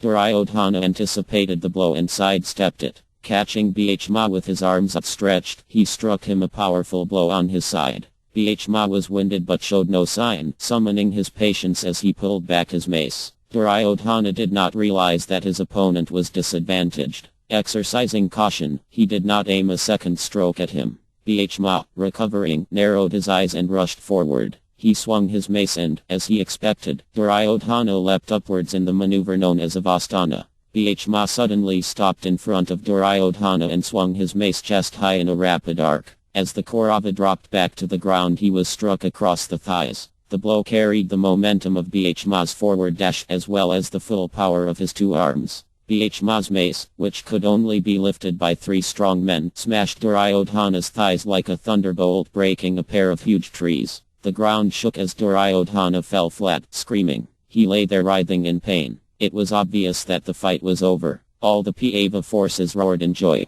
Yudhishthira embraced his brothers and Kṛṣṇa applauded Bhishma. The air was again filled with strange omens. Showers of dust and bones fell from the sky. Fierce winds gusted, and a terrific noise issued from the bowels of the earth. The sky was filled with the frightful roaring of Rakshasas, Yakas and Danavas. Darkness enveloped the four quarters and fierce beasts yelled on all sides. Bhishma, still seething, approached his fallen foe. "O wretch, recall now how you insulted Draupadi and how you committed so many sins against the sinless Yudhishthira. Accept the fruits of your actions." Bhishma lifted his left foot and kicked Duryodhana. With his foot placed on the Kaurava's head, he continued, his voice harsh. "By the ascetic penance of Draupadi's daughter you lie here and your army is crushed. Let all those who saw her dragged into the assembly hall witness your defeat. All those who insulted and disregarded the Pandavas are slain." Seeing Bhishma standing with his foot on Duryodhana's head, many of the Pandava warriors were shocked and cried out, "Shame!"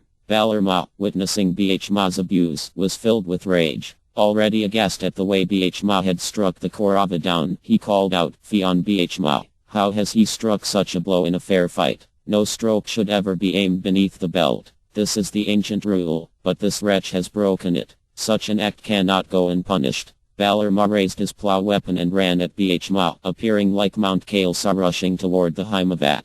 Kṛṣṇa quickly pursued him and caught hold of him. Encircling his elder brother with his powerful arms, Kṛṣṇa stopped him before he could reach Bhishma. The two Yadu heroes shone beautifully and looked like the sun and moon conjoining in the evening sky. As Balarama struggled against his brother's grasp, Kṛṣṇa said, "O hero, you should not act in this way. Bhishma has served even our interests. The Pandavas are our friends. Indeed, they are the children of our father's sister. Duryodhana was their sworn enemy and thus our enemy as well. His death was to be sought by us by any means. Furthermore, it was Bhishma's solemn vow that he would break Duryodhana's thighs and slay him. The keeping of vows is always a sacred duty, and Bhishma's vow was confirmed by the words of the infallible Maitreya. For all this, O slayer of Pralamba, I do not see any fault in Bhishma. Give up your anger and be peaceful, O foremost of men." Balarama laughed dryly. Kṛṣṇa was always expert in providing arguments, but he was not convinced. Still held by Kṛṣṇa, he replied, "In my view, Bhishma has sacrificed religion for the sake of material gain. This can never lead to success and happiness. Surely you are famous for your devotion to righteousness," Kṛṣṇa answered, "but there is no unrighteousness in Bhishma. He has carried out his promise and requited the debt he owed his enemy. Know, O powerful brother, that the terrible age of Kali is at hand, marked by fierce acts and the loss of religion." Balarama slackened and Kṛṣṇa released his grip on him. Still angry, he said in a resounding voice, "For this dishonest act, Bhishma will henceforward be known as a cunning warrior. The righteous Duryodhana, on the other hand, will be known as a fair fighter. The Kaurava king has performed sacrifice and given much charity to the Brahmins. Having at last offered his life as a libation into the fire of his foes, he will attain the regions of lasting happiness." With that, Balarama strode away from Kṛṣṇa and mounted his chariot. His charioteer urged on his horses and he sped away, like a white cloud speeding through the heavens.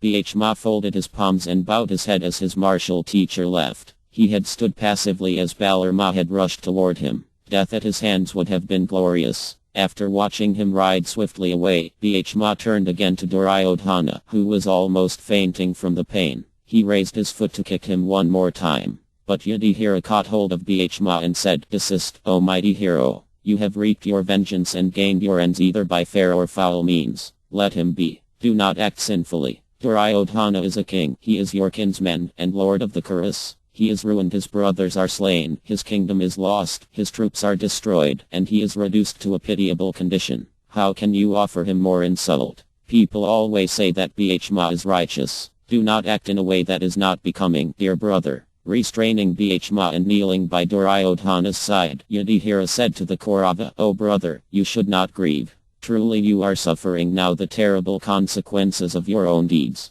This, O king, is the universal law. None can avoid the results of their acts, either in this life or the next. Surely everything has been ordained by the Creator, responding to our own desires. Through your avarice, pride and folly, you have suffered this calamity. Having caused the death of all your brothers, sons, companions and followers, you must now meet death yourself. Millions of heroes have gone to death's abode. You must follow them, O hero. Such is the course of destiny." Yudhishthira felt genuine compassion for Duryodhana, seeing him as a foolish younger brother. Wanting to comfort and console him, he went on, "You are not to be pitied, O Kaurava, for you have met an enviable death in righteous battle. It is we who should be pitied. We will have to drag on a miserable existence devoid of our friends and kinsmen. Alas, how will I see my relatives' widows overwhelmed with grief? You, O king, are departing from this world and going to regions of bliss. On the other hand, we will have to remain in this world of pain and suffering."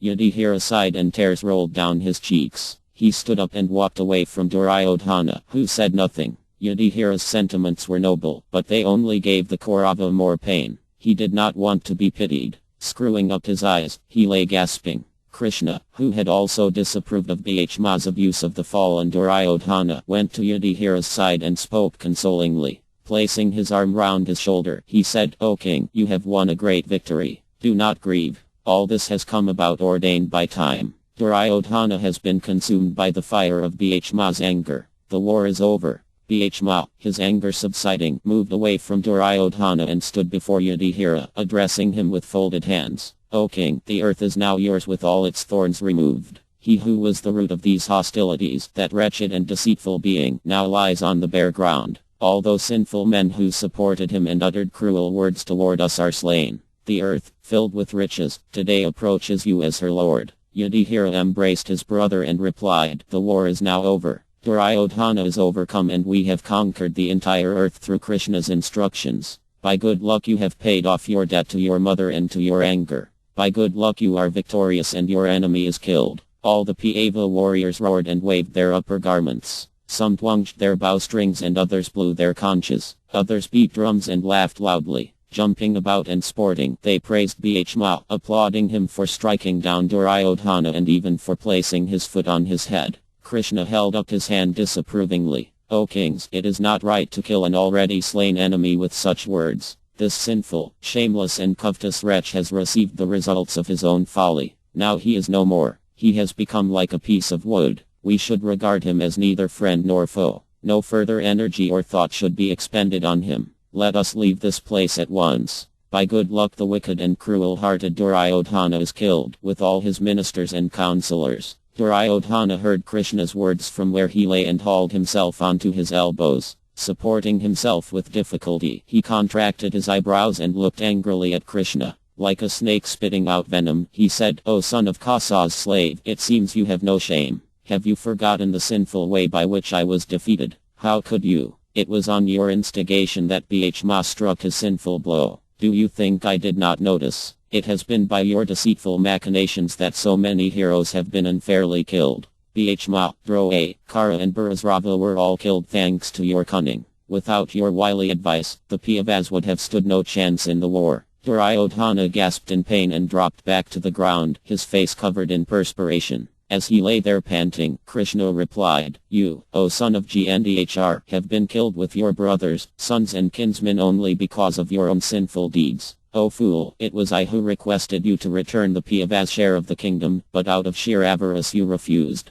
You have committed so many wicked acts against your cousins. When you insulted the sinless Draupadi in the assembly hall, you should have been slain then and there. For that crime you are now killed. O sinful wretch, for the crime of assailing Abhimanyu in an unfair encounter you are slain. You have never respected your elders and heeded their advice. Thus do you now lie here on the bare earth. Do not rail uselessly. You are suffering nothing but the consequences of your own evil acts." Duryodhana's voice, racked with pain, croaked in response, "What do I care for your words? Having studied the Vedas, performed sacrifice, given charity and governed the earth, I am now dying a glorious death. That end which is always sought by virtuous Kshatriyas is mine. I have enjoyed pleasures worthy of the gods and attained the highest prosperity. Who is as fortunate as me? With all my brothers I will ascend to heaven, while you Pandavas will remain here, torn by grief and continuing to suffer." As Duryodhana spoke, a shower of fragrant blossoms dropped from the sky.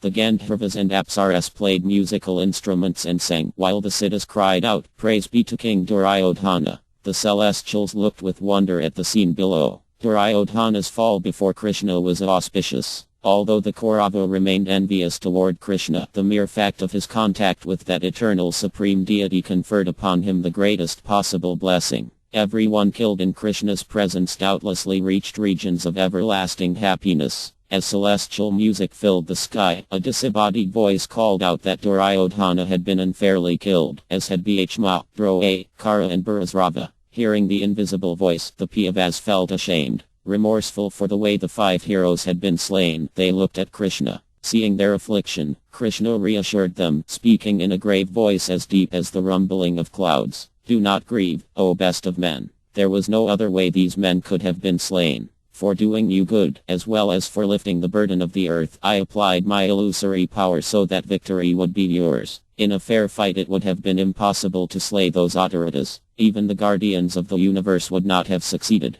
Do not feel guilty for the deceitful way they were killed. Such means are acceptable when one faces a powerful enemy, and especially when that enemy is himself deceitful. Ultimately, all the Kauravas were Duryodhana's followers and thus were as sinful as he was. For this reason they have been defeated and you, O virtuous men, have been crowned with success." Kṛṣṇa's heartening words were met with roars of approval from the Pandava warriors. All 5 brothers, who were ever acquiescent to Kṛṣṇa, felt consoled by his arguments. Seeing that the sun had set, Kṛṣṇa suggested that they return to camp. Headed by Yudhishthira and Kṛṣṇa, the Pandavas slowly departed, leaving Duryodhana where he lay. With both thighs shattered, he would not live much longer. Awaiting death, the prince lay back, moaning in pain. Chapter 28 Massacre. By night after leaving the battlefield, the Pandavas went to Duryodhana's camp, as was the custom, to seek the spoils of war. But they found it deserted, except for a few servants. They rode in their chariots up to Duryodhana's royal tent and dismounted. As Arjuna was about to climb down from his chariot, Kṛṣṇa said, "Take the jiva and your 2 quivers, O Partha. I will get down after you." Arjuna looked curiously at Kṛṣṇa, but he did as he was requested. After he had got down, Kṛṣṇa jumped clear of the chariot. At that moment, Hanuman left the banner and vanished. As he did so, the chariot suddenly caught fire without any apparent cause. In moments it was a pile of ashes. The Pandavas gazed in amazement at the charred and smoldering remains. Arjuna asked Kṛṣṇa what had happened and he replied, "The chariot was struck by the most powerful celestial weapons. Only because of my presence was it not previously incinerated." Kṛṣṇa went over to Yudhishthira and embraced him with a smile. "O king, by good fortune you have gained victory. By good fortune you and all your brothers are well. Now do what should be done to rule the earth." Placing an arm around Arjuna's shoulder, Kṛṣṇa continued, "Previously, this Dhananjaya greeted me when I came to Virata, offering me worship and love.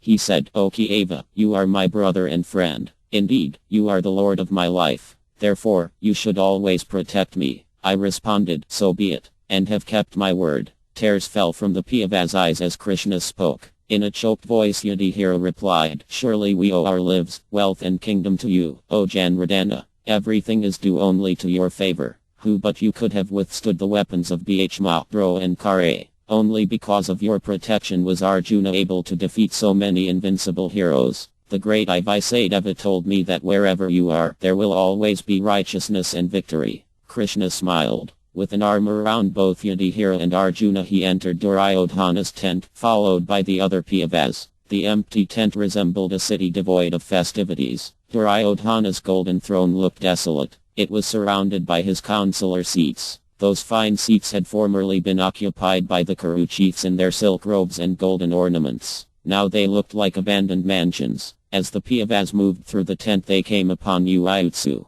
He was Dharma's only surviving son. Filled with sorrow and realizing that the responsibility of leadership had fallen to him, he sat pondering what he should do. Seeing that the Piyavas had arrived, he stood and offered them respects. Yudhishthira embraced him and spoke gentle words of consolation. He told him to return to Hastinapura and to comfort his father and Gandhar, who would surely be overpowered by unbearable grief. Yuyutsu bowed to Yudhishthira and left the tent. Mounting his chariot he left at once, making his way to Hastinapura along the moonlit forest paths. In one huge section of the royal tent the Piyavas found the immense wealth Duryodhana had brought from Hastinapura. Gold, silver, jewels, pearls, rich ornaments, blankets and skins lay in heaps on the rugged floor. After loading the wealth onto their chariots, the Piyavas rested for a while on the many silk-covered couches in the tent. As the evening wore on, Kṛṣṇa said to Yudhishthira, O king, in accord with sacred tradition, you and your brothers should remain here for the first night of victory. The rest of the army may return to our camp.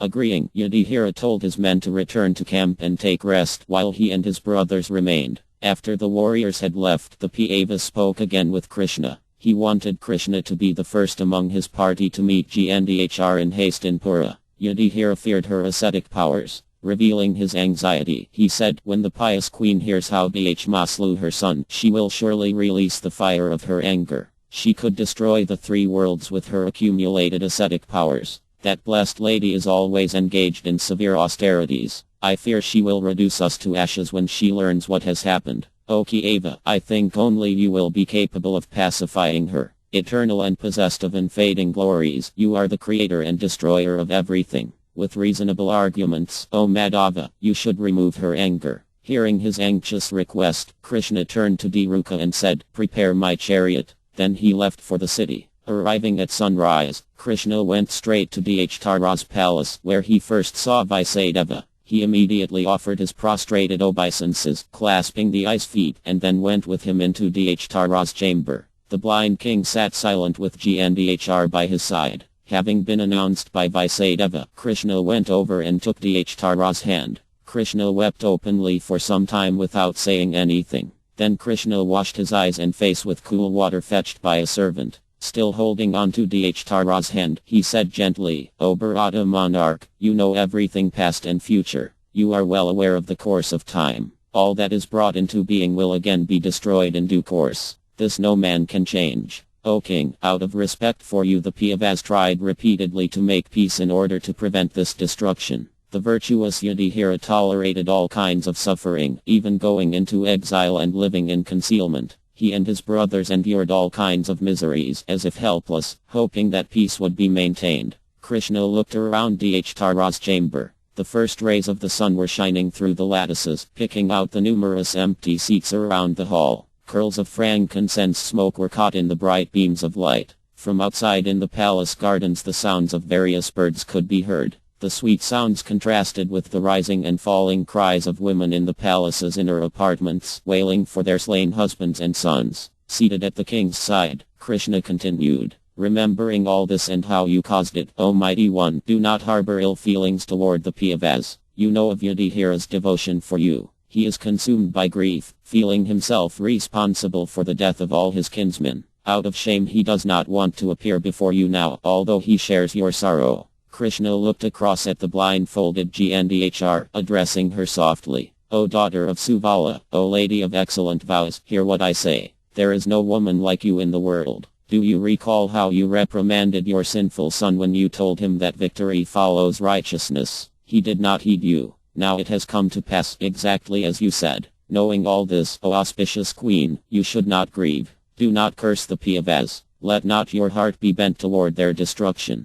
Surely with your angry eyes you could annihilate the entire world, if you so desired. Tears flowed from under the silk wrapper around Gandhar's eyes. She remained silent, unable to find her voice. Finally, she said, "What you have said is true, O Kṛṣṇa. My mind is unhinged by grief, but on hearing your words I am pacified. O Janardana, this old monarch has no more sons. You and the sons of Pu are now his only refuge." Gandhar buried her face in a cloth and wept aloud. Kṛṣṇa consoled her and her husband, speaking wisdom from the Vedas. After spending some time with them, he rose and said, "I will come to see you again. Pray grant me leave now to return to the Pandavas." Both Dharma and the queen offered him their respects and gave him permission to leave. Kṛṣṇa then left the chamber and met Dhruva, ordering him to carry him back to the Pandavas camp. Watched by thousands of cheering citizens who had heard of his arrival, Kṛṣṇa went swiftly out of the northern gate and back to Kurukshetra. After the Pandavas had left Duryodhana, the three surviving Kauravas came out of hiding and went to see the fallen prince. He looked like a gigantic sal tree felled by a storm.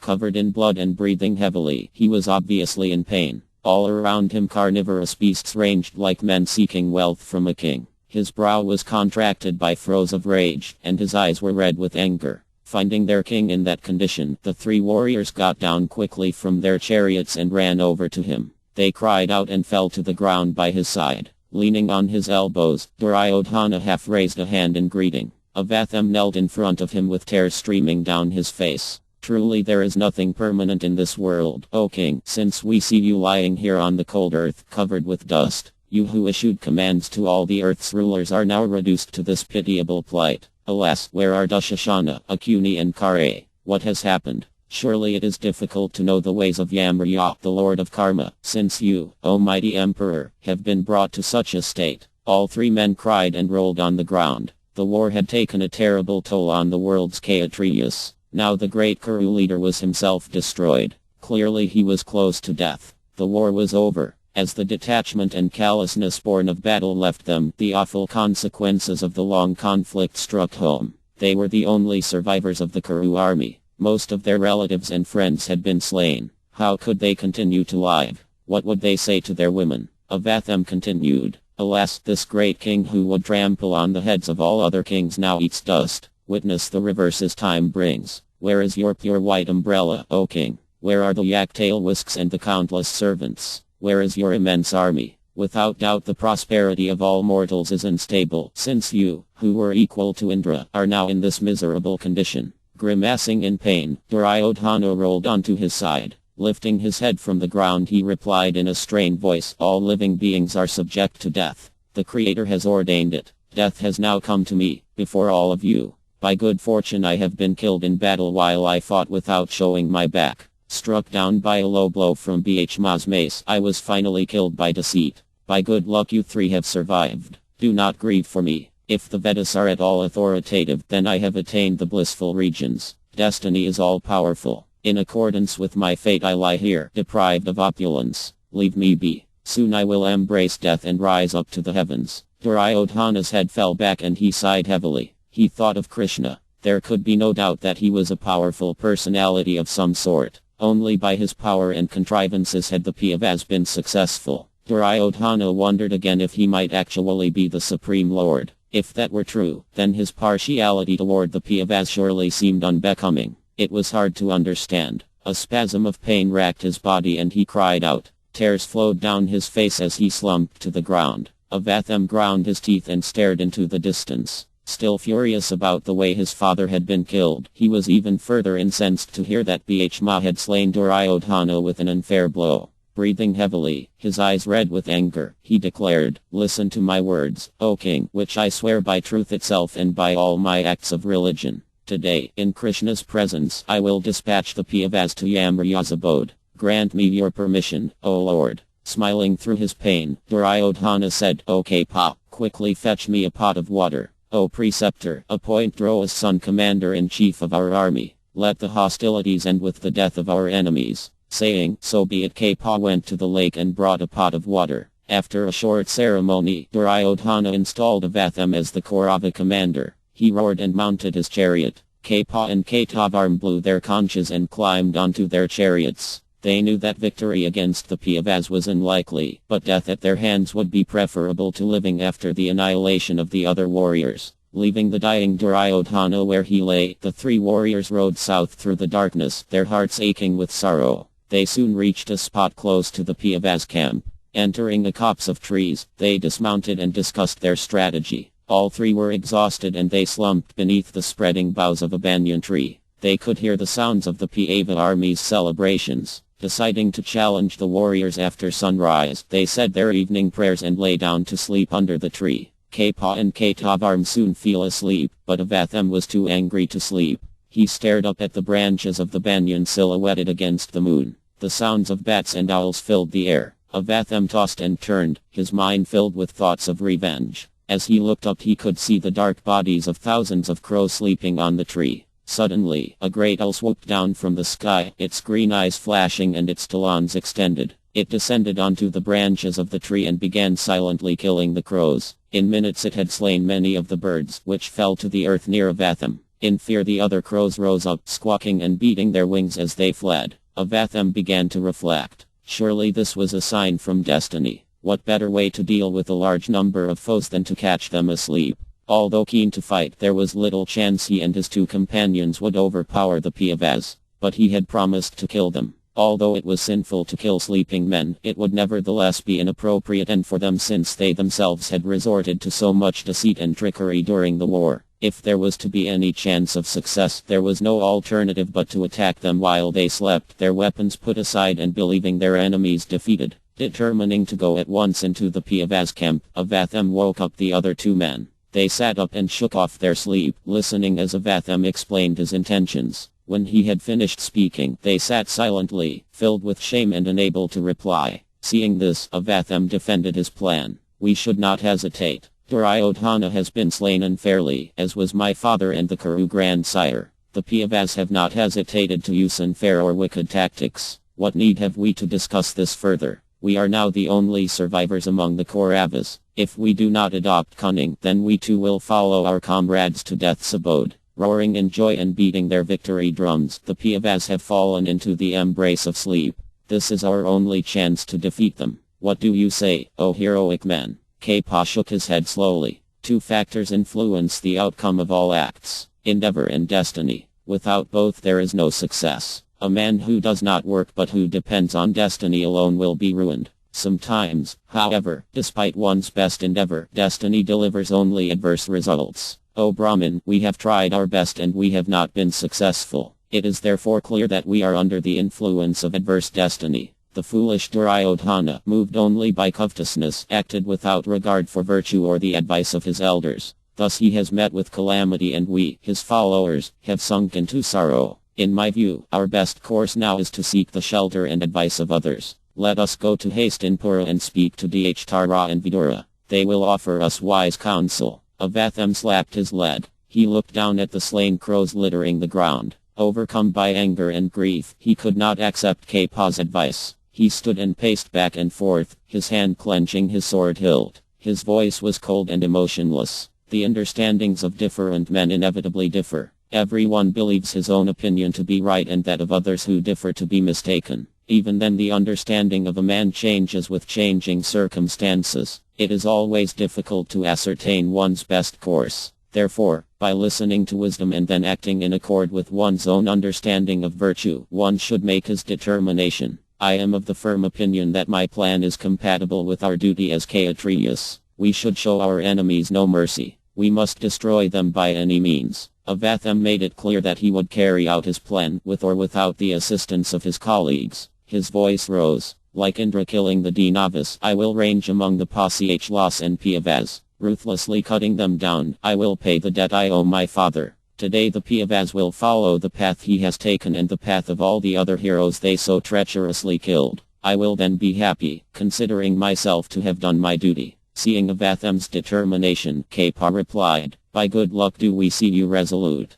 Clearly you cannot be dissuaded. With your heart bent on vengeance, I do not think even Indra could withstand you in battle. Therefore, let us await the dawn and then ride out for an encounter with the Pandavas. Kṛṣṇa and I will accompany you. For now, though, take off your armor and rest. Refreshed and renewed, you will surely conquer the enemy in honest warfare. There is no need to adopt mean tactics which will only incur the censure of all men. Avatham dismissed Kṛṣṇa's suggestion. His mind was fixed on his dark plan. There was no question of waiting until morning. Rousing his sleeping horses, he said, "My heart is afflicted with desire and my mind with thoughts of vengeance. How can I sleep? Thinking of my father's death, I cannot find peace. Indeed, I will not rest until Dharma has paid the full price for his heinous act. O Twistborn one, how can a person like me even live while that Pachla prince still breathes? How can any of us rest while the king cries in agony, his thighs broken by the wicked Bhima? We will not be able to gain victory on the battlefield against the Pandavas, protected as they are by Kṛṣṇa. Let us kill them as they sleep. This is the only way we will achieve our cherished end." Kṛṣṇa watched with dismay as Avatham yoked his horses to his chariot. His face was set in hard lines, picked out by the dancing rays of moonlight coming through the banyan's branches. Kṛṣṇa tried again to dissuade Dhruva's son. "Dear nephew, think hard before you do this. Only a sinful person would even contemplate what you propose. Have you lost sight of righteousness? Surely one who does not control his senses cannot understand morality, even if he serves learned superiors, just as a wooden spoon cannot taste the soup. A humble man, however, with his senses in check, can immediately understand his duties when he serves his elders, just like the tongue tasting the soup. As your well-wisher, I am trying to restrain you from something that will result only in your condemnation and which will leave you repenting afterwards. You are celebrated in this world as a great warrior. Do not destroy your good reputation. Do not sink into a limitless hell by killing sleeping men, who are as good as dead already.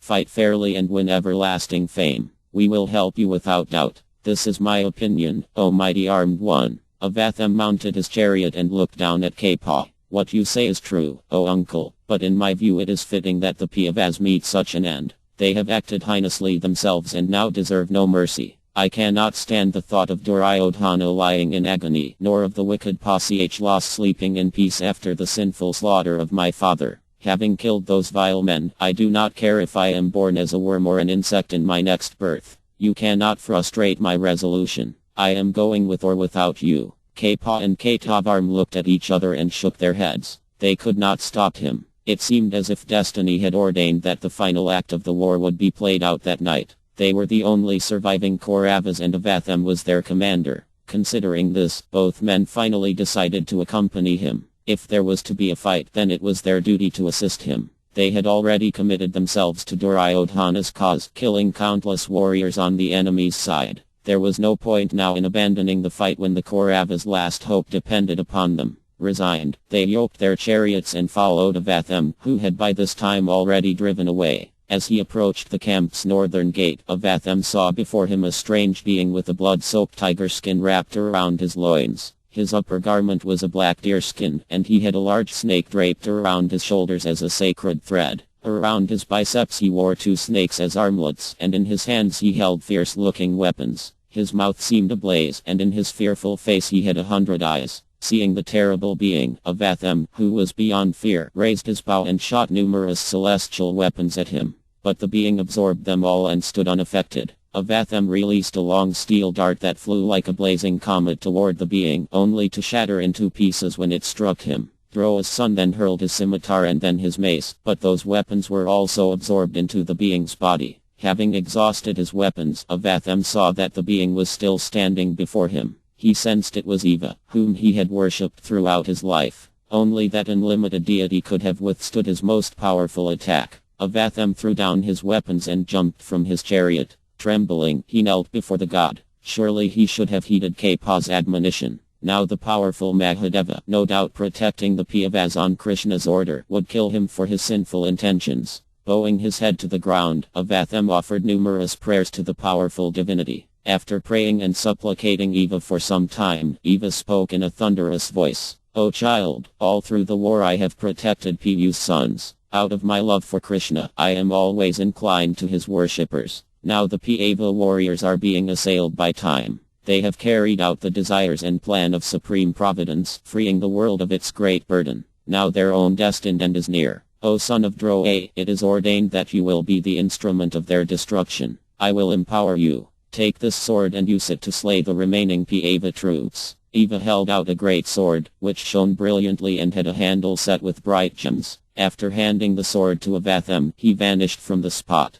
Suddenly, Avatham felt himself infused with tremendous energy. His body seemed to burn with power and his eyes glowed. As he remounted his chariot and moved toward the entrance of the Piavas camp, both Kapa and Katavarm caught up with him. Avatham was overjoyed to see them joining him. Without telling them of the episode with Eva, which had almost seemed to be a dream, he said, "O heroes, it is good that you have remembered your duties. We will now end the conflict by slaying the wicked Piavas. I will enter the camp and range about like Yamraya himself. You two should remain outside. If anyone tries to escape, slay them." After the plan had been agreed upon, Avatham went quietly toward the camp.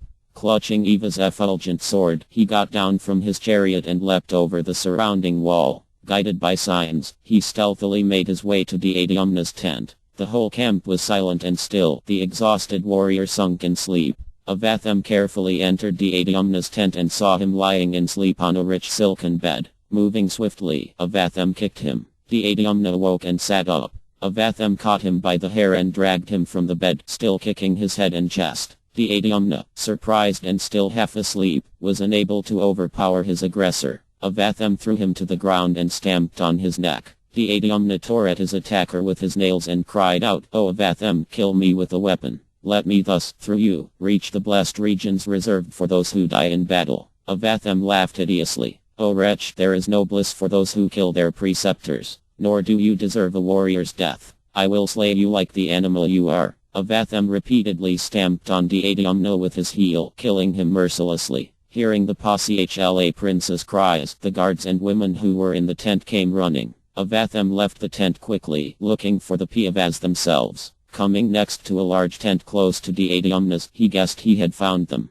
The tent was decorated with numerous flags and garlands and had the finest of golden chariots standing nearby. Avatham entered and, going into the intersection of the tent, saw 5 warriors asleep next to one another. Avatham felt a surge of joy. Here were the brothers. Raising his sword, he brought it down on the first of the 5 men and killed him with one stroke. He then similarly killed the other 4 before anyone awoke. Outside the tent he could hear the clamor of the warriors looking for him. He rushed out with his fearful sword raised high, roaring like an infuriated lion. Seeing him advance like death personified with his sword dripping blood, the warriors fell back in fear. Avatham ran at them and slaughtered them as a lion kills deer in the forest. Quickly putting on their armor, other Kshatriyas came out of their tents and surrounded Avatham. Charged with Eva's power, however, and filled with his own wrath, Avatham quickly slew them. He rushed into the next tent and found Uttamajas just rising from bed in surprise at the clamor outside. Avatham ran over and kicked him, killing him in the same way as he had killed Dādhyamna.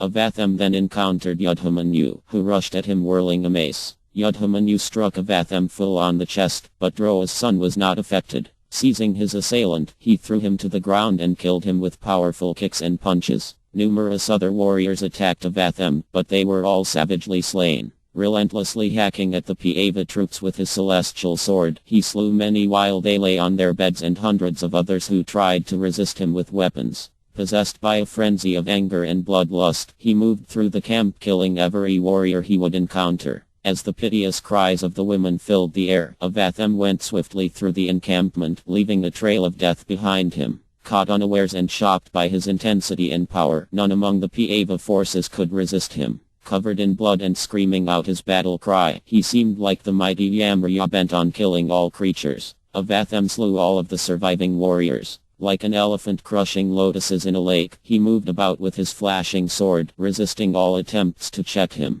Many invisible RKSs flew around the camp, filled with joy to see so many corpses pouring forth fresh blood. Their terrible cries resounded and mixed with the frightful howls of thousands of jackals. Horses and elephants, terror-stricken, ran about wildly. Confused warriors came out of their quarters and looked around in the darkness to see what was happening. Seeing Avatham whirling his bloodied sword, many of them mounted horses and sped toward the camp's gates. Others ran on foot, trying to escape. As the men left the camp, Kṛṣṇa and Mahābhārata met them and killed them. Having no weapons, with disheveled hair and garments and crying in fear, they were cruelly butchered even as they fled crying for mercy. Kṛṣṇa and Mahābhārata, abandoning their shame, killed every last man they found. They then set fire to the tents. Men dashed about in confusion and terror and were cut down ruthlessly by the 3 Kaurava warriors. Calling out for the Pandavas, they fell to the earth, cut to pieces by the Kauravas' weapons. As twilight approached, Avatham, seeing that no warriors had survived his rampage, decided to leave. Drenched in blood, and with his sword seeming like a grotesque extension of his arm, he appeared dreadful. Having slaughtered all the Pāchala and Pandava troops, he felt he had avenged his father's death. Again the camp was silent. The women and the few servants who had not been killed were struck dumb with grief and terror. They hid themselves as Droa's son left again by the northern gate. His 2 companions were waiting for him. When they informed him that no one had escaped, he praised them. After mounting his chariot, Avatham considered how best to inform Duryodhana. He wanted to cheer the defeated prince before he died, but Duryodhana would hardly be able to believe that the Pandavas and all their troops had been slain. Avatham thought he should show him the Pandavas' heads. That would convince him. He rode swiftly back into the camp. Going quickly into the tent where the 5 dead brothers lay, he took out his sword to sever their heads. The first light of dawn was entering the tent and, as he approached the bodies, he realized with dismay that they were not the Pandavas at all. These were Draupad's 5 sons. The Pandavas must not even have been present, since no warrior in the camp had escaped. Avatham's sword dropped to his side. Deeply disappointed, he wondered what to do. After some thought he decided to take the 5 heads anyway and convince Duryodhana that they were in fact the Pandavas. At least he could bring some happiness to the fallen Kuru leader before he died. He took the 5 heads and placed them on his chariot, then drove out of the camp toward Duryodhana. The sun had just risen as his party reached him. The 3 men saw Duryodhana lying surrounded by carnivorous beasts. He was pale and clearly on the verge of death. With difficulty he scared away the wolves and hyenas that kept coming up to him. Avatham leapt down from his chariot. After chasing the beasts away, he knelt before Duryodhana. Kṛṣṇa also got down and stood by the dying prince's side. He addressed him in a sorrowful voice. Surely nothing is difficult for destiny to achieve. See how this once great king now lies here. He who would walk on the heads of all other kings now lies in the dust, struck down by the foe and bathed in blood. His golden mace, so dear to him, lies by his side like a faithful wife by the side of her husband. He who was formerly attended by Brahmins seeking wealth is now attended by vicious beasts and birds seeking to eat his flesh. Witness the reverses brought about by time. Avatham spoke more joyfully, telling Duryodhana how he had slaughtered the Pandavas and their warriors. I have killed them all. See here the heads of the 5 brothers, O king. As Avatham climbed onto his chariot to fetch the heads, Duryodhana opened his eyes and sat up, leaning on his elbows. O son of Droa, you have accomplished what not even Mahābhārata, or even your own father could achieve. His voice was barely above a whisper. This has filled me with happiness. I will go now to the heavens where we will all meet again. Avatham came down from his chariot, holding the 5 heads by the hair. He placed them by Duryodhana's side and said, Here are your sworn enemies, O king. Duryodhana reached over and felt the heads. He found it hard to believe that they could be the Pandavas. They looked like them, but perhaps they were their sons. Duryodhana knew how to tell the difference. He squeezed the skulls with his powerful hands, exerting the last of his strength. As he did so, the heads collapsed. He could understand that these were the heads of the Pandavas' teenage sons. Duryodhana fell to the ground with a sigh. These are Draupad's sons, O Brahmin, and not the Pandavas. The heads of those 5 heroes are as hard as iron, but I have easily crushed these heads even in my weakened condition. Alas, what a terrible act you have performed. These boys were the future hope of the Kuru house. Now everything is lost. Duryodhana lay lamenting, his eyes closed in pain. Although he hated the Pandavas, he was not pleased to see their sons murdered. Who now would carry on what was, after all, his own family line? All his own brothers were dead. Now by killing Draupad's sons, Avatham had practically ended the Kuru dynasty.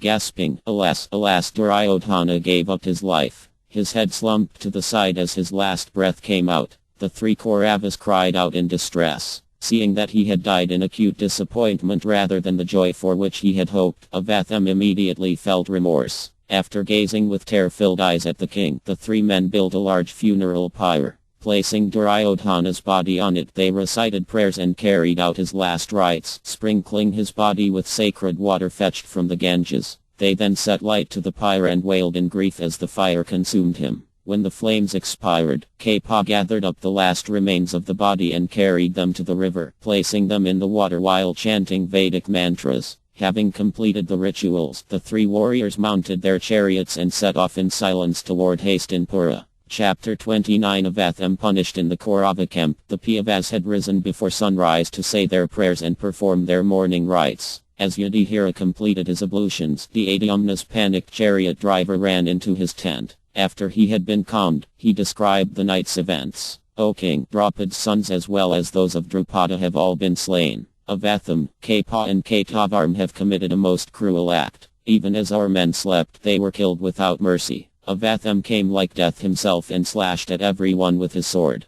Anyone who tried to flee was cut down by the arrows of the other two. I think I am the only survivor. Somehow I managed to escape from the camp and have come here to tell you. Yudhishthira dropped to the ground and cried out. Upon hearing their brother's distress cry, the other Pandava brothers ran into him and he informed them of what had happened. They too began to cry and fell to the earth. Yudhishthira's voice rose above the others. Alas, after defeating our enemies we are now defeated. An already bitter victory, gained at the cost of the lives of so many kinsmen, has become still more bitter. What happiness can we now enjoy with all our sons, friends and followers slain? Alas, they have died like merchants in a boat, who, having crossed the ocean, are wrecked in a shallow river. What will become of Draupad? How will she live after hearing that her sons were so brutally slaughtered? Yudhishthira turned to Nakula and asked him to bring Draupad to the Pandava camp so that he could break the terrible news to her. After Nakula left, the other brothers comforted Yudhishthira, who then left the tent and mounted his chariot. Accompanied by his brothers and Astayaki, who had stayed with them in the Kaurava camp, he made his way to his own camp.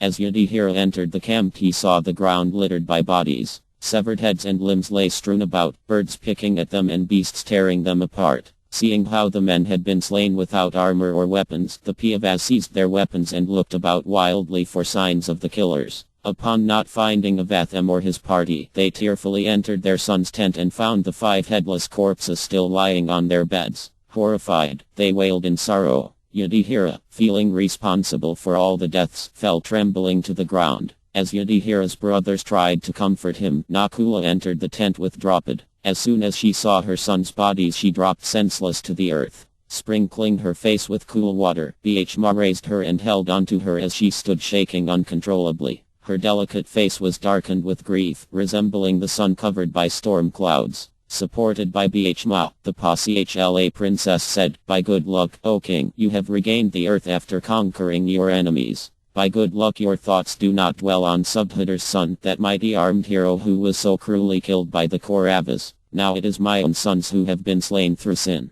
Seeing how they have been killed by Droa's vicious son even while they slept, I burn with unbearable grief. If that wretch does not pay for this crime, then I will die. I promise to observe the vow and fast until death." Draupad sat down and assumed a yogic posture, her legs folded by her side and her arms upstretched. "I will not move from this spot until you bring me the shining jewel from Avatham's head, having slain him like a beast." Yudhishthira consoled the weeping princess. Draupad looked up at Bhishma and implored, mindful of a Kshatriya's duties, "O Bhishma, kill that wretch like Indra killed Shambhara. There is no man in the world who can equal your prowess. Again and again you have been my refuge, and indeed the refuge of all your brothers. Remembering those deeds, kill Droa's son and be happy." Draupad's voice was a wail. She covered her tear-streaked face with her hands. Her head fell to her breast and she wailed piteously. She could not get the sight of her 5 headless sons out of her mind. Repeatedly beating her chest, she filled the tent with her loud sobs.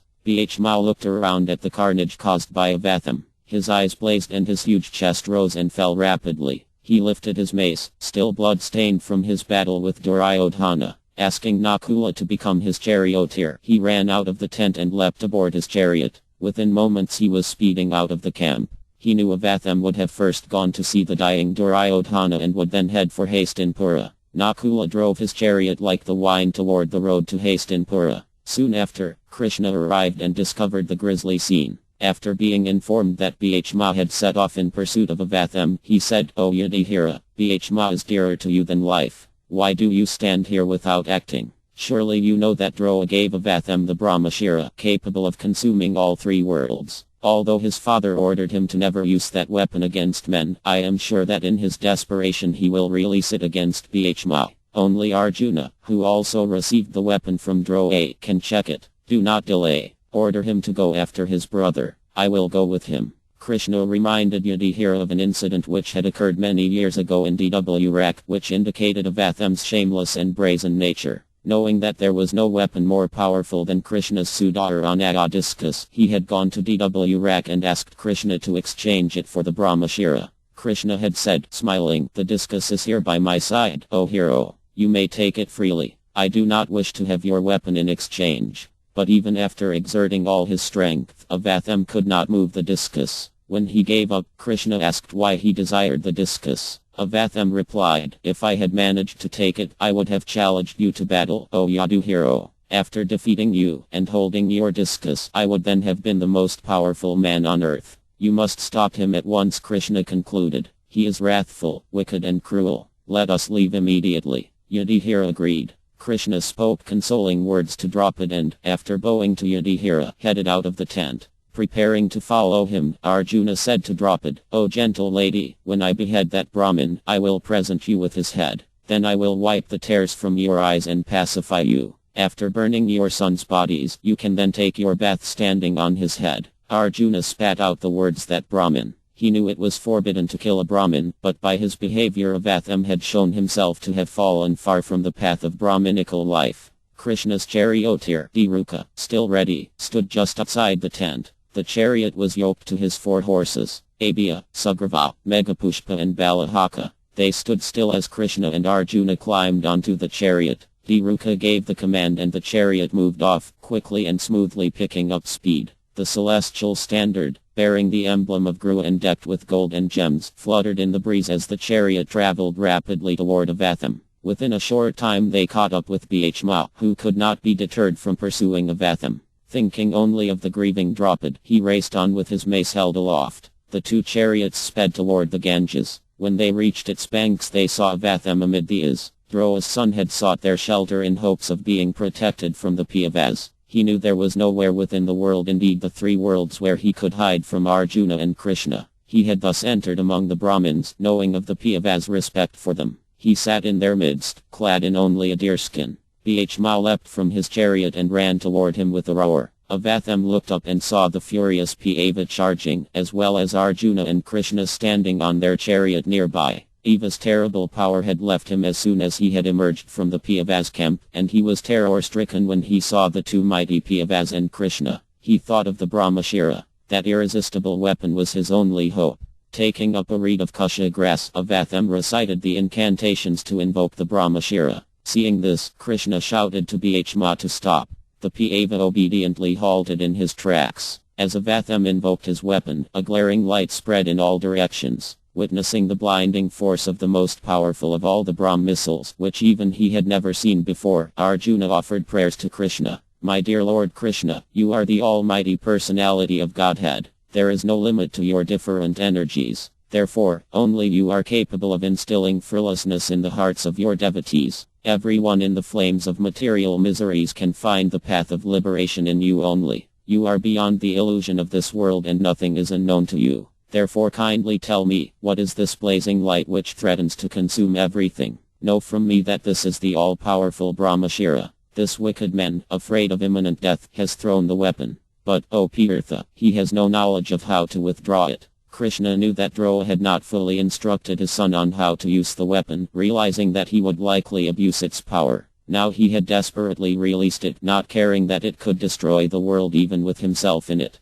Kṛṣṇa urged Arjuna to counter the weapon. "Release your own Brahm missile, O Partha, which will combine with Avatham's. Then you may withdraw both." Arjuna immediately touched Kṛṣṇa's feet and thought of the mantras to invoke the weapon. He released the missile and it met with Avatham's in the sky. A great circle of blazing light filled the heavens. It appeared as if a second brilliant sun had risen and was about to burn the universe to ashes. Vaisadeva was sitting among these on the bank of the river. Witnessing the combined power of the 2 Brahm weapons, he became alarmed. He ran over to Avatham and said, "O Brahmin, what are you doing? Why have you thrown this weapon? It will destroy the world. Withdraw it at once." Avatham looked at the eye but made no reply. He was unable to withdraw the weapon, but he could redirect it to another target. Avatham saw that his attempt to kill Arjuna and Kṛṣṇa was being thwarted. His own powers were no match for Arjuna's superior military skills. Avatham realized that death now stared him in the face. Surely the Pandavas would show him no mercy. Frustrated and filled with despair, he remembered that Abhimanyu's wife was pregnant with the child conceived before the prince's death. She was carrying the last of the Kuru line. Avatham's mind raced. It was the proud Kurus who had killed his father and who were about to kill him too. Deciding that if he was to die he would take the last hopes of the Kuru house with him, Avatham concentrated on Utter and, in particular, on the child in her womb. He uttered mantras to redirect the Brahmashira and it flew toward the Pandavas camp, where Utter had gone with Draupad. Unaware of Avatham's evil desire, Arjuna chanted the mantras to withdraw his own weapon and the brilliant glare in the sky gradually subsided. Seeing that the danger had passed, Vaisadeva returned to his place amid the sages, who were in the midst of performing a sacrifice to Viyu. In the Pandavas camp, Utter suddenly felt herself in danger. She was not sure of the cause, but could sense the approach of something. The beautiful princess, still only a young girl, fell to the ground. Her limbs trembled and she felt apprehensive. Terrified, she offered prayers to Kṛṣṇa, whom she saw as her only shelter. Folding her palms and bowing her head, she said, "O Lord of Lords, Lord of the universe, you are the greatest of mystics. Please protect me, for there is no one else who can save me from the clutches of death in this world of duality." Hearing her heartfelt prayer even as he sat on the chariot with Arjuna, Kṛṣṇa, who understood Avatham's intentions, at once expanded his personal energy to protect Utter. He entered her womb in a mystical form and covered the child. As the Brahmashira approached, it was neutralized by Kṛṣṇa and sent harmlessly into the sky. Utter and the other Pandava ladies looked with wonder at the missile as it rose upwards like a blazing comet. Surely Kṛṣṇa had saved them all from certain death. After withdrawing his celestial Brahm weapon, Arjuna fired another weapon at Avatham which immediately bound him with strong cords. Leaping from Kṛṣṇa's chariot, he ran over to Avatham and seized him by the hair, dragging him up onto the chariot. Although capable, Arjuna was reluctant to kill the son of his teacher. Seeing Arjuna sparing Avatham's life, Kṛṣṇa said, "O Parth, you should not show mercy to him. He is no Brahmin, he has killed innocent boys in their sleep. This is always against religious codes. His sins have been great. You should kill him for his own good. Otherwise, he will descend into hell. Furthermore, you have promised Draupad that you will bring her the head of her son's killer. Do not hesitate. He has brutally murdered your family members and deserves death at your hands without doubt. Having blighted his own family name, he is but the burnt remnants of his dynasty. Kill him at once." Throwing Avatham to the chariot floor, Arjuna replied, "I do not feel able to kill him, O Kṛṣṇa. How could I perpetrate an act so painful to my own guru's heart? If it is your order, then it will be done. But for myself, I would rather take him to Yudhishthira to hear his judgment. Draupad, too, may decide what should be done with this wretch." Kṛṣṇa nodded. Dhruva urged on his horses and in a short while they arrived at the camp, Bhishma following just behind. Arjuna dragged Avatham before Yudhishthira and Draupad, saying, "Here is the killer of our sons. What should be done with him now?" The soft-hearted Draupad felt compassion for Avatham, who sat with his head down. As he was a Brahmin, she folded her palms in respect and said, "Release him, Arjuna, for he is the son of your martial teacher. It is said that the son is one with his father, and thus it is as if Drowa himself were here." Indeed, Drowa's wife did not ascend his funeral pyre because she had a son. Killing Avatham will cause her, our worshipful superior, grief and cannot be in accord with religious principles. My lord, do not make her cry like me, nor should we, the kingly order, become guilty of the sin of needlessly slaying Brahmins. Such a sin can burn the whole body of a royal family to ashes. Yudhishthira, approving Draupad's words, said, "Excellent, excellent. O gentle lady, your words are quite in accord with the sacred teachings of the Vedas." Arjuna and the twins also expressed their agreement but not Bhishma. "We need show this man no mercy. He has mercilessly killed sleeping men for no purpose other than his own interests. Killing him is the only fitting punishment." Bhishma advanced menacingly toward Avatham with his fists clenched. His eyes were wide with fury and he ground his teeth. Draupad quickly came between him and Avatham, who still said nothing and stared at the ground. Seeing the conflict, Kṛṣṇa moved forward and placed a hand on Bhishma's shoulder, telling him to be peaceful. Turning to Arjuna, he said, a Brahmin, even when guilty of sin, is not to be killed. But if he is an aggressor, he must be killed. All these rulings are in the scriptures. You should act accordingly. You have to fulfill your promise to your wife, and you must also act to Bhishma's satisfaction and mine. We both want you to kill this culprit. Arjuna looked at Kṛṣṇa, who appeared to have 4 arms as he stood holding Bhishma at bay and comforting Draupadi. He could understand Krishna's equivocal instructions. Of them should both be killed and not killed. Taking out his razor-edged sword, he grabbed hold of Avathem's top knot and severed the hair along with the shining jewel that bound it. The jewel was the repository of Avathem's mystic power, and as it was removed, he shriveled and collapsed. Presenting the jewel to Draupadi, Arjuna said, "Here is the gem you desired, O beautiful lady. Avathem is now as good as dead, for to cut off the hair of a powerful warrior is equal to killing him."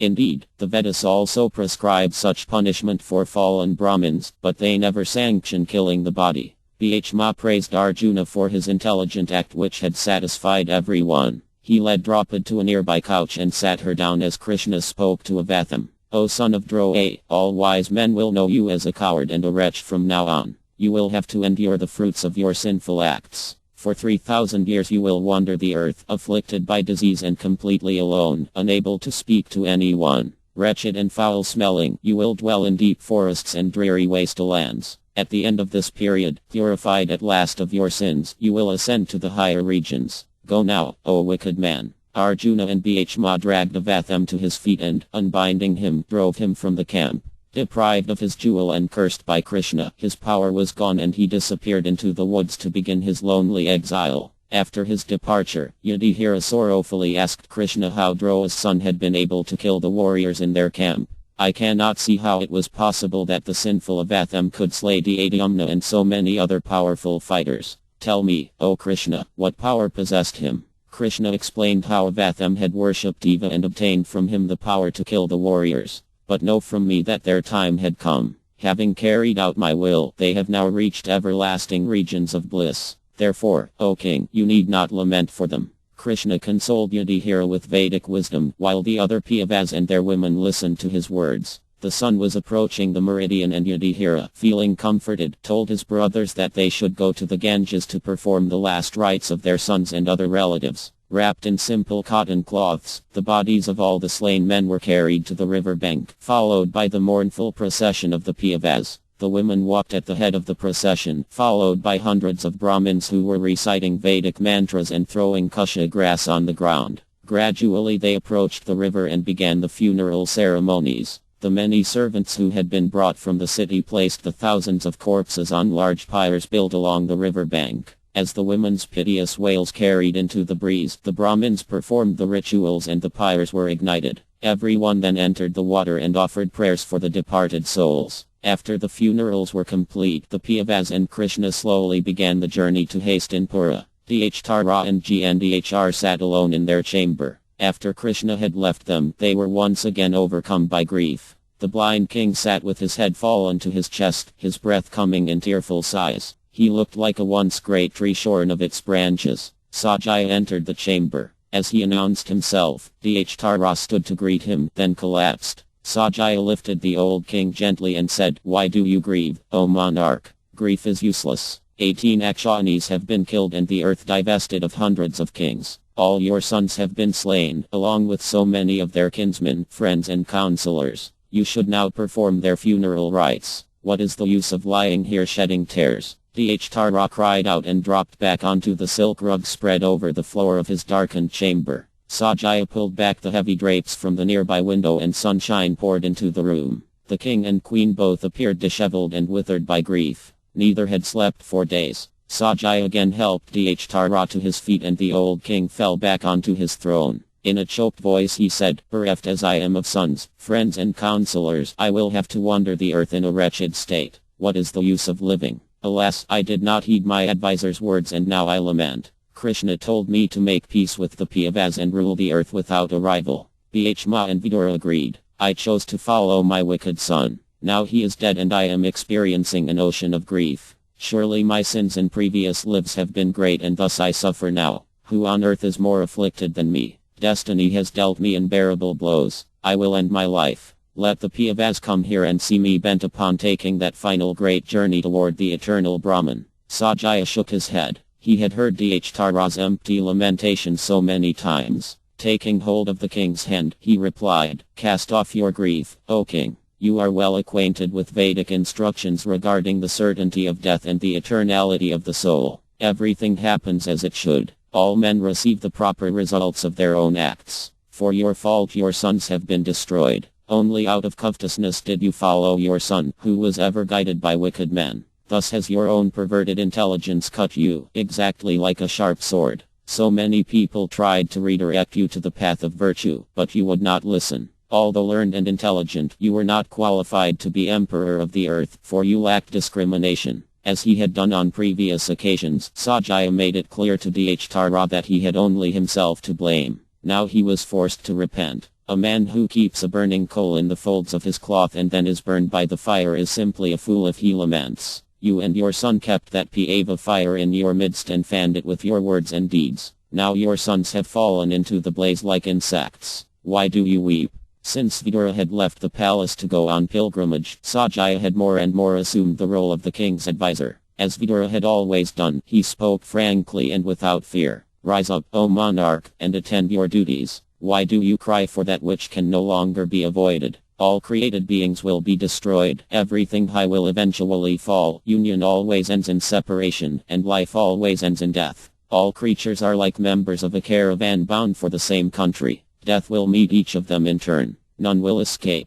Thus it is immaterial who goes first. Your sons, meeting a glorious death in the thick of battle, have surely gone to higher places. The scriptures clearly state this. For a Kshatriya, there is no better death than to die in battle. Your grief for your sons is unwarranted and meaningless. It will only increase if you indulge it. Only the less intelligent allow themselves to be overcome by grief. It does not bestow any benefit upon the grief-stricken. Rather, it deviates him from his duty and thwarts his aims in life." Sajaya had never stopped advising Dhtara for his own good, despite the fact that his advice was ignored. Now that the king had lost everything, he would be far more likely to take good counsel seriously. Sajaya spoke for some time, repeating the wisdom he had heard from the Is. Dhtara listened attentively, encouraging him to continue and feeling a sense of relief from his words. "O king, all men receive the results of their own actions alone. By acting with a desire for profit, one attains only repeated births in this world along with their concomitant sufferings. Those who are wise act only to achieve liberation.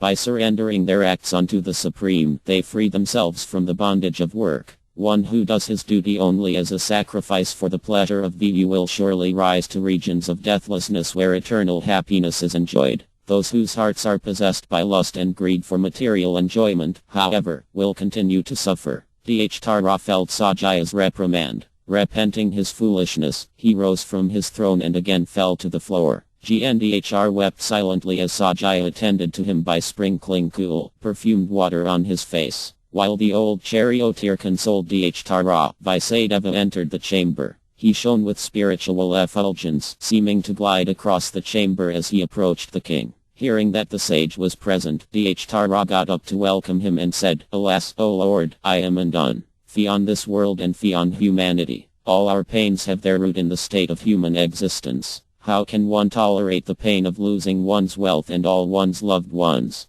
The calamity that has befallen me will only end with life itself. Therefore, I shall end my miserable existence today." Dhtara again fell sobbing to the ground. Seeing him in that state, Vaisadeva said, "O mighty monarch, hear my words. You are learned and intelligent. You know everything, so take recourse in that wisdom now. When everything in this world is temporary, why do you grieve for that which is lost? Time itself, making your son the cause, has brought about this destruction. No one can change destiny. I have known destiny's course, settled by the celestials, and I will explain it to you now so that you may find peace of mind." Vaisadeva explained how he had attended an assembly in Indra's court some time ago. There he had seen many greatas, headed by Anrata, and also the goddess Earth herself. The all-powerful Viyu had come to the assembly, where Earth had beseeched him. "My dear Lord, you have promised to relieve my burden. Let that come to pass soon." Viyu had replied, "The eldest of Dhtara's 100 sons will accomplish your desire.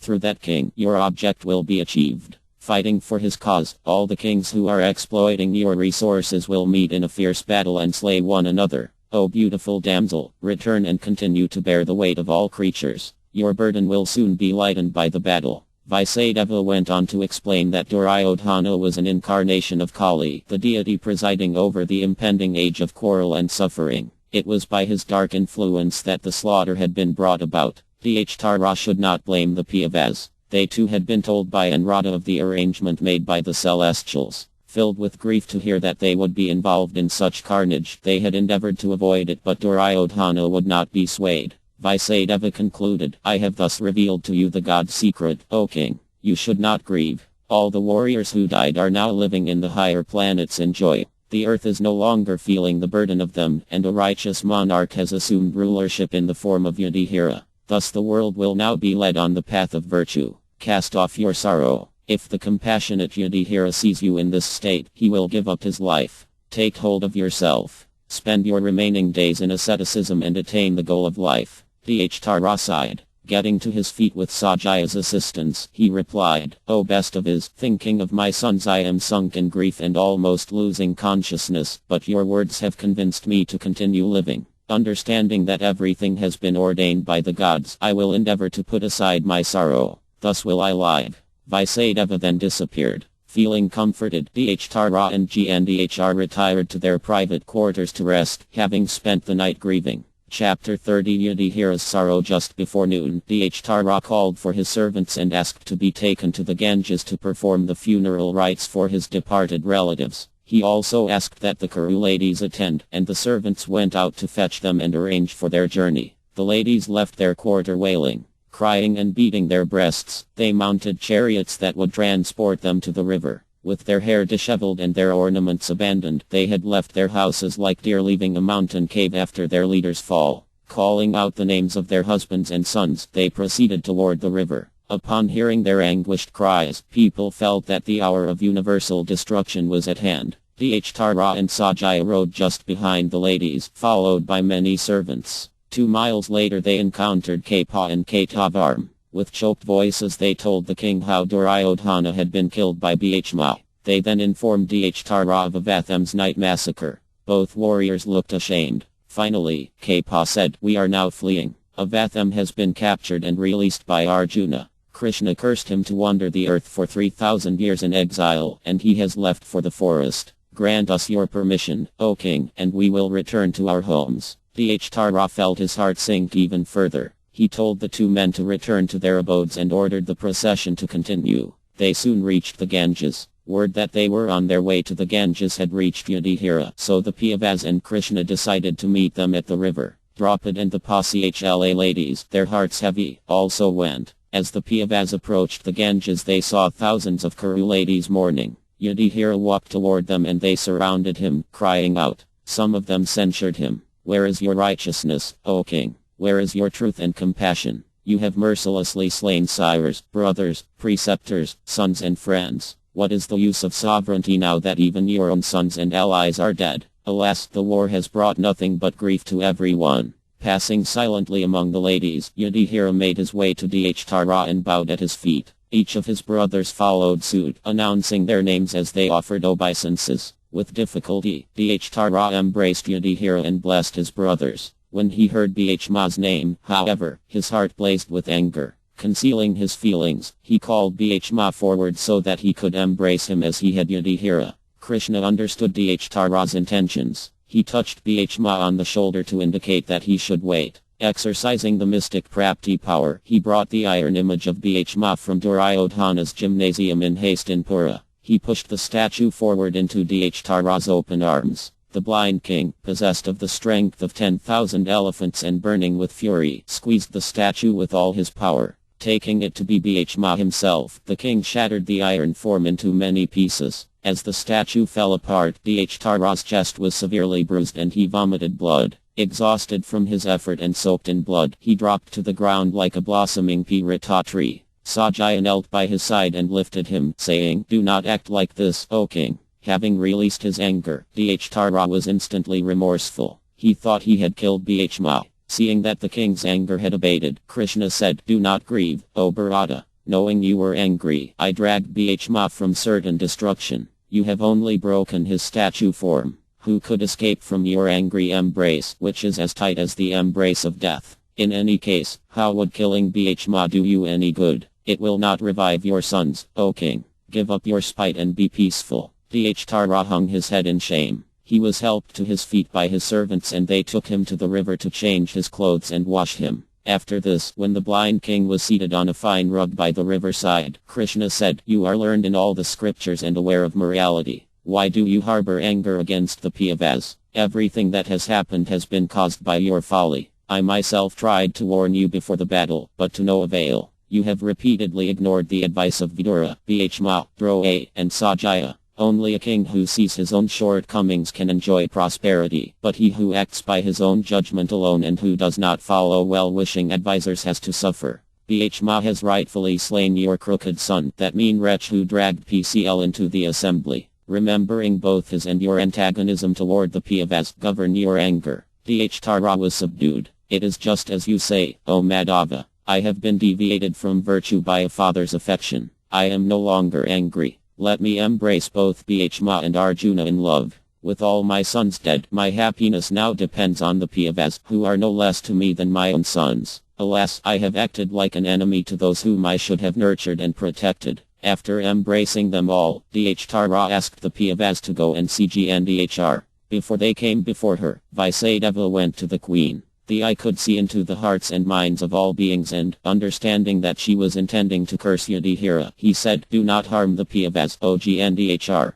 Take this opportunity instead to exercise forgiveness. Remember, O queen, that it was you who blessed Duryodhana with the statement, 'Victory always attends righteousness.' Your words have not proven false. Certainly the Pandavas are endowed with all virtuous qualities. Cast away your evil desire." As Vasudeva spoke, the Pandavas arrived before Gandhar and offered their respects, touching her feet one by one. Shedding tears, Gandhar said to Vasudeva, "I do not entertain any ill feelings for the Pandavas, O sage, but grief has shaken my heart. Surely the Kauravas, puffed up with pride and arrogance, have perished due to Duryodhana's folly and the foolishness of his advisors. I do not blame the Pandavas, but they have done something I cannot accept. Bhishma struck my son down with an unfair blow. Surely this was not consistent with virtue." Bhishma, having learned from Kṛṣṇa of Gandhar's empowering glance over her son, replied to her, "Whether or not the blow was fair, it was the only way your son could be killed.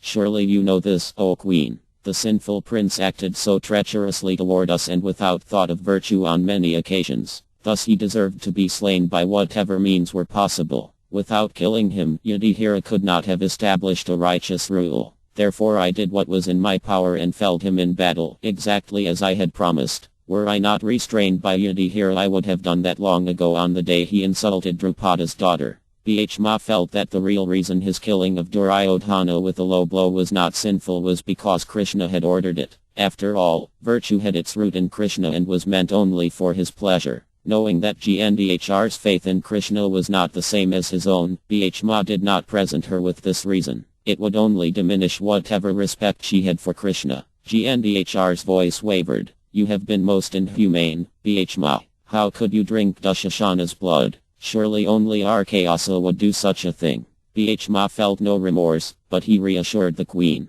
"O chaste lady, you should know that I did not allow his blood to pass my teeth. When Dushasana committed his sins against Draupadi, I made a terrible vow under anger's influence. Without fulfilling that vow, my reputation would have been sullied and my truthfulness compromised. You should not attribute any fault to me, O Gandhar. Without having checked your sons previously, you should not now blame we who are innocent." Gandhar wept silently, thinking of her sons. Her frail body shook and maid servants came up to support her. After some time she regained her composure and said, "Why, O Bhishma, could you not have spared even a single one of our sons? How will we survive without support in this world?" Her anger rising again, the queen asked, "Where is Yudhishthira? I wish to address Pu's eldest son." Trembling, with his palms folded, Yudhishthira stood before Gandhar and said, "Here he is, O queen, the cruel destroyer of your sons. I deserve your curse, for I am the root of this great destruction. Curse me at once, O queen. I care not for kingdom, wealth, nor even life itself. By bringing about the slaughter of kinsmen and friends, I have proved myself a fool and as one who hates his own family. Gndhr fought to control her anger. Aware of her husband's weakness and her son's sinfulness, and thinking of Vasudeva's words, she restrained herself from uttering a curse. It was obvious that Yudhishthira felt more than enough remorse and pain. Still, he should not have allowed Bhishma to have perpetrated his vicious acts against her two eldest sons. Behind the blindfold around her head, Gndhr felt her eyes burn with anger. Although she had used much of her ascetic power when she had blessed Duryodhana, it had not been exhausted. She lifted the blindfold slightly and looked down at Yudhishthira's feet. As she glanced down, Yudhishthira's toes, with their perfectly manicured nails, were singed and his nails turned brown. Seeing this, Arjuna stepped back behind Kṛṣṇa. Yudhishthira, however, did not react. Gndhr, gaining control of herself, spoke reassuringly to the brothers. She told them to go to Kṛṣṇa, who was longing to see them again. The brothers then presented themselves before their mother. Seeing them for the first time since their exile, Kṛṣṇa cried, covering her face with a cloth. After weeping for some time, she repeatedly embraced and patted her sons, lamenting as she saw the wounds and scars on their bodies. Draupadi fell before Kṛṣṇa, her tears wetting Kṛṣṇa's feet. "O venerable lady, where have all your grandsons gone? Seeing you in such distress, why are they not coming before you? O mother, how can I live and what do I care now for any kingdom? Alas, my sons are no more." Kṛṣṇa raised Draupadi and consoled her. As she spoke to the Pandava's grieving wife, Yudhishthira and Gndhr were led up to them. Hearing Draupadi weep, Gndhr said, "Do not grieve so, dear daughter. This terrible slaughter has been brought about by the irresistible course of time. Everything was foretold by Vidura and Kṛṣṇa, both of whom tried in vain to sue for peace." As she thought of Kṛṣṇa, Gndhr felt her anger rise once more. Although he had tried unsuccessfully to bring about peace, he could have forced the issue if he had desired. He had at his command a vast army containing many of the most powerful warriors on earth. But more than that, he was said to be an incarnation of the Supreme Lord. Surely nothing was beyond his capabilities. Gndhr felt that, ultimately, everything was Kṛṣṇa's fault. The Is had even said that the destruction of the warriors had been his divine arrangement. Asking for Kṛṣṇa to come before her, Gndhr said, "The Pandavas and Kauravas have been rooted out, O Kṛṣṇa, even before your eyes. Why were you indifferent to them? You could have prevented the slaughter. O Madhava, since you deliberately allowed this universal destruction, you should now feel the consequences. By whatever little merit I have acquired by serving my husband, I curse you, O holder of the discus. Since you callously allowed the Kauravas and Pandavas to kill one another, so you will be the destroyer of your own kinsmen. O Govinda, on the 36th year from now you will kill your own family members in a fratricidal fight, finally dying yourself by foul means. The ladies of your family will thus weep even as the Kuru ladies are now doing."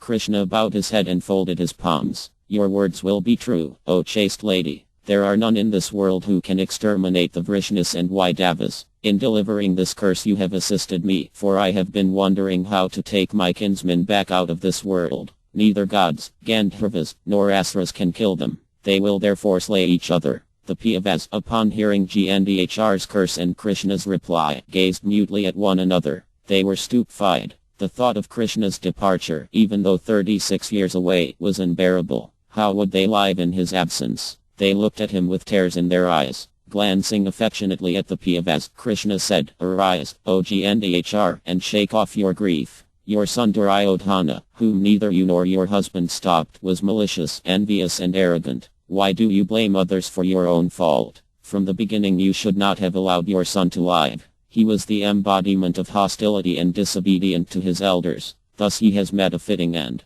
Give up your useless grief, for by indulging it, it simply increases. As a Brahmin woman brings forth children to practice austerity and a Vaiy bears offspring for keeping cows, so a Kshatriya woman brings forth sons to be killed in battle and for no other reason." When Kṛṣṇa was finished, Gndhr remained silent. Yudhishthira then asked Yudhishthira where he felt the fallen warriors went after dying in battle. Yudhishthira replied, "By the grace of Loma I have been granted the vision to see where the heroes have gone. All of them have attained the gods' celestial abodes. Even those who fell while fleeing or turning their faces from the fight have gone upwards to regions of enduring pleasure. Indeed, having died in Kṛṣṇa's presence, the dead warriors have doubtlessly all reached auspicious destinations." Comforted by Yudhishthira's assurance, Dhritarashtra gave orders that the funeral rites be performed for his sons and their followers. Thousands of Brahmins chanted hymns from the Asma and G Vedas, while funeral pyres blazed all along the river bank. The Kṛṣṇa entered the river and stood waist-deep to offer oblations of sacred water to their departed relatives. Women's cries filled the air, drowning out the Brahmins' mantras. As the Pandavas were about to enter the river to make their funeral offerings, Kṛṣṇa came to them and said quietly, "O heroes, offer an oblation for Kṛṣṇa." That effulgent fighter, the ornament of battle who ever delighted in fight, was Asriya's son and my own firstborn child. He was your eldest brother. The 5 brothers were shocked. Yudhishthira and Arjuna glanced at one another. They had long suspected that Kṛṣṇa was of divine origin. It was hardly possible that such a warrior could have sprung from a draw. But the son of their own mother, how had they never discovered it? Why had Kṛṣṇa not told them? Yudhishthira cried aloud. It was certain that his mother had, as always, spoken the truth. The Pandavas spoke in surprise. "O noble lady, were you the mother of that Kṛṣṇa who was like a sea having arrows for its billows, mighty arms for its sharks, and the sounds of his bowstring for its roar? Were you the mother of that one who swore constant enmity with Arjuna and whom no one but Arjuna could resist? How did you conceal this fact like a man hiding fire in the folds of his cloth? Tell us how he became your son and why you hid this from us." Alas, I am undone with an even greater grief upon hearing this news than I was upon hearing of Abhimanyu's death. Yudhishthira cried out again. Along with all the other respectable personalities killed in the war, he had also brought about the death of his elder brother. Had he known of Kṛṣṇa's identity, then the war could have been averted. Duryodhana would not have even considered fighting without him. United with Kṛṣṇa, the Pandavas would have been invincible. Trembling, Kṛṣṇa said, "Alas, dear son, I have long kept this secret, unable from fear to speak it to anyone. Even while a maiden did I bring forth that mighty warrior. Sometimes I thought of telling you, but something always made me hesitate. Now seeing that he has died along with his sons and has none to offer his last rites, I cannot conceal the truth any longer." Kṛṣṇa's mind returned to the fateful day when Asriya had entered her chamber. She looked at the Ganges, flowing gently now as it had the day she pushed the basket containing Kṛṣṇa into her waters. She fell sobbing to the ground. Yudhishthira lifted her up, running his cool hand across her forehead. "O mother, how much pain you must have suffered. O Kṛṣṇa, where have you gone without greeting us as your younger brothers?" Yudhishthira looked at Kṛṣṇa, who stood waist-deep in the river making offerings to the departed souls. Surely it was for his own inscrutable reasons that he had not told them the truth about Kṛṣṇa. But Kṛṣṇa should have trusted them. She could have revealed Kṛṣṇa's identity long ago and saved so much bloodshed. In a trembling voice, his mind clouded by grief, Yudhishthira said, "O mother, tell me how Kṛṣṇa took birth and why he was cast away. Surely the gods must have executed some plan through you, O gentle lady." Kṛṣṇa told her sons the story. They listened in amazement. It was a strange destiny that had caused him, the eldest Pandava and the son of the most powerful sun god, to be separated at birth from his heritage and cast in the role of enemy to his own brothers. The brothers all looked at Kṛṣṇa, who was coming out of the water. With water running down his body, he shone in the bright afternoon sunshine. As he came over to Kṛṣṇa and the Pandavas, Yudhishthira told him what Kṛṣṇa had just said. Folding his palms he asked, "O Lord, why were we never informed?" Kṛṣṇa replied, "It was out of my love for my aunt that I did not reveal her secret. But, O king, Kṛṣṇa knew the truth." Still, he could not be swayed from his loyalty to Duryodhana although he understood the consequences. "With your brothers you should now offer him his due rights." Kṛṣṇa and her sons entered the river and stood there for some time, silently making their offerings to Kṛṣṇa and all their other dead relatives. When they were finished, Yudhishthira made arrangements for them to stay on the river bank for the coming month. In accordance with scriptural injunctions, he ordered that everyone lie there for 30 days to make daily offerings for the dead. As evening fell, the Pandavas sat with Kṛṣṇa. They were surrounded by numerouses, headed by Anrata. Yudhishthira questioned Anrata about Kṛṣṇa. He wanted to know every detail of his life. Anrata narrated the story in full. He told him how Kṛṣṇa had been raised by Adhiratha and Rata. Due to his powerful nature, he had sought the best training in martial arts. His enmity for Arjuna had been born when Drowa refused to teach him, seeing him as the son of a charioteer. Kṛṣṇa had left Drowa, resolved to return and humiliate him by defeating his best student. It was then that he had gone to Pararma and been taught, only to be later cursed for his deceit. After hearing about Kṛṣṇa, including his promise to Kṛṣṇa not to kill any of his brothers but Arjuna, Yudhishthira cried. He turned to Kṛṣṇa and said, "If only Kṛṣṇa had come to me as a brother, surely I would have given him the earth and averted this calamity. Becoming the leader of the Pandavas, he would have shone in this world like Indra shines in the heavens." Kṛṣṇa pulled her white sari over her head. Tears ran freely from her eyes as she replied, "O child, O great hero, you should not think in this way. I tried my best to convince Kṛṣṇa of what was in his best interests, but he would not listen. Even his father, the mighty Sriya, came to him in a dream and tried, without success, to persuade him. Neither Sriya nor myself could sway him from his enmity against the Pandavas. Seeing him firmly under the influence of destiny and bent upon doing you harm, I gave up my attempt to change his mind and left him. It would only have made matters worse if I had then informed you of his identity." Yudhishthira covered his face with his hands and sighed. "O mother, I do not blame you for your silence. Surely you were moved by supreme destiny. Still, I feel you should have confided in me. I therefore say that from this day on no woman will be able to hold a secret." Seeing Yudhishthira mournful, Radha said, "O king, do not give way to sorrow. You have righteously acquired the earth by the strength of your arms. Ever abiding by your duties, you have escaped with life from the battle and now stand as the undisputed ruler of the world. Why do you not rejoice? I hope everything is well with you.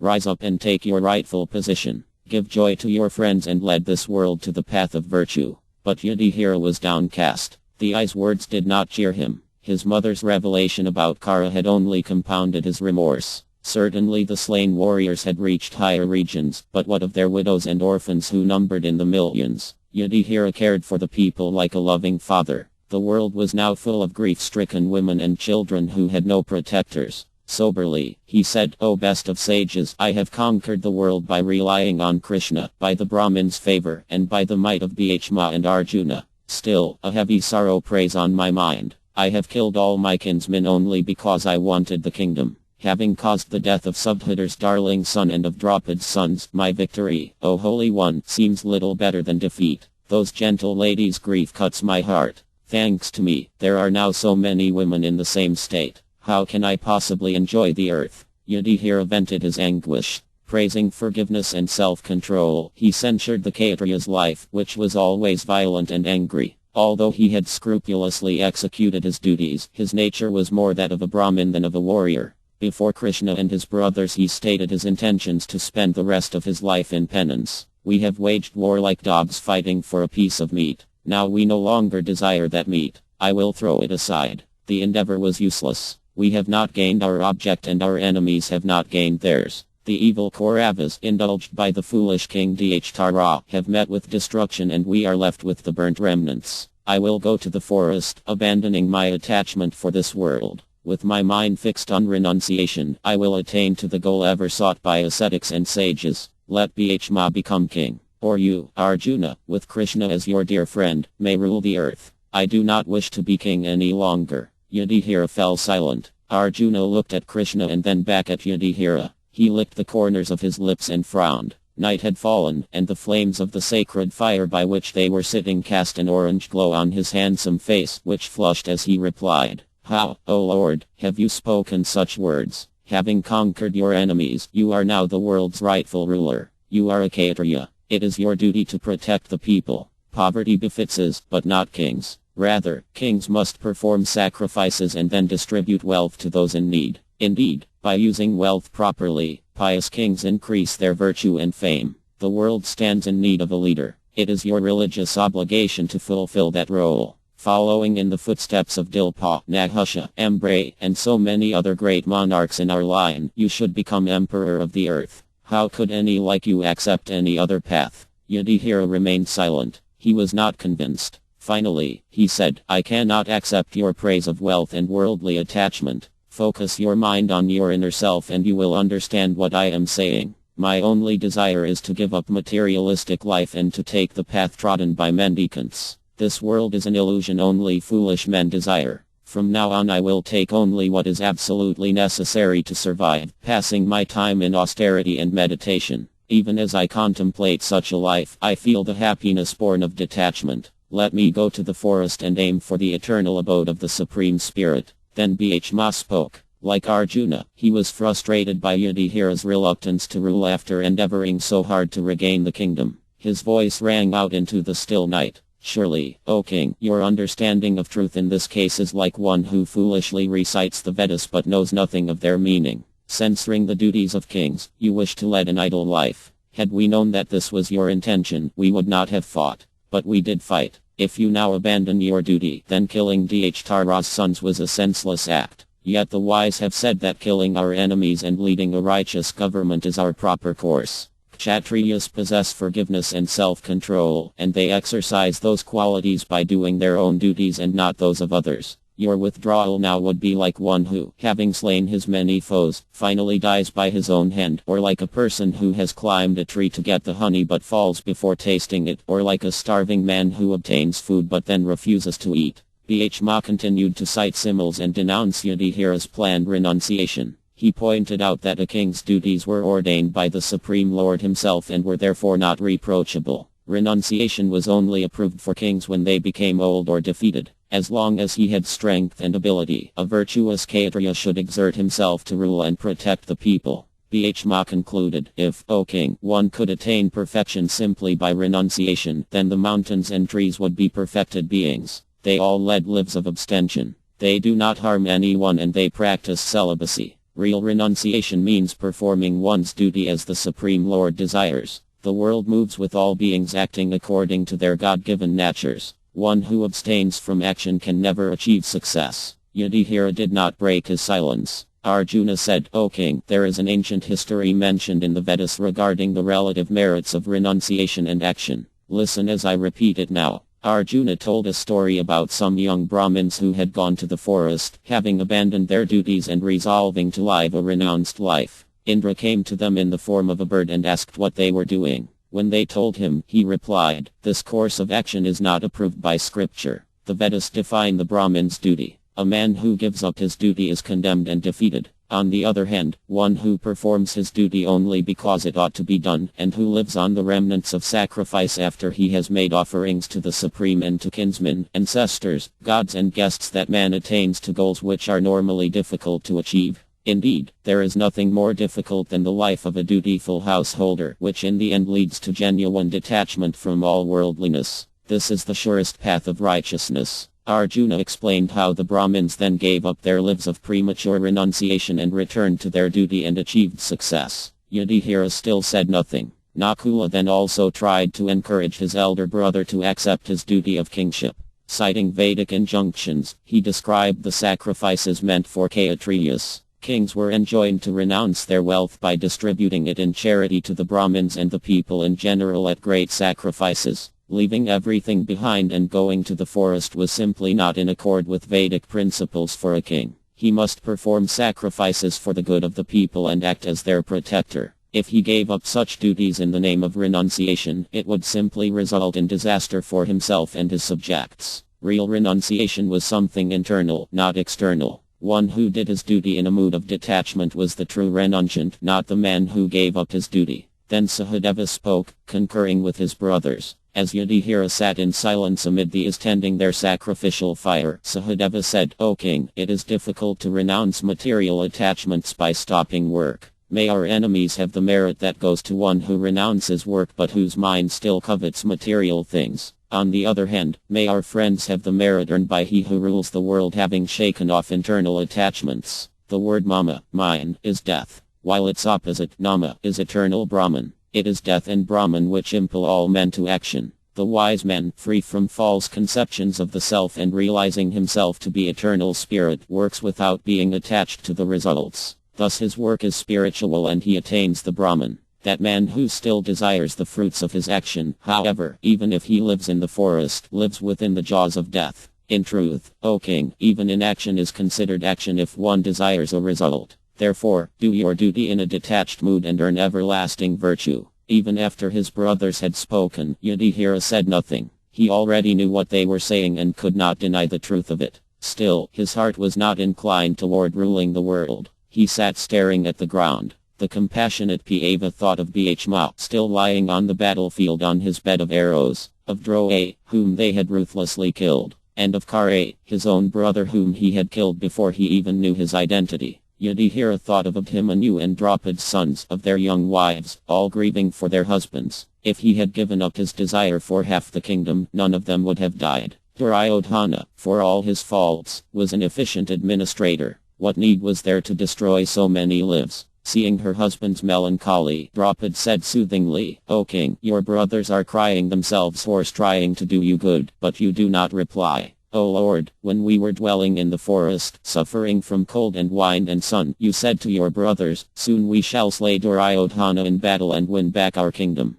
O best of the virtuous, that has now come to pass and yet you are depressing our hearts by your reluctance. All of you brothers are like celestials. Each of you is capable of ruling the universe with all its moving and non-moving beings. If I had married only one of you, my happiness would have been complete. Surely it is a kind of madness which now possesses you. Why else would you be prepared to renounce your prescribed duties? Do not give way to folly. Take up the scepter and the rod of chastisement. Rule Goddess Earth with righteousness. Worship the gods with sacrifices. Give charity and subdue the wicked. In this way, my lord, become happy and give joy to your brothers." Yudhishthira still showed no signs of having heard. Crickets could be heard from the nearby forest as the Pandavas sat in silence. In the sacrificial compound, Brahmins murmured Vedic mantras and chanted the holy names of the Supreme. Kṛṣṇa looked at Yudhishthira with compassion, but said nothing. Bhishma, growing impatient with his elder brother, spoke again, trying to change his mind.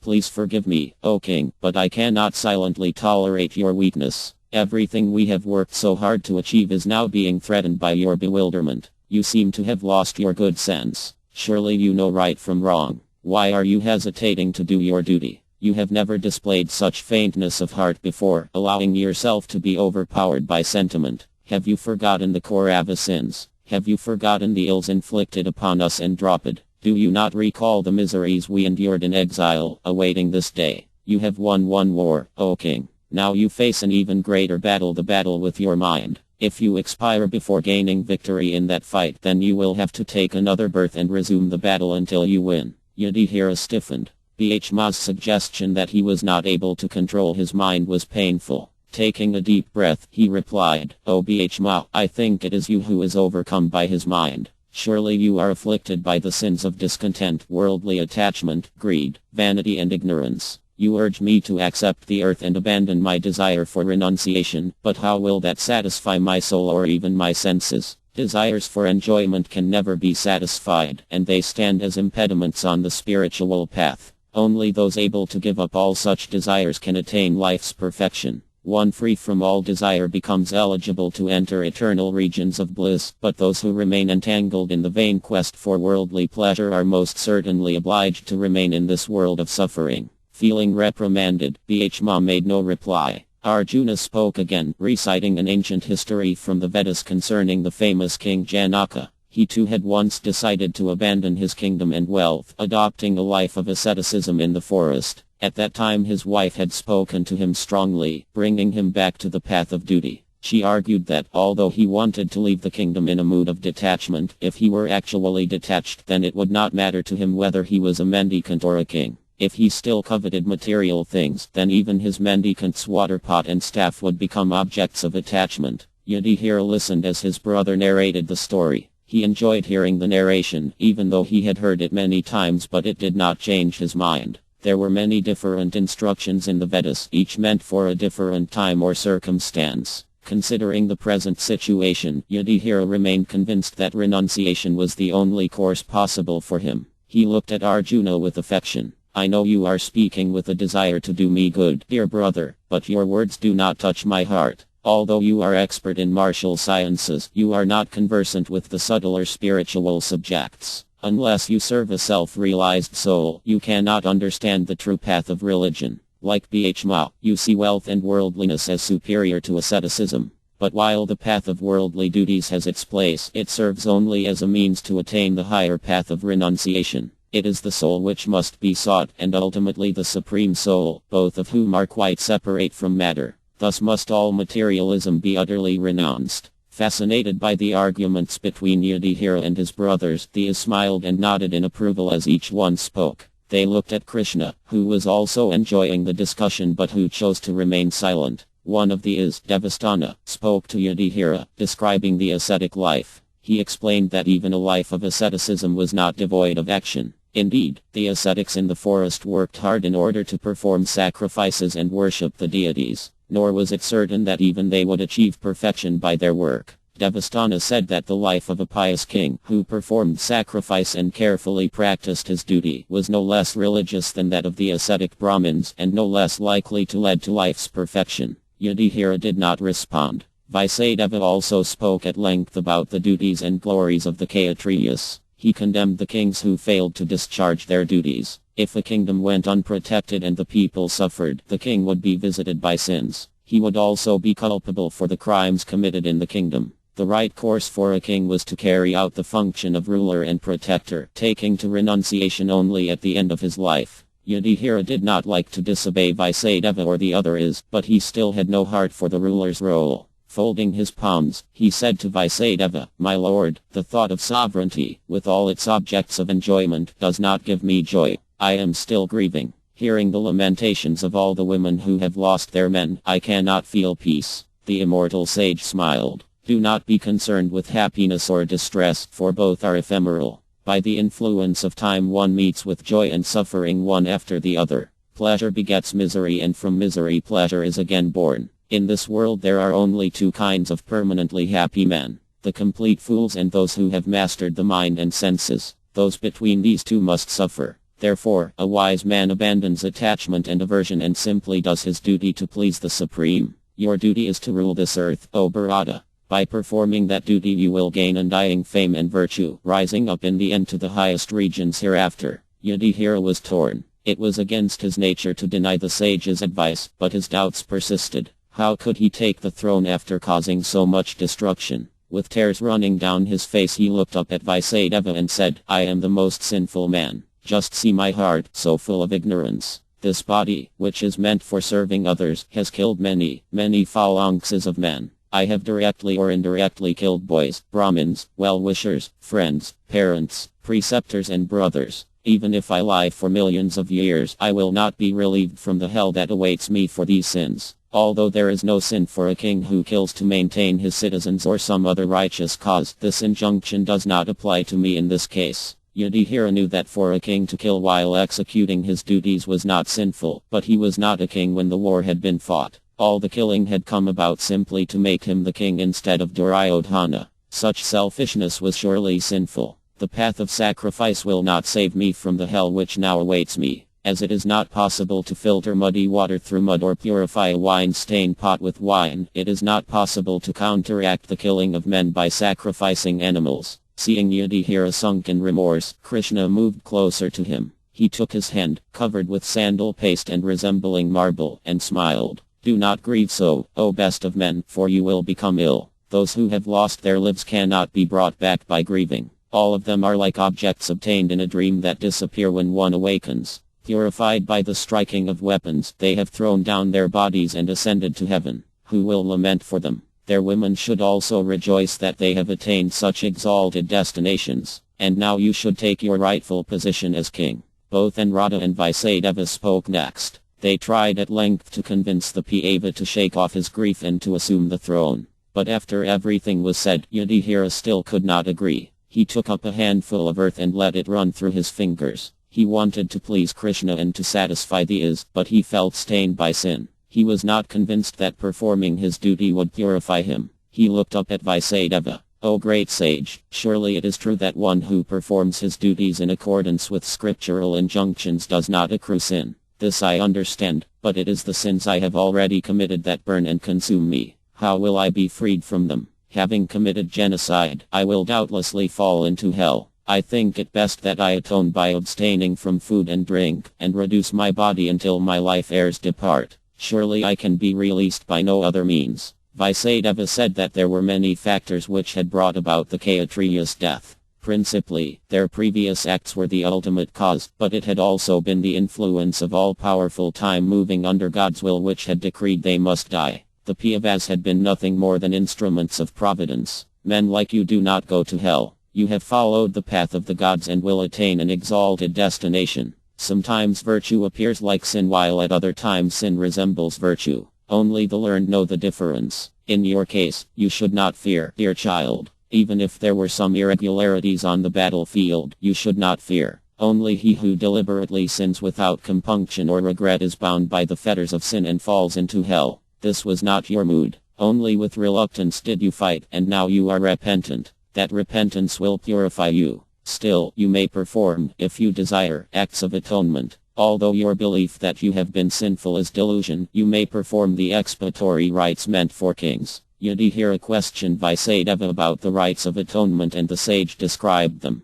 When he was finished, Yudhishthira said, "You have pleased me with your instructions, O sage. I understand that there are methods of atonement which will help me. I still have doubts about becoming king. However, how can I ensure that I am not touched by further sin? Please tell me in detail about a king's duties. I need to be instructed how such duties can always be consistent with virtue. It seems to me that the acts a king must perform are often vicious and dangerous." After looking at Kṛṣṇa, who seemed to light up the night with his radiance, Vaisadeva replied, "If, O king, you wish to hear of morality and the duties of kings at length, you should approach Bhishma. I do not think there is anyone who exceeds his knowledge in this regard. He has been instructed by Brihaspati in the heavens as well as by Vasiha and Sayavana here on earth. He has also heard from Sanat Kumra, Amritaya, Pararama, and even Indra. Surely he will clear your doubts. Go to him where he lies on the battlefield, for his time of death has not yet come." Hearing Bhishma's name, Yudhishthira only felt the more aggrieved. Tears again sprang from his eyes. "How will I approach the grandsire after I have killed him so deceitfully?" Kṛṣṇa placed his hand on Yudhishthira's shoulder. "Do not indulge in grief. O best of kings, you should do what the Holy Eye has said. Go to Bhishma and hear from him about your duties. With your doubts cleared by that great man, you should then satisfy the Brahmins and your brothers and become king." The discussions had gone all night. As the first light of dawn appeared on the horizon, Yudhishthira decided to accept Vaisadeva's advice and to go and see Bhishma. Rising up for the good of the world, he said, "So be it. After getting myself duly consecrated by the Brahmins, I will approach the wise Kuru grandfather." Yudhishthira was still reluctant, but he would not go against Kṛṣṇa's desire. He was prepared to be coronated as emperor, but he would need to hear further instructions from Bhishma before he could give his heart to the task. Seeing Yudhishthira standing at last, the other Pandavas looked at one another with relief. Arrangements were made to fetch everyone to the city so that the installation ceremony could take place. Like the moon conjoined with the sun and surrounded by stars, Yudhishthira accompanied by Kṛṣṇa and his brothers proceeded toward Hastinapura. Praised by bards and singers, he rode upon a white chariot covered with deerskins and yoked to 16 white bullocks. Bhishma held the reins while Arjuna held a beautiful white umbrella over his head. On either side of Yudhishthira stood the twins, fanning him with gold-handled samaras. Yudhishthira had Dhtarago at the head of the procession, and the old Kuru monarch sat with Gandhar on a golden chariot. Immediately behind Yudhishthira came Kṛṣṇa on his own chariot driven by Dhruka and drawn by his 4 lustrous horses. Satyaki sat by Kṛṣṇa's side. A large number of elephants and chariots made up the rest of the procession. They left the forest region of the Ganges and moved slowly along the smooth road toward the city. As they entered Hastinapura, they were met by the sound of drums and conch shells, as well as the cheers of thousands of joyous citizens. Chapter 31 Bhishma's instructions. Having heard that the Pandavas were returning, Hastinapura's citizens had quickly decorated the city with colorful festoons and garlands. They then lined the streets and threw flowers and rice as the procession passed. Seeing the 5 brothers again, the people felt as if their consciousness had returned to their bodies. Everyone shed tears and called out in happiness. As the procession made its way along the road, wealthy ladies threw down silk cloths and gems from the balconies of mansions. The ladies also called to Draupadi, who rode behind her brothers on a chariot covered with a silk canopy. "You are worthy of praise, O blessed princess, who waits by the side of these heroes like Gautami by the side of the 7 celestials. Surely your religious acts and vows have borne fruit." Yudhishthira made his way toward the Kuru palace, where he was greeted by pleasing speeches made by leading citizens. "By good luck you have returned to us after defeating your enemies. O best of kings, having regained your kingdom by virtue and prowess, may you remain as our ruler for a century. Protect your subjects like Indra protects the gods." Yudhishthira's chariot then took him through the broad palace gates and into the compound. Brahmins chanted Vedic mantras to invoke auspiciousness as Yudhishthira stepped down from his car and went into the temple. He bowed before the deities, worshipping them with gems, garlands and incense. When he emerged from the temple, he saw Brahmins waiting and carrying sacred articles. They uttered blessings and worshipped him as he made his way to the assembly hall. Among the Brahmins was a Kṛṣṇa in disguise. His name was Charvaka, and he was Duryodhana's old friend.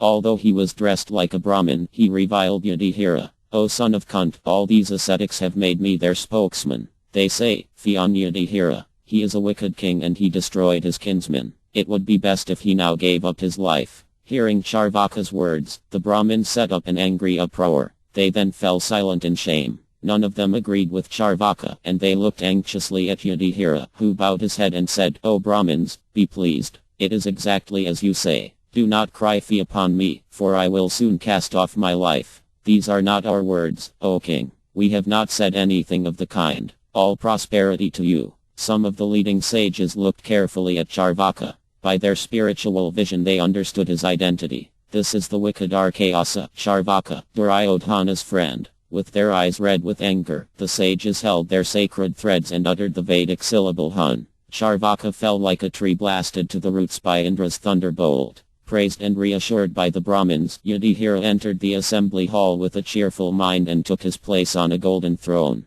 On two more golden seats facing him sat Kṛṣṇa and Satyaki, while Bhishma and Arjuna sat at his sides. Kṛṣṇa sat on a white ivory throne with the twins by her side. Dharma and other Kuru elders sat nearby on seats as effulgent as fire. The hall filled with the sound of sacred chants and the ceremony began. Yudhishthira was anointed with holy water from golden vessels, as well as with milk, honey, yogurt, and ghee. After he had dressed in pure white silks and put on golden ornaments and bright garlands, he was seated by Dharma on a handsome seat spread with tiger skins. With Draupadi by his side, he made offerings into the sacrificial fire. When the ceremony was complete, Kṛṣṇa concluded the rituals by sprinkling sanctified water from a large white conch onto Yudhishthira's crowned head. Yudhishthira rose, king of the Kurus. Thousands of drums sounded and the hall was filled with cheers and shouts of approval. Yudhishthira distributed charity to the many Brahmins present, beginning with Dharma and the priests who had conducted the ceremony. He gave away heaps of gold and gems and was repeatedly blessed and eulogized. After giving abundant charity, Yudhishthira took his place on the royal throne and began to speak.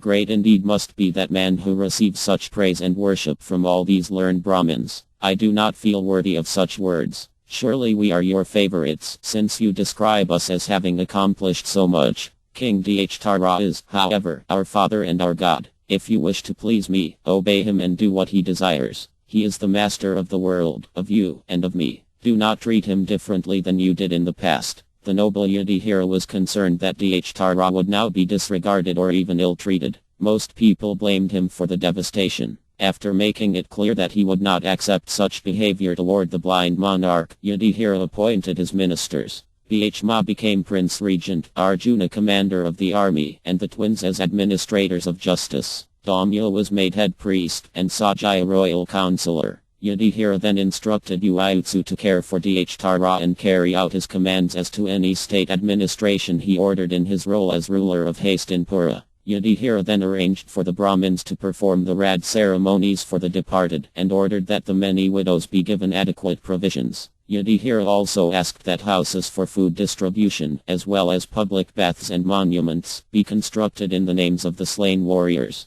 Dharma, on behalf of his departed relatives, distributed wealth to the Brahmins. Bhishma was given the splendid palace which was formerly occupied by Duryodhana, and he entered it joyfully like a mighty mountain lion entering a cave. Dushasana's more splendid palace was given to Arjuna, and he and Kṛṣṇa went there to rest after the ceremony. Nakula and Sahadeva were given the palaces of Dharmarshana and Dharmukha, respectively. All of the Pandavas were as pleased as the gods in heaven as they entered their new abodes. The morning following the installation, Yudhishthira thought again of Bhishma. It was time to return to the battlefield. The Pandava king went to consult with Kṛṣṇa. When he entered Arjuna's palace, he found Kṛṣṇa sitting on a large white sofa bedecked with gems. The dark-hued Kṛṣṇa, clad in yellow silk and adorned with celestial ornaments, resembled a sapphire set in pure gold. Yudhishthira said, "O foremost of intelligent persons, have you rested well? Are your faculties fully invigorated? O divine Lord, by your favor we have regained the world and have not transgressed the duties of our order. Please tell me what should now be done. Kṛṣṇa made no reply. He appeared to be in meditation. Surprised, Yudhishthira said, "Wonderful it is, O you of immeasurable power, that you are wrapped in meditation. Seeing that you have withdrawn yourself from the world and adopted the fourth state of absorption in the self, I am filled with wonder. As calm as a lamp in a windless place, you appear as immobile as rock, your bodily hair standing erect on your body. If I am fit to understand the cause, O Govinda, be pleased to tell me." Returning to external consciousness, Kṛṣṇa replied, "That foremost of men, Bhishma, who now lies on a bed of arrows and is like a fire about to be extinguished, is thinking only of me. Thus is my mind also concentrated on him. My mind is fixed in him, the twang of whose bow and the slaps of whose palms not even Indra could bear. I was thinking of him who carried away the 3 princesses of Koala after defeating the world's kings. I was wrapped in thought of he who fought for 23 days with Pararma, before the sage finally admitted his inability to overcome that best of his own disciples. Controlling his senses and concentrating his mind fully on me, Gaji's son seeks my refuge.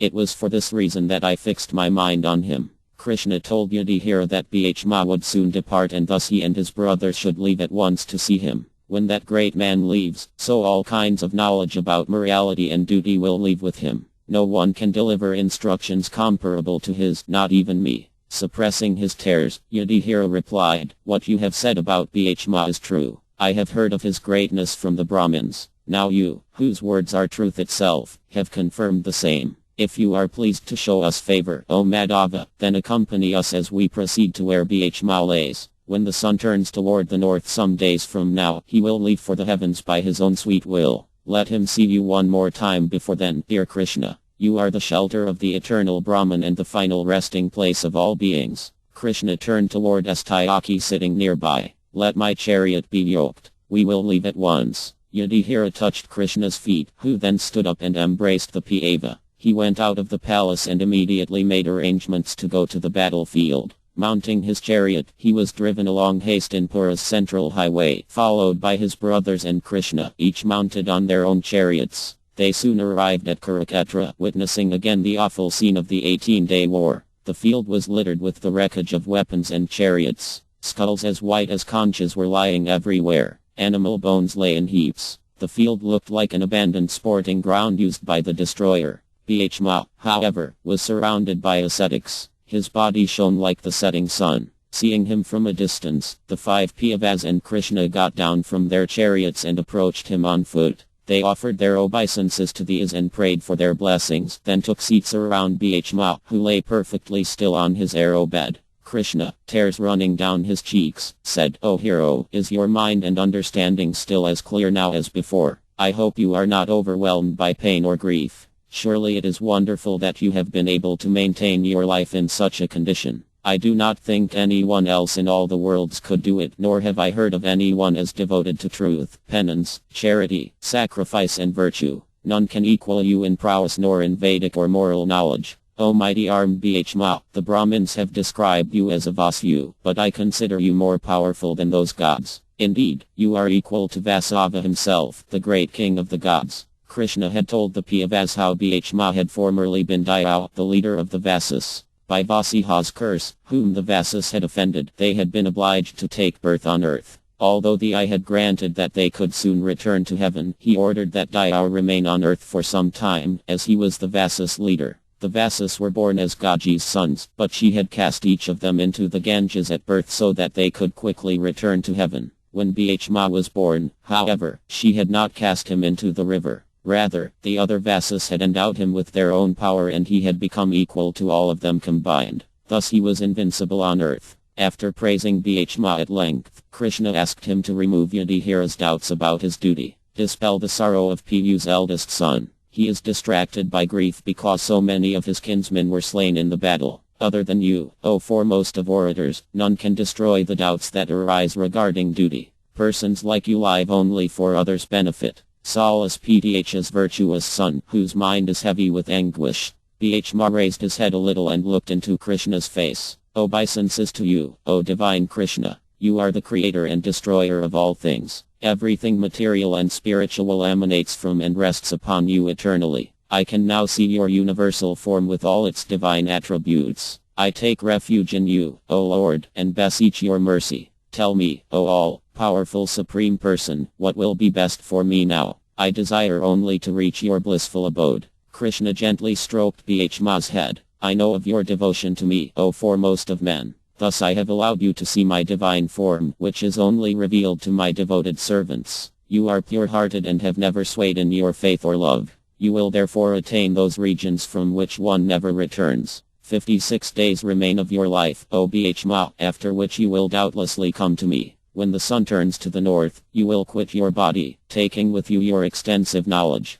Therefore we have all come to hear from you. Be pleased to speak and remove Yudhishthira's grief. Bhishma's head fell back and he closed his eyes. His face was covered with tears. The Pandavas were filled with sorrow to see him so pained. They sat with their heads bowed and their palms folded as Bhishma replied, O Great One, O Nrya, O Lord of all the worlds, my heart is filled with joy upon hearing your words, but how can I say anything in your presence? You are the reservoir of knowledge. He who can speak on heaven before Indra will be able to speak about morality and duty in your presence. Furthermore, O Keva, I am in too much pain. I am weak and can barely speak. My strength is leaving me and my understanding is clouded. I can hardly discern anything. I think it is only through your power that I live at all. You should therefore speak for Yudhishthira's benefit and for the benefit of the world. How can I speak, a disciple before his guru? The autumn sun was warm and Bhishma was shaded with a large umbrella. The cries of vultures and hyenas still ranging about the battlefield was covered by the Brahmins chanting auspicious mantras.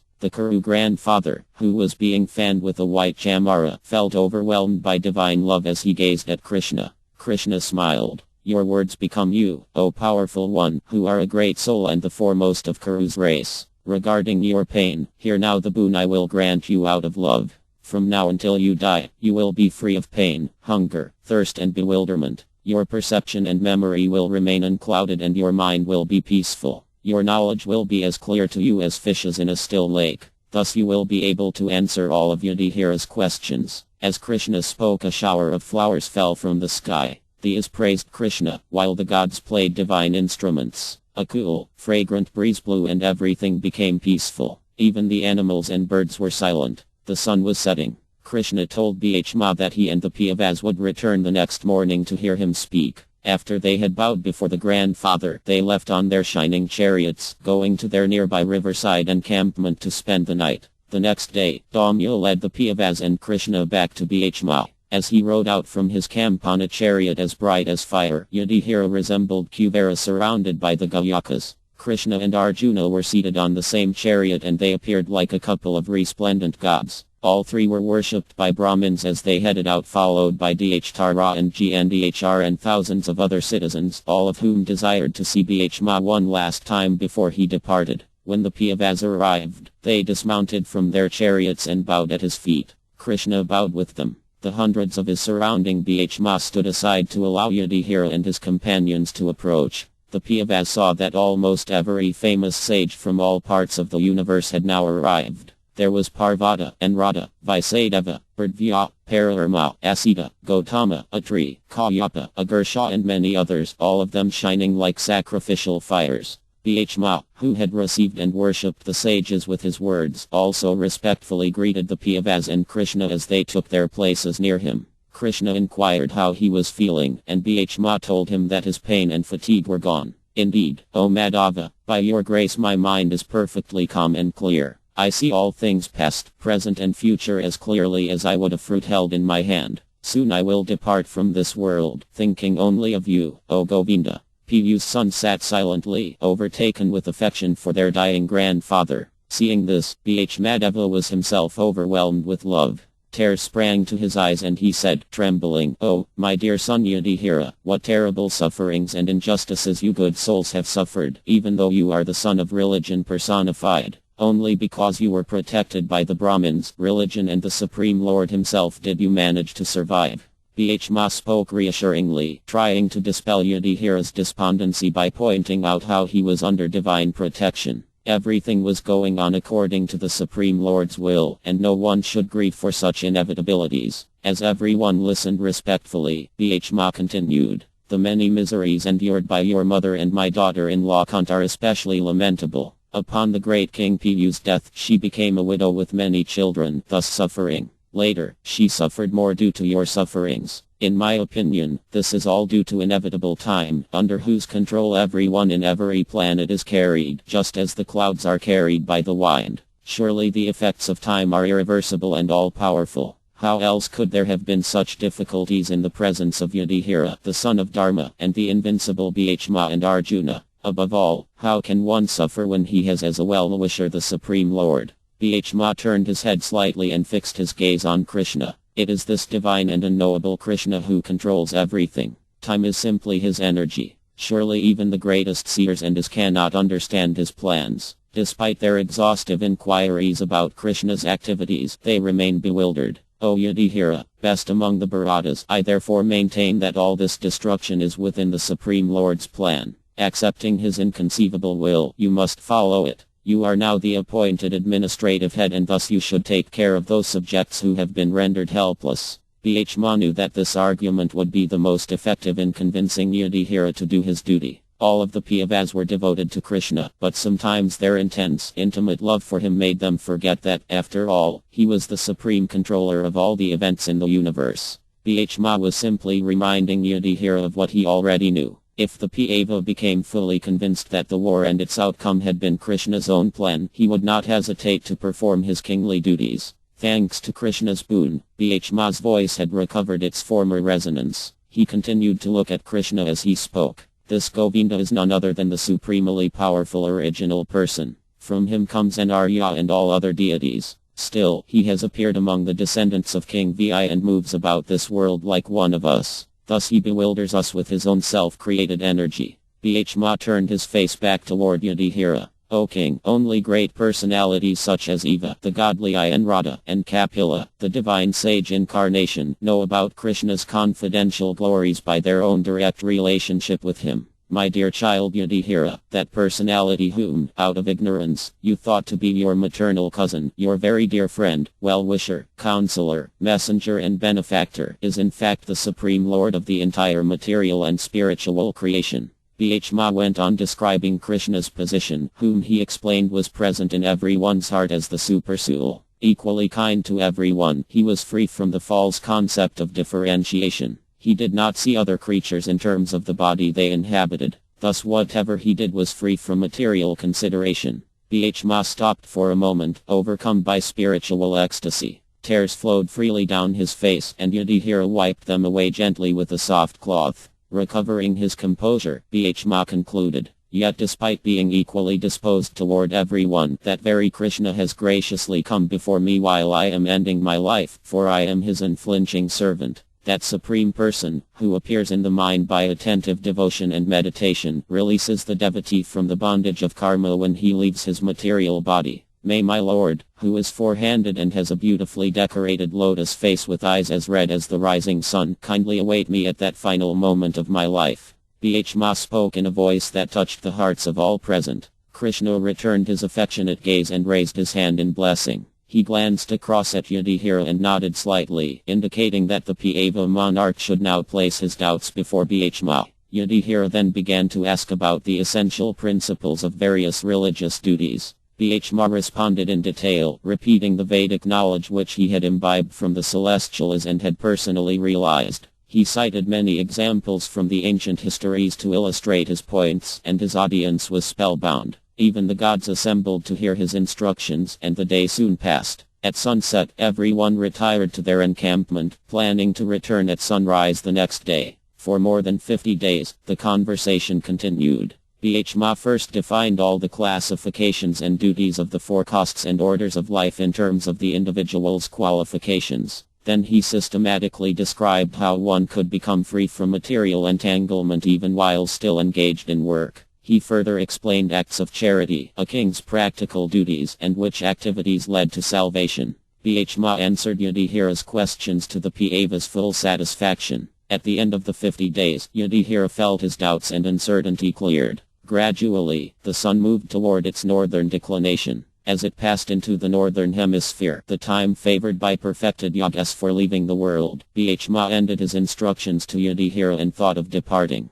Being completely free of material attachment, he withdrew his mind from everything else and fixed his eyes upon Kṛṣṇa, who stood before him, displaying 4 hands and dressed in glittering yellow garments. Bhma then stopped his sense activity, and he began to pray to the controller of all living beings. Let me now invest my thinking, feeling and willing, which were so long engaged in different subjects and occupational duties, in the all-powerful Lord Kṛṣṇa. He is always self-satisfied. But sometimes, being the leader of the devotees, he enjoys transcendental pleasure by coming to the material world. Although he himself creates the material world, he has appeared on earth in his transcendental body, which is blue like a tamala tree. That divine body attracts everyone in the 3 planetary systems. May his lotus face, decorated with sandalwood pulp, be the constant object of my attraction, and may I not desire any material results for my acts. Remembering his encounters with Kṛṣṇa during the war, Bhma continued.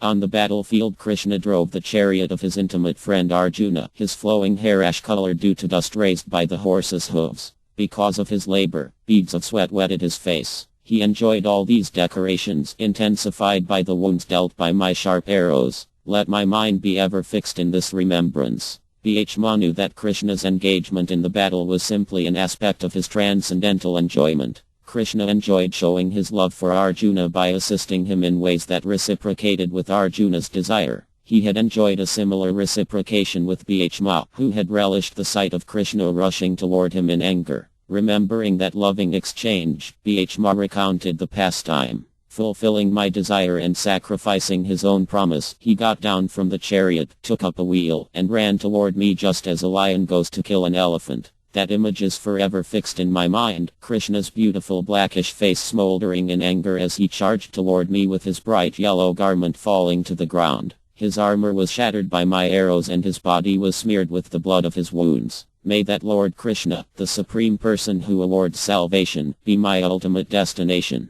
The old Kuru hero felt sorry that he had attacked Kṛṣṇa, although he knew that his arrows could not have harmed him. Becoming silent for some time, he meditated deeply upon the incident. He had felt an intense ecstasy when Kṛṣṇa had come at him in anger. Kṛṣṇa himself had obviously been experiencing pleasure, enjoying the mood of chivalry created by the fight. Bhma found himself swimming in the remembrance of that feeling. Surely the exchange with Kṛṣṇa on the battlefield had been the most sublime moment of his life. Now here was that same Supreme Person, mercifully standing before him despite the fact that Bhma had assailed both him and his intimate friend Arjuna during the war. The sun was reaching the meridian and Bhma knew his departure was near. He controlled his mind, absorbing it in thoughts of Kṛṣṇa alone. Thinking of Kṛṣṇa's many divine pastimes during his presence on earth, he spoke one final time. I can now meditate with full concentration upon that one Lord, Kṛṣṇa, visible before me, because I have transcended the misconception of duality. It is this Kṛṣṇa who is present in everyone's heart and who is the ultimate destination for all transcendentalists, including those who accept the absolute truth as being simply the Brahman. Even though the sun may be perceived differently by different people in different parts of the world, the sun is one. I therefore surrender myself fully to that all-powerful, omnipresent Kṛṣṇa.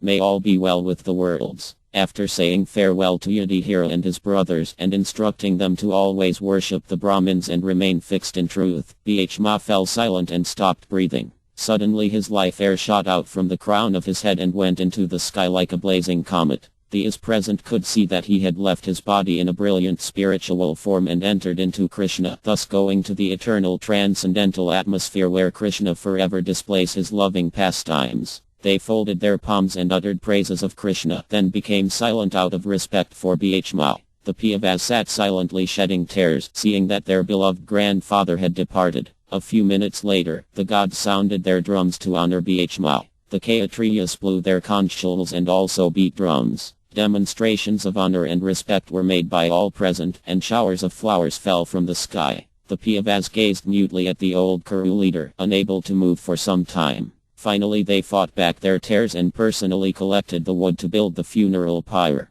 Bhma's body, wrapped in a silken cloth, garlanded, and smeared with fragrant scents and sandalwood pulp, was placed on the pyre. Ujjutsu stood at his head holding a shining white umbrella. Bhma and Arjuna fanned him on either side with samaras, while Yudhishthira and Dharma fanned him at his feet. The Brahmins performed the last rites, offering libations into the fire on Bhishma's behalf and chanting hymns from the Veda. They then handed a flaming torch to Yudhishthira, who lit the pyre. As the flames consumed Bhishma's body, the women cried out in grief. After Bhishma had been cremated, the Kṛṣṇa and the Pandavas returned to the Ganges. Bhishma's ashes were cast into the holy waters and everyone made offerings. Suddenly, the goddess Gaji rose up from the river. Radiant in her white silks and gold ornaments, she wept for the death of her son. Alas, where has my son gone? Of royal conduct and disposition, he was devoted to virtue and to serving his elders. Even the great Parabrahma could not defeat him. In Kashi he single-handedly overpowered the world's kings and took away the princesses. Now he has been slain by the heartless Ikha. Seeing Gaji grieving, Kṛṣṇa spoke to her and consoled her. He reassured her that Bhishma had attained the highest destination. His fame on earth would last forever, and now he was gone to a place from which no one returns. Comforted, the goddess cast off her grief.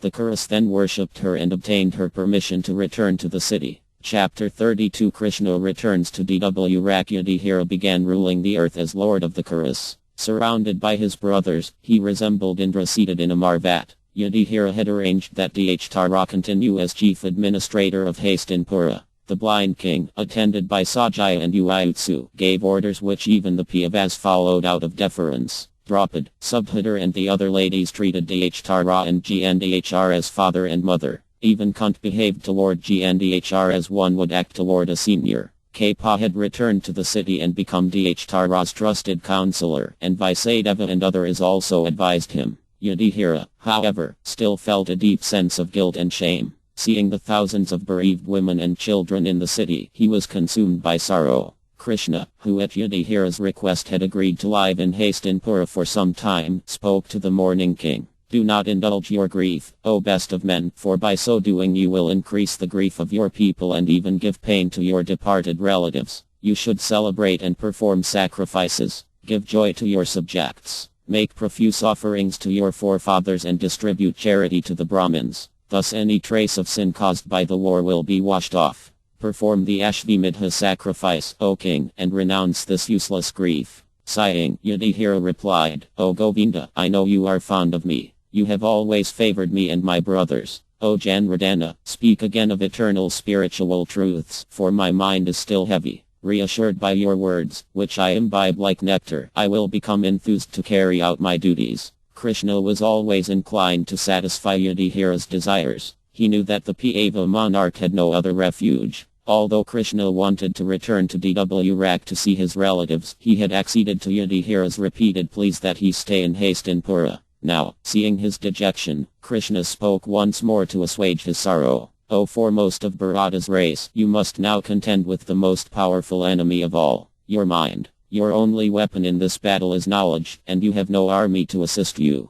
O king, you already know everything. You know that all beings are undying, spiritual entities, that this material world is nothing more than a temporary illusion, and that the primary aim of life is to seek spiritual emancipation. Stand firm on this knowledge, O Yudhishthira, and do your duty. Kṛṣṇa explained how one desiring liberation must become free from attachment and aversion to material objects, which included the material body and all its designations. Yudhishthira's lamentation was based on seeing only the external situation. He was grieving for matter without seeing spirit. All those who had been killed were still existing in new bodies. Those who were grieving for them would also soon die, forgetting their present sorrow. The prime duty of every man is to realize his true identity as an eternal part of the Supreme. That realization would bring complete freedom from the material misery caused by ignorance. By doing your material duties only for God's pleasure will you gain this realization, O king, for such actions are on the spiritual platform and will soon raise you to spiritual consciousness.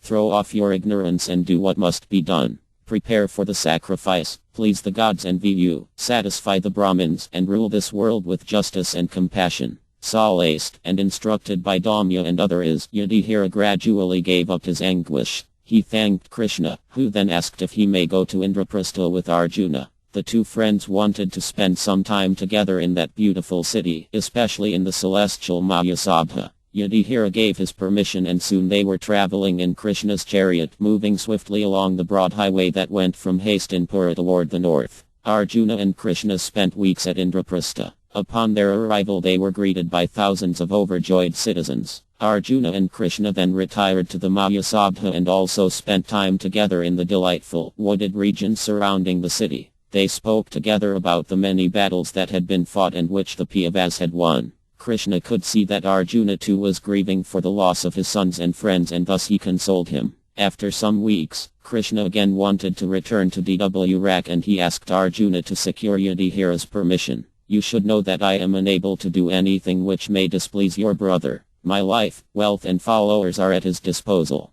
But I think I should return to see my aging father Vasudeva and my other relatives. The earth with her belt of seas and mountains, mines and forests has come under Yudhishthira's sway. I have spoken words of reason and wisdom to comfort him. He is now determined to do his duty. Therefore, I think it is time for me to go. Let us approach Yudhishthira together and seek his approval." Arjuna's heart sank at the thought of Kṛṣṇa's departure, but he knew it was time. Kṛṣṇa had not seen his relatives since the war. They would surely be grieving for Abhimanyu and would be missing Kṛṣṇa himself. Reluctantly, Arjuna assented to Kṛṣṇa's request. Early the next day, they made their way back to Hastinapura. As they traveled, Arjuna said, "Dear Madhava, I have come to know your true identity from your profound instructions delivered on the first day of the war. But, my lord, I find it difficult to recall those instructions. Indeed, my mind is confused now that you are about to leave us. Please, if you are agreeable, repeat that knowledge to me." Kṛṣṇa smiled affectionately. "Surely you are fickle-minded, O son of Pu. Those truths I spoke were confidential and unknown even to the gods. I am not pleased that you have forgotten them, and I do not think I can repeat them now. But I will recite an ancient history on the same subject. Focus your mind and try to understand, O Partha, for this knowledge will free you from material bondage." As Dwarka drove the chariot to Hastinapura, Kṛṣṇa narrated the history. Lost in his love for Kṛṣṇa, Arjuna was captivated by his eloquent speech. The chariot moved swiftly along the smooth road, passing through various villages and alongside fields full of crops or grazing cattle. When the day's journey was almost over, Kṛṣṇa concluded his instructions and said, "If you have any love for me, O scion of Kuru, you will lead your life according to these instructions. Always remember your actual identity as soul and remain fixed in rendering service to the Supreme Soul. In that way, you will never fall into illusion again." Arjuna replied that as far as he was concerned, Kṛṣṇa was the Supreme Soul. Remembrance of him was all that was required to achieve perfection in life. "I am convinced of your glories, O Govinda. Indeed, I could not reach the end of your glories if I were to recite them continuously with 1,000 mouths and for 1,000 years. You are the one Lord of all creatures, known variously only due to the various perceptions of different men. Everything that we, the Pandavas, have achieved is simply due to your favor." Kṛṣṇa embraced Arjuna, who assured him that he would gain Yudhishthira's permission for his departure. "Although my heart is breaking at the thought of you leaving, I understand that you must return to your family. We have already been favored by your long presence here." The chariot entered Hastinapura, passing throngs of cheering citizens who rushed to the roadside to watch it go by. Arjuna and Kṛṣṇa smiled at the people and received their worship by offering them blessings. They soon reached the royal palace and went quickly before Yudhishthira, bowing at his feet and greeting him with affection. They then offered their obeisances to Dhrupada and Gandhar, who occupied thrones close to Yudhishthira's. When the formal greetings were over, Arjuna and Kṛṣṇa sat before Yudhishthira, being fanned by maidservants with chamara whisks. Seeing them both looking up at him, Yudhishthira said, "It appears you have something on your minds. Speak it out, O heroes. Whatever you desire, I will satisfy it. Do not hesitate to reveal your minds." Arjuna, who had expected his brother to say just that, smiled. "The Lord of the Vedas and Yadas, Kṛṣṇa, wishes to see his father and other relatives in Dwarka. O king, if you think it proper, then please let him go. Grant him permission to repair to his own city." Yudhishthira and his brothers gazed at Kṛṣṇa, who had been with them now for months. As soon as he had heard of their coming out of exile, he had left Dwarka to be with them, guiding them back toward their former positions as rulers of the world. All the brothers knew that without Kṛṣṇa they could not possibly have succeeded. Now his work was done. Duryodhana and his army of invincible warriors had been overcome. The Pandavas were now the undisputed monarchs, their position better now than before their exile. Both Hastinapura and Indraprastha, the two great capitals of the earth, were now under their command. But the Pandavas cared little for power and opulence. For them, Krishna's presence and love was more valuable than rulership of the earth. Yudhishthira's acceptance of the throne, and even his declaring war against the Kauravas, had been due ultimately to his understanding that it was Krishna's desire. Hearing that he now desired to return to Dwrak, Yudhishthira said, "O lotus-eyed one, O Madhava, I will allow you to go. Go and see my maternal uncle and the goddess Divak. You have been away for a long time. Offer them my deepest respects, and also Balarama, who is ever worthy of the world's worship. Think of us daily, and if it pleases you, return when we perform the Ashvamedha. Everything we possess is simply due to your favor." Yudhishthira immediately dispatched swift messengers to Dwrak to inform the citizens of Krishna's impending arrival. He also ordered that Kṛṣṇa be given gems and gold in large amounts. Graciously accepting the gifts, Kṛṣṇa said, "O mighty armed one, you are the Lord of the earth. Whatever I possess is yours and you may do with it as you wish. I will go now, but I will surely return to see your sacrifice." Kṛṣṇa decided to leave for Dwrak early the next morning. He rose from his seat like the sun rising above the eastern hills and left the assembly hall with Arjuna and Satyaki at his side. Yudhishthira and the other Pandavas followed him as he mounted his chariot, going with his two friends to Arjuna's palace for the night. After sunrise, Kṛṣṇa prepared to leave. Mounting his jeweled chariot, he proceeded to Yudhishthira's palace to say his final farewells. Hearing that he was about to depart, Kṛṣṇa and the other Kuru ladies came out to see him. The noble ladies, resplendent in silk, stood with tears in their eyes, mentally offering their obeisances at Kṛṣṇa's feet again and again. Remembering the many times that Kṛṣṇa had protected her and her sons, Kṛṣṇa stood by the side of his chariot with folded palms and offered prayers. "O Kṛṣṇa, you are the original personality, unaffected by anything in this material world. You exist within and without, yet you are invisible to all. Foolish men fail to recognize your identity as the supersoul in all beings, for you cannot be known by the material senses. Only those who are free from lust and avarice can approach and know you, for otherwise you remain covered by your own illusory energy. Yet you reciprocate with those who come to you in love, acting from within their hearts to free them from illusion." Standing outside the great royal palace, which towered above her like a white mountain, Kṛṣṇa praised Kṛṣṇa for some time. She described the many occasions that she and her sons had been in danger and how Kṛṣṇa had saved them. Her voice trembled with a sublime joy.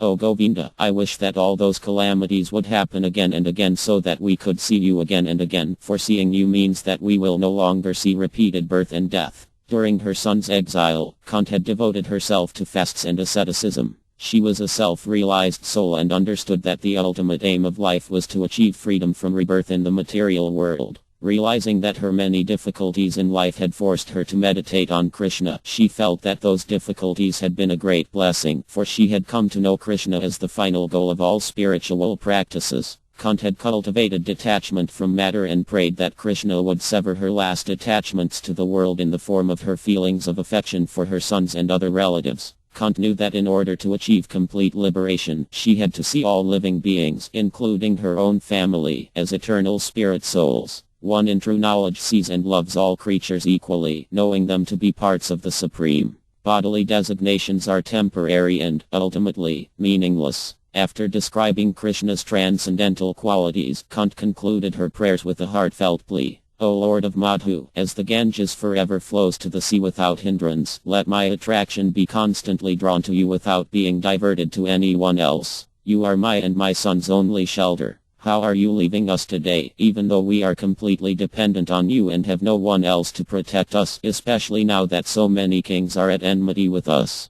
Kṛṣṇa knew that although the Pandavas had conquered their enemies, they would soon have to contend with the sons and followers of the kings they had killed. Those kings had only brought some of their forces to fight at Kurukshetra, leaving sons or brothers to rule in their absence. Thus there were still many rulers around the world who commanded armies and who would likely be antagonistic to the Pandavas. With her gaze fixed on Kṛṣṇa's face, she added, "As the name and fame of a particular body is finished with the disappearance of the living spirit, similarly, if you do not look upon us, all our fame and activities will end at once. O Kṛṣṇa, you possess all mystic powers, and you are the preceptor of the entire universe. You are the Almighty God, and I offer you my respectful obeisances." Kṛṣṇa held up his hand, decorated with jewels and red sandalwood paste, in blessing as Kṛṣṇa ended her prayers, enchanting all who saw him with his beauty and grace. He told Kṛṣṇa that just as she was always thinking of him, he never forgot her or her sons. Then it was time for Kṛṣṇa to leave. Satyaki mounted the chariot, and the royal escort Yudhishthira had arranged led him from the city. Yudhishthira and his brothers climbed upon Kṛṣṇa's chariot and embraced him. The palace ladies praised Kṛṣṇa from the balconies, showering him with flowers. The streets were lined with citizens longing for one final sight of Kṛṣṇa. After the Pandavas had said their farewells and dismounted, Dhruva commanded Kṛṣṇa's celestial horses and his chariot moved off. The Pandavas stood gazing after the chariot as it went along the red stone road leading from the city. When it was out of sight, they slowly and silently made their way back into the palace. When Kṛṣṇa was alone on his chariot, Dhruva urged on the horses. The chariot quickly reached the speed of the wind. Passing lakes, rivers, forests and hills, as well as towns and hamlets, it finally arrived in Dwarka.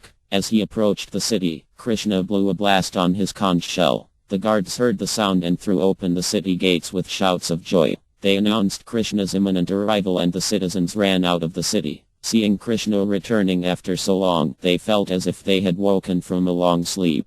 They offered him cows, gold and gems, and cheered and beat drums as he passed. Tall flags lined the roofs of mansions, and the ground was strewn with flower petals. As Kṛṣṇa's chariot moved slowly along the road, the citizens waved branches of palm, banana and mango trees. In every doorway stood golden water pits, baskets of fruit, sugar cane, pots of milk, and other auspicious articles. Incense billowed from every house and hundreds of thousands of candles burned. As he moved toward his father's palace, Kṛṣṇa saw the opulence of his city, the orchards and flower gardens, the beautiful lakes teeming with swans and thick with red and blue lotuses. Golden archways studded with precious stones stood at every crossroad, and white mansions lined the roads. Numerous Brahmins worshipped Kṛṣṇa, and Kṛṣṇa heard them praising him as he passed. In voices suffused with ecstasy they said, "O Almighty One, you are worshipable by even the gods and are the ultimate goal of life for all transcendentalists. You are our protector, guide and worshipable Lord.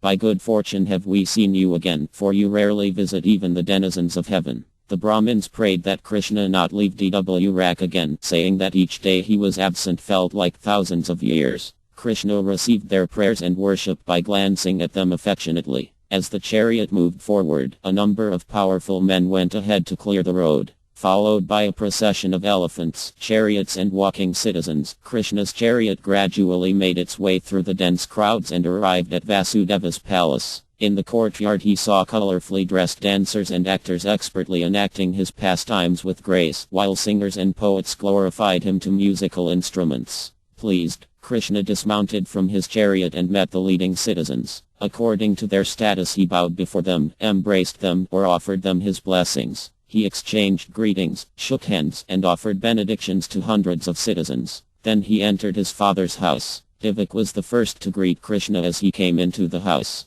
After he had placed his head at her feet, she embraced him and sat him upon her lap, stroking his head and offering him her blessings. Kṛṣṇa then greeted all the senior palace ladies, seeing them as mothers, and then went before Vasudeva. After he had touched his father's feet and received his embrace, Kṛṣṇa sat by his side and told him the news from Hastinapura. Vasudeva had not heard much about the war, and he asked Kṛṣṇa to tell him everything that had happened since his departure. Surrounded by other Vrishni elders, Vasudeva listened to Kṛṣṇa's narration. Kṛṣṇa deliberately avoided telling his father about Abhimanyu's death. When Kṛṣṇa stopped speaking, Subhadra, present by her father's side, asked, "Why, O Kṛṣṇa, have you not told your father about my son's death?" After saying this, she dropped to the palace floor in a swoon. When Vasudeva heard her words, he also fell, overcome by grief. Kṛṣṇa quickly took them both up and consoled them. "My dear father, dearest sister, how could I speak that which would only give you sorrow? You should know that the heroic Abhimanyu died in the thick of battle. While contending with numerous invincible fighters, never once showing his back, he finally gave up his life. Only due to the inevitable influence of time did the mighty hero fall in battle. None could have slain him. He has now reached regions of undying happiness. Cast off your burning grief and we will make his funeral offerings." After going to a sanctified spot in the palace compound, Kṛṣṇa, along with Balarama and aided by the Brahmins, personally performed Abhimanyu's Rad ceremony. On behalf of his departed nephew he gave charity to millions of Brahmins. He distributed heaps of gold and gems, along with hundreds of thousands of cows.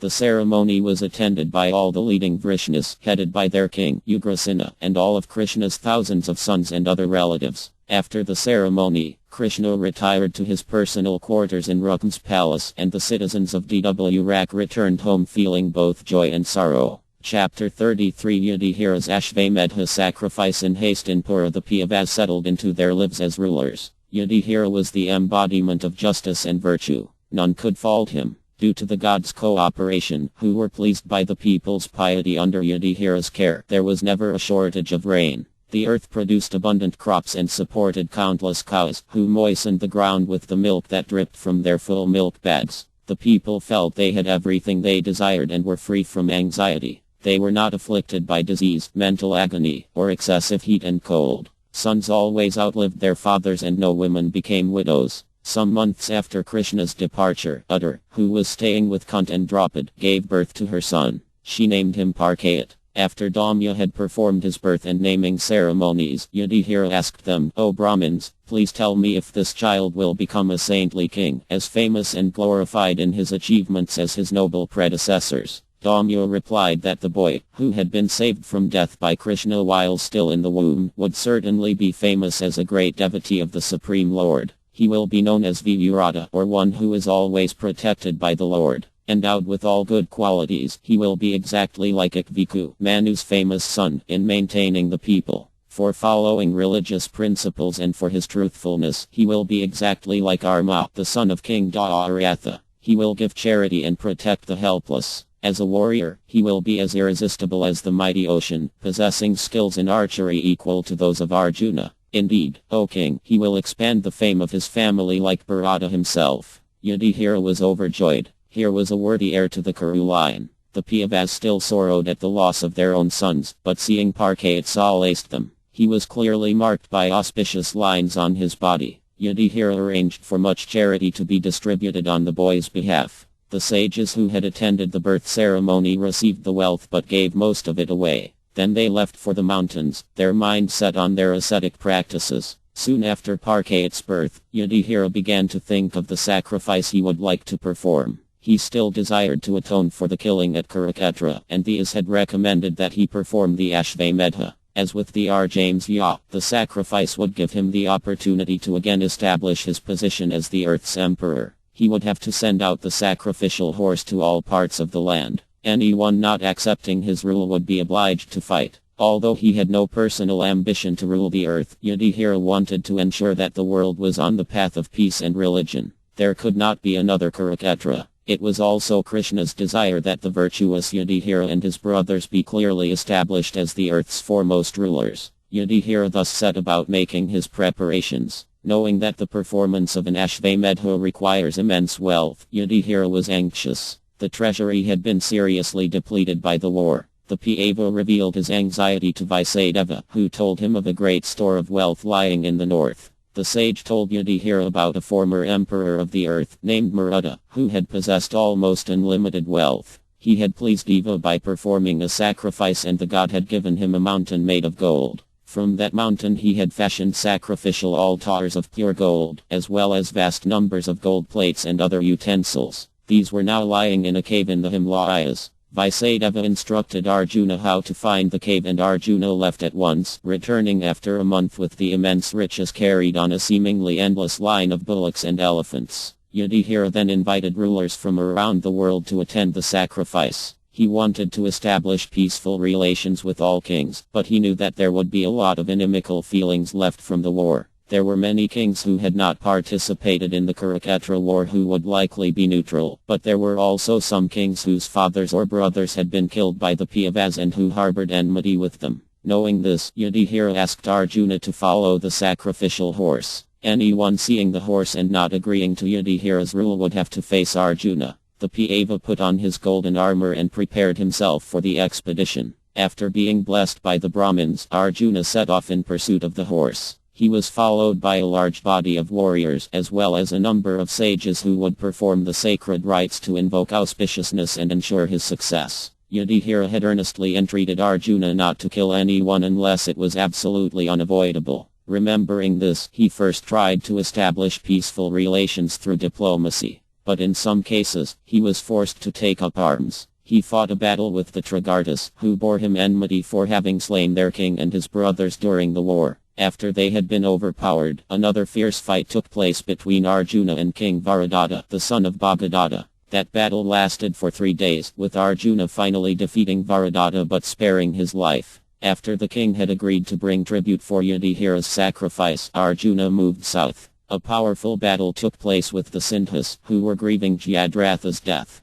Tens of thousands of warriors came out to contend with Arjuna. He attacked them with arrows from the jiva, cutting their weapons to pieces and forcing them to flee. In the Sindhu capital, Duryodhana's sister Dushala lived. When she saw that Arjuna was crushing her troops, she came hastily out of the city holding an infant in her arms. Seeing her rushing onto the field with her child, the warriors lowered their weapons. She fell before Arjuna, crying, "Stop, O hero! Do not destroy the last of our race. See here this child, who is your own relative, the son of my son. Out of sheer grief for Jayadratha's death, the father of this boy has given up his life. Now you, Jayadratha's killer, are bent upon annihilating the rest of his family and followers. O Arjuna, pray forget the sins of this child's grandfather and have mercy on him." Seeing the weeping Dushala, whom he regarded as a sister, Arjuna cast aside his bow. He censured the life of a Kshatriya and cried out, "Fie on the wicked Duryodhana. That mean person, so covetous of the kingdom, has brought about the death of all my kinsmen."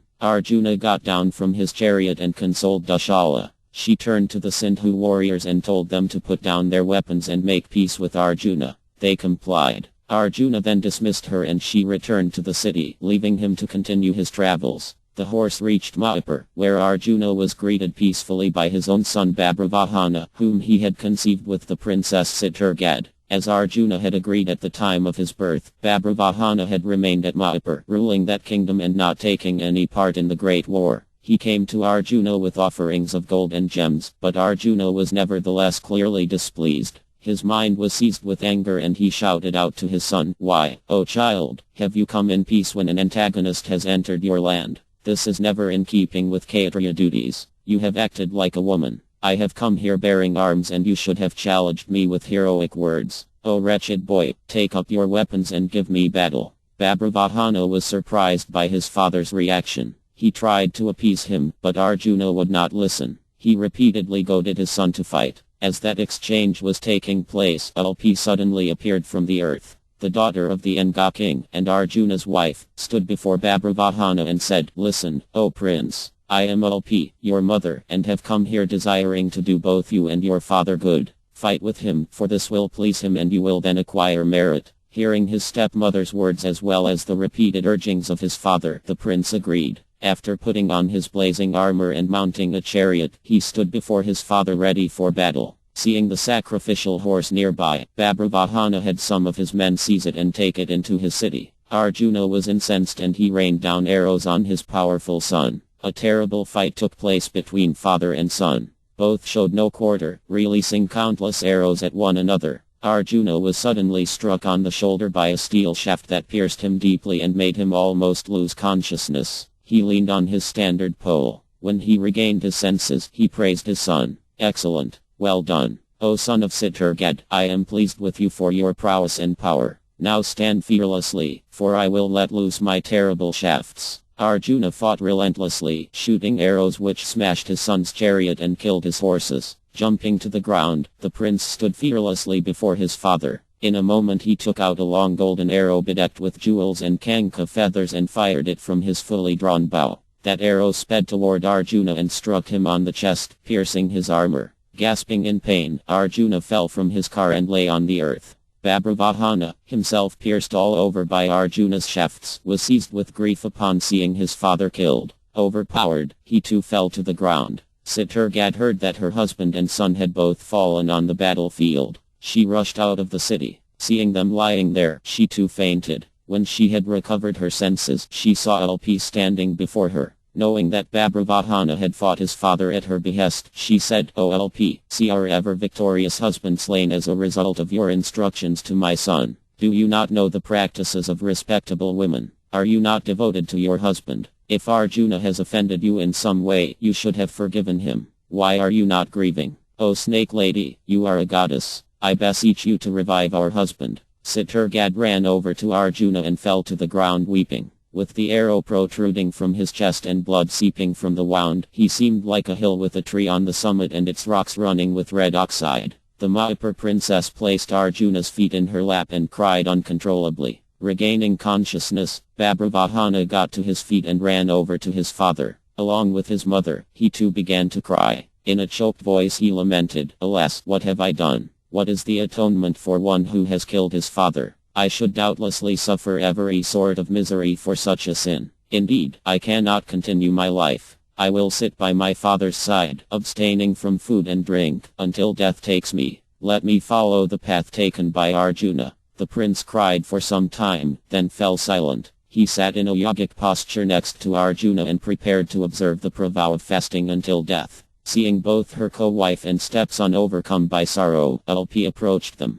By her mystic power she fetched from the ENG kingdom a celestial gem that had the power to revive the dead. Taking the effulgent gem, which shone with 100 different hues, she went over to Mahābhārata and said, "Rise up, O son. You have not killed Arjuna. Indeed, neither man nor God can slay him. He is an eternal eye of indestructible soul. His apparent death is simply illusion. O child, take this gem and place it on your father's chest and he will rise." The prince did as he was told and, almost at once, Arjuna opened his eyes. His wound healed and he sat up and looked around. Mahābhārata sighed with relief. He bowed at his father's feet and begged forgiveness. Kettledrums resounded in the sky and a shower of flowers fell. Voices in the heavens called out, "Excellent, excellent." Arjuna stood up and embraced his son with affection. "What is the cause of all these signs?" he asked. "Why has your mother Sitargad come onto the field? Why do I also see the ENG princess here?" Mahābhārata told his father to ask Alpi.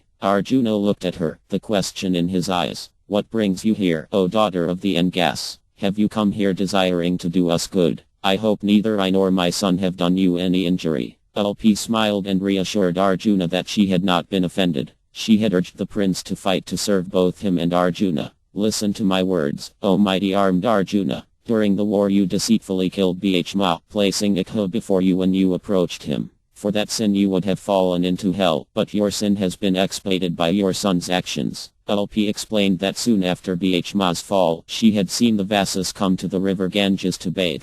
While they were there, they called for the goddess Gaji and said, "Arjuna has unfairly slain your son. For this we will curse him to die." Gaji had agreed. Seeing all this, Alpi had gone before her father in anxiety. She told him what she had seen and her father, king of the ENG, went at once to the Vasas. He begged them to be merciful to Arjuna, his son-in-law, and they replied, "Dhanajaya has a youthful son who is now king of Mahābhārata. That king will cast his father down in battle and free him from our curse." Alpi continued, "It is for this reason that you were slain by your son. Indeed, not even Indra could kill you, but it is said that the son is one's own self. After he killed you, I revived you with this celestial gem." Alpi showed Arjuna the brilliant jewel and he cheerfully replied, "Everything you have done is agreeable to me, O goddess. You have not committed any fault." Mahābhārata beseeched Arjuna to spend a night in the city with his 2 wives, but Arjuna declined, saying that he could not rest until the sacrificial horse returned to Hastinapura. He took leave from his wives and his son, who said he would soon come to Yudhishthira's sacrifice. After telling his wives to join him in Hastinapura, he continued on his way in pursuit of the horse. Arjuna next came to Rajagriha, the city where he had long ago gone with Bhishma and Kṛṣṇa to kill Jarasandha. Jarasandha's grandson, Meghasandhi, still only a boy, but observing the duty of a Kshatriya, came out and offered to fight with Arjuna with bold and heroic words. "It seems this horse is protected only by women," he challenged, and a great fight ensued. During the battle, Meghasandhi's chariot was smashed and he was finally overpowered. Arjuna said, "At the command of Yudhishthira I will not slay those kings whom I defeat if they acquiesce to his rule." Meghasandhi agreed to attend Yudhishthira's sacrifice and offer tribute, and Arjuna continued on his way. He fought with several other monarchs, obliging them to accept Yudhishthira as emperor, before the horse at last reached the road leading back to Hastinapura. Chapter 34 Vidura instructs Dharma in Hastinapura. Yudhishthira heard from his men that Arjuna was approaching the city. Hearing that all was well with his brother, he joyfully set about making preparations for his sacrifice. His priests had arranged for the sacrifice to be performed on the full moon day in the month of Magha. They selected an auspicious spot on a large, level plain outside the city, and sanctified it with Vedic rites. A golden altar was constructed, and numerous mansions were built for the visiting kings. Messengers were then dispatched to all parts of the land to invite them. Soon numerous monarchs began to arrive, as well as thousands of ascetics. The Piyavas greeted them all warmly and offered them the finest accommodation. As the day of the sacrifice approached, Yudhishthira himself went out of the city and entered the royal pavilion. As he proceeded, he saw the sacrificial arena, resembling Indra's heavenly capital. Triumphal arches had been built, and the ground was paved with gold bricks. Jars, jugs, ladles, seats, and other necessary paraphernalia had been arranged around the fire altars which surrounded the main altar. The main altar shone like the sun. Yudhishthira did not see anything that was not made of gold. The guests were filled with wonder at its opulence. They were fed sumptuously by thousands of servants and provided with anything they desired. Yudhishthira arranged that drums and cymbals should be sounded each time 100,000 Brahmins had been fed. The crash and clash of those instruments was heard again and again throughout the day. There were hills of food, huge tanks of ghee, and lakes filled with milk. The citizens joyfully came out to attend the sacrifice, dressed in colorful silks and adorned with burnished golden earrings. The women were decorated with jewels and ornaments, and their faces shone like radiant moons. A few days before the sacrifice, Kṛṣṇa arrived with his son Pradyumna, and Astayaki and Balarama. Numerous other Yadus and Vrishnis accompanied him, and they all entered the sacrificial arena like gods descending from heaven. Yudhishthira and his brothers worshipped Kṛṣṇa and Balarama and offered them the best mansions for their residence. Kṛṣṇa spoke about Arjuna, who had not yet returned from his expedition. He told the other Piyavas that he had received news about him and that he would be arriving the next day. After the Piyavas and their guests had spent the night in their mansions outside the city, they went the following day to greet Arjuna. With Dharma at their head, they proceeded with a large number of Brahmins and citizens. In a short while, they saw the sacrificial horse, looking as beautiful as the celestial horse Ravas, followed by Arjuna on his blazing chariot. Yudhishthira and his brothers welcomed Arjuna with affection, praising his feat in subduing the world's kings and bringing the horse back safely. Kṛṣṇa embraced him and went with him into his mansion, where they spent a pleasant evening together. When the day of the sacrifice arrived, Vaisadeva came to Yudhishthira and said, "The time for the sacrifice has come. The priests await you. O king, you should make offerings 3 times greater than are required by the ordinance. Give 3 times the required charity to the priests at the end. In this way, you will acquire the merit of 3 Ashvamedas. This will certainly free you from any sin that may have accrued from the war." Attended by Kṛṣṇa and thousands of kings, the sacrifice was duly performed according to the instructions of Vaisadeva and Damya. Everyone present considered it no less magnificent than the Arjamsya had been years before. When it was complete, and the time had come to give Dakaya, Yudhishthira offered the entire earth to Vaisadeva, saying, "O great sage, this is the proper Dakaya ordained for this sacrifice. Take this earth, conquered by Arjuna, and divide it among the Is. I will enter the forest, for I cannot take the property of Brahmins." The crowd buzzed with excitement at Yudhishthira's announcement. Everyone applauded him. Even the gods praised him. Vaisadeva, pleased, replied, "The earth is now mine. O king, I now give it back to you. What need does an ascetic have for this world? How can Brahmins rule the world? Take it back and rule over it as enjoined by scripture." Hearing Kṛṣṇa confirming Vaisadeva's words, Yudhishthira replied, "Let it be so." He then arranged for all the golden sacrificial utensils to be distributed among the Brahmins, along with heaps of gems and millions of milking cows. The frugal Brahmins accepted only enough for their survival. Large amounts of wealth were left, which Yudhishthira then distributed to the Kshatriyas, Vyas and Dras. No one attending the sacrifice left without a valuable gift, and everyone went home praising Yudhishthira. Kṛṣṇa and his followers stayed for a few days after the sacrifice, enjoying the Piyavas' company. Then, after being worshipped by Yudhishthira, they returned to Dwarka. Yudhishthira now felt free of sin. Having made arrangements for the world to be properly governed by pious kings, he continued to live happily with his brothers in Hastinapura. The years passed quickly for the Piyavas after the sacrifice. Although they thought constantly of Gandhar's curse, dreading the day that Kṛṣṇa would leave the world, they treated her and her old husband with the highest respect. Dharma felt as if he was lord of the earth. Hundreds of servants waited upon him and provided him with anything he desired. All the kings who came to Hastinapura with tribute for Yudhishthira were asked to offer their respects and worship to Dharma. The blind monarch, receiving treatment like Indra in heaven, forgot his grief and was happy. Gndhr was also attended and served with respect by Kunt and Draupad, as well as Ulpi, Sitargad, and the other Pava ladies. With the exception of Bhishma, Yudhishthira and his brothers acted toward Dhrupad like disciples toward their guru. Seeing their humility and obedience to his commands, Dhrupad regarded the brothers like his own sons. He felt only shame when he remembered Duryodhana, who had destroyed their family and had never been so respectful toward him as were Pu's sons.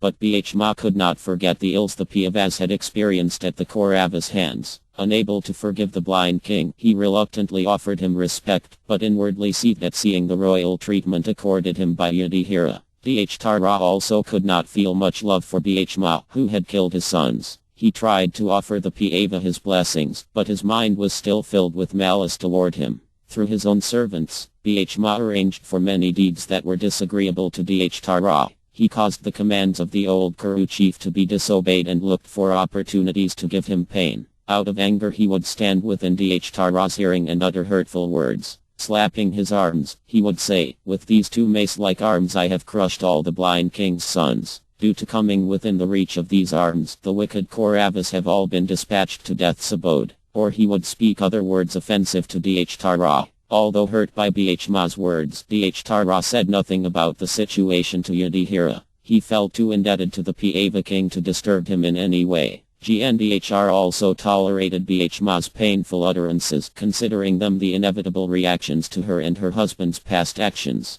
35 years went by with Yudhishthira ruling the world. The Pandavas thought always of Kṛṣṇa and became increasingly concerned as the day approached when Gndhr's curse would take effect. Seeing Parkayat grown into a powerful prince, exhibiting all virtuous qualities, they began to think of retiring. They knew that although death in battle was the best way for a Kshatriya to give up the body, death in the forest while practicing asceticism was an honorable second best. Pious kings always spent their last years in the forest seeking spiritual perfection. One day, the Pandavas heard that Vidura had returned to Hastinapura. The Kuru minister had been gone for many years on pilgrimage, practicing austerities. Although the Pandavas occasionally received word of him, they had not seen him since he had left. They often remembered their uncle with affection. When he returned, they ran toward him, overwhelmed with happiness and love. One by one the 5 brothers fell at his feet and clasped them.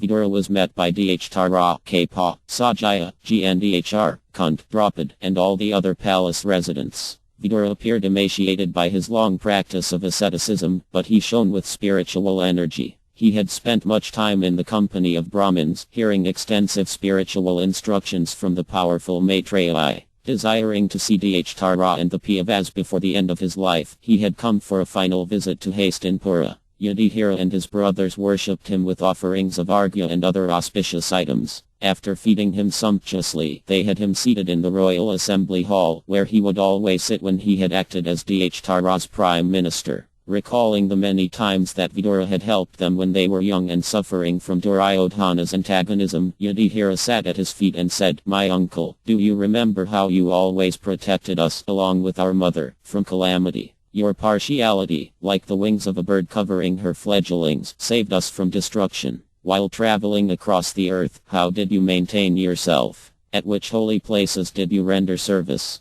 By his own developed spiritual power, Yudhishthira could understand that his uncle had achieved a high level of spiritual realization. Like himself, Vidura had always taken pleasure in hearing from his and practicing asceticism. He had not been sorry to leave the city, but had accepted it as a providential arrangement for him to perfect his life. Seeing that the old Kuru minister had achieved that perfection, Yudhishthira said with folded palms, "My lord, saints like your good self are holy places personified. Because you carry the personality of Godhead within your heart, you turn every place into a place of pilgrimage." Yudhishthira asked Vidura what he had seen on his long pilgrimage, and Vidura gradually described everything. Having become self-realized, he was experiencing the highest transcendental happiness and was ready to give up his material body and assume his eternal spiritual identity. Out of compassion for his brother Dhrupad, however, whom he could understand was still materially attached, he decided to remain for some time in the city first. Realizing that the blind king was fast approaching the end of his life while still living in spiritual ignorance, Vidura wanted to instruct him one last time in order to break his attachments to sense pleasure. A few days later, Vidura found an opportunity to speak with Dharma. In the presence of all the Pandavas and their wives, he addressed him with strong words. "My dear king, you should get out of here immediately. Do not delay. Just see how fear has overtaken you." Vidura sarcastically addressed Dharma as king. Since arriving back in haste in Pura, he had understood the situation. He saw how Dharma was enjoying the respect and honor Yudhishthira offered him, and considered himself king. Now, as he faced the last years of his life, he was becoming afraid. Death would take from him all his power, and where would he go? So many sins had been perpetrated under his rule. Vidura was frank. This frightful situation cannot be remedied by any person in this material world. My lord, the Supreme Personality of Godhead in his form as eternal time has approached us.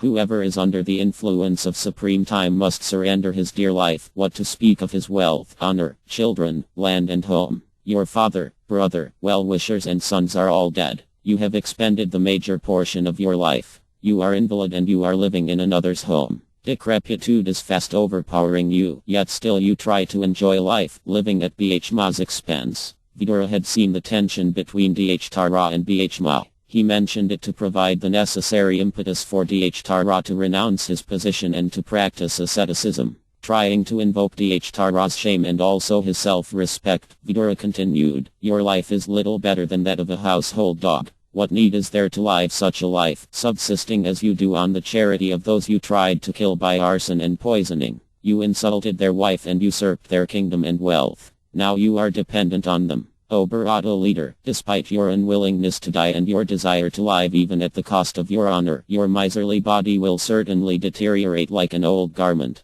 Nothing in this world is permanent." The Pandavas listened in silence. Vidura was as sharp as ever. Yudhishthira reflected on his profound counsel. If only Dharma had been wise enough to take it years ago, how different things might have been. Surely now, though, Dharma would heed his brother's words. He had absolutely nothing left for which to live. That man is called undisturbed who goes to an unknown, remote place and, freed from all ties, quits his material body when it has become useless. He is certainly a first-class man who awakens and understands, either by himself or from others, the falsity and misery of the material world and thus leaves home, depending fully on the personality of Godhead residing in his heart. Please, therefore, leave for the northern hills immediately. Soon the iron age of Kali will set in, and the atmosphere will be opposed to the practice of spiritual life. Vidura's words cut into Dharma. The old king silently digested his instructions. As always, his intelligent minister spoke the truth. What was the point of continuing his useless and broken life?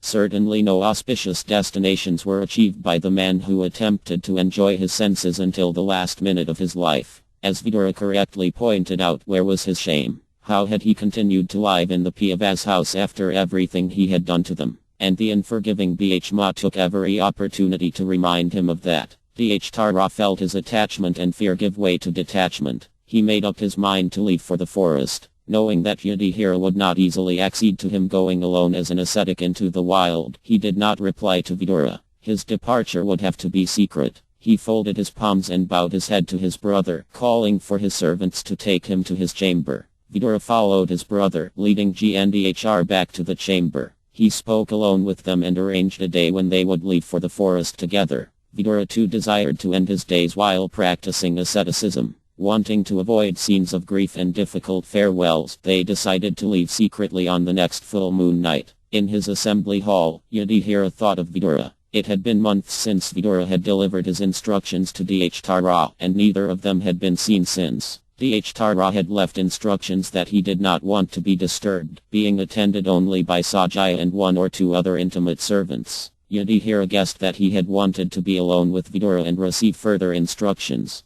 Perhaps he would think of retiring to the forest. But today was the annual Rad ceremony in honor of his sons. He would surely wish to be present. Yudhishthira decided to go and see him. Accompanied by his brothers, he made his way to Dharma's quarters in the palace gardens. The fragrance of exotic blossoms carried on the warm breeze as he walked through the manicured lawns and flower beds. Varieties of birds filled the air with delightful sounds, and beautiful maidservants sat in groups around lotus-filled ponds. The brothers entered Dharma's chamber and found Sajaya sitting alone. Seeing his despondent expression, Yudhishthira felt anxious. Yudhishthira could understand that Dharma had left. "Oh Sajaya, where is our old uncle? Where is my well-wisher, Uncle Vidura, and my mother Gndhr, who is afflicted still due to her son's demise? My uncle Dharma was also mortified due to the death of his sons and grandsons. That great man took care of us when we were rendered fatherless as children. Undoubtedly, I am ungrateful, for I repaid him by killing his sons. Has he taken my offenses seriously and, along with his wife, finally drowned himself in the Ganges?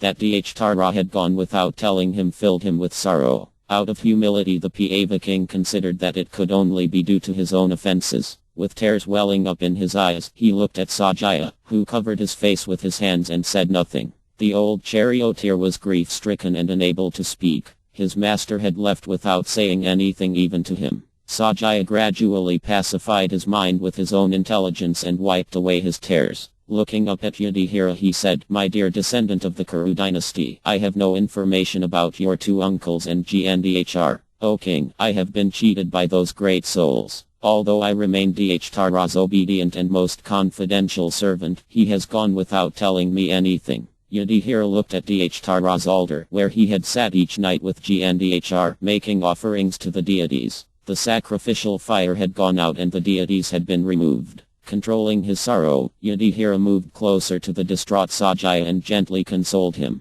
At that moment, Radha suddenly appeared before them. Yudhishthira and his brothers, along with Sajaya, offered their obeisances at his feet. Obviously, he had come with a message. After offering him a seat, Yudhishthira said, "O godly personality, I do not know where my two uncles have gone, nor can I find my ascetic aunt who is grief-stricken by the loss of her sons. Without doubt you know everything, including even the Lord's plan. Please soothe our sorrow with your profound words." And Radha replied, "O pious king, do not lament for anyone, for everyone is under the Supreme Lord's control. Therefore, all living beings should worship only him to be well protected. As a bull, bound through its nose, is held fast, so all men are bound by God's laws. Even as a player sets up and disperses his playthings according to his own will, so the supreme will of the Lord brings men together and disperses them. O king, in all circumstances, whether you consider the soul to be an eternal principle or not, or everything to exist in some impersonal absolute, or to be an inexplicable combination of matter and spirit, feelings of separation are due only to illusory affection and nothing more."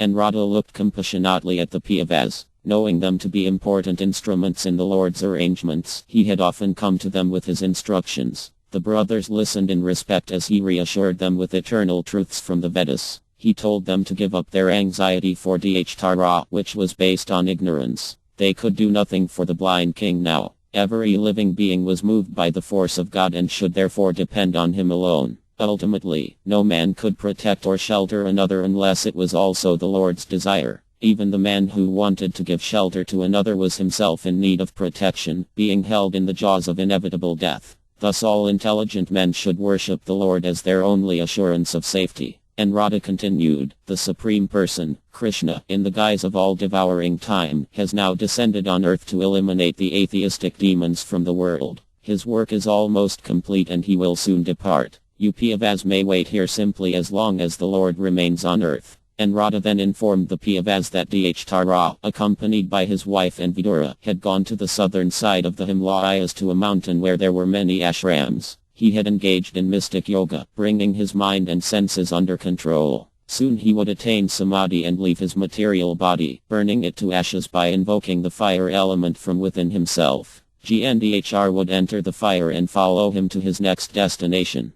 Then Vidura, seized both by delight and grief at his brother's departure, would himself leave that place to end his own days. And Radha stopped speaking and indicated that he was ready to leave. After being worshipped by the Pavas, he rose into the sky and vanished. Yudhishthira thought about what he had said. It was glorious that Dharma had accepted such an end to his life. There was no point in lamenting, nor was there any need to fear that he might have taken offense. The old king had given up material affinities. He would no longer be thinking of material relationships and the politics associated with them. As Anrata had made clear, Dharma was meditating on his pure spiritual identity, free of mundane attachments. As the Pandavas made their way back to their palace, they met Vaisadeva. He told them that Kṛṣṇa had also gone with Dharma. The brothers were moved by grief to hear the news, but it was not a surprise. For a long time their mother had withdrawn herself from the world. Since she had prayed to Kṛṣṇa that day he had left for Dharma, she had been spending her days in meditation and prayer. She had eaten frugally, finally coming to the point where she took her food once every 30 days. Now she was gone. Thinking again of Anrata's instructions and of all the wisdom they had heard from the others, they controlled their minds. Their mother had acted rightly. It was always the accepted custom to leave for the forest without announcement. After all, death never made announcements when it arrived. Chapter 35. The Pandavas retire. As the 36th year of Yudhishthira's rule approached, Arjuna visited Dwarka. He knew Krishna's departure was close at hand, and he wanted to see him one last time. His brothers were hoping that he might persuade Kṛṣṇa to make a final visit to Hastinapura. Maybe Kṛṣṇa could even be convinced to counter Gandhar's curse and remain on earth. Surely that was within his power. Arjuna had been gone for a few months and Yudhishthira began to observe inauspicious omens. The seasons appeared out of order and men were abandoning their prescribed duties. There were constant disputes arising between the citizens and people were cheating each other everywhere. Seeing that the people were overwhelmed by pride, anger and greed, Yudhishthira spoke to Bhishma.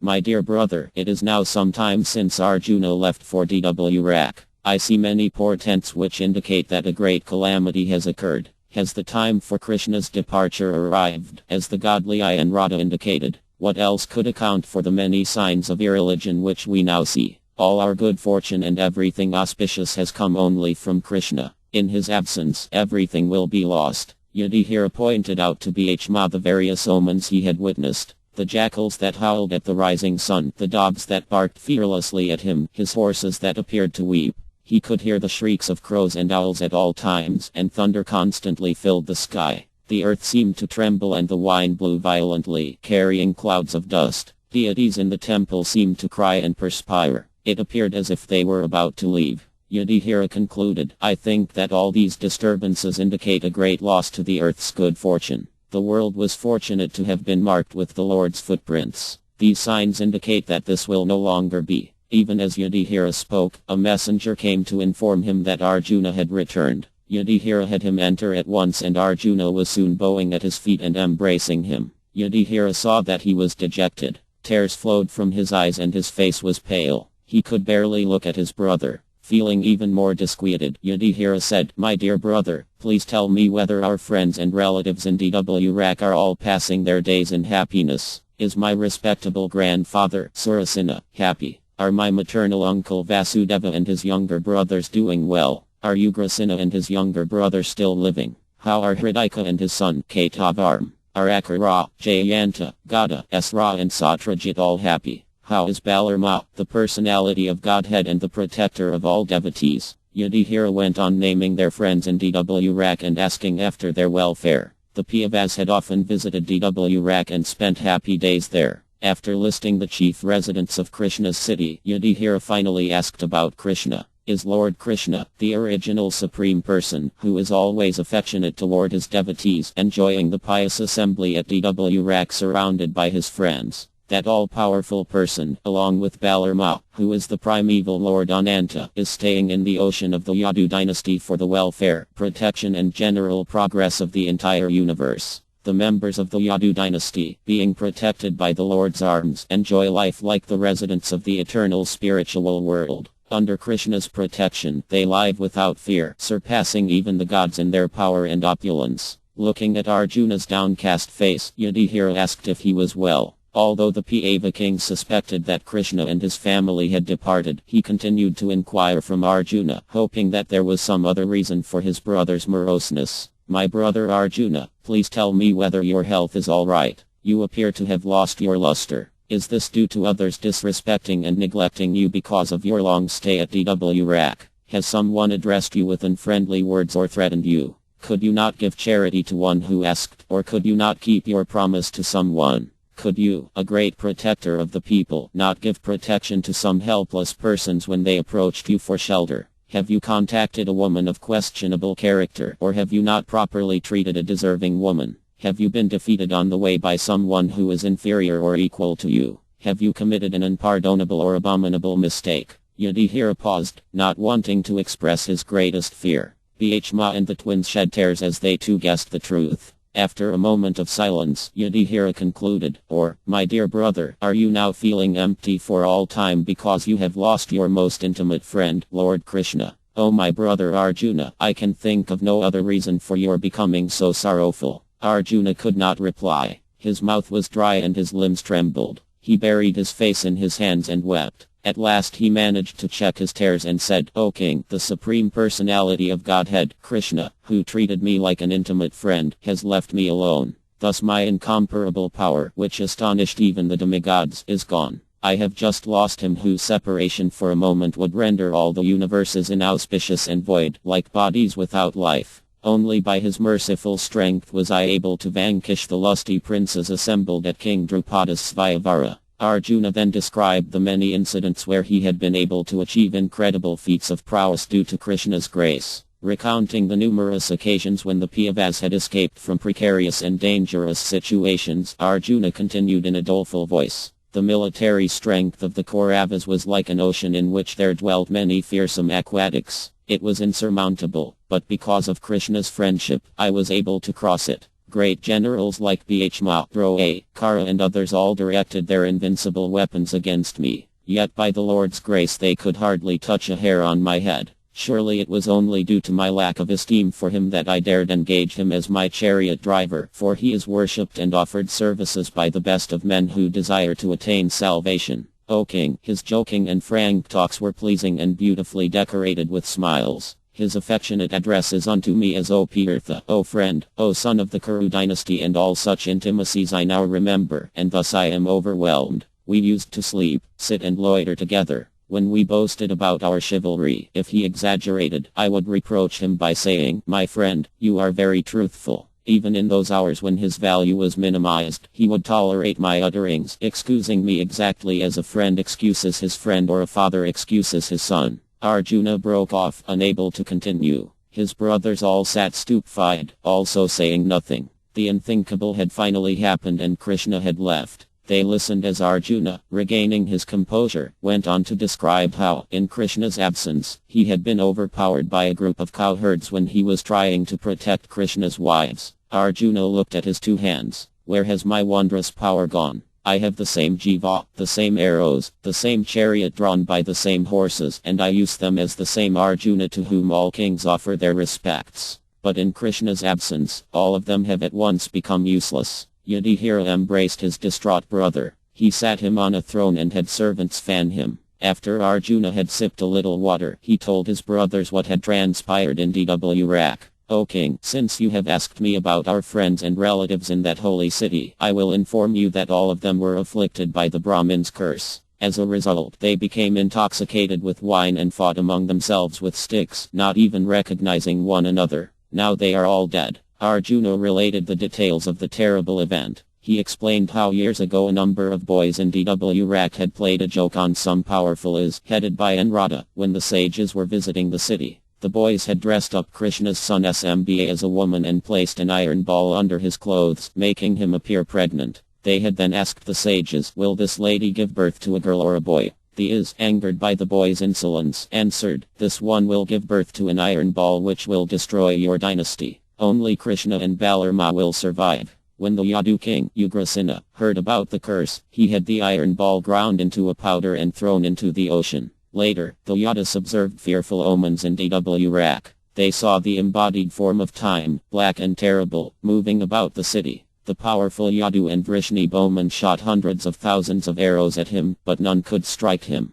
Day by day, stronger and stronger winds blew, and the streets swarmed with rats and mice. Earthen pots cracked with no visible cause, wells spewed out their water, and the bodies of men trembled. All sorts of inauspicious creatures, crows, owls and jackals filled the air with their cries. Asses were born of cows and mules from elephants. Clean, well-cooked food, when served, was covered with worms. The heavy tread of running men was constantly heard, but no one could be observed running. The citizens committed sinful acts without shame. They disregarded the Brahmins, forgot to worship the temple deities, and insulted their elders and preceptors. Only Kṛṣṇa and Balarama did not behave in these ways. When they observed the fearful portents and heard how the citizens were having frightening dreams, they called an assembly. With everyone present, Kṛṣṇa said, "O leaders of the Yadu dynasty, please note these terrible omens that have appeared in Dwarka just like flags of death. We should not remain here any longer. The women, children, and old men should leave the city and go to Saṅkhādhara.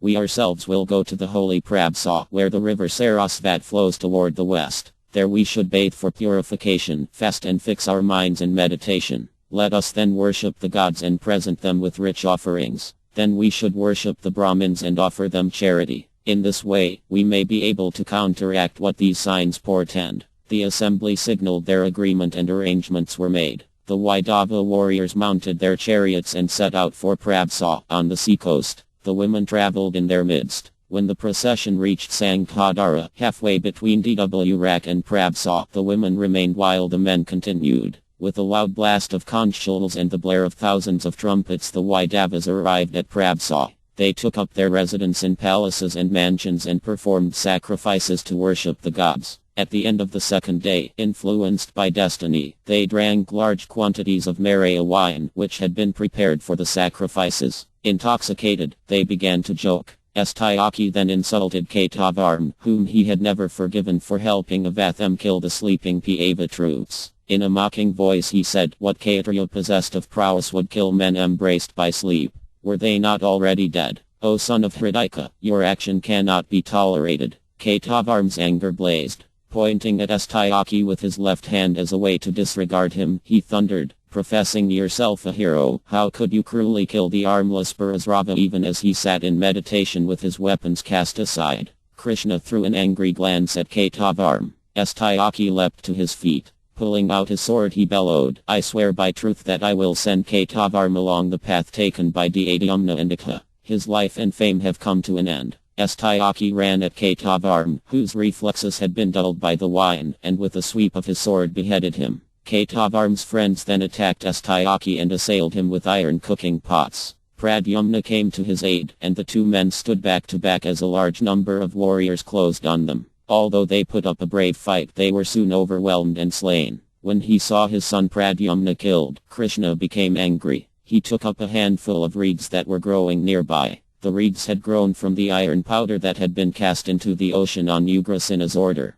They were like iron rods and Kṛṣṇa wielded them like deadly weapons. He quickly slew all the men who had killed his son. Other Vaidavas and Vrishnis took up their weapons and entered the fray. Soon a violent battle was raging. When their weapons had been smashed, they too took up the reeds. Bewildered by wine and influenced by Gndhrs and these curses, they killed one another without compunction. Father killed son, son slew father, and brother killed brother. Like insects flying into a fire, they destroyed one another. In less than an hour, millions of men were dead. Only Kṛṣṇa and Balarama survived, along with Dwarka, who carried the news back to Dwarka. Arjuna paused in his narration. His mind was confounded as he recounted the story. He knew that it had been Kṛṣṇa's desire. The Lord had wanted his own family and followers to leave the world. With the onset of the Kali age, they might create a greater disturbance than the atheistic demons. After all, they were far more powerful than the demons. No one could have checked them.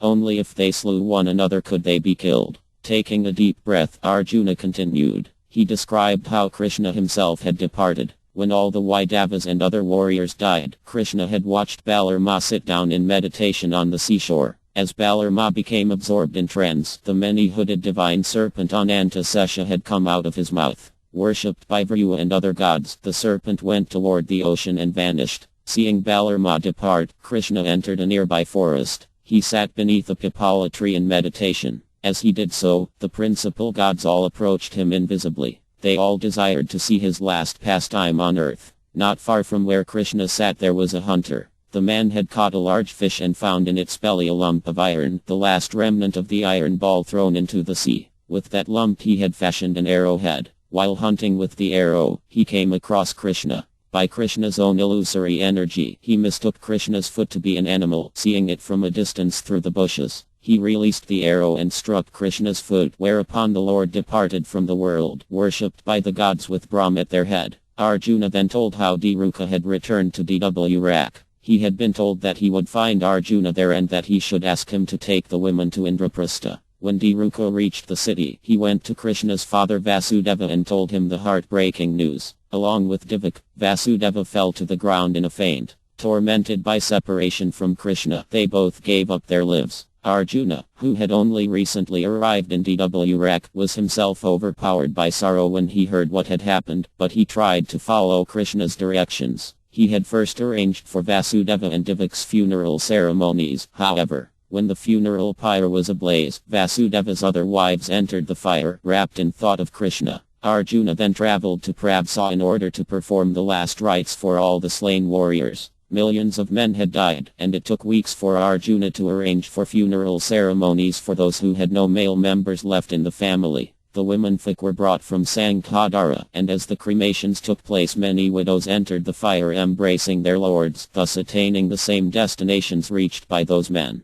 Finding Kṛṣṇa and Balarama's bodies, Arjuna marveled at the sight. Their bodies still shone with the same brilliant effulgence as they had in life. Arjuna could understand that it was not possible for them to die. Their apparent death was simply a display of Kṛṣṇa's illusory energy. Both Kṛṣṇa and Balarama were manifestations of the original, transcendent Supreme. Arjuna concluded that the material bodies they left behind were simply meant to bewilder the faithless. The Lord was merciful even to those who desired to be atheists. Stupefied by grief and moving like a wooden doll, Arjuna arranged for expert priests to cremate the bodies of the two lords. Rukma and Kṛṣṇa's other principal queens ascended the funeral pyre and gave up their lives. When all the funeral ceremonies were completed, Arjuna returned to Dwrak. He arranged for the remaining women and children, and the Brahmins, Vyas and Dras, to be taken in chariots to Indraprastha. Kṛṣṇa had told Dhruva that the city would soon be inundated by the sea, and Arjuna was concerned to get everyone out first. They made a sari procession, wailing and calling out Kṛṣṇa's names as they left Dwrak. Even while they were leaving the city, the ocean began to flood the land. Looking behind them, they saw waves crashing into the great island fortress and swirling through its streets and houses. The procession, bereft of heroes, proceeded by slow marches toward Indraprastha. After some days, they reached the Panchajala province. Arjuna decided to camp there for a while. The region was infested with robbers, and when they saw the thousands of richly adorned ladies from Dwrak, they decided to attack the camp. Coming together in a force, the robbers, dressed as cowherds, rushed at the camp with loud cries. Armed with clubs and bows, they fell upon the ladies and led them away, looting as they went. Arjuna mounted his chariot and rode toward them, calling out, "O sinful wretches, stop at once. Flee from here now if you have any love of life. Wait only a moment and I will cut your bodies to pieces." Urged by destiny, the robbers disregarded Arjuna and carried on with their plundering. Arjuna raised his jiva, but to his amazement, he found himself barely able to string it. His strength seemed to have disappeared. With great difficulty he drew back the bow and fired his arrows, but they fell short of their targets. The Pava then tried to invoke the celestial weapons, but they would not appear. In frustration and anger he ran after the robbers and struck them with his bow, but despite his efforts, he was unable to prevent them from taking away many of the Yadu ladies. Sighing with sorrow, Arjuna could understand that it was somehow the Lord's arrangement.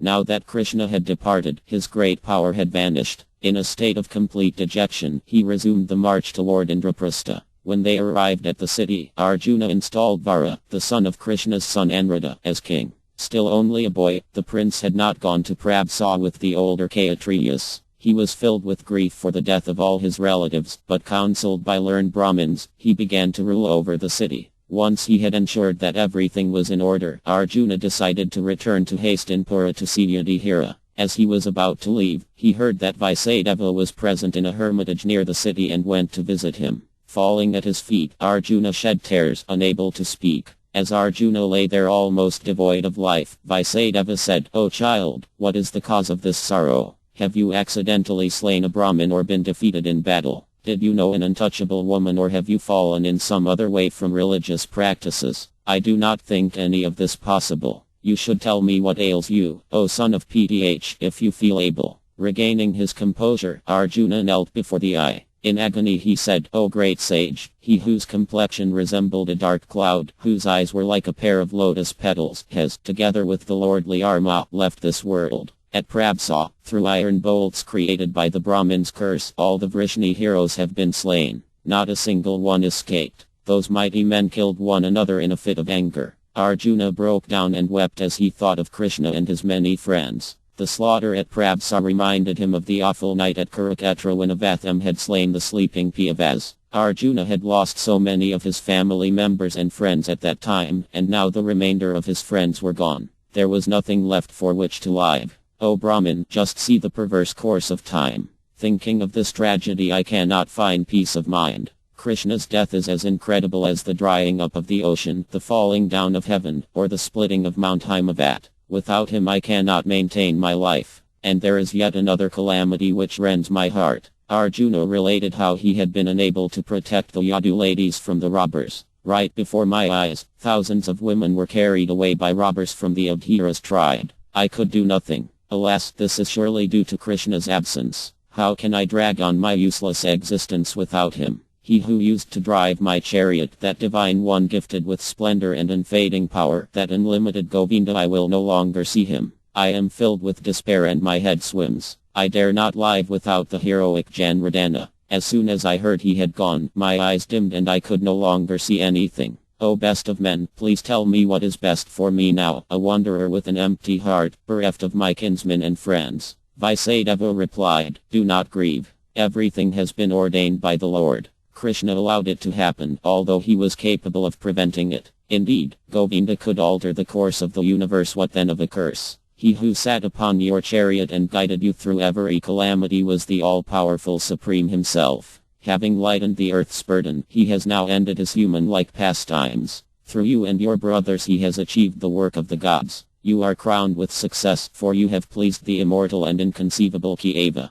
Surely now you should think of your own departure. When the hour of adversity arrives, everything is lost. Thus one's prowess, understanding and vision all disappear. This is due only to the influence of irresistible time. Do not lament, O hero. The time has come when you Pandavas should attain the highest end. This is what I consider most beneficial. Consoled by Vaisadeva's words, Arjuna took his permission and left for haste in Pura. When Arjuna finished his narration, his four brothers were stunned. They thought only of Kṛṣṇa. None could contemplate life without him. Tears ran down their faces. Distraught, Yudhishthira said, O best of men, we should understand that time is cooking all creatures in a cauldron. Even the invincible Vrishnis have been rooted out. Even Kṛṣṇa has left. Now we should act upon Vaisadeva's instructions. There is no point in remaining here. Indeed, the dark age of Kali is already making its entrance. Just see how the citizens are becoming sinful, driven by the influence of the age. We should depart, for the powerful Parkayat, who is ever protected by the Lord, is qualified to rule the earth. Yudhishthira's brothers agreed. They knew it was time for them to retire. Parkayat could replace them. Yudhishthira conferred with the Brahmins and decided upon a day when he would leave for the forest. When the citizens heard of his determination, they cried out in sorrow and tried to dissuade him, but Yudhishthira's mind would not be changed. On an auspicious day, he installed Parkayat as king and Kapa as his chief counselor. The five brothers distributed wealth to the Brahmins, performed rituals in honor of Kṛṣṇa, and gave away heaps of gold and gems in his name. When all the ceremonies were complete, Yudhishthira took off his royal garments and ornaments and dressed in tree bark. His brothers followed his example. The five of them came out of the royal palace looking like five ascetics. The people cried in grief and were reminded of the terrible day when the brothers had been exiled. This time, they would not return. Ignoring the citizens' cries, Yudhishthira walked toward the northern gate, his four brothers close behind. Draupadi, seeing her husband's resolve, hurried along behind them.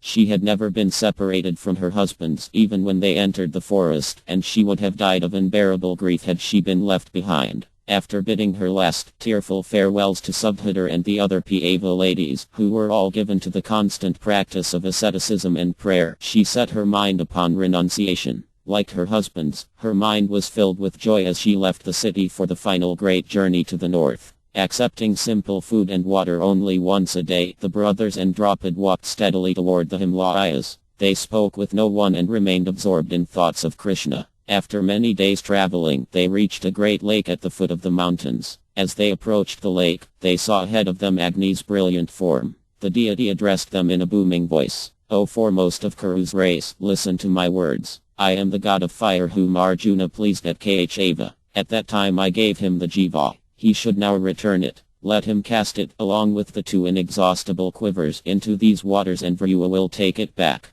Arjuna bowed to Agni and took his bow and quivers from his shoulder. He had not been able to leave them behind, but now, on Agni's order, he threw them into the water. Agni then disappeared and the brothers continued their journey, seeing in the distance the cloud-covered peak of Mount Mahābhārata. Eventually passing that great mountain, they crossed over a desert and came at last to Mount Mara where lay the abode of the gods. As they made their way through the hilly region, they were joined by a dog, who stayed with them day and night. Soon they reached the foothills of Gandhamdana mountain, where they had spent much of their exile. They bowed down and offered prayers to the sacred mountain, then began their ascent. The brothers had been walking for months, and their bodies were emaciated. Weakened and weary, they climbed with difficulty. Suddenly, as they were ascending a steep mountain pass, Draupadi fell to the ground and gave up her life. Bhishma, who was walking immediately behind Yudhishthira, said, O crusher of enemies, although she never committed any sinful deeds, the delicate princess has fallen to the earth.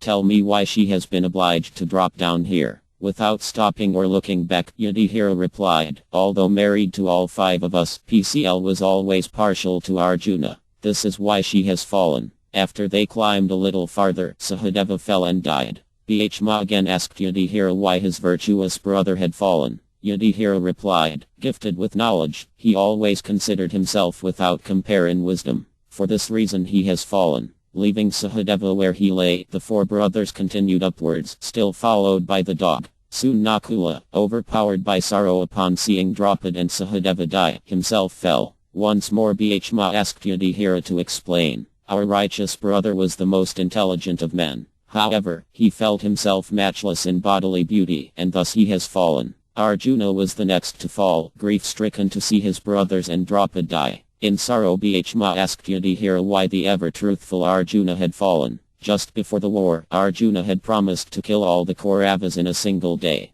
For failing to keep this promise, made out of pride, he has been obliged to fall to the earth. The remaining two brothers and the dog continued their ascent. Before reaching the summit, Bhishma fell. As he was lying on the ground, about to give up his life, he asked Yudhishthira what had been his fault. Yudhishthira replied, O Vikodara, you were a great eater and you did not consider others while eating. Thus have you fallen. Fixing his mind in yogic meditation, Yudhishthira went on alone. As he approached the summit he heard a great sound fill the sky. He looked up and saw Indra's chariot descending toward him. Climb onto my car, O Bharata, and I will take you to heaven. Yudhishthira bowed to the god. I have no desire for heaven, O Akra, nor can I leave my brothers and chaste wife Draupadi behind. They have all fallen on this mountain. Indra assured him that he would soon see his wife and brothers in their self-same bodies, but Yudhishthira was still unwilling to leave. See here this dog, he said, pointing to the animal that was ever at his heels. It has taken shelter of me and cannot be abandoned. O great God, I will only accompany you if you allow it to also come. Indra replied that there was no place in heaven for dogs. He told Yudhishthira that there would be no sin in leaving it behind, but the Pava would not agree. It is my vow that I will never abandon one who is terrified, who seeks my shelter, who is devoted, who is afflicted or weak, or who begs for life. I cannot leave this creature here. Despite Indra's entreaties, Yudhishthira would not leave the dog.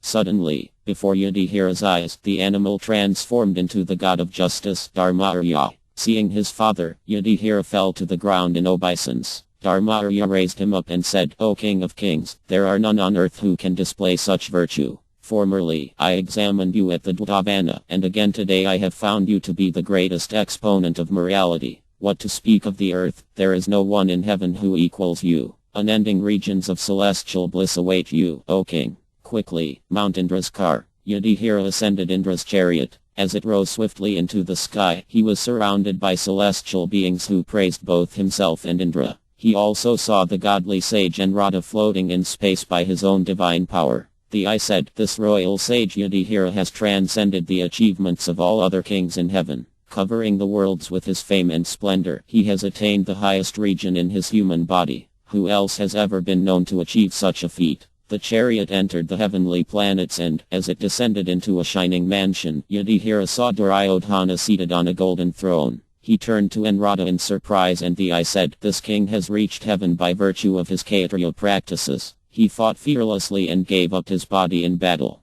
Thus he has been promoted to this abode, where he will remain for some time." Yudhishthira asked where his brothers had gone. He had no wish to remain in heaven, being not attracted to celestial pleasures. Even on earth he had given up his material attachments and desires for sensual enjoyment, preferring instead the transcendental service of the Supreme Lord, Kṛṣṇa. That service had given him a sublime pleasure thousands of times superior to material happiness. Yudhishthira looked with disdain at the heavenly opulences Duryodhana was enjoying. His only desire was to remain in Kṛṣṇa's association along with his brothers and Draupadi. Like himself, they too were devoted to the loving service of Kṛṣṇa, and he longed to be with them again. Duryodhana could keep heaven, Yudhishthira thought. Without Kṛṣṇa and his servants, it would be no different than hell. Indra commanded the celestials to take Yudhishthira to his brothers and Draupadi. They led the Pāva on a path away from heaven. As they proceeded, they were suddenly enveloped by darkness. Through the gloom, Yudhishthira could see wastelands covered with rotting corpses.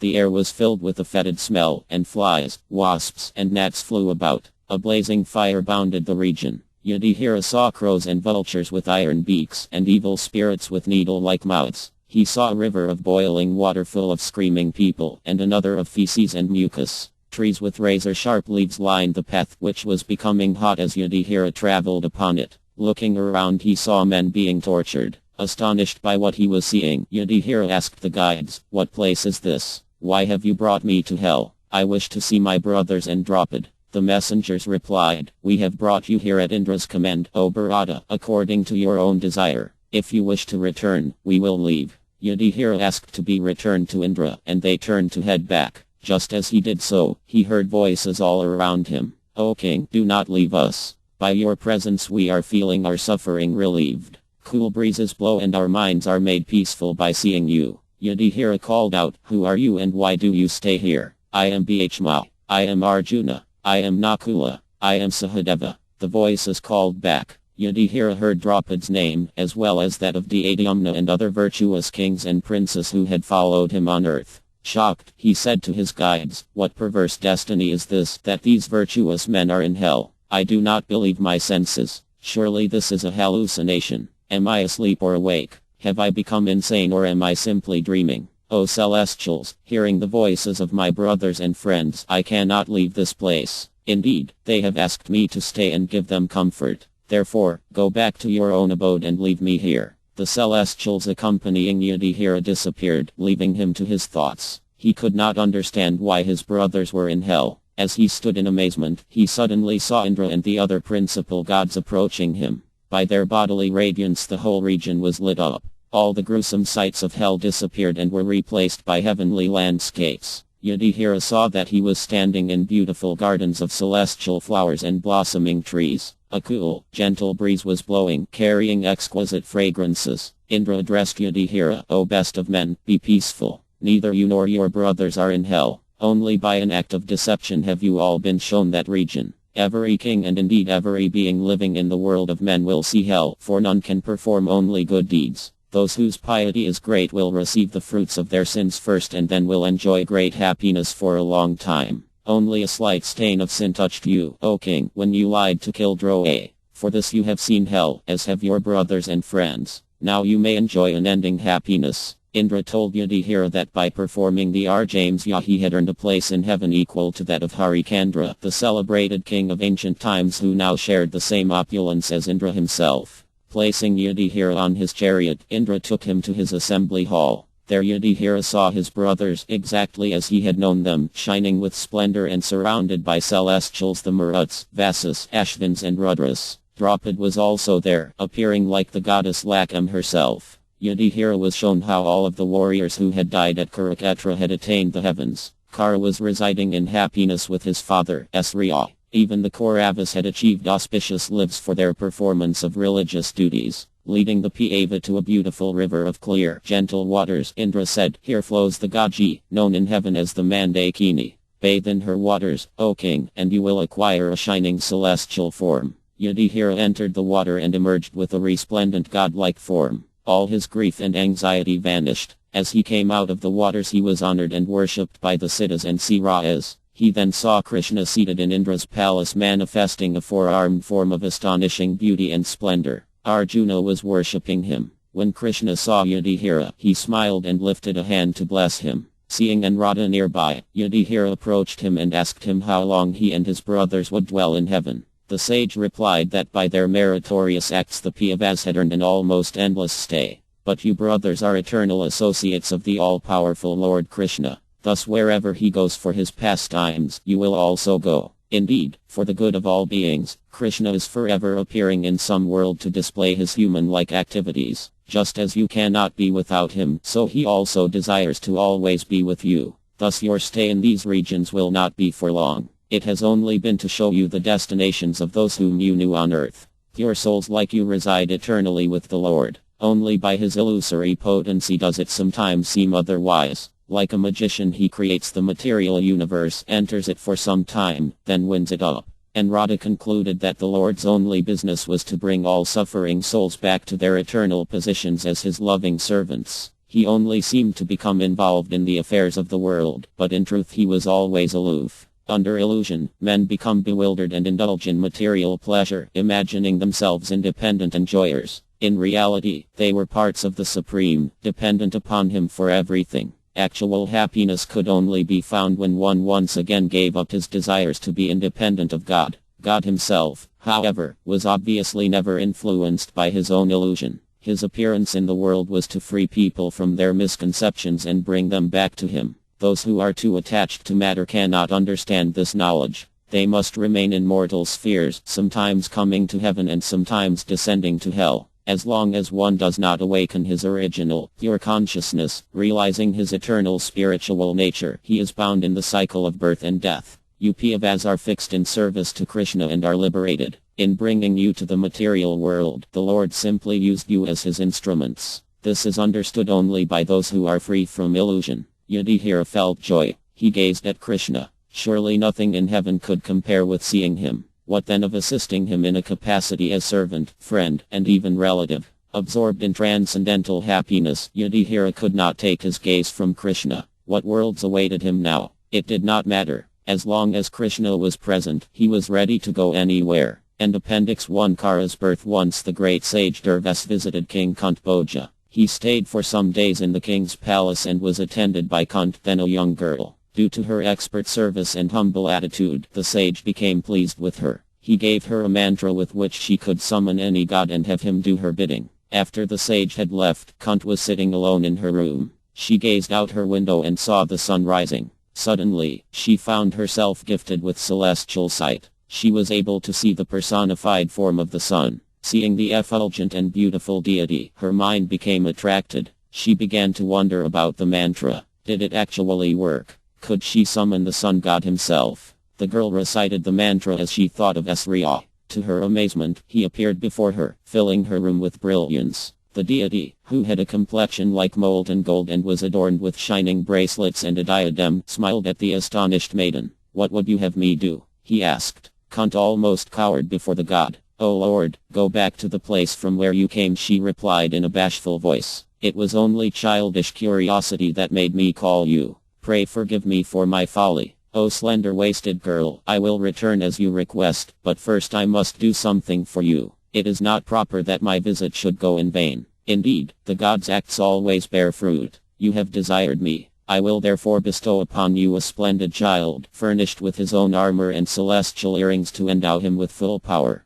Kṛṣṇa's mouth fell open in horror as the god continued. O maiden, I will only leave after having enjoyed you. If you do not comply with my words and gratify my desire, then I will curse you, your father, and the Brahmin who foolishly gave you the mantra without knowing your character. Sriya told Kṛṣṇa that all the other gods were laughing at him to see his plight. The girl had called him with desire in her heart and was now rejecting him. He would not leave without giving her a son. Kṛṣṇa spoke in an imploring voice. O great Lord of Rays, please go to your own abode. Surely such an outrage is not befitting you. I am a maiden and cannot surrender myself to a man until I am properly married. My father, mother, or other superiors must first bestow me upon another. I will not abandon virtue. In this world, keeping her body pure is considered a woman's highest duty. Kṛṣṇa again explained that it had only been childishness and naivete that had made her use the mantra. She begged the god to forgive her and to leave. Sriya would not relent. It is because you are only a girl that I am already so lenient. Where others might have been punished for insulting me, so I am instead offering you the boon of a powerful child like myself. If I go without enjoying you, I will be the object of ridicule among the celestials. Therefore, surrender yourself to me and receive a son who will be extolled in all the worlds. Afraid to commit sin, Kṛṣṇa repeatedly tried to sway the god from his purpose, but to no avail. He remained unmoved.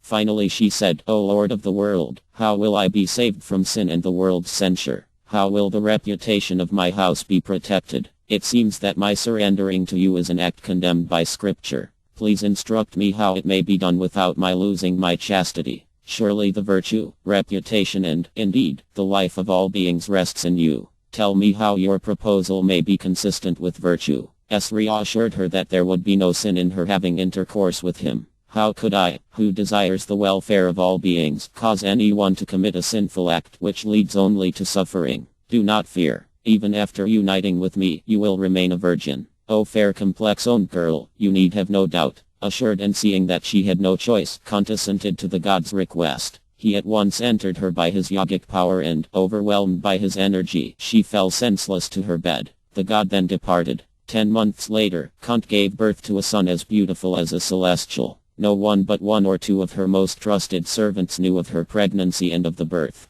When the child was born, Kṛṣṇa saw that he was adorned with bright earrings and a natural coat of mail. His eyes resembled those of a lion and his shoulders, even as a newborn baby, were broad. Kṛṣṇa consulted with her nurse as to what to do with the boy. She was torn. This was her firstborn son, the offspring of the powerful sun god, but how could she keep him? Although the deity had assured her that she would remain a virgin, who would believe it? How could it ever be acceptable for a maiden to have a child? Who would accept her as a wife if she had already given birth? Kṛṣṇa finally concluded that the baby had to be cast away. He was the great Sriya's son. Surely Sriya would protect him. Kṛṣṇa also prayed to Vivu for the boy's welfare. Then, along with her nurse, she took the child in a large wicker basket to the bank of the Ganges. She sat on the river bank gazing at the baby for some time. Tears fell from her eyes and she cried out in pain as she contemplated losing the child. Her anguished voice carried across the water. O my son, may all the creatures inhabiting the earth, heavens and waters protect you.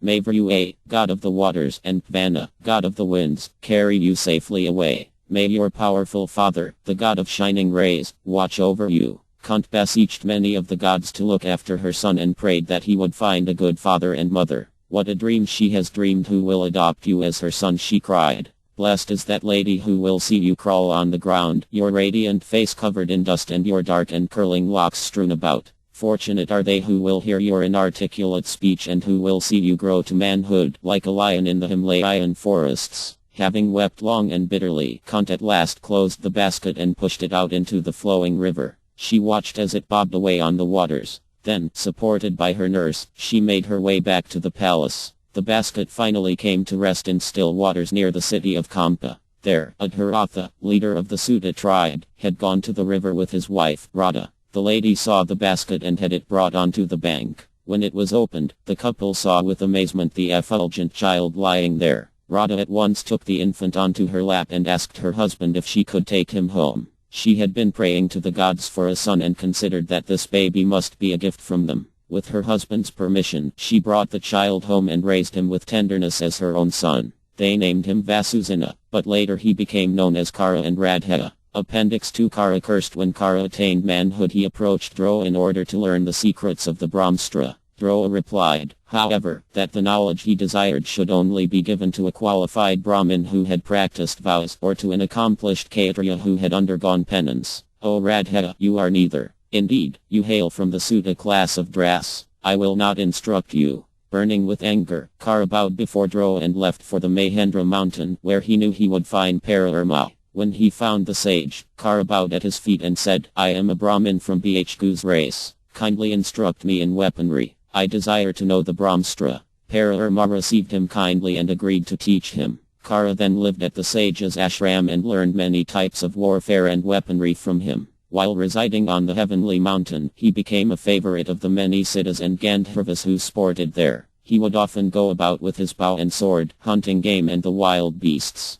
Once, while hunting, he accidentally slew a Brahmin's cow. Distraught, he went at once to the Brahmin and told him what had happened. Dropping to the ground before the sage, he said in a tearful voice, "O best of men, I have killed your cow quite against my will and desire. Forgive me. Please allow me to make some recompense." But the Brahmin, seeing his beloved cow lying dead, was filled with anger. His face turned red and he took hold of his sacred thread, signifying his intention to curse Kṛṣṇa. "O wicked one, you deserve death for this crime. You will suffer the fruit of your foolishness even in this life. When you finally meet in battle with your mortal enemy, your chariot will be swallowed by the earth. As you have carelessly cut down my cow, so will your head be cut off by your foe. Go now, O vile man." Kṛṣṇa tried to appease the Brahmin, but he would not relent. "My words will not prove false," he replied. Finally Kṛṣṇa went away, hanging his head in sorrow. Kṛṣṇa remained in Pararama's ashram for some time, pleasing the sage by his aptitude for learning and by his humble service attitude.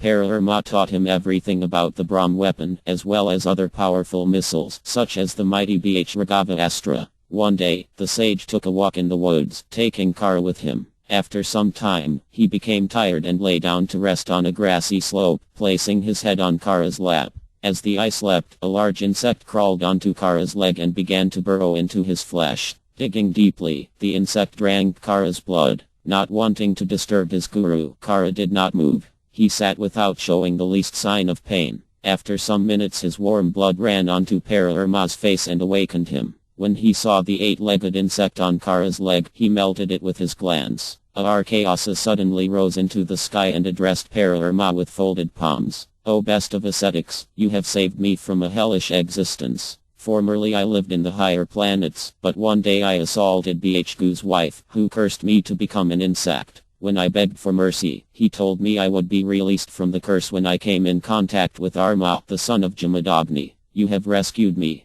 Thank you, O sage. I will now depart." The Rkṣṇa vanished, leaving the eye glaring at Kṛṣṇa. "O wretch!" he exclaimed. "How can you be a Brahmin? No Brahmin could tolerate such pain. Only a Kshatriya has such patience. Tell me the truth. Who are you?" Trembling, Kṛṣṇa replied, "O Lord, I am Kṛṣṇa and I have been born in the Sudra race, a mixture of Brahmins and Kshatriyas. Coming to you as my teacher, O scion of Bhiku's line, I saw you as my father. Thus did I call myself a member of Bhiku's family. Forgive me, for I am your humble servant." Pararama smiled through his anger. Looking down at Kṛṣṇa, who had prostrated himself on the earth with folded palms, the sage said, "Greedy for weapons, you have lied to me. Therefore, I say this. When you face your greatest danger and desperately need your most powerful celestial weapon, you will not be able to remember the mantras. Otherwise, you will be peerless in weaponry. Now leave at once, for this is no place for one who behaves falsely."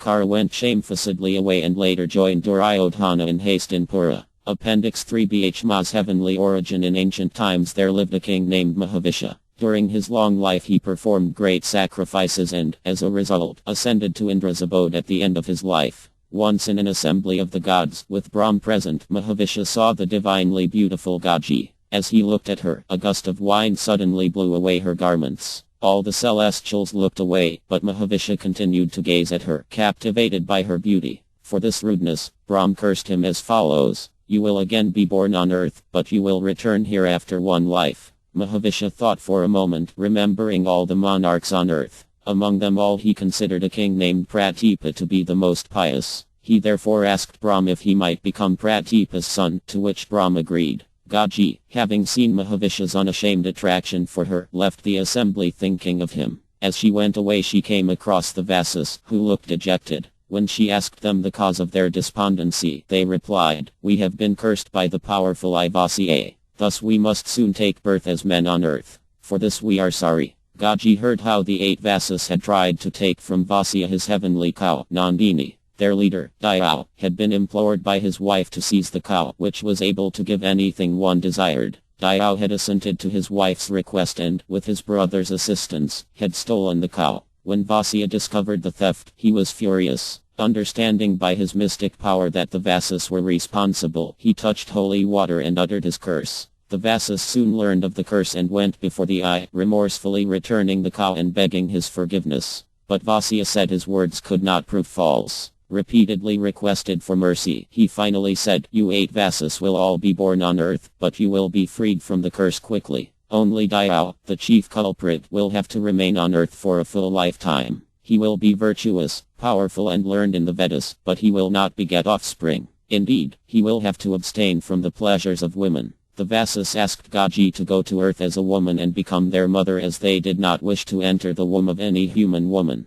When Gaji asked who they would choose as their father, they replied, "There is a king named Pratipa who will soon have a son named Antanu. That prince is destined to become our father." Gaji was delighted. Antanu would be an incarnation of Mahābhārata. She smiled. "I will surely become your mother. Go where you will. We will soon meet again." In due course, the Vasas fell from heaven and Gaji left for earth. Soon after, Antanu, while wandering along the banks of the Ganges, met the goddess. Struck by her beauty, he felt his hair stand on end. Her features were flawless and she was adorned with fine silk robes as beautiful as the filaments of lotus flowers. His mouth dropped open and he could not take his eyes from her. Gaji was also attracted to the handsome monarch, and she returned his gaze, her dark eyes meeting his and sending a thrill through his body. Moving closer to her, Antanu said, "O beautiful one, whether you are a goddess, a Gandharva, a Dinava, an Asura, or an Apsar, I beg you to become my wife. You seem to have no protector. Allow me to become your shelter." Gaji glanced down demurely. "O king, I will become your wife and obey your commands, but I will make one condition. You must not interfere with my acts, whether they are agreeable or not. You must also never address me in harsh words. If you act in this way, I will remain with you. But if you act otherwise, I will leave immediately." The king hardly gave any thought to her request. "Be it so," he replied at once. He brought her back to Hastinpura and the marriage ceremony was performed that day. Absorbed in Gaji's celestial beauty, Antanu did not notice the passage of time. After a year together, which seemed to him like a few days, Gaji gave birth to a son. But within days of the birth she threw the baby into the Ganges, where it was swept away by the waters. Although horrified, Antanu remembered Gaji's conditions and kept silent, not wanting to lose her. Each year for 7 years a boy was born, and each time Gaji took the child to the river and cast him into the water. The king managed to restrain himself, but when Gaji was about to drown the 8th child, he could take no more. He ran after her, shouting, "Stop! O cruel woman, why are you killing our children? Murderess of your sons, you are earning great sins by your acts." Gaji stopped by the river bank and turned toward Antanu. "As you desire a child, I will not kill this one. O king, take the child and raise him as your son. He will doubtlessly bring glory to your line. But in accordance with our agreement, I must now leave." Gaji then revealed her identity to the mystified king. She told him about Vasiha's cursing of the Vasas. "I have thus released the gods from the ice curse. This 8th child is Dayao, who must remain on earth for a full lifetime." Understanding the situation, and realizing that everything had been ordained by destiny, Antanu tried to change Gaji's mind, but she was resolute. The king then asked that she take the baby with her to the celestial regions. When the child became a young man, he could return to earth. Gaji agreed. Holding the baby close to her breast, she vanished into the river. Antanu returned in sorrow to his capital, Hastinpura. He continued ruling the people, becoming famous for his virtue. He was loved by the citizens and ruled the world with justice and compassion. It was said that if he simply placed his hand on someone, that person would immediately be relieved of all material pains and anxiety. One day, some years after Gaji had left, the king was hunting near the Ganges. As he pursued a deer along the river bank, he noticed that the river water, which had previously been deep and flowing, had become a trickle. Marveling, the king made his way upriver to find the cause. He soon came across a godlike youth who resembled Indra himself. The amiable-looking boy was holding a large bow. It seemed he had checked the river's flow by damming it with arrows. The king was astonished at this remarkable feat and gazed at the youth, trying to ascertain his identity. The boy suddenly disappeared, and the king, suspecting that it was his son, said to the river, "O Gaji, show me my child." As soon as he spoke, the goddess rose from the waters holding the boy by his hand. She approached the king and said, "Here is the 8th son whom we conceived together. O great king, take him now. I have reared him carefully." Instructed by as such as Vasiha, Shukra and Pararama, he has become proficient in all aspects of Vedic knowledge and is expert in arms and warfare. Gaji then vanished, leaving the boy with Antanu. The king took him back to the city, where he would later become famous as Bhishma. Appendix 4 questions posed by Dharma to Yadi. Here are the following questions and answers are not included in the main text. What makes one learned? How does one attain an exalted status? What is one's second self and by what does one become wise? By study of the Vedas one becomes learned. Asceticism raises one to an exalted status. Intelligence is his second self and serving elders makes one wise. What is the Brahmin's divine attribute? What is their virtuous practice resembling that of the pious? What is their human attribute and what practice of theirs resembles that of the impious? Study of the Vedas is the Brahmin's divine attribute. Their asceticism is like the virtuous practice of the pious. Death is their human attribute and slander by them is their impiety. What is the divine attribute of Kshatriyas? What is their piety and impiety? And what is their human failing? Arrows and weapons constitute their divinity. Sacrifice is their piety and abandoning the distressed their impiety. Fear is their human failing. What is the esma of sacrifice? What is its yajur and what can it not do without? Life is the sacrificial esma. Mind is its yajur and it is the ji which it cannot do without. Yadi here understood his actual meaning. By sacrifice he meant the spiritual sacrifice for obtaining pure knowledge. In the objective sacrifice which one normally performs with fire and mantras, the three Vedas esma, yajur and ji are required. In the subjective, spiritual sacrifice, the acquisition of true knowledge, along with life and mind, are as necessary as the mantras of the three Vedas are for the objective sacrifice. Particularly spiritual sacrifice depends upon prayer, which is represented by the ji mantras. The yaka went on without pause. What is of greatest value to cultivators, to those that sow, to those wishing for prosperity and to those who bring forth? Rain is the most valuable thing for cultivators, for showers it is the seed, for those desiring prosperity it is the cow and for those who bring forth it is the sun. What person, although breathing, endowed with intelligence, respected by the world and enjoying sensual pleasures, is nevertheless said to be not alive? The person who does not satisfy the gods, guests, servants, ancestors and his own self with offerings of sanctified food is said to be dead even though breathing. What is weightier than the earth? What is higher than the sky? What is fleeter than the wind? And what is more numerous than grass? The mother is weightier than the earth. The father is higher than the sky. Mind is fleeter than the wind and thoughts are more numerous than grass. Yadi here understood that by serving the mother one was said to obtain the earth and by serving the father one could rise to heaven. The yaka continued, what does not close its eyes when sleeping? What does not move after birth? What has no heart and what swells with its own force? Fish do not close their eyes when sleeping. Eggs do not move after birth. A stone has no heart and a river swells with its own force. Who is the friend of an exile, of a householder, of a sick person and of a dying man? An exile's friend is his companion, that of a householder is his wife, the physician is a sick person's friend and charity is a dying man's friend. Who is the guest of all creatures? What is the eternal religion? O King of Kings, what is life-giving nectar and what pervades this entire universe? Agni is the guest of all creatures.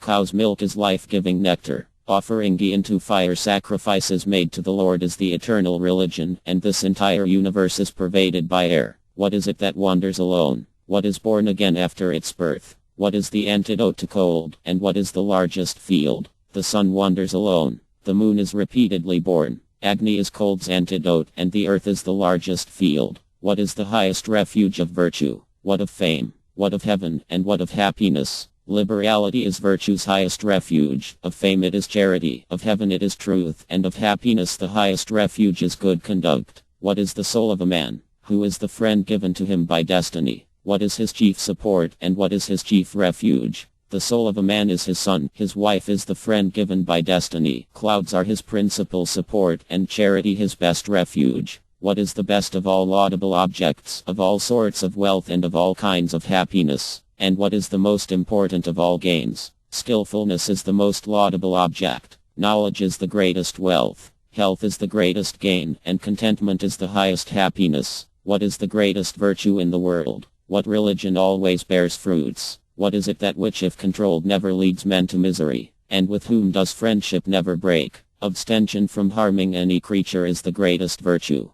The religion of the three Vedas is always fruitful. The mind if controlled never leads to misery, and friendship with the righteous never breaks. What is it that, by renouncing, makes a man dear to others? What is it which if given up never leads to misery? What is it which if renounced leads to wealth, and what is it which if renounced leads to happiness? Giving up pride makes one dear. Abandoning anger never leads to misery. Desire, if renounced, makes one wealthy, and abandonment of avarice leads to happiness. For what does one give charity to Brahmins, to dancers, to servants, and to kings? One gives to Brahmins for religious merit, to dancers for renown, to servants for their support, and one gives to kings for freedom from fear. What is it that envelops the world? What prevents a thing from discovering itself? Why are friends forsaken, and what prevents one from going to heaven? The world is enveloped with darkness. Spiritual ignorance prevents self-discovery. Friends are forsaken due to avarice, and connection with the world bars one from heaven.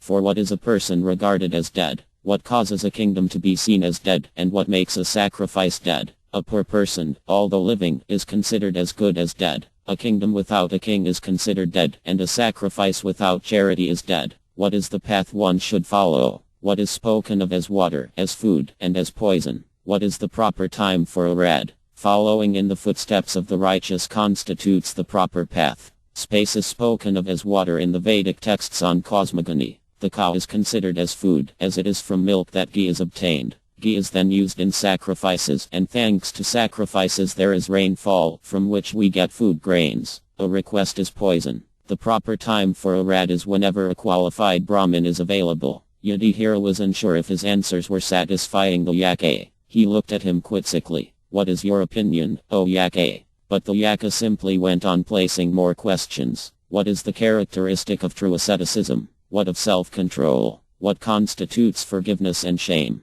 Following one's religious duties is asceticism. Self-control means keeping the mind fixed in remembrance of the Lord. Forgiveness consists of tolerating enmity, and freedom from shame means abstaining from all vile acts. O king, what is said to be knowledge? What is tranquility? What is known as the greatest kindness, and what is simplicity? Understanding Brahman is true knowledge. A peaceful heart is tranquility. Kindness consists of a desire for the welfare of all creatures, and simplicity means equanimity of mind. What is man's invincible enemy? What is his incurable disease? What man is regarded as honest, and what as dishonest? Anger is the invincible enemy. Covetousness is the incurable disease. A man who is friendly to all creatures is honest, and the cruel man is dishonest. What, O great monarch, is known as ignorance? What is spoken of as pride? What is understood to be idleness? And what is called grief? Not knowing one's religious duties is ignorance. Pride means thinking oneself to be the doer of acts in this world, without recognizing that there is a supreme power in control of everything.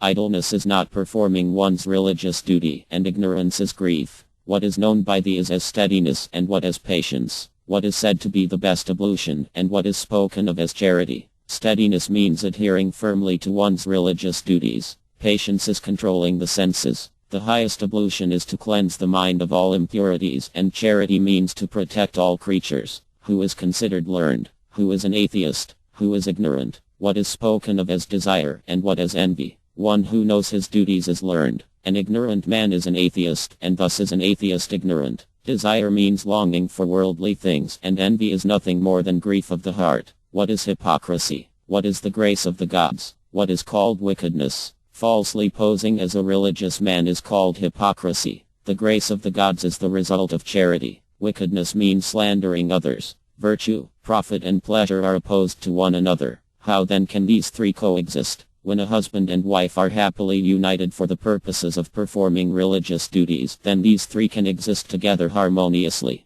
Who, O best of the Bharatas, is doomed to eternal damnation? Speedily answer this question of mine. One who summons a Brahmin for alms, but then gives nothing, is condemned to everlasting hell. He also goes to unending hell who denies the truth of the Vedas, the Brahmins, the gods and the religion of his forefathers. Also that man who although wealthy refuses to give charity must suffer everlasting damnation. O king, tell me with certainty what makes one a Brahmin. Is it birth, good character, learning or study of the Vedas? Hear, O Yaka, O worshipable one, what are the true characteristics of a Brahmin? It is by behavior alone that he is recognized. Birth and learning, even knowledge of all the Vedas, are useless if there is no good character. He alone is a Brahmin who performs his religious duties, offering sacrifices and keeping his senses under control. Otherwise he must be considered no better than a draw. What is gained by agreeable speech? What is gained by he who acts only after careful thought? What does the man with many friends gain?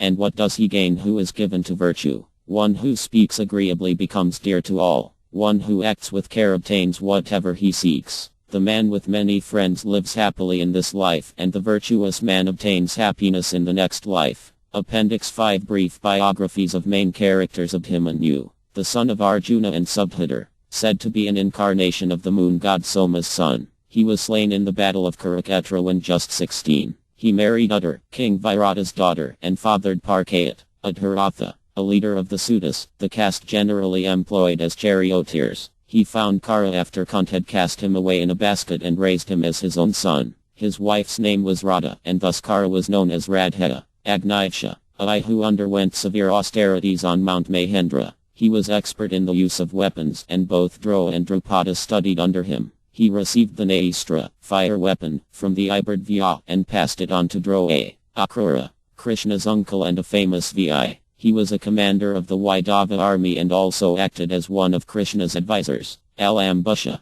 a Rakshasa who fought for Duryodhana in the Kurukshetra war. He was Baka's brother and bore enmity toward Bhishma because Bhishma slew his brother. He killed Arjuna's son Iravan and was himself killed by Bhishma's son Gaodkaka. Amba, the king of Kashi's eldest daughter. Bhishma abducted her from her Svayamvara to be his brother's bride. Having already committed herself to Shiva, Bhishma released her. When Shiva rejected her as a wife because she had been touched by another, she developed an intense hatred for Bhishma. She worshipped Eva and obtained a boon that she would kill Bhishma in her next life. She was then reborn as Ikha, Amlik, the king of Kashi's youngest daughter. She was abducted by Bhishma from her Svayamvara and married Visitravriya. Later she became Piyu's mother by union with Vaisadeva. Ambik, second daughter of the king of Kashi, abducted from her Svayamvara by Bhishma. She married Visitravriya and, after his death, became Dhtara's mother by union with Vaisadeva.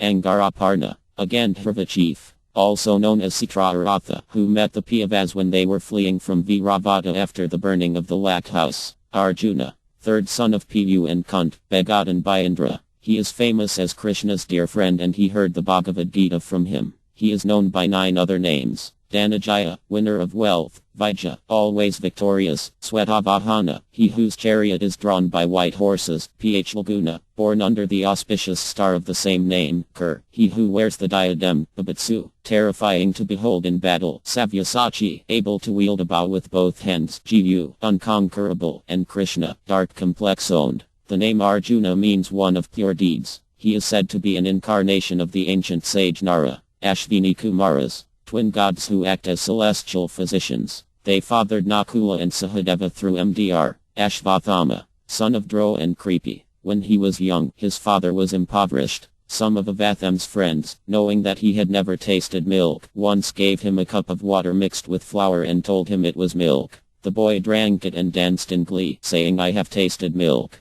His father saw this and was cut to the quick. It was this incident that inspired him to go to his old friend Drupada and beg. Avatham is said to be a partial expansion of Eva. Babravahana, son of Arjuna and Sitargad, who became the ruler of Mayapura. Balika, younger brother of Antanu. He lived a long life and was an advisor to Dhtara. He became a commander in Duryodhana's army during the Kurukshetra war. He was finally killed by Bhishma.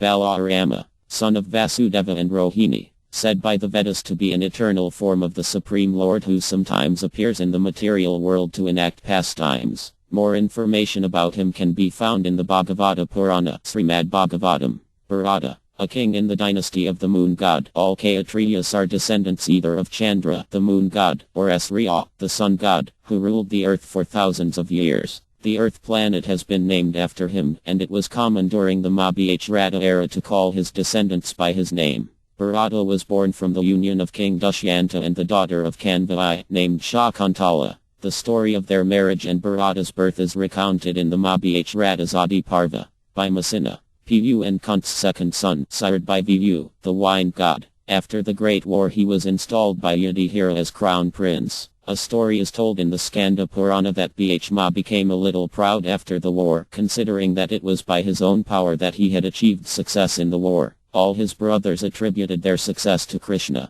Wanting to curb Bhishma's pride, Kṛṣṇa took him on Gru and traveled a long way to the south, where they came to a great lake many miles wide. Kṛṣṇa sent Bhishma to find the source of the lake. Bhma ran around its perimeter, but could not discover its source. As he ran, he encountered a number of powerful asuras. Bhma found himself unable to defeat them, and he ran to Kṛṣṇa for shelter. Kṛṣṇa lifted and threw the lake away and dispersed the asuras. He said to Bhma, "This lake was contained in Kumbhakarna's skull, the Rakshasa killed by Arma in a previous age. The warriors who attacked you were from a race of demons who fought with Arva against Arma." Bhma's pride was thus curbed. Bhma, son of Antanu, known as the grandfather of the Kurus. Although he never became king, he officiated at Hastinapura as regent until Visitravriya was of age. He is said to be an incarnation of Daya, the chief Vasu. See Appendix 3. The original text of the Mahābhārata contains an entire parva, the Shanti Parva, devoted to Bhma's instructions on religion and morality, which he delivered while lying on the bed of arrows. Chitrasena, king of the Gandharvas, who taught Arjuna the arts of singing and dancing while he was in heaven. He later captured Duryodhana, whom Arjuna and Bhma had released. Chitrasena was also the name of a king of Tragarta who fought with the Kauravas, and also the name of one of Kara's sons, Devaki, Krishna's mother and the wife of Vasudeva, a chief of the Vrishni clan. Details of her life can be found in the Bhagavata Purana. Dhamya, an ascetic who became the Piyavas guru and guide. The younger brother of Devala, another famous Dhristadyumna, son of Drupada, born from the sacrificial fire, said in the Vedas to be an expansion of the fire god, Agni. Dhristaketu, a son of Ayupala, king of the Chedi, who befriended the Piyavas and supplied them with an Akshayani division of troops for the Kurukshetra war. He was slain by Droa. After the war, his sister married Nakula. He was said to be one of the celestial Vivadevas incarnating on earth. Dhritarashtra, the blind son of Vaisadeva, born of Ambika after the death of her husband, Visitravriya. He became king in Hastinapura after Pu retired to the forest. He was the father of the Kauravas. In the Bhagavata Purana it is said that, after practicing yoga, he achieved liberation, merging into the supreme Brahman at the end of his life. Draupadi, daughter of Drupada, king of Pasichala, and wife of the 5 Piyavas. In her previous life she was an ascetic woman named Nalani who received a boon from Eva that she would have 5 husbands in her next life. The epitome of womanly skills, she once gave advice on how to serve a husband to Satyabhama, one of Krishna's principal wives. She was said to be an expansion of the goddess Lakam, also known as PCL, Dronakarya, the Kurus martial teacher. The sage Bhrdvya once caught sight of the Apsargratachi and, as a result, semen fell from his body, which he caught in a pot. Droa was later born from that pot. He was taught by Agnivya and Pararma, said to be an expansion of Brihaspati, the celestial seer and preceptor of the gods. Drupada, king of the Pasichala province in Bharata. He was a staunch ally of the Piyavas, respected as the senior-most king among their allies. He formed an enmity with Droa after the latter had come to him for charity and had been refused. Droa finally killed him in the Kurukshetra war. Drupada was also known as Yanasena, and is said to be an expansion of the celestial Maruts. Durvasa, a powerful famous for his quick temper. The Puranas and Mahābhārata contain many stories about Durvasa. He is particularly famous for having granted Kunti the boon that she could summon any god to do her will, which resulted in the births of the Piyavas from 5 principal deities. He is said to be an expansion of Eva. Duryodhana, eldest of Dhritarashtra's sons and leader of the Kauravas. From childhood he formed an enmity with the Piyavas, which later resulted in the Kurukshetra war. He was killed by Bhma and went to the heavenly planets as a result of his adherence to Kshatriya duties. He was said to be an expansion of Kali, the god presiding over the Dark Age. Dushashana, Duryodhana's eldest brother and one of his inner circle of close advisors. He grievously offended Draupadi and the Piyavas, and as a result Bhma vowed to kill him and drink his blood. He did so during the Great War. Ekalavya, son of Hiranyadanu, a Neota tribal chief. He became quite skilled in archery by worshipping Droa, but he was ultimately cursed by him. He was killed by Kṛṣṇa. Gandhari, daughter of the king of Gandhara, who became Dhritarashtra's wife. Having once pleased Vaisadeva by her service, she was blessed by the sage that she would have 100 sons. After marrying the blind Dhritarashtra, she covered her own eyes with a cloth for the rest of her life. She is thus famous as one of the most chaste ladies in Vedic history. She died in the forest with her husband and Kunti. Gaji, a goddess who appears in this world as the river Ganges. She was Bhma's mother. See Appendix 3. Her origin is described in various Vedic texts, including Bhagavata Purana and Ramayana. The river water descends from the spiritual world after touching Lord Vivu's foot and is thus considered sacred. Ghatotka, the son of Bhishma and the Rakshashi Hyam. He became a leader of the Rakshasas and assisted the Pandavas in the Kurukshetra war. Kara killed him with Indra's celestial Akti weapon. Indra, king of the gods, also known as Purandara and Akra. The Vedas contain numerous stories about this deity, who became Arjuna's father. Jarasandha, king of Magadha and a powerful enemy of Kṛṣṇa. His father, Mahābhārata, once approached a sage to seek a blessing to have a son. The sage gave him a mango, which the king divided into two, giving half to each of his wives. They each gave birth to half a child, and the king threw away the halves. A Rakshashi named Jara later found the two halves and joined them together, whereupon the body came to life.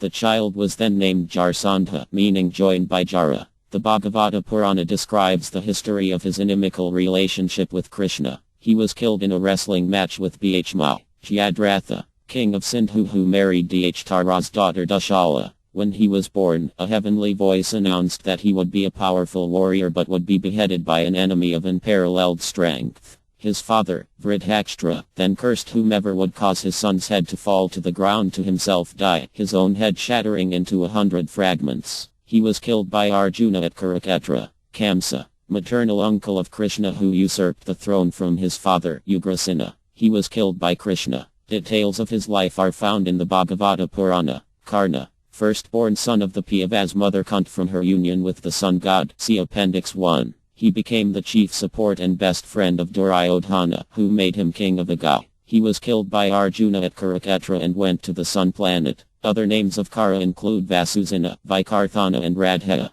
Kripa, Kripakarya, son of the sage Sradvan, who was once practicing asceticism in the forest when he saw the Apsarjanapati. He passed semen, which fell into a clump of reeds, and a boy and girl were born from it. They were named Kapa and Kripi. They were found and brought to Antanu, who was later told of their origin by Sradvan. Kapa was taught Dhanurveda, the martial arts, by his father, and he became one of the Kuru's martial teachers. He survived the Kurukshetra war and counseled the Pandavas when they ruled the world. Later, they appointed him preceptor of their grandson, Parkayat. Kṛṣṇa, said by the Vedas to be God, the Supreme Person, who is the origin of all other incarnations of the Godhead such as Vivu and Narya. The Bhagavata Purana contains extensive descriptions of his qualities and activities. He spoke the Bhagavad Gita to Arjuna at the beginning of the Kurukshetra war. Kritavarma, a chief in the Yadu dynasty, a devotee of Kṛṣṇa, he was the commander of the Yadu army. Kṛṣṇa offered the army to Duryodhana for the Kurukshetra war, and thus they and Kṛtavarma fought against the Pandavas.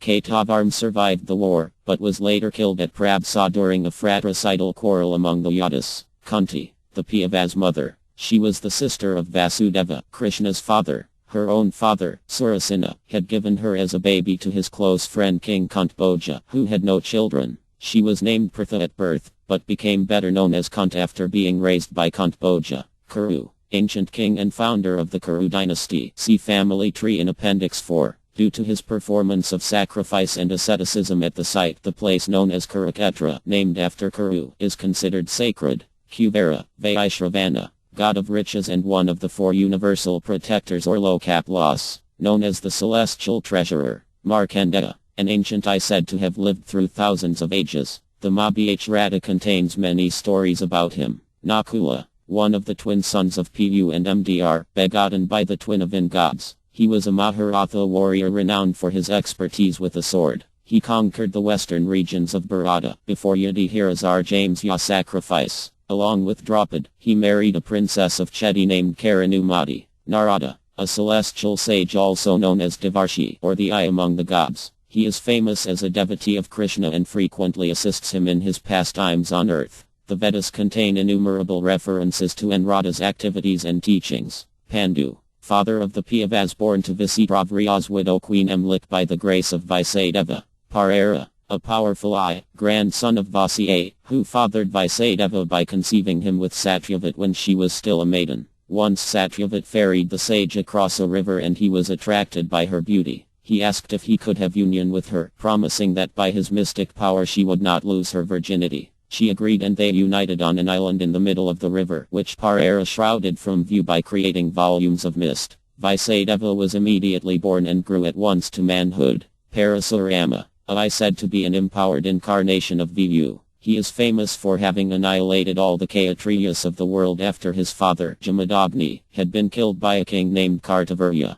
An expert in the Vedic military arts, he was the martial teacher of Mahābhārata and Kṛṣṇa. The Mahābhārata contains various stories about his exploits. Pariksit, posthumous son of Abhimanyu, the Pandavas installed him as king in Hastinapura when they retired. He was named Pariksit, meaning the examiner, as the Brahmin said he would come to examine all men in his search for the Supreme Lord, whom he saw while still an embryo in his mother's womb. He became famous as the hero of the Bhagavata Purana from the sage Sukadeva Goswami. Sahadeva, the youngest Pandava, one of the two twin sons of Mdr fathered by the Avan gods. He conquered southern Bharata before Yudhishthira's Arjamya sacrifice. Famous for his perceptive powers and intelligence, he was appointed as Yudhishthira's personal advisor after the Kurukshetra war. Besides being married to Draupadi, he married a princess of Madra named Vijaya. Sanya, Dhtara's charioteer and secretary. Although he belonged to the Sudha caste, he was a spiritually advanced disciple of Vaisadeva, who gave him the power to see the events during the Kurukshetra war.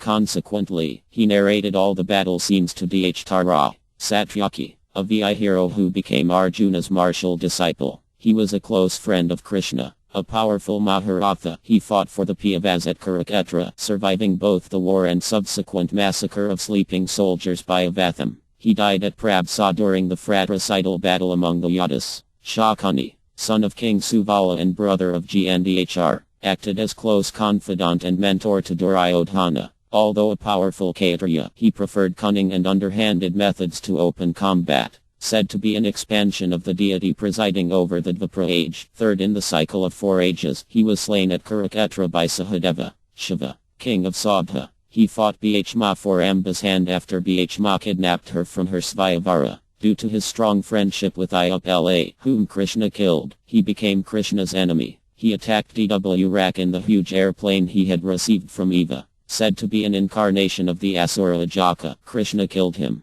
Shulya, ruler of Madra and brother of Pu's second wife Mdr. Although the Pandavas' friend, and having a particular friendship with Yudhishthira, he was tricked by Duryodhana into fighting for the Kauravas at Kurukshetra. Said to be an incarnation of the Daitya Samlada, Yudhishthira killed him in the war. Antanu, great-grandfather of the Pandavas and Kauravas, and Bhishma's father from his union with Gaji. See Appendix 3. After retirement, he went to Mount Archika in the Himalayas and practiced asceticism, finally attaining liberation. It is said in the Bhagavata Purana that his elder brother, Devapi, still lives on earth in a place called Kalapa, awaiting the commencement of the next Satya Yuga, Golden Age, when he will become king. Shikhandi, son of Drupada and a reincarnation of Amba. He was born as a woman and later became a man by the grace of a yaka named Stunakarna. Remembering his enmity from his previous life, he vowed to kill Bhishma. It was due to him that Arjuna was able to approach and finally slay Bhishma. Avatham killed him during the night slaughter of the sleeping Pandava warriors. Shishupala, king of Chedi and an avowed enemy of Kṛṣṇa. The Bhagavata Purana describes his previous existence as Jaya, a gatekeeper in the spiritual Vaikuntha world. Due to a curse, he and his brother Vijaya had to take birth in the material world for 3 lives as demons. His other 2 incarnations were Hiranyaksha and Arvaya. Kṛṣṇa killed him at Yudhishthira's Arjamya sacrifice. Subhadra, Kṛṣṇa's sister, said to be an incarnation of Yogamaya, the Lord's personified spiritual energy. Her birth is described in the Bhagavata Purana. She married Arjuna and they had a son named Abhimanyu. Unlike her co-wife Draupadi, no details are given in the original text about how she ended her life. Sasharma, king of Tragarta and brother of Duryodhana's wife, Banamati. He led a huge army and concentrated on fighting Arjuna during the Kurukshetra war, having taken a vow to kill him. He was slain by Arjuna.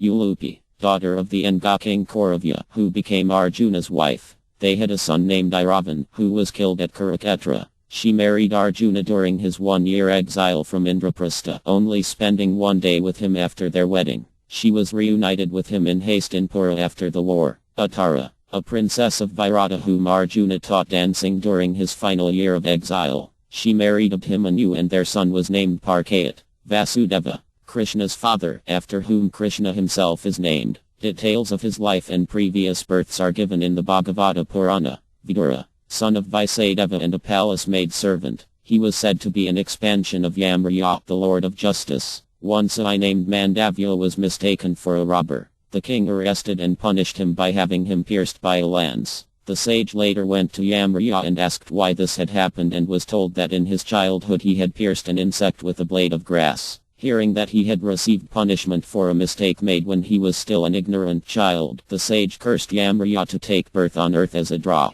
Thus he became Vidura, Virata, king of Matsya, where the Pandavas spent their final year in exile. He joined with the Pandavas in the Kurukshetra war, bringing an Akshayani division of warriors. Drona killed him in the battle. He was said to be an expansion of the celestial Maruts. Vaisadeva, the sage who authored the Mahābhārata, born from the union of Parari and Satyavat, he is known as Dvapana because he was born on an island, Parara. He compiled the Vedas and is said to be an empowered incarnation of Vishnu. His son's name is Sukadeva, the famous reciter of the Bhagavata Purana. Yadu, ancient king and founder of the Yadu dynasty, in which Kṛṣṇa appeared. See family tree in Appendix 4. Details of Yadu's birth and life are given in the original text of the Mahābhārata and also the Bhagavata Purana. Yudhishthira, eldest Pandava, born from the union of Kṛṣṇa and the god Dharma. He performed a Arjamya sacrifice which established him as world emperor. Famous for his adherence to virtue and truth, he is also known as Dharmarya, as well as Ajtatru, which means one who has no enemies. After the war he ruled the world for 36 years and was succeeded by Parkayat. Author's note: as I stated in my introduction, I have tried my best to remain faithful to the original text of the Mahābhārata, working mainly from R. Man Mathadut's translation, the Calcutta edition of the Northern manuscript. I am most grateful to that scholar for producing his excellent text. Of course, after 5,000 years and at least as many retellings, one would expect there to be variations in the details of the story. The reader may thus have heard other details. Still, I think it is fair to say that the central story is common to almost all versions. One of my main aims was to make the work accessible without losing the spiritual message, a message given its fullest expression in the Bhagavad Gita. I would recommend everyone to read the complete text of Bhagavad Gita. I have presented it only in an abbreviated form in this book. My own references to the Bhagavad Gita text were taken from the translation with elaborate purports by C. Bhaktivedanta Swami. Bhagavad Gita as it is. In parts, I found the Mahābhārata translations in conflict with the Bhagavata Purana, and in such cases I deferred to the Puranic version. Again, I used as my reference Bhaktivedanta Swami's translation, published as Srimad Bhagavatam. The Mahābhārata is a Vaishnava text, intended to give us a better understanding of and attraction for the Supreme Lord, particularly in his original form as Kṛṣṇa. The Bhagavata Purana deals specifically with the Lord's many incarnations, culminating in a description of Kṛṣṇa's pastimes on earth. I was concerned to properly present this aspect of the Mahābhārata, and therefore felt the Bhagavata Purana's version would be best. The differences are minimal, however, and occur mainly in the final chapter. As with Ramayana, my earlier work, I have used the omniscient voice. This is also how the original is presented.